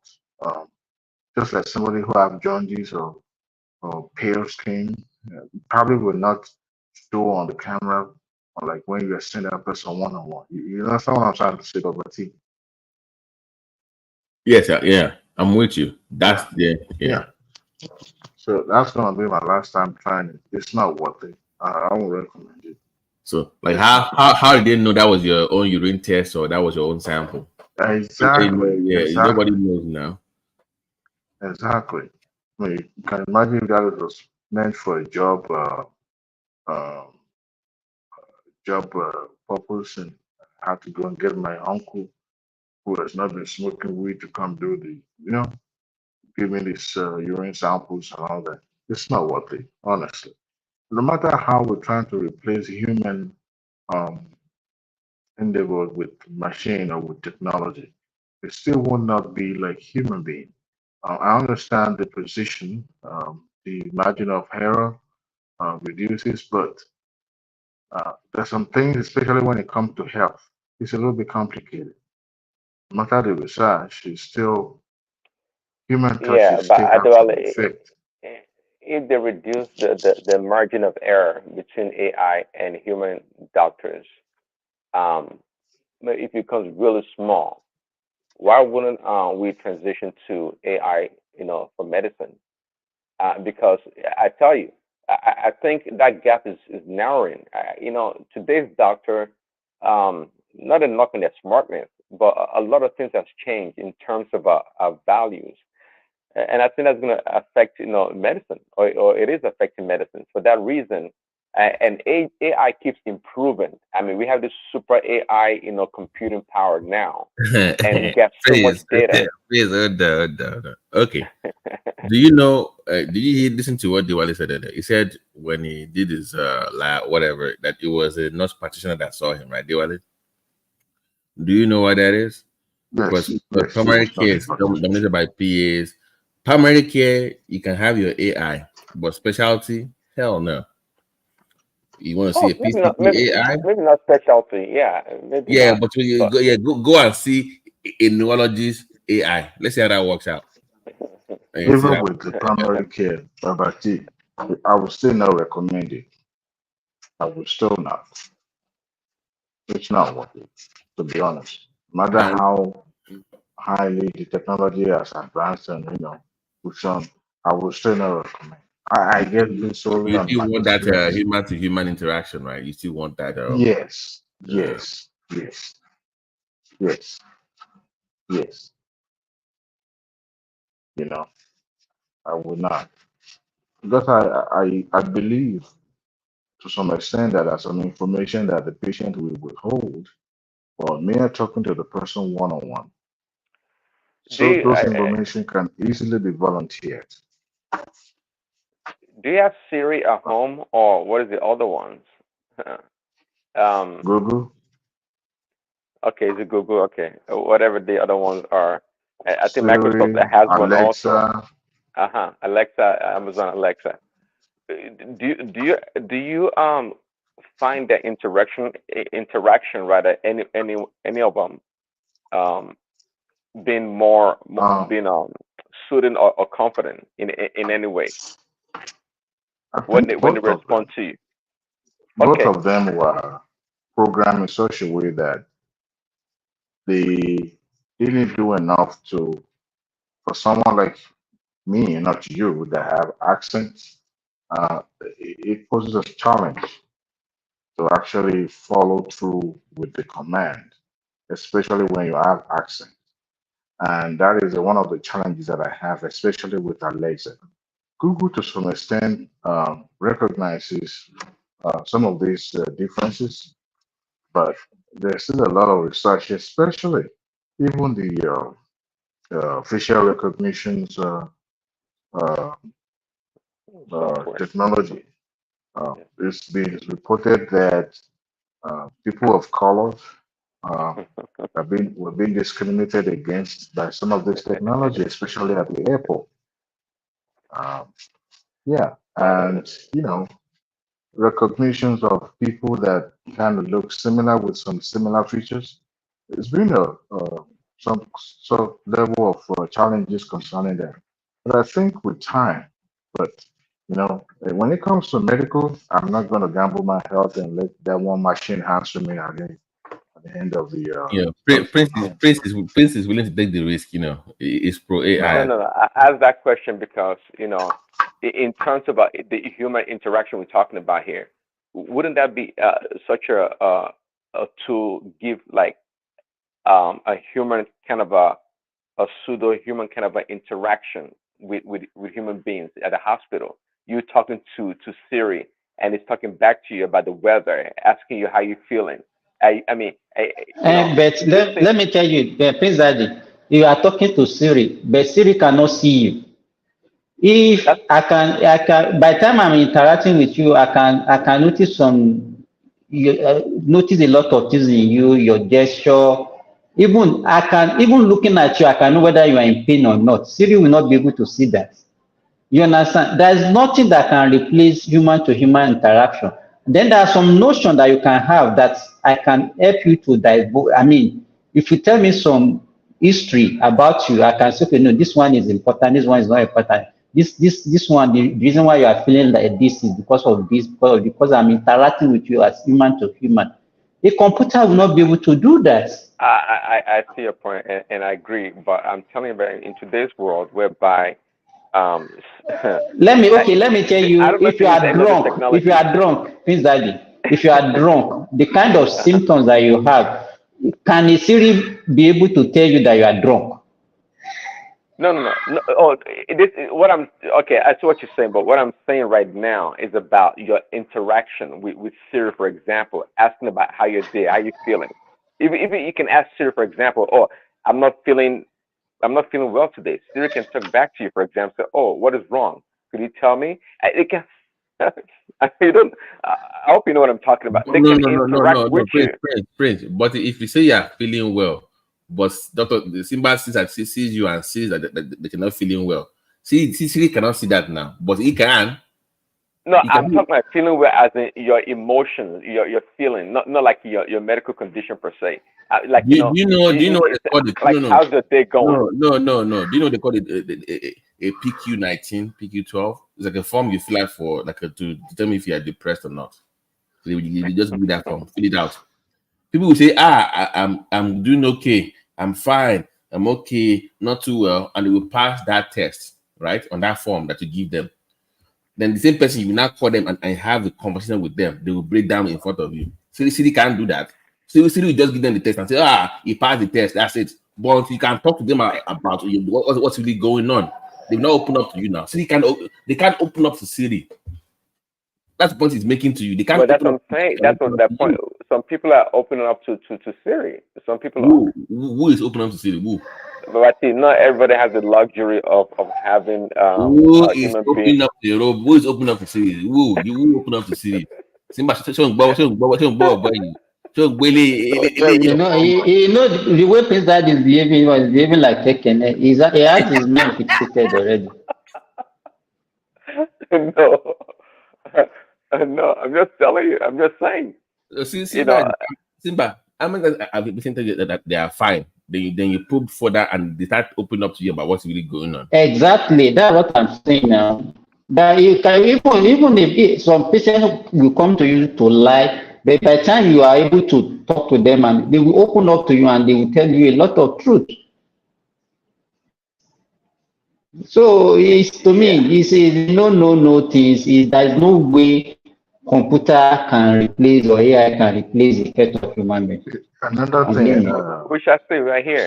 We shall see. No, we can move towards it, but we are already telling you the disadvantage, and one is going to increase maybe the money that they are going to be paying to doctors. Okay, that one, but there will be a lot of false diagnoses, a lot of wrong prescriptions that will go with it. And you can't sue them because people, I can't sue them. Then people will come and lie. Let me tell you. People, Babati, here we have a lot of patients that and they are on growth hormone. Do you understand what I'm saying? Do you know that people come to the hospital to come and get prescription for growth hormone just because they want to go and sell it? Growth hormone is about how much. If I want to convert it to dollar, that would be like $3,500 for one ampoule. You understand? And they will come and get prescription for 3 months in the hospital. Then they will go and be selling it to people that are using it to gym, to build their modules and all those things. So that means you can easily get that prescription telling Siri or whatever, whoever you are interacting with, that this is what you have. Okay, well, so if you guys can resist, but AI will flame planes from departure to destination, no problem. Hold on. What is your point? Because hold on. So what if you have racist Siri or racist AI? I don't like black people. See, this nigga, what do you you know, Babati. Yeah. You know, in the area of surgery, I think there's a limitation of what AI can do. Even what do you call it? This less invasive surgery procedure where you have an incision, just a smaller opening, right? And then you have those two pass through the skin all the way to the where you are. Or like laparoscopy and stuff like that with the laparoscopy. So now they also have a machine that can help remotely control the tools while operating on a person.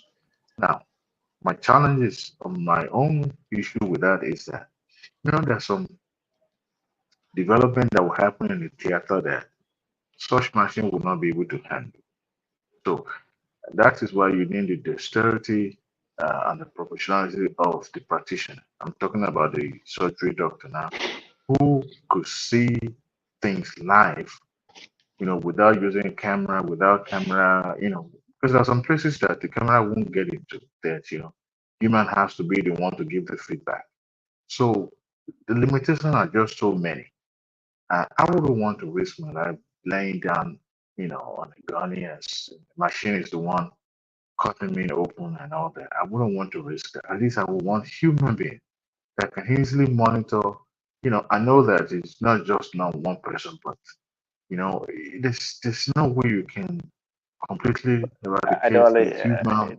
The machine or AI can react much faster than a human being could in making I'll give decisions. you You know Prince. that, right? I will give you one few that they are way advanced in any specialty when it comes to that. I mean, I won't mention my own feet though, but urology, you have the 5 hand now. Like you can have like 1 or 2 doctors in the surgical room, and the hands will even scan for you, cut right there, do this one, no, move with this. So in that field they've successfully done enough, but not offline, but you have to be in house. Maybe in the future you can do 5G offline doing it, but urology they are more advanced when it comes to robotics, helping out with surgery. But they still have to program that based on the patient on that they are working on that. So, but I agree with Diwali for obvious reasons. I'm a human being. I'm not sure if Prince Daddy maybe it's the AI joining us at this point, but I want humans that look like me, sound like me. I'm not comfortable. So Diwali, I agree with you. My mind, but why? No. See, there's but see, there's limitations to human ability. You know, the medicine malpractice in medicine obviously is caused by human doctors or practitioners, and yeah, human beings, that we trust and that which is fine, do make mistakes. They make big mistakes. We know that, but Prince Daddy. yeah. Whenever I go for my annual physical, I have the EKG and also the one that I hate the most, prostate check down, and none of that could be administered during that weird powered exercise because I mean I couldn't do it myself, so I had to be in the presence of practitioner to administer those gadgets on me. So those are some of the limitations of using artificial intelligence because a trained practitioner can, I mean, somebody who does I mean, Babati knows what I'm talking about, the prostate checks and all that. No machine can do that. I mean, you wouldn't want anything sticky, anything into your back hole. So the human being has to do it, feel it, right? But machine cannot do it. So that means for Okay, this, those medical assistants, the pre-check, is that what you call it, Babati? The pre-check. The person you go to see the doctor, they check your blood pressure, they check your temperature, all these things. How many those seconds are does it take easy. AI to do Those that? are simple. Those are the simple one. I'm talking Well, about having those yeah. EKG stuff hooked up on you. Or I don't know if you've done the prostate check before. The doctors. Let me be honest with you. I just didn't want to say it public. There are beds that you can lie on, and that would do your X-rays and do your they figured that one out. So that those jobs will be gone very soon. So Sorry? A bed? yeah, there are beds that they can lay on that will take your temperature, and even they have So Okay, what about the prostate check?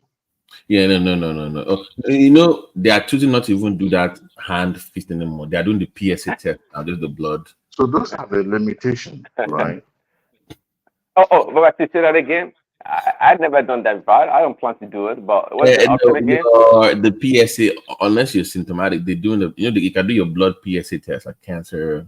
They're looking at like the key number is 4. If it's below 4, then it's not anything like unless you're symptomatic, of course, then you can go further. But 4 is the key number. If your PSA number is below 4, then you're okay. Above 4, most likely prostate cancer. But for black men, you got to check early, man. If you're peeing at night, if you're having nocturia a lot, I mean, there are signs that you have to watch. And so just checking with your doctor and and see what's going on. If it's not diabetic, just checking with your doctor. But they're shying away from doing the fisting of the butthole anymore. People are moving away from that. Oh, thank God for that, because trust me, I've never planned to do it. I had no No, intention, no, no no, no, matter no. what. Unless you have like, if you have prostatitis, like which is warm, budgie, and firm, and all that kind of stuff, they will still check. But like, Wait a minute. But No, which one is the Prince Harry says not doing? PSA, like the where they put their hand in your You better go and do it. Let them Bobrisky you for a minute. You better go and do it. It's not gonna, not gonna happen. I believe strongly in non-invasive medicine. Oh yeah, right. Oh yeah, right. That one they will erode you. This you need it, the Prince Harry. You I'm not need about being it. violated. I'm not about being violated. It's just once in a year you'll be fine. And that is Take it above What do you mean? What do you mean I do it once in a year? I don't think so. you take it like a champ. Hey, look. You know, It's they were just never one mind time. there. They give him his AARP card now. He has the AARP card. So yeah. And if your doctor is on the fast side, good luck. Because that middle finger can be deadly sometimes. Bro, stop. I'm just saying. Next thing you go in there with it, and next thing you know, the guy's getting twisted. Or the whole fist. No, for real. It can be intimidating, especially when your doctor is fat and he's telling you to lose weight, and then he has to use his hand to do the test. He begins to wonder, is he using And then the find you pencil? maybe female Asian doctor with small hands. Well, I wish I could have that luxury, but no, I don't have that. My But again, there's no way I would settle for, if I were to do that, a male doctor and that is with big hands. It's not gonna happen. I mean, I have to selectively go. It's even a nightmare to think about it, but I have to selectively go for maybe no, an you Asian doctor. negotiate. Prince Daddy, you negotiate for him to use the smaller finger, the pinky one. It's not That's how gonna you happen. negotiate. I'd rather be a By the female. time, by the time it turn you around, it's a turn around and put the pen down. First of all, grab your nuts, examine it, and turn you around and say, "Then time to do it." Put the lubricant in his finger. He begins to Dude, wonder. it sounds like you Are have too you much experience, man. I don't even know what you're talking look? about. But Are you confessing or lamenting? I don't know which one it is. I'm speaking to the reality. The first time it happens to me, I was a little bit shocked. I was beginning to wonder, am I an alphabet people or I'm still straight like Harold? And I was wondering, what is this for me? And I said, is it a must? I said, yeah. I said, are you sure you're not doing this for insurance? I said, no, you gotta do it. You know what? You're not getting younger. I said, look, between you and I, you look more older. You look like my uncle. I said, you gotta do it. I said, God help me this. I ain't gonna lie, smart going inside, I was frowning like you're going outside. It was terrible, terrible, terrible. Unfortunately, he doesn't have no female uh, uh, doctor, Well, assistant doctor that's a big there. unfortunate. That's a big unfortunate. But I I ain't think, been there for, I haven't gone there for like almost 2 years with them because what do you I call just that couldn't test take that it. you what you do it you put your stuff on your excrement, your feces in, and you send and mail it in to them for a Oh, test for testing. it's a test for blood in your stool. It's a test for blood in your stool. It got nothing to do with prostate or Yeah, I mean, it's checking for that as well, but it's more like if you have, because signs of that is like, let's say colon cancer, maybe you have some internal bleeding. So they will look at, so if the blood is very dark, that means it's deeper down inside. So the better the blood is, the more it's close to your rectum. So it's looking for rectal issues, maybe bleeding or cancer or something. So they will still do pull-ups checks anyway, but primarily for if you have any bleeding in that area. So it's a primary diagnostics. oh, okay. Well, that's less invasive, so not bad. Like they might like maybe like you mean like the occult stool test, right? So they would do occult stool test. They would just put it in test. So the maybe like for hemorrhoids, ulcers, polyps, and stuff like that. So yeah, which is normal. If you're bleeding down there, you want to see what's going on. But for black men, mostly, you got to pick. We had the highest risk for cancers down in that region, rectal and I think more genetic, I guess. But more so prostate. Yeah, that's our thing. BPA. Is that black people generally, or black No, people men. Black men, yeah.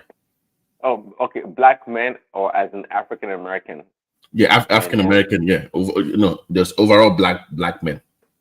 Including African. Yeah. Okay. Because of our, we are predisposed to blood pressure too.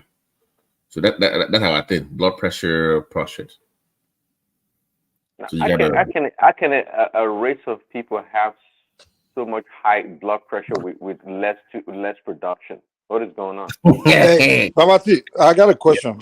You are not living in America, and we all notice, like in certain black populated area, they tend to pump more of the worst kind of food in those environments, and also like the worst things. I know who America is. They make everything more sectional.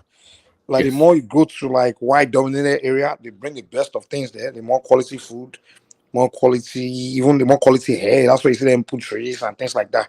But the more black area you go, you see the difference. Even the food tastes different. Even the fast food there, you could tell like it's just different. Like the supply of things there. So do you think this may be the main factor why blacks tend to be having a lot of these things? Because this kind of disease you mentioned, blood pressure, these things, a lot of it has to do with how they eat, how you eat. You understand? Yeah. I mean, that's one of the major things. And in addition to what Mike just said, the food. So you also see the liquor store around that area that you don't see gym. Like you said, the white area. What is in the white area? You will see a gym. You will see like a whole food. Yeah, more organic food, more quality. You see more quality things. I saw the difference because I used to live in more black area back in the days, and I could see the big difference. The moment I left those environments, I'm like, wow. So do America can be this different? Like I see the difference. It's like almost to the point where when I go back to any black populated area, I just can't live there. It's like I can't live there. Yeah. You know? So that high blood pressure, diabetes is gonna cause. You're gonna see BPH thing. So that's one of the things. So diet, like my diet, is a lot. So you're gonna see a lot of fast foods in the black community. And by the way, do you know in America? Do you know where they also put the dialysis centers in the black? They put it in the black community. That's where you see all your diabetes. It's mostly in the black community. So it's like they're waiting for you to have your kidney.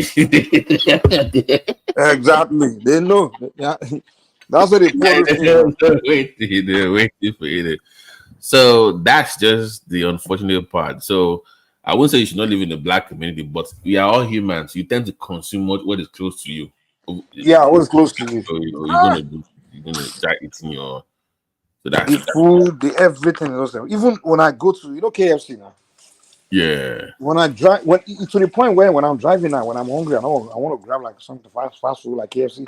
When I know I'm in a black area, I just keep going because the chicken tastes different. Like the quality of food is just different. I literally don't even buy anything. Like I don't buy food in any restaurant close to black area. So maybe if I want Nigerian food, I know Nigerian, I get it, yeah. But well, you don't have a choice anyway. The only place you can find Nigerian food is in a black neighborhood because that's when Nigerians open their restaurants, the Africans. But saying American food, like whether it's fast food, whether it's anything, the worst of it is what they dump in those environments, the black area. I just don't hit there anymore. I have to go to if you drive to any white neighborhood, white community. I'm not talking about. I'm not to say maybe there are no poor white community, but those ones you usually find them in those all white states. But if you're talking about like a mixed cities, mixed state, once you go to those white area, get the food there. You can see the taste different. Quality food. If the same kind of restaurant with the same franchise. I mean, what they say, Mike. If when black people drink Kool-Aid all day and eat the American cheese, you're not gonna get the best of things around there. But hold on. I can understand that one. But when you have like KFC, a KFC in a black neighborhood, a KFC in a white neighborhood, the chicken are different. Are you serious? I'm serious. Pay attention to it. I'm telling you. I'm telling you, man. No, I think it's psychological, man. I think you're making it up. I'm not, but Prince Daddy, I'm not making it up. I'm telling you. I'm literally telling you this, man.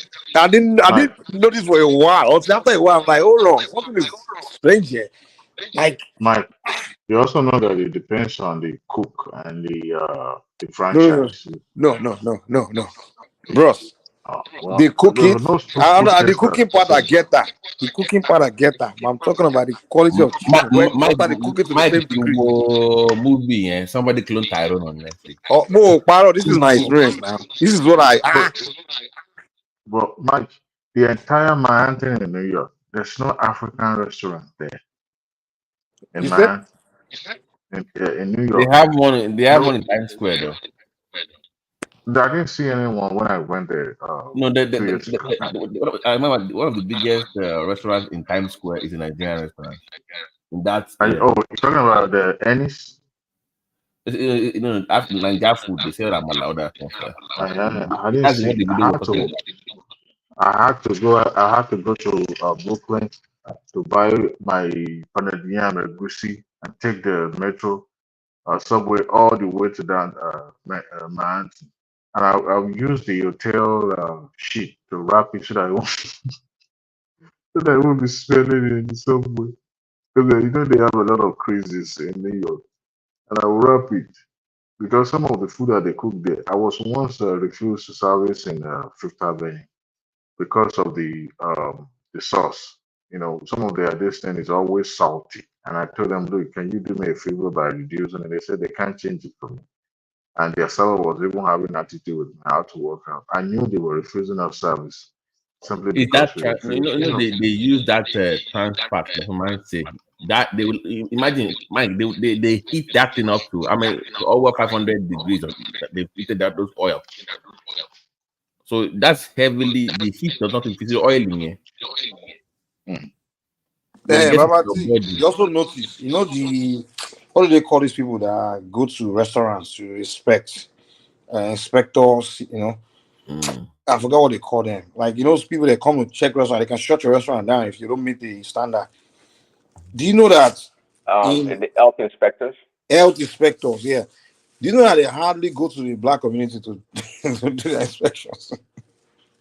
But if you open a restaurant, talk to restaurant owners. If you open a restaurant in a white area, they come almost every week or so. To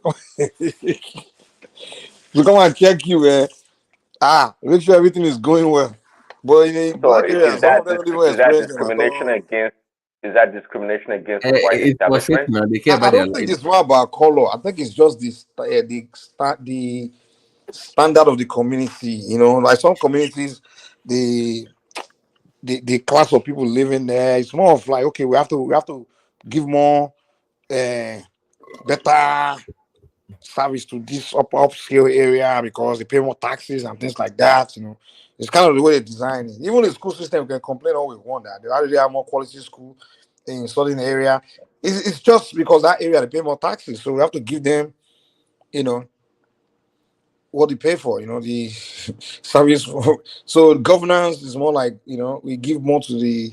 Even in Nigeria, what the kind of service the government give to areas of the island is different from what they give the mainland. So it's money things, resources. We have to provide more resources for areas where they pay more taxes. Somebody's living in Ikorodu. Those my fee level VI. Exactly. So that's what I think it is. Man. It's just, that's different, man. You pay more taxes. Earlier, I was having discussion with my wife, and she said that Jonathan signed into law the GMO food in Nigeria. How true is it? No, I think forget that one. The one Buhari signed with Trump, that one is even the most dangerous. Is it Buhari or Jonathan? You know when Buhari came to see Trump now, and they did that livestock agreement. Oh. They'll be bringing all those mad cows, those milk from American farmers from Nigeria. I'm like, why? Buhari probably doesn't know what GMO means. Why are you bringing cow that eat maize instead of grass? Why are you going to bring them to Nigeria? So of all the deals that it was signed, it was a mad cow contract. It was for the guns now. He wanted weapons. Remember we had an embargo with Obama and Goodluck. So for you know what's funny? That you cannot make guns for themselves, weapons, and they call themselves engineers. Can you imagine? That's what I always noticed. About the GMO. You see, you know what's really funny about this GMO thing? The people that will really be consuming those American, they will be really rich because they say, they want the imported one. Yeah. That's how dumb they are, man. The rural people, they be eating the organic one. They are the one buying from all those shops right now. Why do you think that they're the ones having breast cancer and all these cancers? Yeah, every time I go to Nigeria, people consuming those foreign garbage and the rich ones, the so-called ajebo, and they be there, they were posing. I'm like, they're the one having the issues now, medical kidney function, that they won't having wahala because they want to start eating. In fact, some of this food they even use embalming stuff in it to preserve them. If you go to the KFCs in Nigeria, for Mother High at Subway, huh? Subway. Eat Subway. No. Subway eats fresh because fresh Roshi. Nah.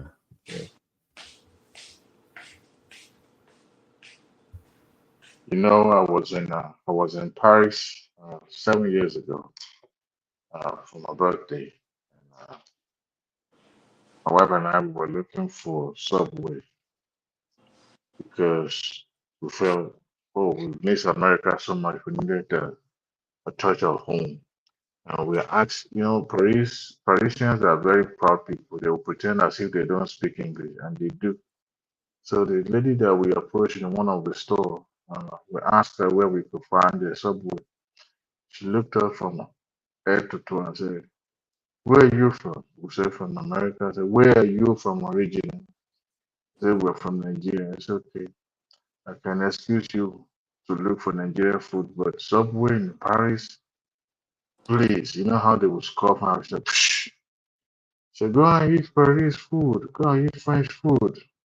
And she pointed us to a place and she wrote it down what we should ask for that we will enjoy it. Only to get there and they put pasta in the plate for us. It's like when you eat, I don't know, I never tasted shit, but it tasted like shit. Pasta Nico.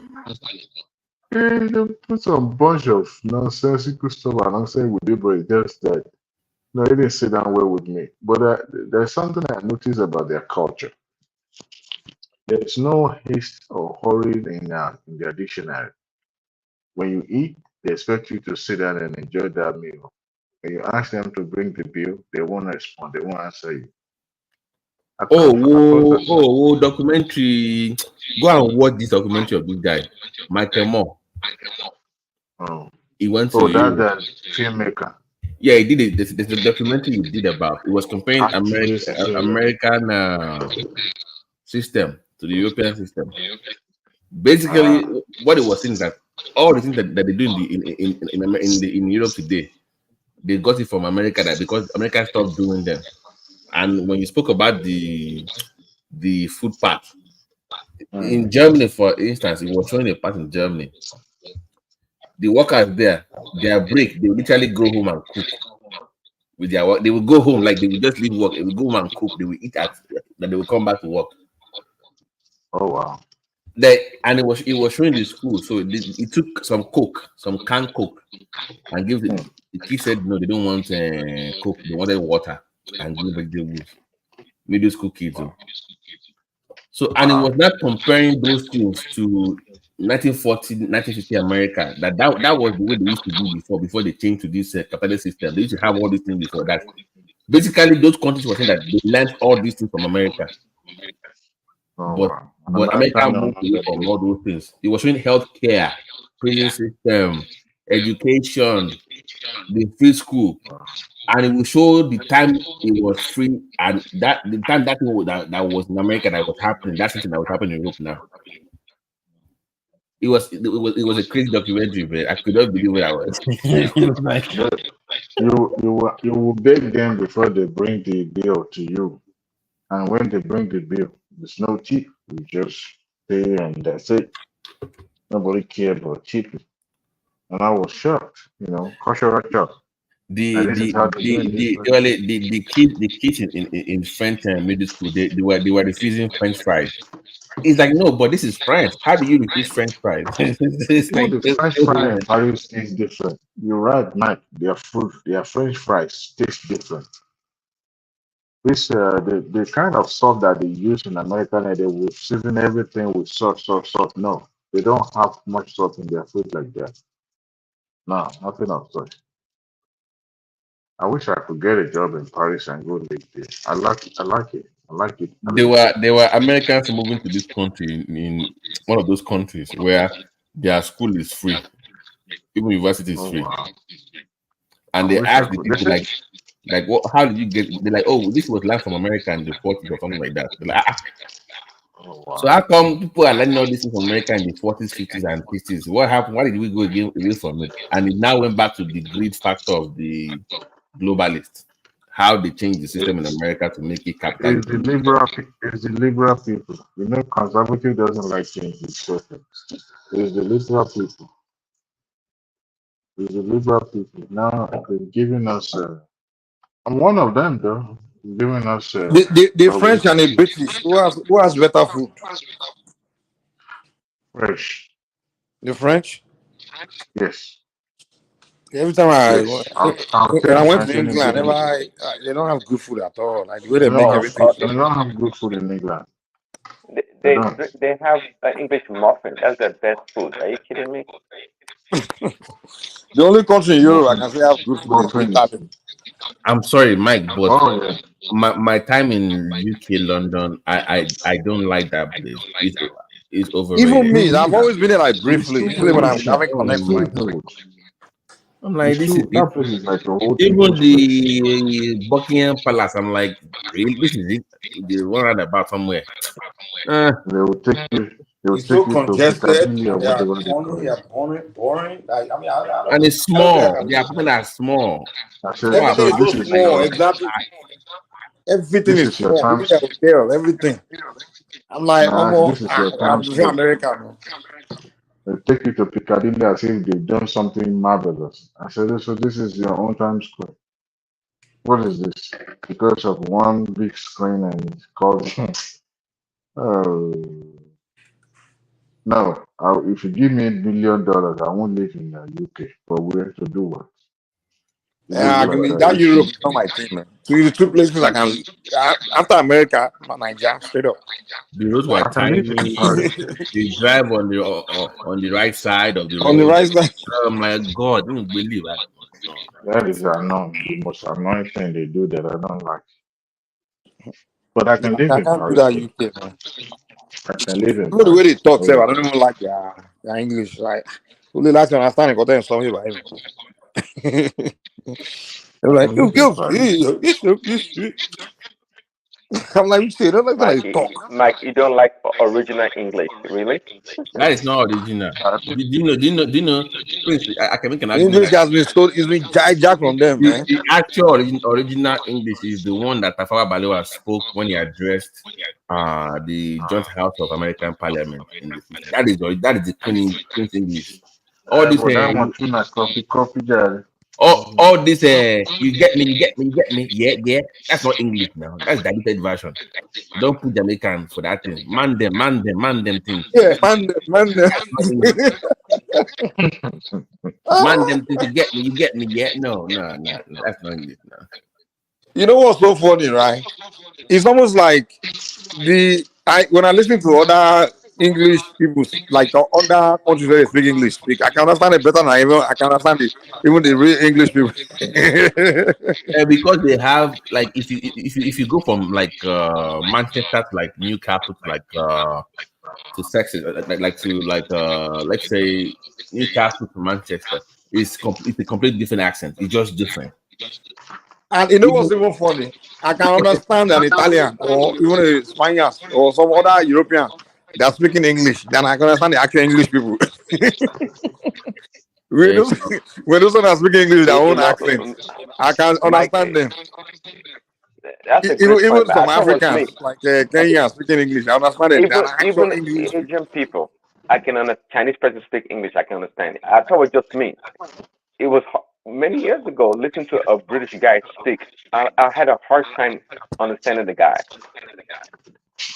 The English is Scottish. You know, they also have to learn the Queen's English to speak properly. They have to learn to speak properly because even amongst their own areas too, they speak differently. The one I had the difficult time learning understanding was in is it Essex. I'm like, there's no way this is English. You got a bloke? What are you talking about? What is this? It wasn't even. I'm like, this is not English. This guy talking. She said, no, it's English. And English. I'm like, no. So even in their own country, it's different accent all over the place, or it's just different accent all over the place. Man. So I just didn't, Mike. I just didn't like the UK. The airport was funny looking. The cars were tiny. The roads were small. The food was annoying and dry. Exactly how I felt too. Even at night, the way they had it, the light there, it was like maybe small low current lights, just like dark. I'm like, can you believe what is all this? Me too. I didn't enjoy that place, man. I didn't enjoy it. And my question was like, oh, that money. Where are the people? Only trust me, they are inside. Inside where? I don't see anybody. They are inside. They're inside. Why are you guys hiding at 7 o'clock in the afternoon, in the evening? It's supposed to be. I know this is New York now. I don't know what is all this. So shit. But Peckham was. America. What make America bubbling is because people from all over the world came.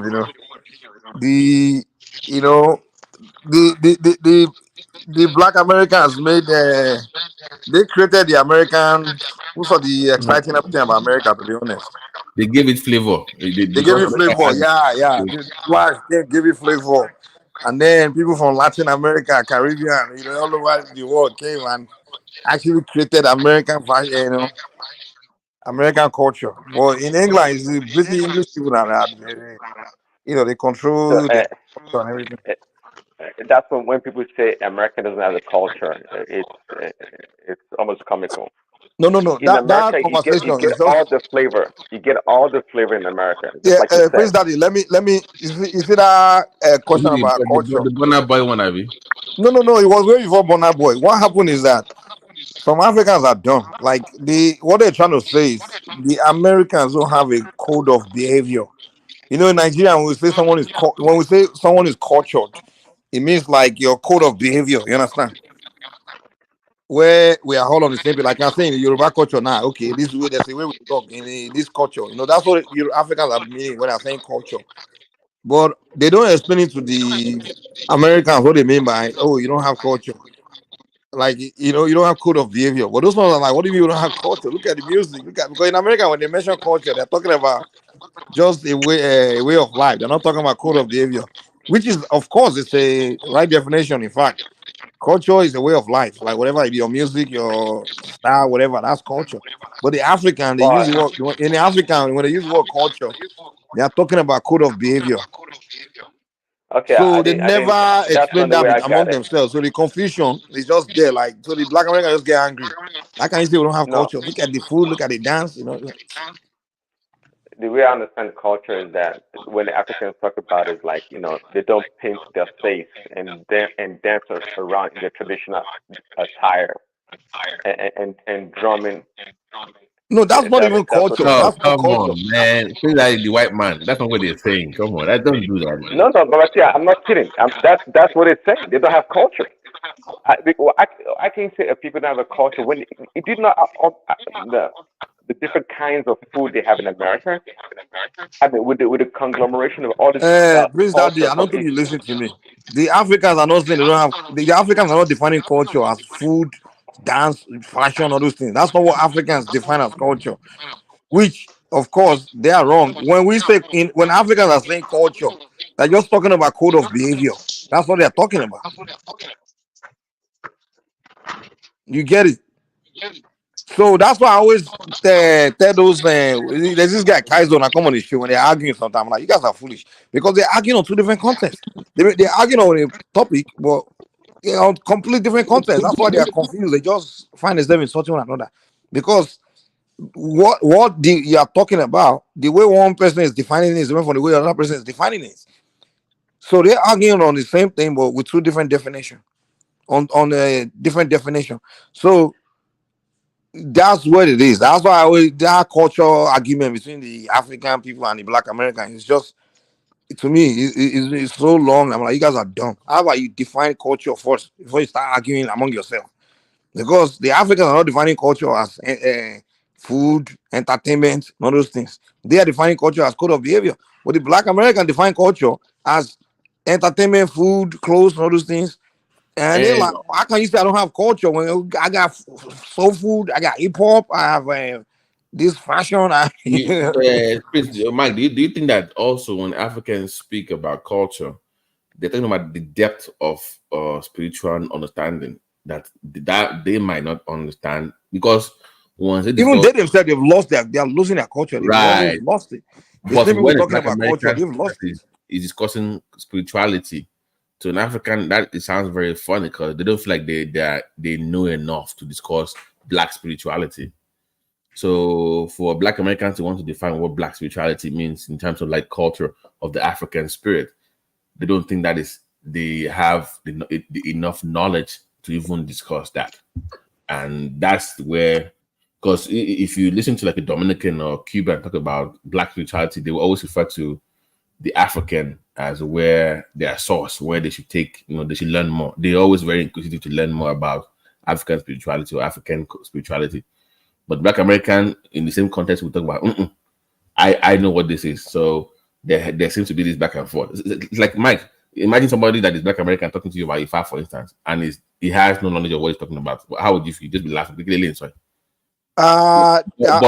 Babati, I would say more Black Americans understand Ifa more than even most Yorubas. No, but I'm saying that let's say they've not even, like, imagine talking about Ifa without referencing Africa or anything like that. And just like, no, I know enough. Like, come on, that's the source. But those that are African that don't know enough, they bank on them being African only without getting the knowledge itself. So there seems to be a disconnect between both sides. So, like you said too, it's more than just food and stuff like that. It's code of conduct, the way you conduct yourself. They don't have check and balances, like I always say. Where are the elders to control the kids? Yeah, those kind of things. Like, there's no code of behavior. That's why it's very difficult to. And why Africans start to say that is because it's very difficult to engage them. Because, okay, in Africa, for example, you want to engage, you want to engage Northerners, for example, you know that, okay, these are Islamic people. You understand? So you know their culture, like it's more Islamic way. And then if you come and engage Yorubas, you know how they are. You know that, okay, Yorubas, there's a way, this is their code of conduct, this is their code of behavior, right? Mm-hmm. So you can easily come to the environment and study their culture, study their way of life, and then begin to, know your place. But with the Black Americans, there's nothing like that, man. It's nothing. One Black American is just completely different from the other one. It's just individual thing. It's an individual mindset, and it's difficult to say you want to just learn the code of behavior to use to engage them. But they also limit it to skin color. Like, one of my best friends growing up is Bukola. She's married in Florida now. I think I met her. We saw her again like a year or two. If you see Bukola, Mike, Bukola is a blue German, half German, Ijebu, blue-eye, blonde woman, German looking, but she speaks Ijebu. No, there's no way. So to me, culturally, we kind of aligned than they have a Black American, right? So they'll feel like, okay, she's white. Why is she African more than me? She's Egbam lady. She speaks the culture. She understands the tradition. You cannot just tell me that you should be seen like more African than her just because she's like light skin and you're dark. So they attribute culture to the looks, the external look of people. So what happens is the gatekeeping of the culture is very weak. So if you as a white guy and maybe you're enemy name now, you show up, you do say yeah, what's up, and you wear the clothes. Oh, you black? No, you're not black. So they don't gatekeep the culture enough. Everybody is welcome. What do you mean gatekeep which culture? You mean the Black Americans? Own culture, yeah, they don't gatekeep it strong enough to filter who they just look at who sounds like them or who is friendly to the culture. So what happens is, okay, this is what brought up the argument. The argument was that if you notice, when it comes to any political struggle, even if you don't like black people in America, you just add them to your struggle to get what you want. So let's say, you hear the Black-Brown Alliance, and they will get those things are not real, man. Those are just but that's my point. They get used to get, like, even the LGBTQ now, who is the face of it? They'll probably black people there because you can't accuse them of when they say you are racist. So they get used a lot to achieve other people's goals. And when they how I don't think they get used, man. Forget that's what they are saying, but let me give they don't first of all, I don't think let me give an example now. No, let me give an example. So the achieving of other people's goal. Whose goal? There's no really that thing is not real. It's something they are making up themselves. Like, oh, they're using us. Let me give an example. You know, prior to maybe there was this what is this thing called? The Harvard thing that they removed recently to get into medical school. Are you talking about affirmative action? Action. You know, they used to have a Black Asian alliance before for minorities. No, there was never any alliance. No, there should be that against legacy admissions. There used to be that before. It never existed. Forget this. I know with Black American probably make up something like that and posting it out there. There was never anything like that. There was never anything like that, man. They just make all this thing up, man. Now what they do now is just they see other people succeeding, so they're beginning to say, "Oh, we are the one," because the way Black America, they're still stuck with the old American. You know, how America started. It was more of a white only. So that coalition is in Black saying slavery and things like that, and Native American. It was only three, kind of like in the beginning of the foundation of America. It was like three groups: the white, the Black, and the Indians. Right. The Indians were just being massacred and being pushed away, and then the Blacks were kept on plantation, and then the white just ruled, right? But time has changed where the world has changed, where it was really just evolving, and society have become, it's no longer the case of white, Indian, Black, and the law only recognize white. But since the law recognize everybody, we have more. They're still stuck with the mentality, but that time is gone. They're stuck with the mentality of a whole era. Okay, where they believe that we politically we go and march, we talk, you know, all those things. It's just it's not real. Man. Wait, we have more Hispanic than Blacks right now, right? There are more Hispanic than American than Blacks, right? Yeah, way more. Yeah. Yeah, but they see allies half and half, like, oh, it's Black versus white. They don't discuss like the Asian part. Exactly, that's what I'm saying. They're stuck in the old way. Like the Black and Brown coalition was in the 80s now. They used to have a Black and Brown coalition. Okay, coalition to do what? To achieve what? No, that's what I'm saying. Coalition, they were fighting white people. Like, fight them for what? Fight on the street on what? No, look it up. You will see Black. It's just all this marching and talking. It's just that's not what's solving anything or creating anything. Well, I'm saying no. My point is that the people that are claiming that they claim that they are marching with, those people don't really give a fuck about them. Exactly, because those people don't see the thing they are claiming they are marching about something. But they think they do. And those ones we just use them as numbers. But those ones don't even use them at all. Those ones don't pay attention to them. That's the thing. Black Americans believe the way to achieve things is because we are marching, we are talking about it, we are making some speeches. But that's not where you get anything done. To get things done, you actually go and go do real work. Do you know You what's understand? funny about that black and brown coalition? So if you know when George Bush first won this first election, I think 84, 81. If you notice the Hispanic vote, they never go one way all the way. They always split half and half. So they Yeah, go, Hispanic don't stick they are very to. smart. They don't give you everything. Black people just give Yeah, you their vote. Like no, no, nobody's doing this. In fact, I will be honest to tell you, no one is doing this group thing like that. Like we, the entire group of people, this is what we stand for. No, everybody is just figuring their way in America. They are the only one that always stuck box themselves in a bubble. and they go after They put themselves in a box of this is what black is. This is what black should do. Blacks supposed to vote this way. Hispanics don't do that. It doesn't even there's no even thing called such thing called Hispanic. It's just a bunch of people from different Spanish speaking countries. And we call all of them Hispanic as if they are one group of people that meet up and uniting under some ideology. No one is doing that. Even the Asians, they're not united under any ideology. Everybody's just being Americans and living their life. You know The only thing closest to them doing that, the only thing closest to Black American doing this and boxing ourselves in the group is just the races why they don't want to see anybody else. That's it. You know the affirmative action fighter. We say it's like, oh, for minorities.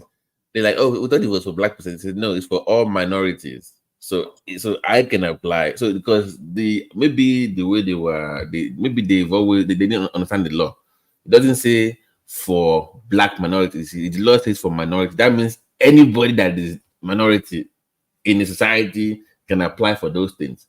But fortunately for them, those getting it are like the other minorities, like Asians, Africans, Jamaicans. So they're like, no. This law is for us, or for us only, nobody else. Like, no, sorry, the law is not just for you only; it's for all minorities. So I'm like, was that law? Oh, in the 70s we fought for you. I'm like, you didn't really fight for me. Actually, it was the white people. They were the one that gave the power away. Like, if they want to keep it, they will keep it. But the argument is they want to now go against legacy admissions, which is funny to me. Let me give you an example, Mike. So Ngozi Owejuela, whatever her name is, the one in the world, I think she gave Harvard. How much did she give them, Mike? Was it $3 million that she gave to the school? And her kids are going to the school. Legacy admissions are for alumni and people that fund the school. You can't say because they are mostly white. So therefore, just okay, how much you they bring for Harvard? How much are you contributing? So they're letting you because you're black. But in fact, someone is even telling you, the Asians are the one fighting this black affirmative action. That's my point. That the fight for affirmative action to the blacks, they thought it was for black minorities, but the Asian argument is that it's for minorities of everybody, excluding white people, not just black. But that's what they did not. No. I don't think that's what the Asians are fighting. I think they are fighting against that idea of affirmative action. I mean, I may be wrong, but I think that's what Asians are fighting against. Meaning that you don't qualify to even attend the school. You don't score, you don't meet the criteria. You can't score high on the test, but they have to put you there because you are black. Whereas an Asian guy or Asian lady that go and study, score high, and fight hard to get into a school, they will now tell that person that you can't come in because of an affirmative action. That space that's left, you have to put a black person there, and they will put a black person that didn't score anything. I didn't work for it. So those ones are like, come. If I'm working hard for something, why would you put someone else above you because of the color of their skin? Okay, I think that's what those ones are fighting against. Let me ask you. If that is true, then white people are still getting into Harvard with lower grades. Because if the law was truly changed by what Supreme Court declared, then that would cover legacy admissions too, right? They will say, okay, sorry, even though your father is an online and they give school to give, people are getting into Harvard with not even 3.0, they're still getting. So you're saying like people that maybe generation, they have alumni. Even for even for the medical school I went to, half of the slot is for alumni and legacy student admission. That's the way it is. Because they're the one that fund the school, they're the one that the alumni, their uncle went there. It's for them, and they are white mostly. So is it because you are just an alumni or an alumni that is a member of people that are funding funding the organization? Funding, okay, so people funding, so they give them respect because they pay for it. They are on the their university, they have board, they have each university have board that would get them money. Okay, so it's not just like, okay. For example, you like the university you've attended now. If you are not funding them, you are still an alumni, right? Yeah. Even though you are not funding, right? Mm-hmm. So are you saying the alumni they never funded the school? They still they give them slot too, or it's just the one that are funded? They are putting money. If down the road, if my kids want to go to my school, if they apply, I still have influence over that my kids getting in compared to everybody else. Even though you're not being funding the school, you are putting money. No. If I'm funding is extra. The more I give money, the more I. But I'm saying, what about the person that's not giving money, but still that's an alumni that's not giving money to them? They have a leg up when it comes to admission. So let's say it boils down to the kids of my own kids that I went to my school now, and somebody else's kids. If they have the same grade, they will go with the kids of their alumni. If you meet that, even if the alumni is not an alumni that funds them. Yeah, it's funding and alumni. That's a two criteria too. So let's say both alumni that doesn't fund, that doesn't have any connection. Yeah, you have a say now. They still open a slot for you. Yeah, they do. Like Dr. Bell is an alumni of UT Southwestern. Even if your kids call low, he doesn't make the criteria. They will just let him in. Are you surprised? Mike, I'm telling you, people that not everybody that went to Harvard is getting that got high grades to get in.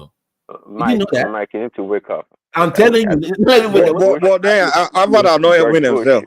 Judge Bush. I'm telling you that's the way it works now. They went to Yale, right? Went to Yale. Okay. Do you know there's this billionaire that is in India, one of the richest billionaire in India. His daughter is in Harvard because he's the billionaire that went there that gave them $10 million. That's the reason she got in. And sometimes, you know, this you know, do you know the Harvard, for example? Do you know how much money those guys have? They have billions and billions. And by the way, they still get money from the government. They have their foundations. And exactly what Babati is saying is absolutely correct. You know, these people, you know, by the way, my question to you, Babati, so what happens to the quality of education? And that's what I'm about to get into. Because Harvard overall, for example, as an example. Babati, let me please, Daddy. You know that the way these schools compete, right? You know they do rankings, right? Right. You know the factor that determines how much they will rank will be based on the quality of student that they bring in. You know. No, you know what I'm saying? Smart. No. Think about what I'm saying. If your father went to Harvard, that means when you were going to high schools, whatever, you probably went to the best schools. Yeah, but exactly. So you're not going to be on Dunce now. No, but I'm saying that regardless of that, you have it. So let's say you get a 3.6 now, and somebody got 3.8. You can still meet the minimum requirement of 3.5 to get into their graduate program. Yeah, okay. The base of this argument, you still have to meet that minimum requirement as far as on the test score, right? So you got to say that now. So you meet the minimum requirements. Not now. They of course they set that minimum requirement, so everyone meet that requirement, and then they start looking at other factors. Like, okay, are you alumni? Are you this? You know, but the affirmative action one we are talking about, right. Like you don't meet the minimum requirement as far as test score. You can be one girl, you just call, you know, maybe 2.0 or something like that. But they will say because you're black, they have to just admit you, even if you just don't qualify to be there. They have to admit you. That's what this affirmative action is about. Yeah. They just have to admit you because you're black. They have to put you in. They're not going to admit 2.0 and I'm telling you, go and look. Actually, I don't disagree with you. Again, what's the affirmative action all about? Just like someone like Judge Bush. No, but that was not. Prince, wait. That was not actually, Mike. To be honest with you, that was not. It wasn't meant to be that way, Mike. To be honest with you, if you remember when Obama did the law change when he was in office, it was that let's say 100 people applied for medical school now, and only 4 blacks are applied, but they're going to pick 20 students. What are the odds of them getting a black person to get in if everybody has the same grade? So it's just to say, okay, no.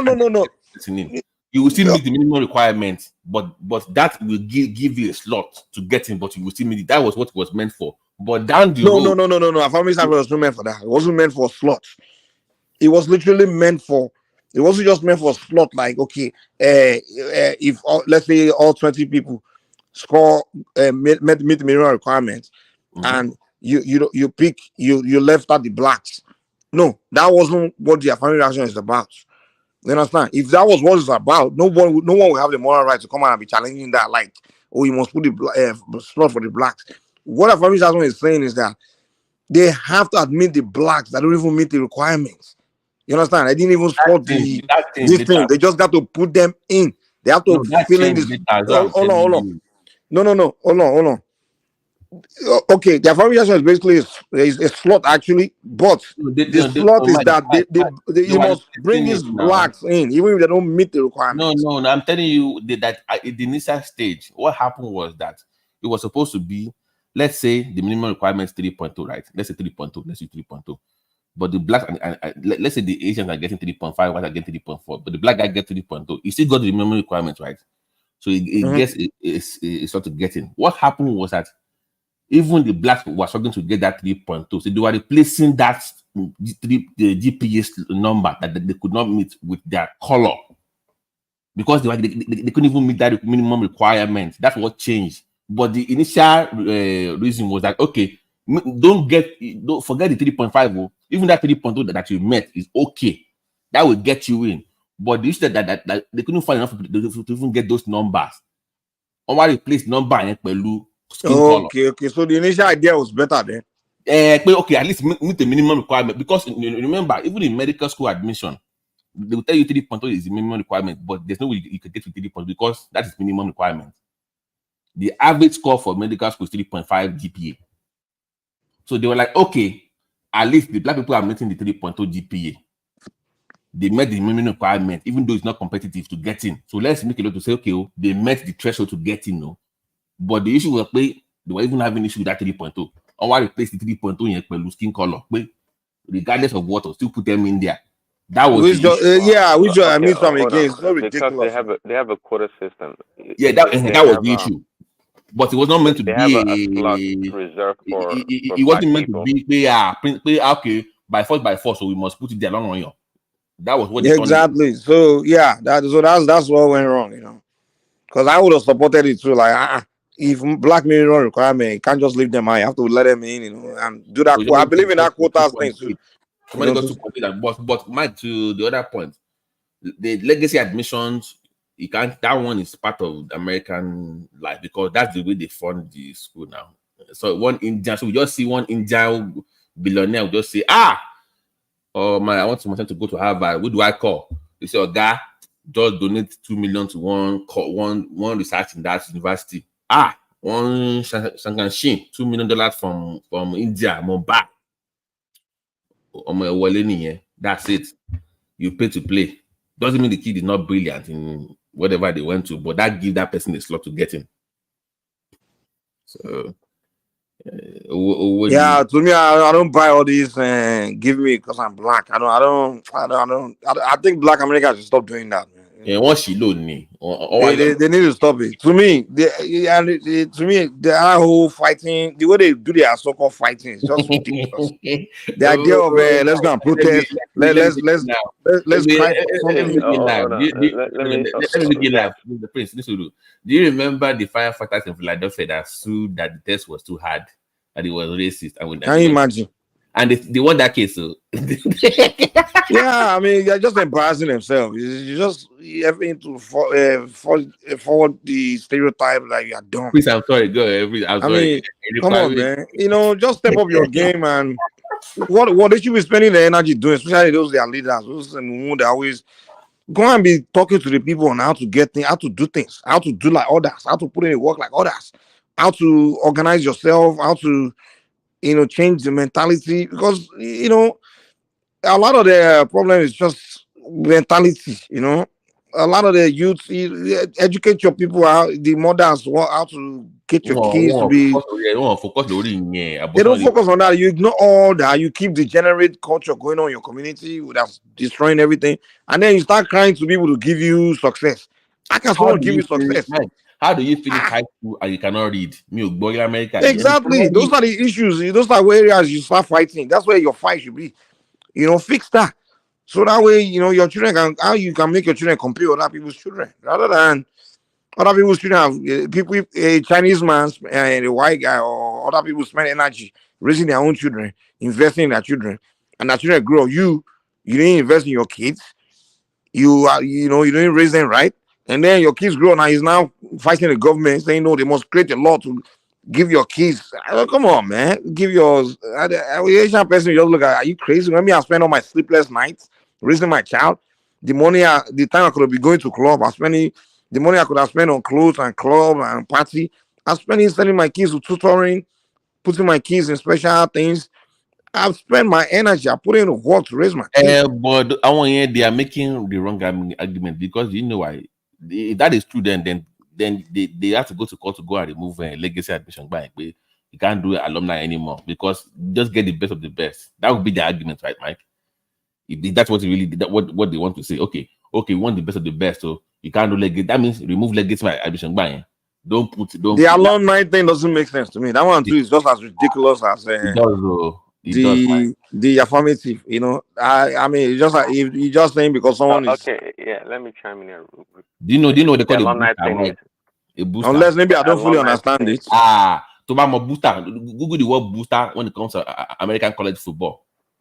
They have all those college sports. They have what is called boosters. They are all school that fund their program. We want to hire this coach. How much? 10 million. We want to buy this player for this college. I said, give his mom $5 million. But at the same time, money talks. So the alumni are putting money. You got to cater for who's paying. But you that you're not giving anything and you want something, you can't fund, Mike, look at those universities. You can't fund those universities with school fees now. Look at what they are doing. No, seriously. Look at what they are building. They will build a stadium like look at their stadium look at their stadium in those universities. There's no way school fees is funding. There's no way it's by school fees now. These are boosters and alumni funding those programs. Swimming, all this TV that you see, it's all boosters. You see, if they want to get in, they will get in because they have the money. Prince, go ahead. So I'm sorry. Yeah, I mean, everything costs money, real money. Just like you said, those arenas and stadiums that they built, it costs a lot of money. And and for the most part, only football and basketball majorly makes money for the colleges. All the other sports, what do you call it? They don't make money. They all lose money. But football, basketball, keep the lights on. So the alumni, they are extremely important, regardless of how you see them, how that shouldn't get admitted to the schools. But on the issue of affirmative action, right? I actually believe in it. Okay, but the liberals they've abused the system the way it should work. It is true that the Chinese or the Asians they study more. They're more dedicated to their studies. No doubt about that. More than the black counterparts. But I believe at the same time that we have qualified black people that can compete at the highest level. You know that, but like we went to medical school. Yeah. So those are the people that we should be fighting for to get in if they had been denied. But that's the problem. But those people are not sought after. You see, they get people that can't really compete, but because of the color. See, when you reduce, marriage should still be the core of these programs, okay? But when you reduce it or you remove marriage for black people and use the color of their skin, that's where the problem comes in. Really. Yeah, that's why I have a problem too. Yeah, so I believe that they should reserve spots for black people. And wait, but when you they can't find enough of the Prince. I told you before. No, I don't believe that. They can't find enough. No. In some programs, enough. They're not those that are qualified. I believe in some programs. In some programs, sure. Prince Mike knows this school because he lived in Houston before. Do you know Palm View? Palm View now in Houston. You mean Palm View? Oh, Perry View. Perry View has a program for computer science that is for black people. It's almost free to MS level. They can't find enough black American people to get into the program. It's been you see them Nigerians and the Americans doing there. Prince Daddy, do you know in the HBCU schools, right? Which are the historical black colleges, they usually have one or two programs which is quality, right? Just to make the school relevant, right? Either a pharmacy, they will have one program which is just special. right? For quality, you have to get in that program. You have to be that quality, and they still won't find enough Black Americans who get to fill in that in their own school, predominantly Black Well, American school. because They will we have to did go the look test. for to the point where the recruiter of that school, we have to fly to Nigeria to go and like trying to recruit people to come in, because that's the only Really? thing that's given. That's the only program that will keep that make that school even give that school any form of relevance, because they have to have some kind of program where they are top out there, if not the whole. You understand? Because they have to, most schools they have, it's just across board that they have great programs, but they they cannot get to that standard. So what they will try to do is like create one special program in their school where they'll be known for that, and they still can't get enough quality Black Americans to fill it. So they have to go look for the Africans and Nigerians, or then sometimes they will sneak in some filling a little bit of Indians, and so they have to find how to get people to come in, and it's still all Black school. Mike, do you know So who what? do you blame for this, Prince Daddy? Even their engineering Well, program because is again, to be the Nigerians and best, Indians. you have to challenge the best. So the black kids, they rather go to Harvard and Yale and Stanford, And that's the thing. and That's compete. another thing. Yeah, the quality one among them, they don't want to Yeah, have nothing to do with their own people, their own I community. mean, because would you rather have a HSBCU whatever on diploma or an Harvard or Yale? I mean, that's where the difference comes in. Morehouse is So HBCU is a good school. No, Morehouse, some of them. I mean, the program is what really is what matters. But at the end of the day, like you said, what I do notice about the Black American community is they are top-notch people. They don't even see themselves as Black. Like you know what I'm saying, Babati, like the Black Americans are the elite ones. or bourgeois, the They don't. bourgeois. The bourgeoisie. They don't want to have nothing to do with their community or their people. You know? They don't want to have nothing to do with their people, man. They strictly just go find a white community that accept them, and they just stick there, raise their kids there, and just But can go you as far away from their Black people as possible.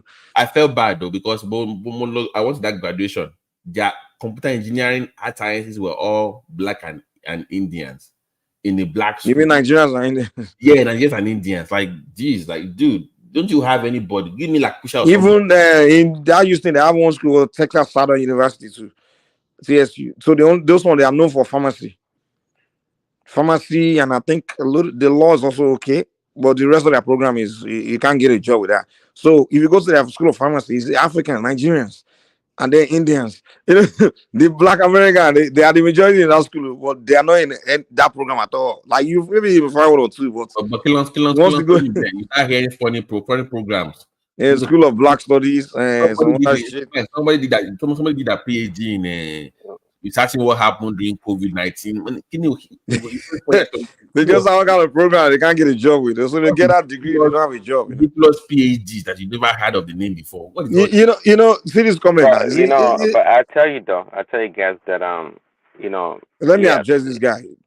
Yeah, and this kind of thing they always talk about. Oh, without Black, come on, man. All this without this. So what do you want? What is the relevant of this comment? So come on, battle you now, battle Black Americans now, and all these things about. And they need to stop all this mentality of we fought for you. This, dude. How can you say without the couldn't have attended school? Are you kidding me? So all these other top universities all over the world, the Nigerians are attending. Was it because of your struggle too? I mean, this oh my God, man. You know, without this and that, you wouldn't have been here. Without this, who else? Who else are you telling? And I always find it when the Black Americans tell me that shit, I always find it very insulting. It's almost like you see me as a slave that don't deserve anything. They also go against the Caribbeans a lot. To me, put a worse line. Yeah, they go after the African and Caribbean. I think we are slaves that didn't deserve anything to be anywhere. You used anybody telling a Indian or even another white person from another country that comes to America that without this you wouldn't have done this so they should come and bind to someone? Are you kidding me? Destiny take everybody where they end up in life. You know, people end up everywhere. Without this, I like to have I don't know if I want to call it a soft spot for the African Americans. Well, you see, they were part of the foundation of this country, no doubt about it. Your point well said, or well stated, Mike. Yeah, Nigerians go to other places where African Americans are not, and they do well, they get admission fine. But in this country, there's no doubt that there's an imprint of African Americans, contribution to the Yeah, that's development the of input of America. everybody, man. Yeah. Just the input of everybody. Yeah, what we doing here? Are we here sitting around eating for free? Are we not contributing? Are we not working every day building the country for them? No, but the Exactly. foundation, So that's what we the all doing. foundation We all though. the reason. Hold on. The reason the government bring you anyway is called to come and use it to come and help and develop their country. So it's not like they develop and we just come here and be sitting down eating and just eating something. Like we are not doing anything. We just But quite frankly, let's quite there's no doubt. See, there's kind of a do you call it a reverse discrimination against African Americans using black people from other parts of the world? See, sometimes How? like in some corporations, for example, they target a quota for black people. But those black people, majority of them, I don't know, over 50-60% are filled by non-African Americans, like Nigerians. and why is that? Why is that? Why is that? Because you said it before yourself, Mike. The African Americans, they've been stereotyped It's not stereotyping. It's what you earned. You earned your way to things, man. Gross. They've been stereotyped in Equality a way black that Americans, they will accept you. They're not gonna say you can't equality African American. We don't show up somewhere. They will say because you're African Mike, American, no, we won't accept you. let's not deny That's a lie, discrimination. man. I'm as conservative. I'm not the one to hold on to discrimination and make excuses. But me, I'm telling you from a clear observation. For example, see, if a Nigerian, of course, black. Okay, I don't know if they have white Nigerians, but a Nigerian black and an African American apply for the same position. For example, if they're both equally qualified, I think the white man or the American would look to choosing the Nigerian worker over the African American. So they And do this kind of an internal discrimination amongst black people. you can't call it discrimination. Yeah, you can call it okay in life. You no matter what, you have to do some. You have to discriminate at some point. It's natural, human life. But the question is why is the discrimination? Then you got to put a factor of that's what I was is it bringing up, because the of their stereotype race of or is it because of African reputation? Americans. Please hold on. Please hold on. On that same topic, let's do this real quick. Between that same field though, that said that they would choose African over American over black in that let's say engineering field. If there was an Asian over Nigeria, who are they picking? No. Well, This now, who are they picking? But this, I'm talking about black on black, not black on Asian. Between a Nigerian that they said that they chose over a black American, that's in black. If he had an Asian, who are they picking? They're gonna pick the Asian. If the black person, a lot of times it depends on the environment as well. Hold on, please let me say this. There are some places, some communities where the Nigerians are proving themselves better than the Asians. So the reputation you're giving yourself in that environment is what they will go by sometimes. It's not really like skin color. It's okay. Maybe 10 Nigerians has worked there, have been a better engineer than the 10 Asians has worked there. So the next Nigerian that will show you say, oh, there's likely going to be this will likely be a better engineer. Reputation. So that's a stereotype. It's reputation That's a stereotype, right? the people give themselves. Clowns and groups give themselves reputation. So that's why they always say, hold on. That's why people always say you are an ambassador to your people. So go out there and represent your people well. So a lot of times you just need to recognize that, hey, sometimes it's just, it's a reputation, image. Like me, for example, when I'm employing, when I sometimes I employ people because I own a business. I always want to look for the Hispanic guy because doesn't mean I know that in the back of my mind I think all Hispanics are hardworking. Hold on. Yeah, it's natural. It's not. Hold on, calm down. Hold on, Mike. There are some lazy Hispanic people. Exactly, and that's where I'm going. If you allow me to lie, you know where I'm going. In the back of my mind, I know that, of course, there are lazy Hispanics and there are people, even African American, that work harder than Hispanic. But the fact that there's a higher chance that the Hispanic girl will likely be more of a hard worker. In the back of my mind, I look at it. Okay, Hispanic. Okay, if I have like now, I'm like blank, not too sure. I'd like to try the Hispanic guy because I know there's a higher chance it's going to be more of a harder worker. Mike, you're only choosing Hispanic guy because he's an immigrant. No. I'm not talking about. I can't hire illegal immigrant. I can't do that.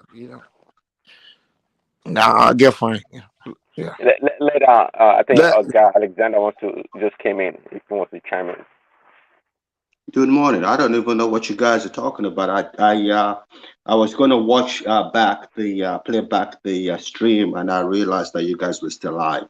I see that the after-hour stream is usually very topical. I like that. Good morning, guys. How are you guys doing today? I'm preparing for work, so what's good morning. How you doing? Good morning. Yeah, we were just talking in general, but we kind of got to the affirmative. If Gravity explaining, I think you better explain. No, it was just more of the recent I think court ruling about removing the affirmative action law that the Asian community sued. I think it was the Harvard University that law needs to be repealed. That I think it went to the Supreme Court that people should be able to get in based on merit. And my argument was that if that is true, then you need to remove legacy admissions. Then you cannot just go against affirmative action for black admissions, then not focus on legacy. But they're not symbiotic, though, are they, Papa T? No, but it's still based on qualifications, right? But people that I can go to a university if I'm a legacy admission and necessarily not have a high GPA. I can have the minimum requirement, but I will still get in because my parents were maybe alumni or boosters of the university. So if you want to still stick to people having high GPA scores, then you have to get rid of legacy admissions. Then I think I get your point. Usually, I don't know. I've been here for over 20 years. Usually, I don't get tricked by American Matter, so I don't really get involved in it. But I think everything should be based on merit. That's the way I see it. If the most qualified for the job, you should get it. It doesn't matter whether you're black, white, or Asian. To me, it doesn't matter. And that's my position on that. My main goal right now, my main concern right now is this high increase in fuel in Nigeria. I hear it's going for 1,250 per liter. I don't know where this country is heading for, but it doesn't. So what happened to Dangote with his refinery? I thought it was. No, he's not producing. He's not producing gas for vehicles right now. Liquid fuel, whatever they call it. He's doing JP aviation fuel and diesel. So those are flight fares have come down considerably. But he's not producing. I don't know what's going on with the Port Harcourt and Kaduna refinery, because they're not active yet. So that's why we're going through what we're going through right now. And people are calling me and complaining, and there's no light in the whole of the country. I don't understand what's going on. The government, they have to privatize. You can't. It's clear the government cannot. Hold on, RT. So for why? Okay, I don't understand the technology behind what you call it is refineries, but does it have to produce jet fuel first to pass through the refineries before producing local gasoline? I was in the oil and gas in the 70s and 80s, so I know that field very well. The most difficult byproduct of crude oil is JP1. So not a lot of refineries in the world produce JP1. So if he can produce JP1, I don't know why he's not producing. I think it's just a priority thing. He hasn't gotten there yet. So, and that's where the government comes in. See, I don't buy that. See, sometimes private industries, though they're for profit, they serve a role in society, in the country, to improve the welfare of the people. It does, by the way. It supplies diesel, right? Doesn't it supply diesel right now? Diesel. Yeah, diesel. Yeah, so that is the number one fuel for big trucks across the country, and it's doing it at 750 right now. It came down from 1,200 to 12 to almost 750. So that is. But it needs to be compelled to also make gasoline, or PMS, or I should call it, right? Make PMS. Yeah, but I don't think he's prioritizing that right now. Maybe because it should be compelled to do it. That's my point. It should be compelled by the government to do it. You can't compare it. It's an independent space. You can't compel a businessman to do what. What they do compel in America, they can compel him. I believe they can compel him to do it. Do we still have shares in the company? I thought we have some shares in that refinery. Your $4 billion naira or dollars. Yeah, I think so. You have leverage to influence. I think what happened was, I think they must have had an internal agreement where the local refineries, i.e., Port Harcourt and Kaduna, would produce spirit for vehicles, and then he can go for the higher boys, which is JP1 and the diesel, and he's doing his bit. I don't know why those people can't start producing. It doesn't make any sense. I need to do they were supposed to be, they were supposed to have started production last month or something, especially at Port Harcourt. I don't know what's going on with that one. So I don't know. I don't know. By the way, Chief Gomez, before you, when you're done with this topic, please can you briefly talk about that landmark? Maybe you named them a landmark bit, the resort that was that recently had the beachfront closed down by the federal government, and they yeah, you're talking about those displaced people that they're going to pay, right? Yeah, it's heartbreaking because I had a conversation with Ajale Koko, and that Ajale Koko is he might not be an indigenous Lagosian, but he was born and raised in Lagos. He knows that space very well, like I do. And his concern is that a lot of people, those people that are going to be displaced right now, they've been there thousands of years, and they're just going to take their natural properties from them, their land from them. I don't know. It happens. It's happened before. It would always happen. When they were building Echo Bridge in the 60s, they did the same thing. When they were building the Thor Mainland Bridge, they did the same thing. But the good thing about it is that they're being compensated. I think they've earmarked $2.7 trillion, and they started making payments from yesterday. So that's a good thing. I would have thought that they would compensate and then give them lands to relocate to. Let me say this, because not a lot of people know this, because my mom told me this. In the 40s and 50s, when Lagos was getting real congested, what they did was they moved some people away from there because the place, especially the Saleko, Dumota area, was getting so congested. They had to decongest. So what they did was they relocated them to a place called New Lagos. And guess what New Lagos is? New Lagos is Surulere. So I'm thinking that if they're going to decongest that area, for lack of a better word, because they're going to have this bridge go through it, they'll find a land for them in Lagos where these people can relocate on government and still compensate them. I think that was what I think was going to happen. But no, I think what's happening now is they're giving them compensation. Go ahead and go buy another land and build. It's a shame because it's like saying you want to move Owu people from their space, or you want to move Akeki people. These people they've been there for years, centuries. So I don't know. It's upsetting, but what can we do? Do you feel like because people are opposed to this? I think it's a good project, but those that are opposed to that, they think it's not top. Do you think it's top priority right now, that Lagos to Calabar? I don't think it's top priority, but more importantly, I think it's way too expensive. $4 trillion per mile. What is that? I mean, that's loading. That's budget loading. $4 trillion. It's 4 billion naira, not dollar. 4 billion naira. Yeah, 4 billion. I beg your pardon. You sure it's 4 billion or 4 trillion? 4 billion. 4 billion naira per mile. Kilometer. So that's way too much. I don't know. No. They are using the concrete. They're not doing the asphalt. It's still very expensive. It's still very expensive. 4 billion is still very expensive. I think that's just for the first. I don't think that will be the cost for the whole of the 700 kilometers.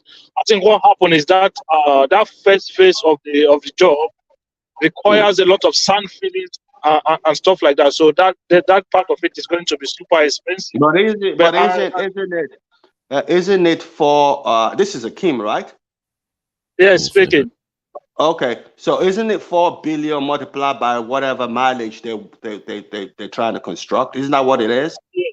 Yeah, that was what they were trying to calculate last time. But according to the minister, he said the full cost has not been. They've not come up with the full cost yet. It could be lower than that. Okay. So that's my major concern. I feel sorry for the inhabitants because, like Ajalekoko said, they've been there for that's their ancestral home, and they're just going to move them away from there. Those close to those close to the ocean, yeah. I saw the video of those villagers. They're going to be in the house now. But what about landmark? Don't forget they did the same thing to the inhabitants of that Dangote space too. So it's sad. But Babati, what I don't understand is this: how is it possible for someone to go and buy a land in front of the beach? Like, basically, if you look at the development there, it's just few meters to the sand, like to the waters. So, first of all, you need to understand that what you are buying is that, for me, that is illegal anyway. You cannot. That's a government property. You mean you talking about landmark, right? Landmark beach. Yeah. Those landmark, they are proper. Look at where the way they constructed. It needs to be picked up, honestly, because the guy's a criminal. I've said it on this platform. Who needs to be picked up, Baba? Landmark, the beachfront guy. Yeah, look at the encroachment. The Lebanese guy. Pure encroachment. I've never seen any country. Hold on. Akim, hold on, please. Dr. Alexander, this guy bought land, not the beachfront. That beachfront is man-made. He's sand-filled it. You know, Babati, let me say this to you. This I know people would not know if you're not from Lagos. My father said when in the early 900s and 1900s that, you know Bar Beach very well. The what? Can you say that again? Do you know Bar Beach very well? Mike would know. Yeah, I do.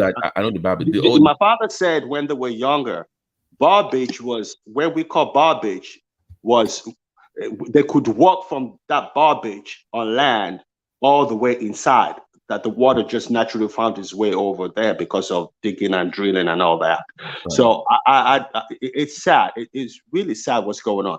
That guy's obviously taking advantage of us. And the sad thing about it is that he is in cahoot with Tinubu, their business partners. We're talking about the Lebanese guy, right?